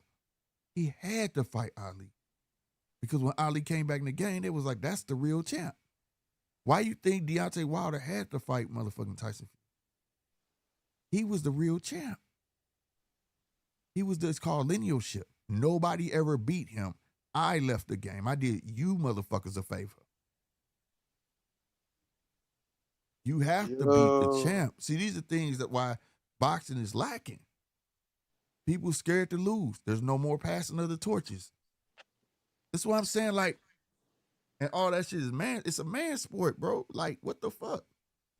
So it's okay for me to win a belt, but never beat the dude who actually had the belt? Where you put it that way, it's like. What I'm saying, bro. Yeah, that's crazy. Like, I never thought of it that way. That's so crazy. I mean, is it an email? I mean, an email champ. If the belt vacant and they bestow it upon you, that's a little. I want to say you didn't beat the man, but it might be situations where that guy just moved up, like how Bud moved up and he let go of the belts at one. That's a little different, right? You're not gonna get the opportunity because he burnt the fuck out. Now, if he was in range of 154, right, and you 147, and you got one of his belts, or say you accumulated them all, whatever the case may be, you go up and be like, you know what, but I want to fight you. I never got that shot. But guess what? If Bud a champ at 154, you got a belt at motherfucking, say you got the WO at 154, you got the WO at 147, you get first dibs. Wow. Prove yourself. But see, that all come with being a man. My thing is, I want to be the best, bro. That's why I be telling people give me subjects and things like that. I go down a rabbit hole, bro. I listen, like how Casino was explaining it, I understood. Like, I like learning. You know what I mean? Different perspectives and things like that. Man, I want to be the best. That's me. That's why I like finding out information. Whether it's useless information, and I haven't found really some information is more valuable than others. Others, if that's the right way to say it. Yeah, others, yep. Yeah, you know what I'm saying? But useless information, I don't never call no information because I done learned some shit, goddamn me, 10 years ago and just not using it today. You know what I'm saying? So it came in handy and I'm glad I knew it. You know what I'm saying? So I'm not going to call it useless. You know what I'm saying? It came in handy for real, bro. Like, you know what I mean? But you don't even, like, I don't know about the Shakur and Teofimo fight because, like, Shakur, like, I mean, like. Well, they was on TV today. Both of them together. Yeah, I still got to watch it. That's on it's on the Ring Magazine channel. huh? Yeah. Yeah, and they was talking about they going to fight. It ain't finalized. But they fight. Yeah, so, like, but T.O., he was making racist remarks. Like should Shakur give, like, a guy who was making racist remarks his biggest payday? Like, I felt the same way you felt, and salute to my boy 9. He put in perspective. Again, it was one of the ones where like I was just with Casino. Like, man, fuck that. Like, man, fuck his racist ass X, Y, and Z. I wouldn't do shit. Help that motherfucker out, right? And, you know, I would catch him outside or whatever, and this and that third. And like my boy 9. So 9 was like, man, now me and you both from the streets. He said, but I gotta tell you, that's some dumbass shit. I said, what? He said, look, they in the fight game. How the fuck you gonna fight him on the street when you can get paid to beat the fuck out of him? All right. I said, you know what? You fucking right. He was like, so humiliate him. Put him in the ring, beat the fuck out of him, and let everybody know when you beat him. That's how you beat the fuck out of a racist, ladies and gentlemen. And walk the fuck out. Yeah, but I just wish that he wasn't getting paid. Yeah, but he'll get paid one way or another. Really? So you can't stop a man from getting paper. See, that's the hater side. Think about it. What you said was really no different than what he's saying. Like, you hating on another man getting paper. And the money ain't got nothing to do with you. But your integrity is what he insulted, right? Right. So you get in there and insult his with your fists. Yeah, okay. You get what I'm saying? Yeah. Him saying that racist shit didn't stop you from getting paid. But it did insult you, your integrity. So guess what? I'm finna fuck you up. Yeah. We finna get a big deal. I'm gonna play possum with you. Yup, we cool. When I get, I'm about to beat the fuck out your ass. I'm being there like Ali. Say my name. Say what's my name? When old boy kept calling him Cassius Clay, and he didn't want to call him Muhammad Ali. He says, "Mama named him Cassius Clay. I'm gonna call him Cassius Clay." And that shit got on Ali's skin. Who said that? Was that who said that? I can't remember who it was, but he got that motherfucking ring, and he was yelling that shit. What's my name? Every time he popped him, what's my name? Yo, He made that man say Muhammad Ali. Wow. Now that's some great shit. Yeah, that's fire. That's legendary. But today, why would I fight him? I hear motherfuckers Ball. What's his name? Nick Ball. Oh yeah, Nick Ball. Shoo wants to fight him. He was like, yeah, he's supposed to say that. You know, he's the greatest. He wants to fight me. But I'll tell you what, he better watch out how he's talking about me or he won't get the fight. Now, ain't that the total opposite of what the fuck Ali did? That's like, yeah, the complete opposite. Like the entire. That's some girly shit. That's some girly shit. If he talking shit about you, accept the fight and beat the fuck out of him. Exactly. And tell him every time you punch him, shut your motherfucking mouth. Close your goddamn mouth. Don't talk till I tell you to talk from now on, motherfucker. You get what I'm saying? Right. Take it out on him. Shit. That's like, what greatness is. Nick Ball talking about if he stops talking to me like that, he's not gonna get the fight. Yeah, that shit pissed me off. And you know, I like Nick Ball, but when he said, I said, oh, why you say that, bro? That's so girly. He better watch how he's talking about me. Or he won't get the fight. I said, oh, that's bruh. Just say you scared. That's so zesty. But that's the world we living in, bro. That's why I tell you, motherfuckers see me get mad, they be like, he crazy. I ain't crazy. You motherfuckers got to work up, boy. What I saw growing up was crazy. This ain't crazy. Y'all just soft. Like, that shit y'all doing. I bet you won't. Do it. I bet you won't. Yeah. Drop the Addy. Oh, yeah. The fuck is all that shit? Before you even know, I already know where the fuck you at. The hell you talking about? Drop the Addy. But you won't drop that? Man, that shit's so weird to me, these dudes today, bro. What's your location? But then when I see you and I spaz out on your ass, well, you tripping, man, what's wrong with this motherfucker? Fuck wrong with you? You shouldn't be talking that shit. See, it's a difference, bro. Like, we knew, bro. Like, we in the hood, we knew how, every man knew how far he'll go. And even I knew it was some dudes I didn't want to smoke with because I knew what time of day it was going to be when I woke up. You understand what I'm saying? Yeah. Like, literally, I knew guys that will go, I will go to, dude, if I lose a fight and I see you tomorrow, we fighting again. But I know. Really? Dude, hell yeah, bro. Y'all want to have respect the next day? Well, kids. But if it was on some shit like you was fucking with me and then you beat me up, oh yeah, tomorrow I see you. You can't walk past me, bro. We fighting, bro. Fuck that. I got to win one. I'm like Marquez. When he fought Pacquiao, he lost them other ones, but goddamn, I got me one. I gotta win one. But I know some motherfuckers that would, bro. I would tell you now, why you start with him, bro? You know he finna keep fucking with you. This shit gonna keep going on and on. Like, you just gotta know, bro. Like, fuck it. Some motherfuckers like, you got it, dog. Like, I ain't got no time for your shit. Your shenanigans gonna go too long, man. I ain't got no time for that shit, bro. You know what I'm saying? Right, yeah, just let it go, bro. Yeah, that's part of being a man, bro. Like, man, shit. I remember being in high school, bro. But bro, this dude named Peanut, I fought him 3 times, bro. 3 times. Really? Bro. Why? Because he won the first 2, nigga. The third one, I got his ass, bro. Oh my gosh, bro. Yeah, like, I thought like Peanut caught the soap. But man, what was dude name? It wasn't Peanut. That's the wrong dude. But he did Peanut high school up though. Yo. But I beat him up the next day. But it was another dude. Damn, he was a junior. But we got to. I'm trying to remember his name. Were you a freshman? Bro. I'm trying to think. It started with a J. Yeah, I always fought big dudes, bro. And I was little in high school too. But damn, this shit gonna bother me. But anyway, you know, he was a bully, you know, so he would like shoulder me. And back then we had books and shit. I know y'all don't got books now and shit. But we had books. Y'all got fucking Chromebooks and shit. We had books. And I'm carrying these motherfuckers to my locker, and he would always shoulder me, and I drop the motherfuckers. I'd be like, you motherfucker. And he just laugh. You know what I'm saying? I can't, like, you know, whatever.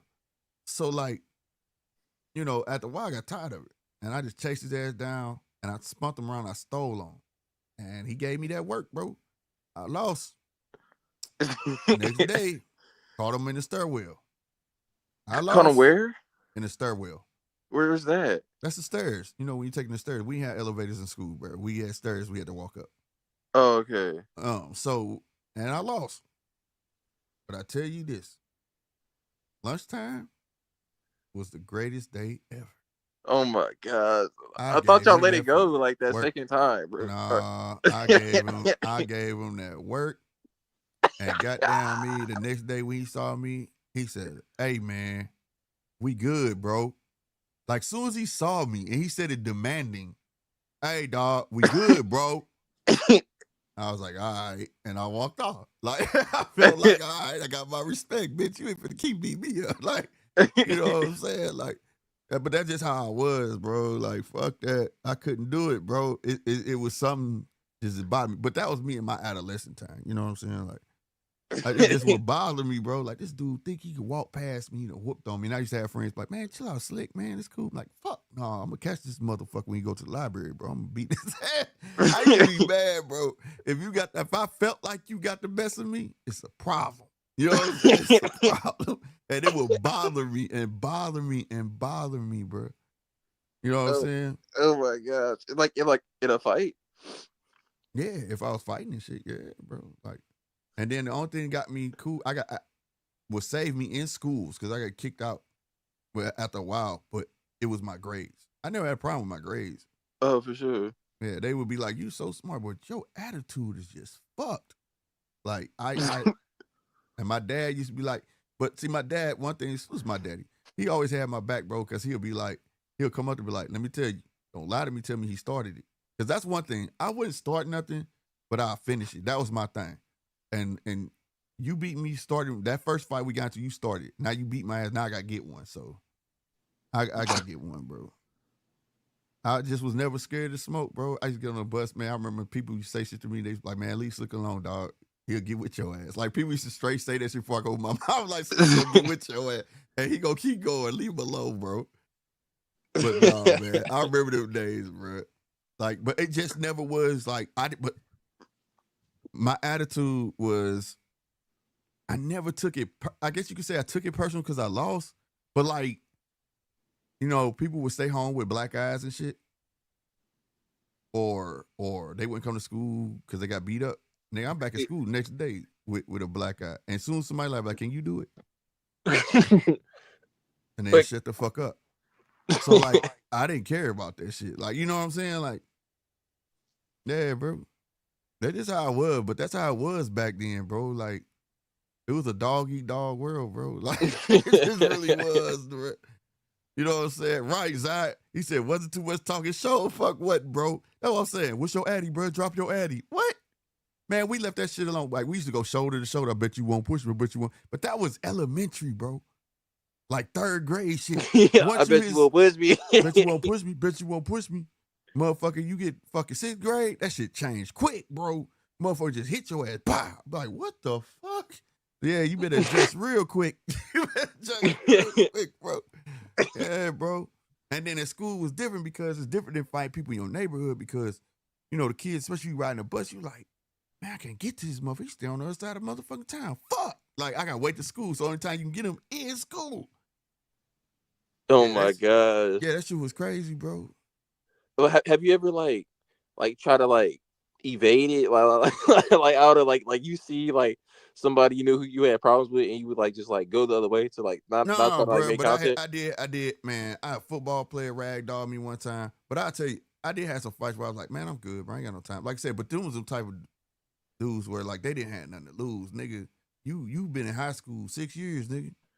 on somewhere, bro. You a grown man trying to fight me, gone, bro. I call my daddy, beat your ass. You know what I'm saying? Like, man, I ain't got no time for that shit, bro. You ain't even supposed to be here, bro. Like, dog, you know what I'm saying?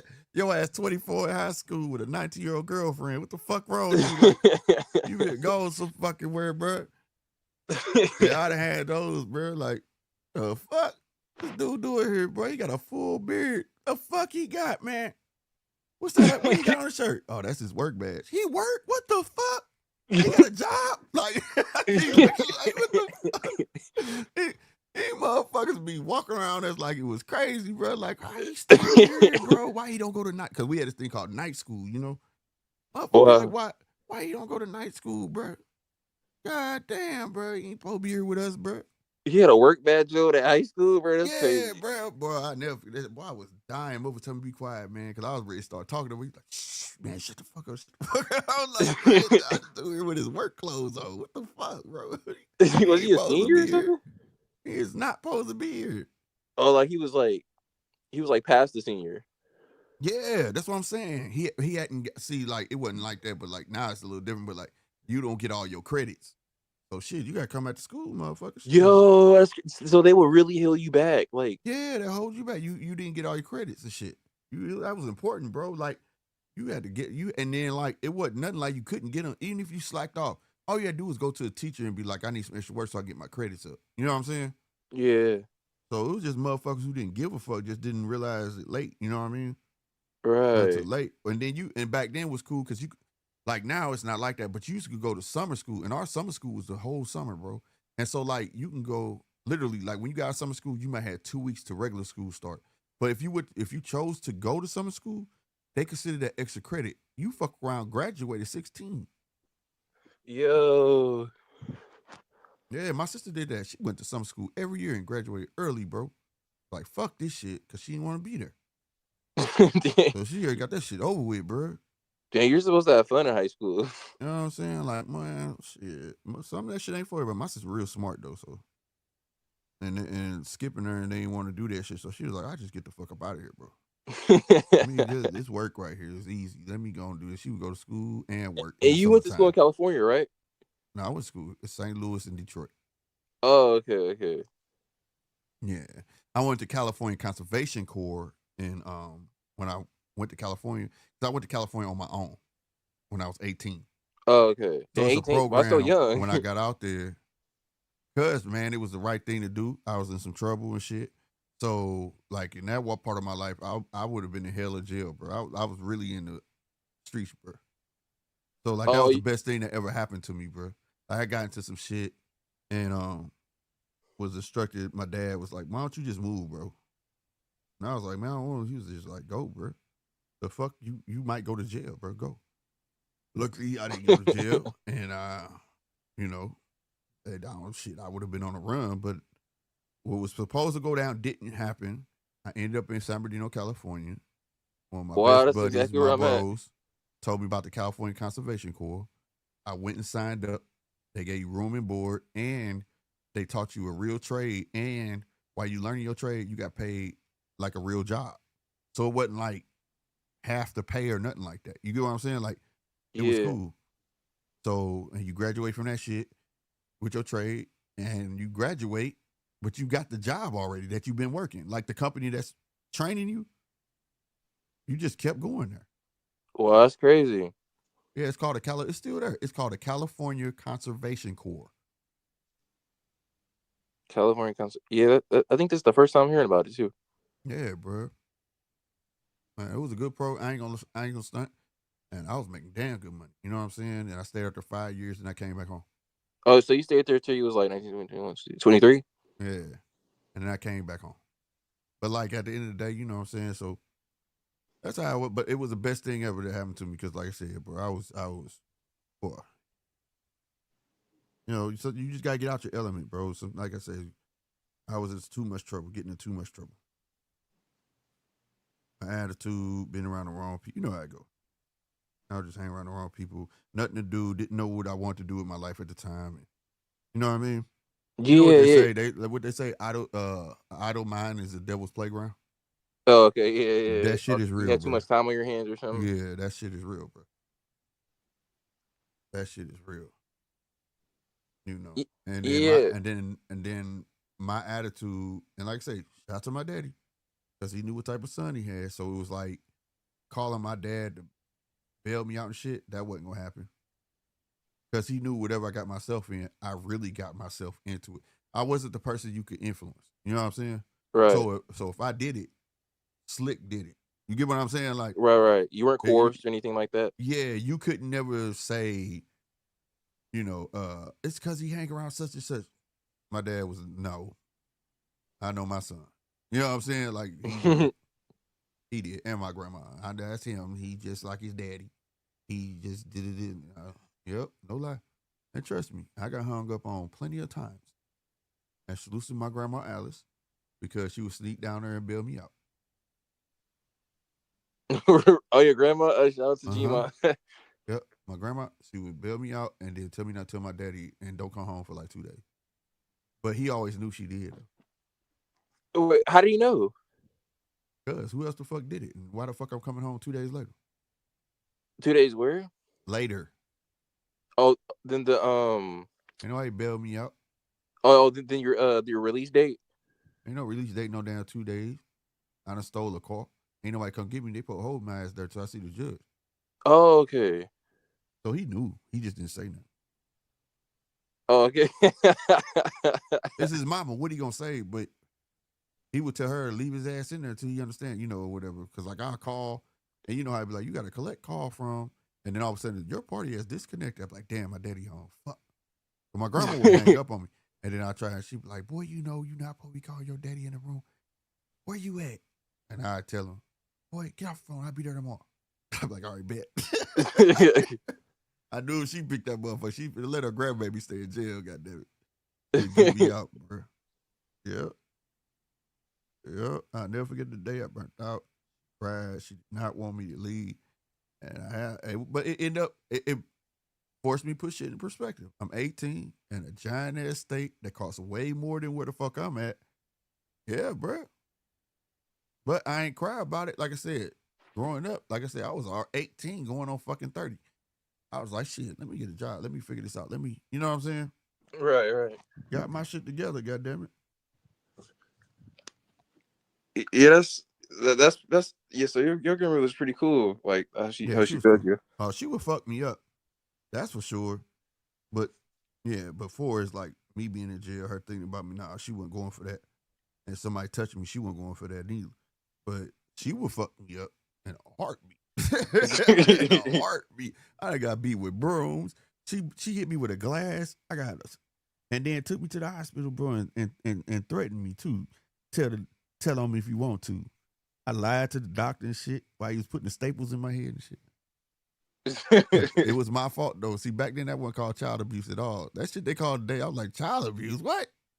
You know the shit I went through? Motherfucker that threw a whole glass on my head because I got smart. Well, I never forgot. And something told me, look, because she got quiet. I was trying to watch my motherfucking G.I. Joe shit, and she washing dishes. And told my baby, my story's on. I said, all right. And then she turned it on and said it again. I was like, you ain't my mama. And then she got quiet. And some said, turn around, Slick. And I turned. And as I was turning that glass, it oh my gosh. I swear to God, boy, she started smacking me. Get up, boy, you bleeding all over my goddamn carpet. I'm like, what? You hit me. What the fuck? Bro, yeah, how old were you? I was 12 at the time. Dang, what the heck? Yeah, bro.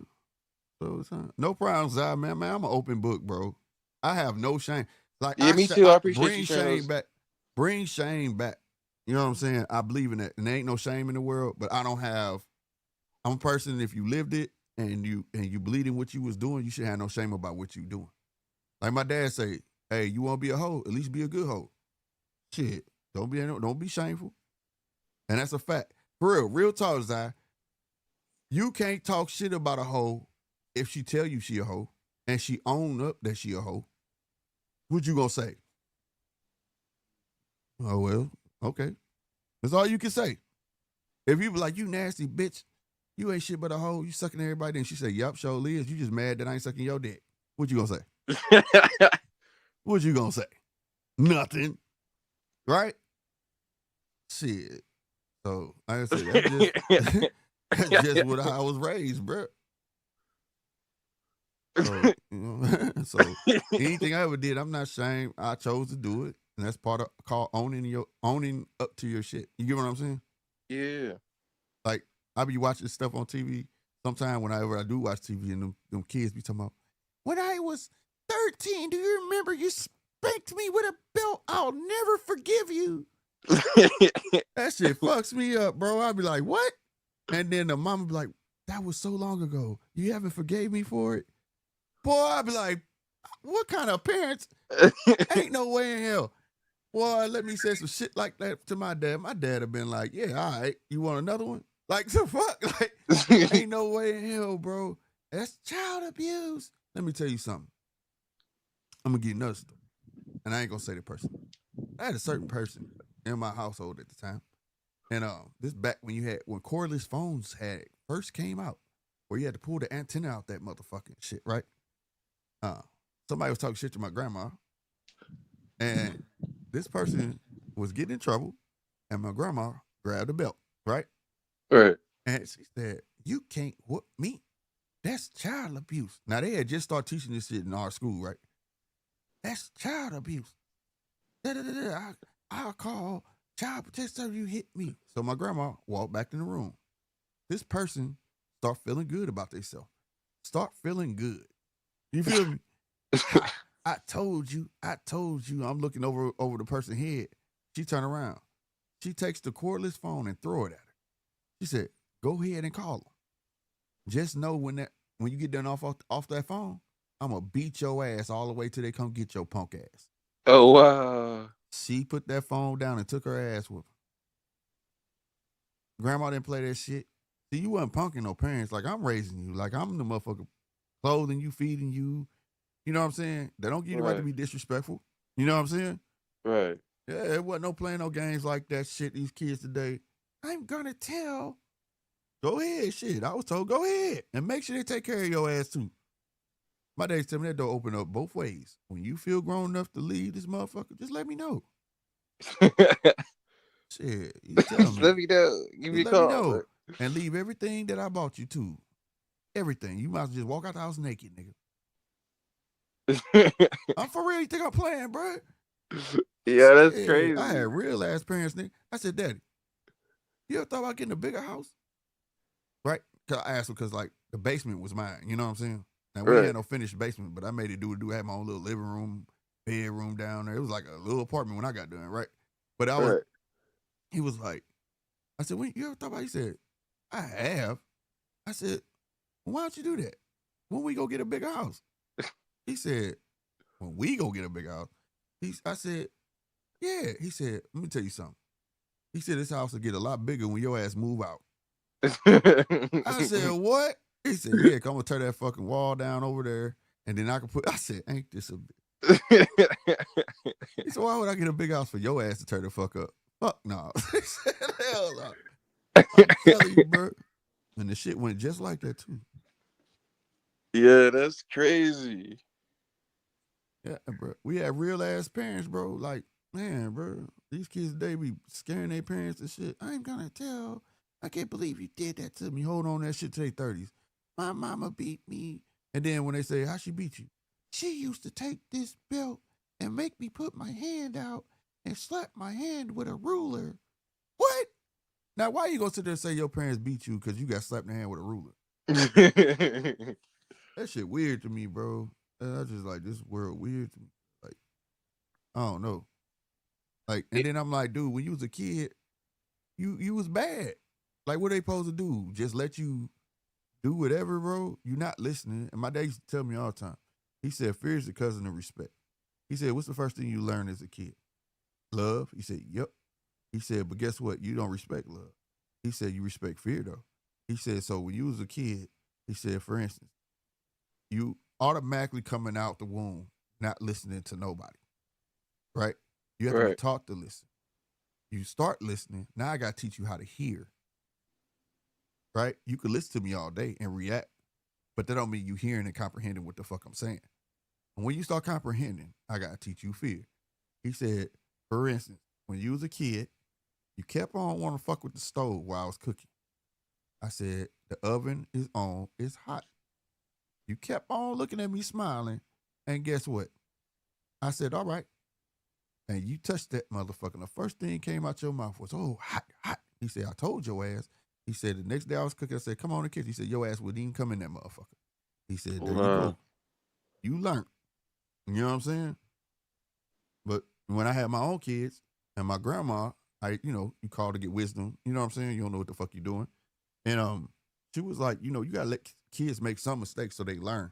You can't just stop them all the fucking time. You know what I'm saying? Yeah. You gotta show them it's a consequence. You know what I'm saying? So, you watch them do it, and then you catch them for doing it. Whether you scare them, like, hey, what you doing? They be jumping, they won't do it no more, or you give them a spanking, or what? You know what I mean? Yeah. But if you constantly preventing a person from making the mistakes, they don't grow. They won't learn. You know what I'm saying? Yeah, exactly. So you can't coddle kids. And my household was all I heard. What they say? Spare the rod, spoil the child. Right. I think that's a Bible verse. But what you call it? It is. Oh yeah, but what you call it was this girl I was talking to. Like I wasn't talking. Like we're just friends. I wasn't talking to her. But she told me that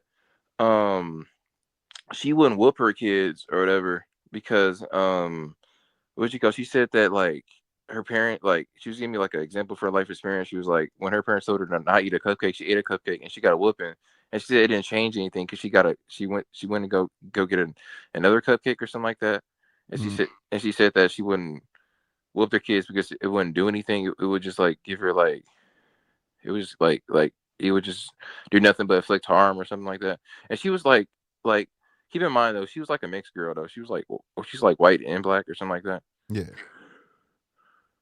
Well, it's two different lives. That we every color, creed, raise kids different. You know what I'm saying?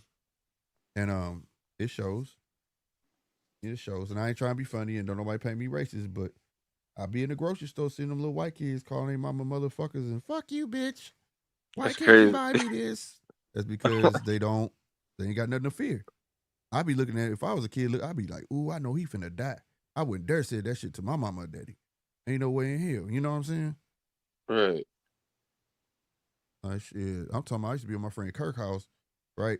White guy when we was kids. And be at his house, and he'll just tell us, hey, Mom, we're hungry. Fix us something to eat. What do you want? I was like, what? What the fuck? Like, yeah, what do you want? You hungry? What? How does this work? Let me say that shit to my mouth. Yeah, go get a motherfucking job. Who the fuck you talking to?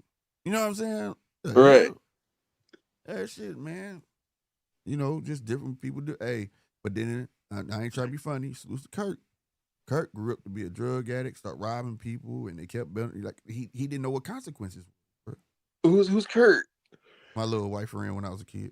Oh my, that's the dude that would do that. He had everything too, bro. Like he had the real Transformers and shit. See, my family bought me the bootleg shit, the dollar store shit. Like when I came up, you know what Transformers is, right? Yeah. When I came up, the bootleg version of Transformers was GoBots. And they had a cartoon and everything too, but we knew it was a fucking bootleg version of fucking Transformers. What the heck is GoBots? I've never heard of them. Oh my God, bro. Okay, you know how they got Optimus Prime? These motherfuckers had Leader 1, and he was a jet. Boy, I was mad as hell, bro. What about Bumblebee? What did they have? Bumblebee. They had a scooter. His name was Scooter, bro. Swear to God. Oh my God. A red scooter. I am not making this shit up. You can Google GoBots. Swear to God, bro. They had toys and everything. I wanted Transformers. Motherfucking goddamn me was too expensive because back then, like, the original Transformers were made out of die-cast metal. You know what I'm saying? Oh wow. Whatever. They was made out of die-cast metal, and they were huge, like tall. You know what I'm saying? Real tall. And so they were really expensive. So then, at the end of the motherfucking day, goddamn me, the end of the day, Christmas, I was like, all I want is Transformers. That's all I want. You know what I'm saying? Right. And they was like, all right. Cool. I wake up, Christmas Day, I'm amped up. Like, I'm about to have Soundwave, Optimus Prime. I'm finna have, I'm ready to, boy. Man, bro, on everything I love, on the coffee table, a shitload of fucking GoBots. When I tell you, I was so upset. But see, when you was a kid, you couldn't act ungrateful. You get what I'm saying? Right. So I opened them, I played with them and shit. It's snow outside. I'm like, can we go outside? Like, yeah. Go outside, fucking with the motherfucking goddamn making a snowman and shit. Kurt come outside. Slick. I said, what's up? What Transformers you get? I said, I ain't getting none. Shut the fuck up. I was mad as fuck. I got GoBots. And that dude, he's trying to never forget. I said, I got GoBots. He said, yeah, that sucks. I said, yeah, shut the fuck up. You ain't help me. He said, but guess what I got? I said, what? I got the Transformers. I said, for real? He was like, yeah, you want to come over? So I went and I was like, can I go across the street? The Kirk out there like, yeah. Man, he had every fucking Transformer known to fucking man. Yo. Bro, I was over there all fucking day. And then I was over there all day, so my dad caught on and shit. So then, like, I ain't gonna lie. That Monday, the stores opened back up and shit. And then he was like, well, you wanna go to the grocery store with me? I was like, yeah, I go. And then I went with him. And then he was like, I wanted to get you Transformers, man. But don't tell your mama I told you this. She said the shit costs too much. But I got you a Transformer. But I gotta wait to give it to you. I was like, for real? He was like, yeah, it's in the trunk, man. But, yo, that's fire. And he bought me Optimus Prime. I was, dude, that was my first Transformer. And I had to wait like 2 weeks. For 2 whole weeks, bro. I was trying not to fuck up or anything, bro, in school and all this shit. And he ended up getting to me, bro. But like, yo, he knew I really wanted that shit. And he told me, I said, you was over Kirk house. He was like, he had Transformers. And I said, yo. I was like, yo. And he just kept saying, do me a favor. Play with them damn GoBots. Let your mama see you playing with them. You know what I'm saying? Like, but he understood, though, like, dog, I wanted them motherfuckers bad. That's all I was saying all year. Like, I really, really, you know what I'm saying? Like, yeah. I'll never forget that shit, though, bro. Because my family wasn't buying no toys like birthdays, shit like that, or if they were just a good day, we might get something. But just to buy you a random toy, no, that shit wasn't happening, bro. Like, or we in the store, like, can I get that? They'd be like, nah, bro. You know what I'm saying? What about G.I. Joe? I know they have some G.I. Joe toys. Boy, don't get me started on that shit. I'm gonna tell you one last story. I'll big get off. It's 4:00, bro. We going. I said we was at 6 hours. Now we at 8 hours. God damn. But check this out though. On everything I love, man. As soon as everybody hit that like button, hit that subscribe you got a button, Japanese man. fan I in know here this too. Oh, a Japanese supporter. Yeah, I got from Japan. What's his name? Akoi. Yeah, he said he's from Tokyo. Hey, salute to you, man. Hope you hit that subscribe button, man. Come back, hang out. And he said he's rooting for Bud. Oh, is he? Yeah. He was talking about anyway. Yeah. I plan to be up to watch that fight. That come on like 4 a.m, but I think they said you could watch it on Facebook. I gotta see where it's coming on at, but somebody was telling me yesterday it's gonna be on Facebook.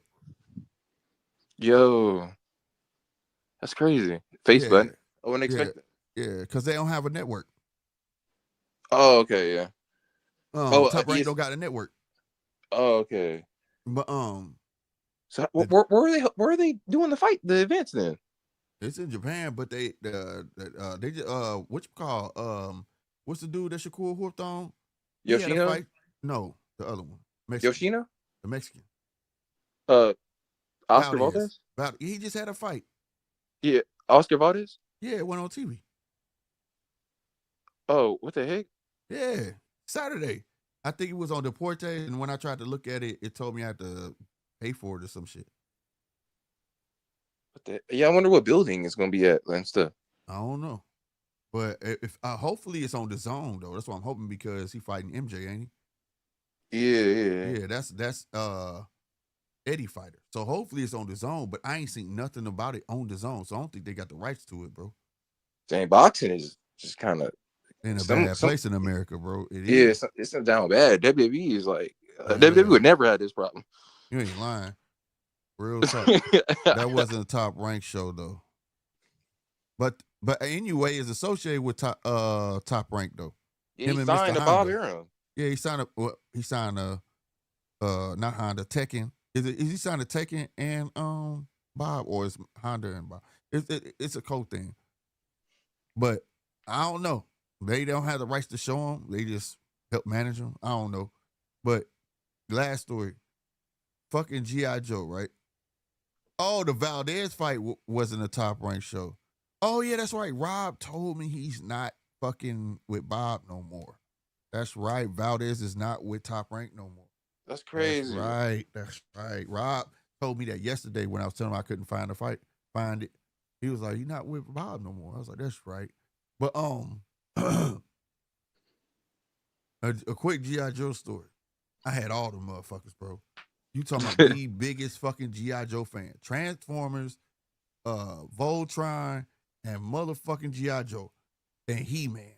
Still to this day, I got all the He-Man up here, bro. Like, yeah. Bro, I'm like, He-Man and shit, all them. I grew up on that shit, right? So the G.I. Joe. I had all them some bitches, bro. And if you know the original G.I. Joes, I'm talking my era G.I. Joe, not my daddy, because my daddy G.I. Joes was like damn near dolls, right? They was tall. Ours was like little. They were little, right? So like I like I said, my mind was weird as a kid.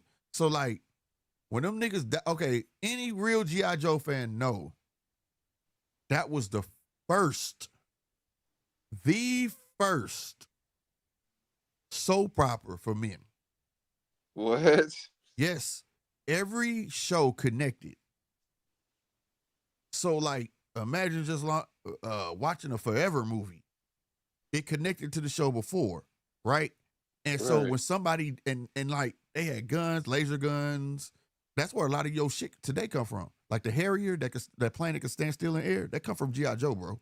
Like the helicopter, that Black Hawk, motherfucking goddamn me, G.I. Joe.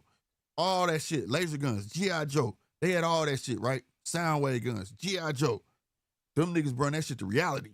But anyway, when them motherfuckers died, here go my dumb ass. Oh, you did. I go in the backyard. Now, this is at my grandparents' house. In the backyard, I bury these motherfuckers. Take my 2 little popsicle sticks, put some tape on it, sit there. Yep, he did. And I leave him there. Well, who died? Whoever died on G.I. Joe. Oh, okay. I felt like I didn't need him. I need the toy no more. He dead. Fuck it. Bury his ass in the back.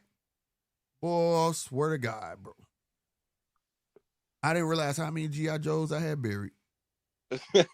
When that snow melt, and my granddaddy went back there to cut that grass, all you heard was clack, clack, clack, clack, clack, clack, clack, clack, clack. Oh, like, what the fuck? Boy, that was an ass whooping I'll never forget. Oh, wow. Tore that fucking lawnmower up. Bro, hey, I'm telling you, bro, I'll never forget the episode, bro. My Duke died. Not Duke. The black dude. Oh my God, Brigade. What was his name? The black dude died. He was fighting the twins. And when you hit one of the twins, the other one feeling this shit, right? And he died. Bro, that my feelings were so fucking hurt. I ain't even bury him. I just got mad at the motherfucker and threw him. Fuck him. He dead, man. You a bitch. You was supposed to last the whole show. Now I was mad at the motherfucker, bro, on everything I love, bro. Roadblock. Salutes to Talk SD. Yeah, Roadblock, bro. Yeah, bro. I was hot. I was like, what the fuck? He always getting his ass whooped. You talk all this shit. I was mad as hell. We had so much memories, bro. I was talking about, and then my favorite bad guy was Destro. Then he became a bitch and let Snake Eyes take over and shit. I was like, how the fuck this metal No, not motherfucker Snake a Eyes, bitch? Shadow something. No, Snake Eyes, the one with the shield over his face. Well, I thought the white one. The white one. Not the ninjas. Oh, that is Snake Eyes. I'm tripping. Snake Eyes was the one of the ninjas. Damn, yeah, Snake Eyes was the good guy. It was Destro and the one with the white ninja, right? Yeah, that's right. That's Snake Eyes. I'm talking about the one that had the white ninja's not Snake Eyes. Oh, it don't matter. I ain't know that no more. I know that's not who I'm talking about. What's the bad guy name? The leader, dude. It was Destro was the leader, and then that other motherfucker took over. He had the shield on his face. It's a helmet. Oh my God, he had the worst leader of voice Cobra ever. Yeah. He was Commander. Is that what they called him? Cobra Commander? Yeah, he was the guy that was like Cobra or something like that. Bruh, no, that dude. Not Serpentine. He rode that damn snake thing, that circle thing. Not Serpentine. The one with oh my God. But yeah, he had the most irritating voice ever, bro. Oh my God. And I thought Destro was the shit, bro. And he let that motherfucker take over. I said, what the fuck is metal up? Yeah, Cobra Commander. That's him, Zai. Yeah, bro. And he took over. I said, Oh, it's metal motherfucker ain't worth shit. Like, what the fuck? Oh, man, I used to take that show personal. Mary Jane was fine. What did you think about the movies? Did you like them? Nah, man. They made them too childish. It should have been serious like the fucking show, bro. Yeah, they could have did it more just. They could have did way better, honestly. Mary Jane was fine. Motherfucking goddamn I'm telling you, bro. And that's another thing.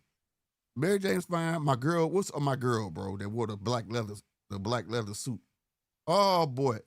When you was a kid, you saw her on the show, you was like, that's a fun. You just said it in front of your parents, but hey, she fine, bro. Like, yeah, she could wear that shit. Like, bro, they used to kiss on her. All that shit, bro. It was like, bruh, my dad hadn't even got into it, bro. Baroness, yes. Baroness, she was bad, bro. I used to be like, she a bad guy, but god damn, bro. You hear me? And Mary Jane want to whoop her ass. Yeah, man, that was the shit, bro. That motherfucker was like the first soap opera you could for kids, for boys. Like, I was on that shit. Bruh, when school started, they switched the times from motherfucking 3:30 to 3 o'clock. I was like, what? Man, I thank God for the VCR my dad would tape it for me, bro. Yo. Wait, he would tape it for me. Animated. It was animated. Yeah, it was anime. Yeah. Boy, I was so mad. And then, like, it used to be shit, dude, in motherfucking He-Man that today I catch, but as a kid, I really didn't get. Like, He-Man used to curve the hose, bro. Like, for real? Oh, you was like that? He-Man. Yeah, all the bitches used to hit on He-Man. He'd curve it. He'd, like, cut his out. Like, oh, yeah. Yeah, and he liked the tear. He-Man was fire. Yeah, he liked the tear. And the little frozen bitch always be like, hey, I like He-Man. He-Man says today. He used to look at it like, yeah, all right. And walk away and shit. Bro, as I got older, I'm like, he was cold. He-Man a pimp, bro. He be curving bitches and everything. And motherfucking Skeletor down there fucking cursing, calling people boobs and shit. He didn't say fucking, but he wanted to say that shit. He's like, you boob. I used to be like, what? Like, yo. He-Man still one of my shits, bro. Bro, did you hear about the G.I. Joe and Transformers crossover? It's finna happen?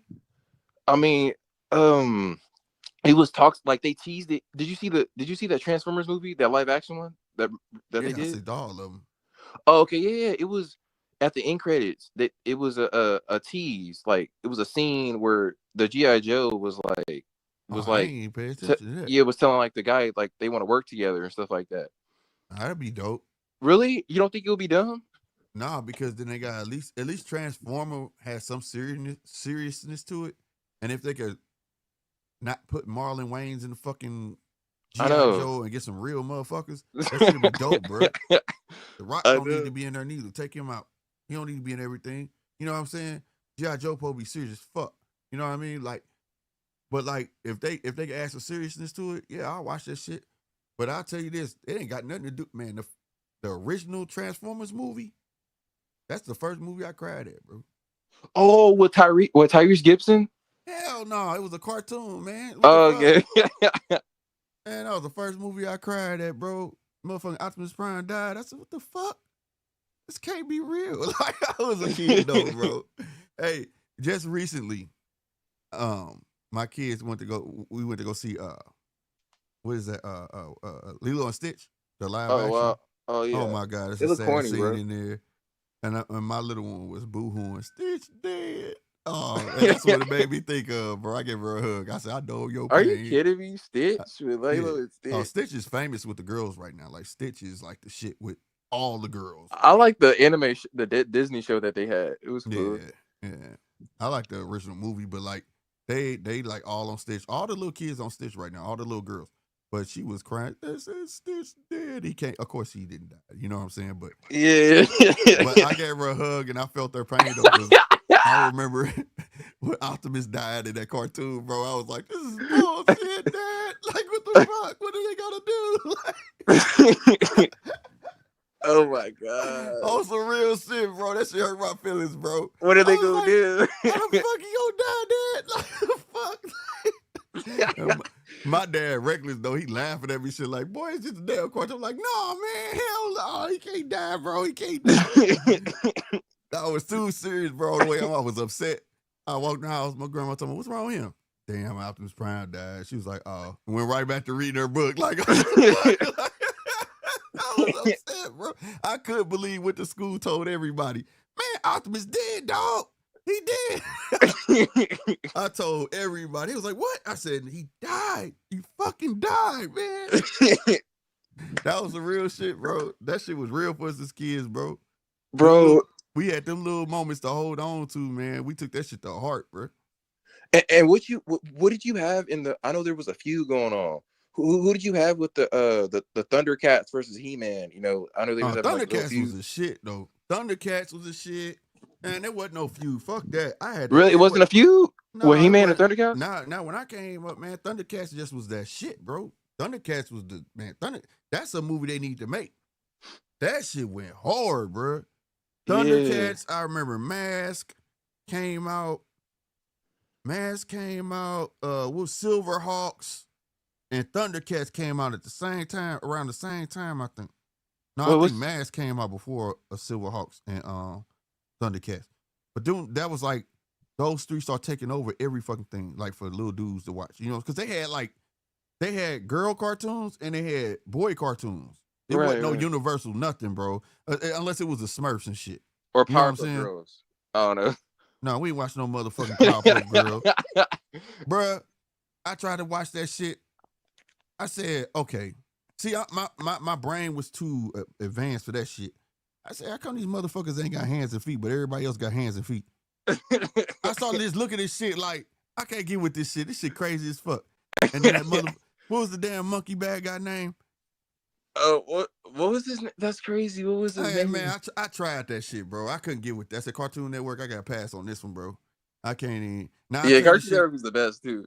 Now, I'll tell you the shit I did get into later on in life. Invader Zim. I love Invader Zim. Boy, that was my shit, bro. That was some ignorant ass shit right there, bro. Oh, that was some ignorant ass shit. But I was with it, though. I was with it. And then they had Ren and Stimpy. That was that was an adult one. Yeah, that was an adult cartoon. But guess what? No, it wasn't.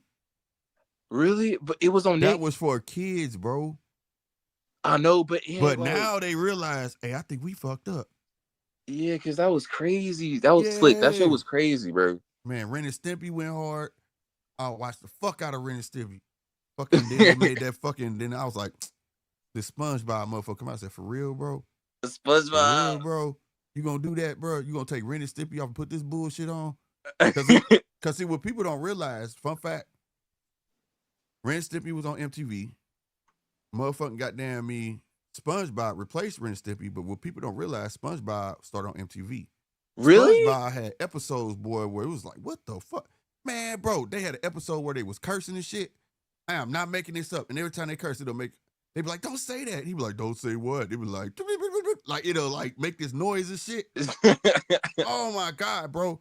The stuttering dolphin episode. Oh, that was wrong, bro. You know how dolphins make that noise? Like, that noise? Yeah. So like, he was a dolphin, he talked, but every time he talked, he got to make that, and they would laugh at him, bro. I'm not making this up, bro. Motherfucker don't understand. Like, yeah, that dude wasn't all that. The original episode when he went and got his license and shit, man, that old lady was talking to SpongeBob. Oh yeah, Miss Puff.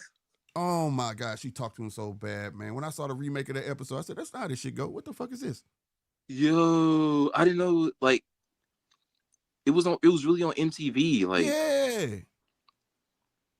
that's so crazy, bro. The people who created Ren and Stimpy did that. So they made SpongeBob. Yeah, they was trying to make it more. When people start catching on, like, this shit ain't cool, so they try to make it more friendly. But the shit coming out their mouth was like damn near the same.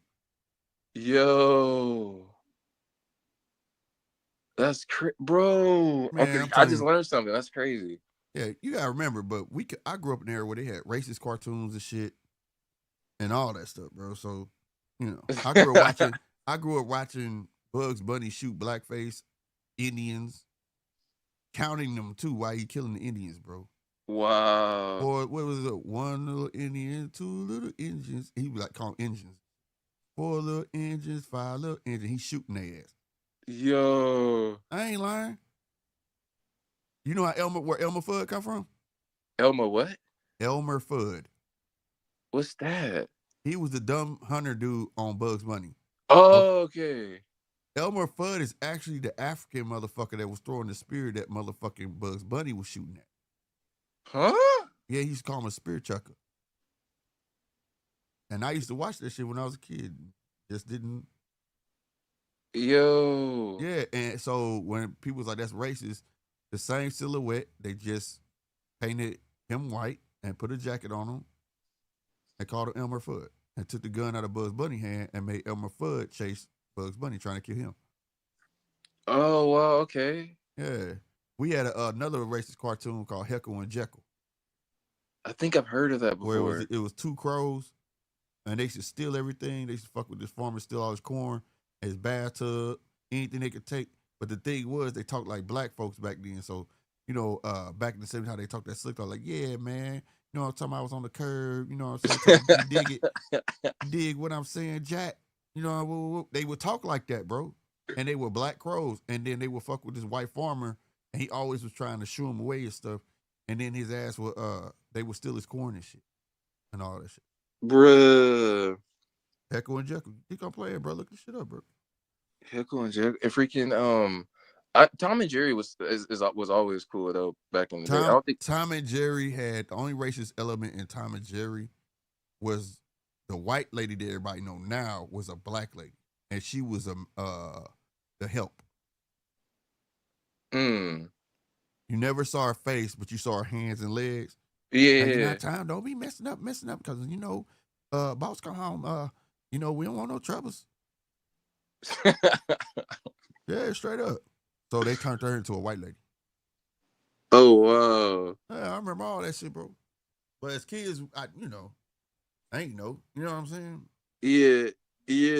Bro, Tom and Looney Tunes, Tom and Jerry Looney Tunes would have went hard, like a crossover.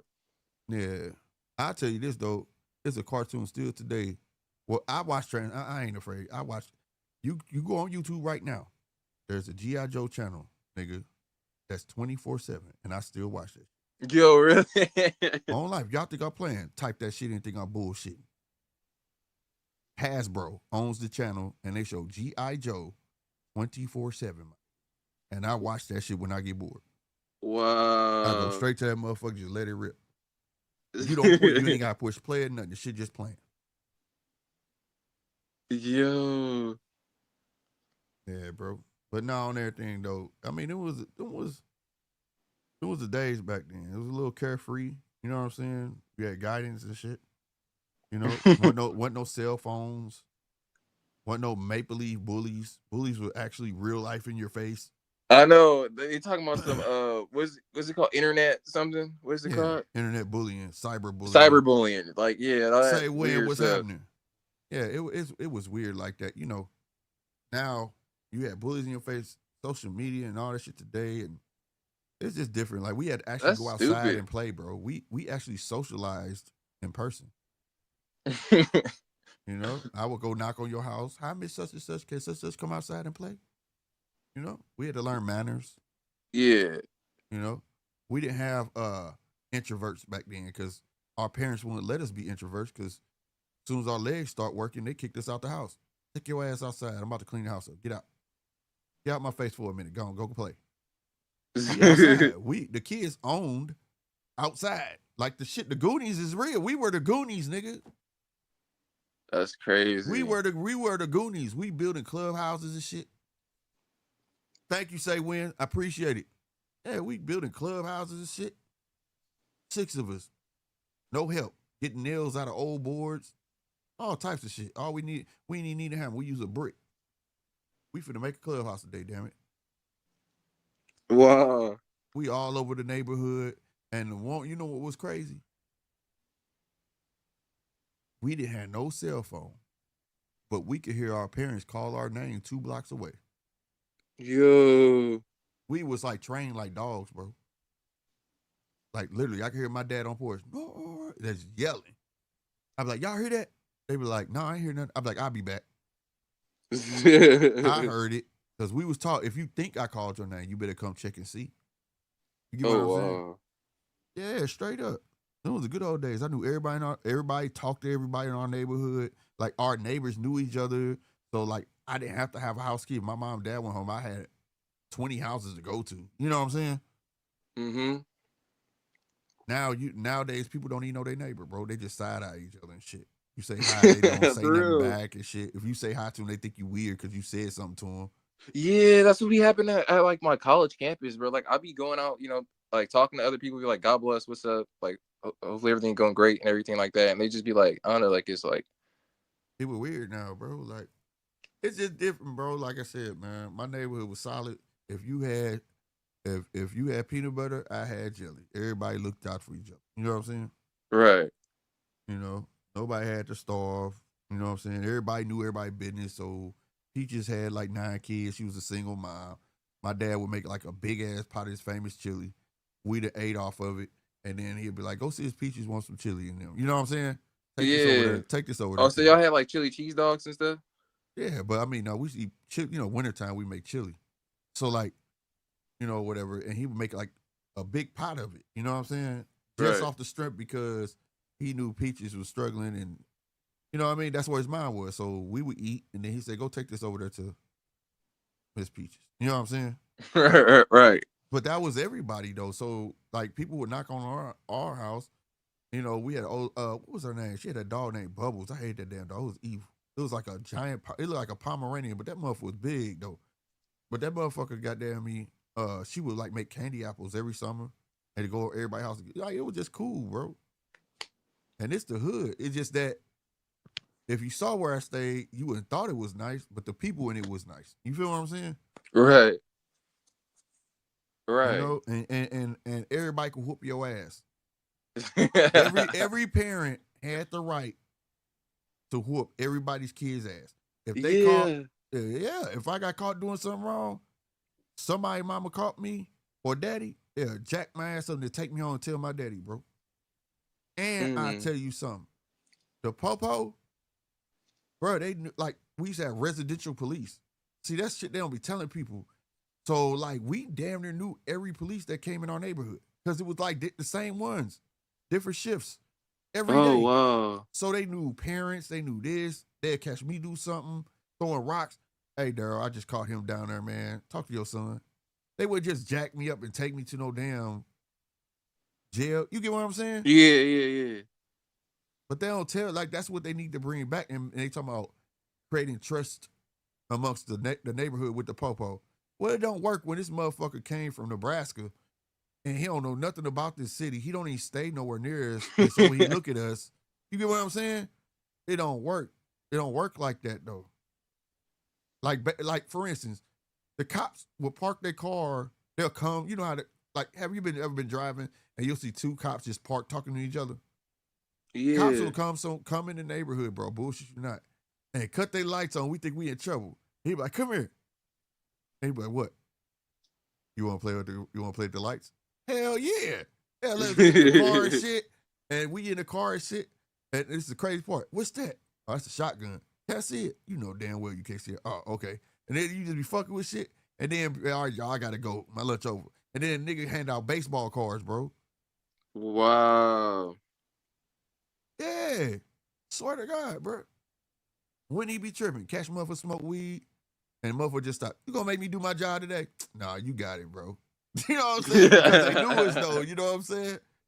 You know, they just knew us. It was a respect thing as you got older seeing them, you know, like, but they took that away. 9 times out of 10, the police in your neighborhood don't even stay in your neighborhood, let alone they never lived in your state. They get transferred out somewhere else. So how are they going to form a bond with a group of people when they don't even know how they live? You know what I'm saying? Like, exactly.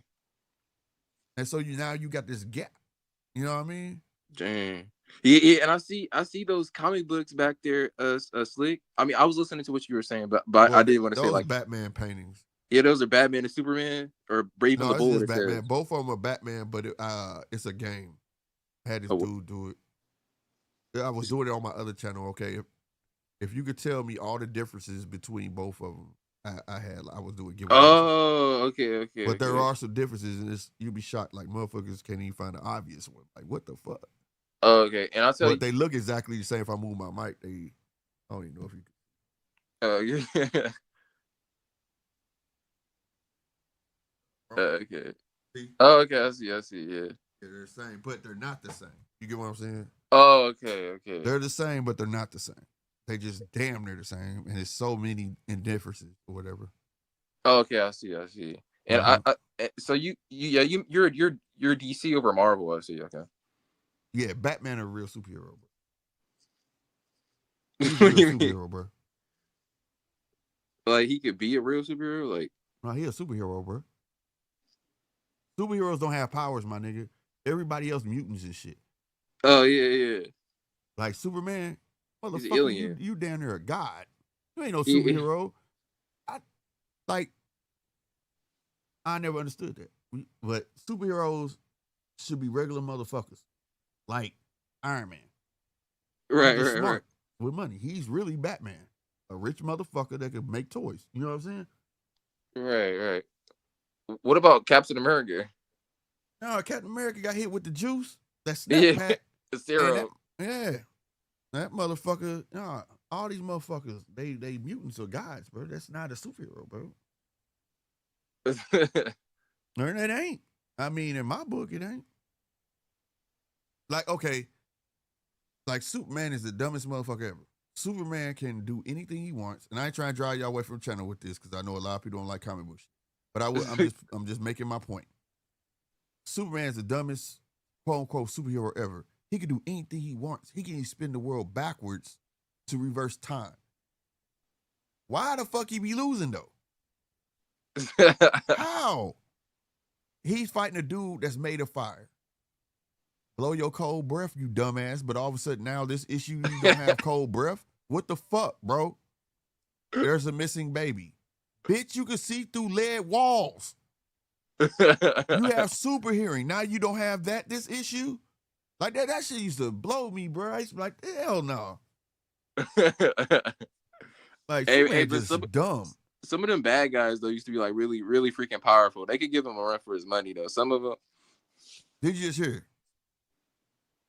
Superman can do anything he wants, anything he thinks of. His powers are unlimited. So how is anybody able to beat him?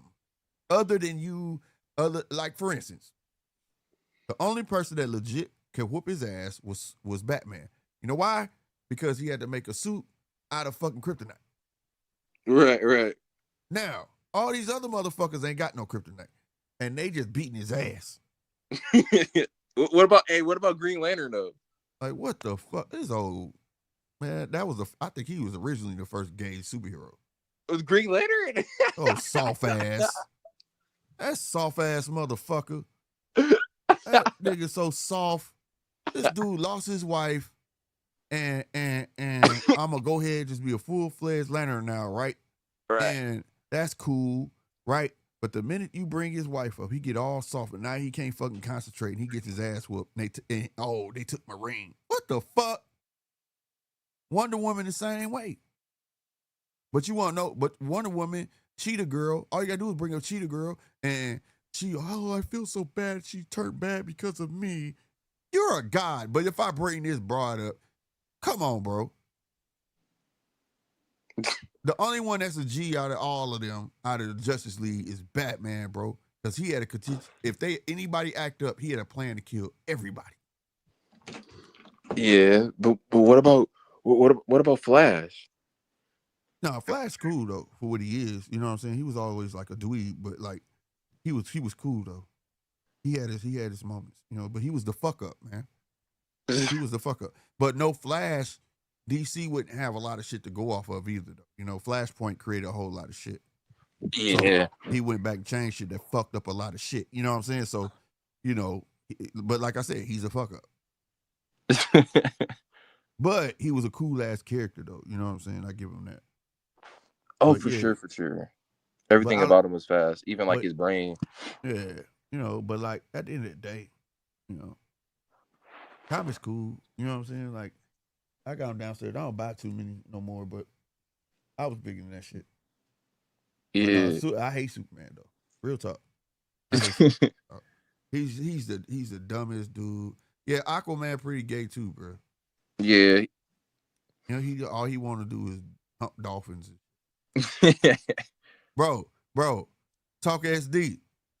You need to look up the episode of Aquaman and the Justice League on Robot Chicken.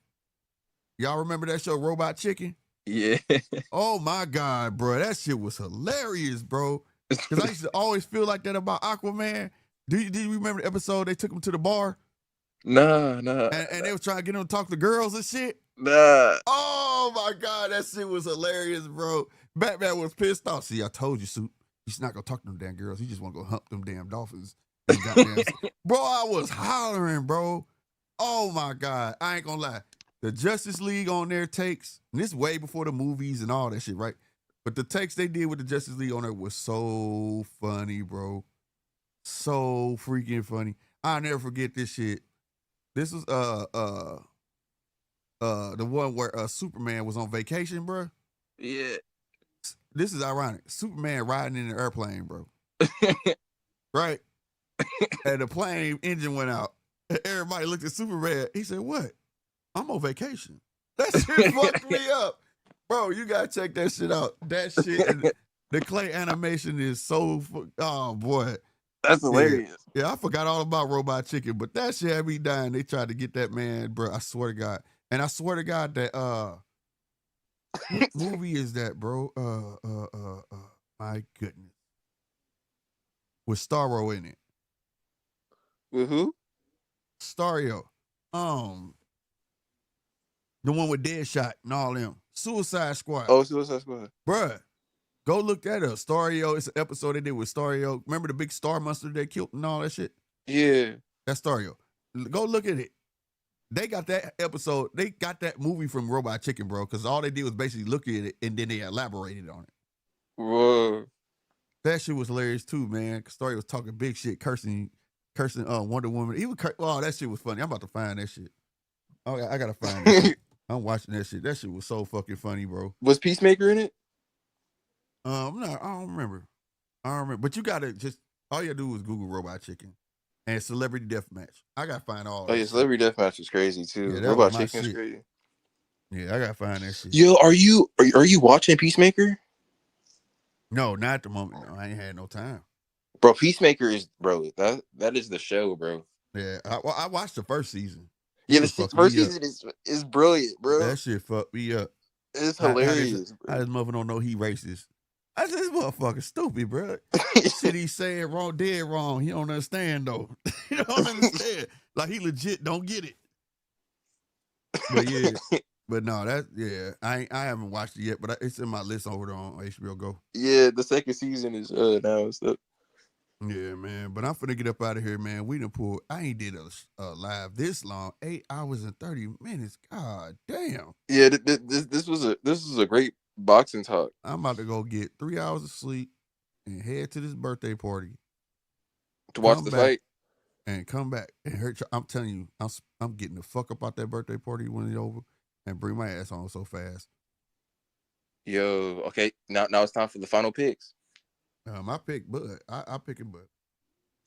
And I'm picking Bud as well by TKO or decision. yeah.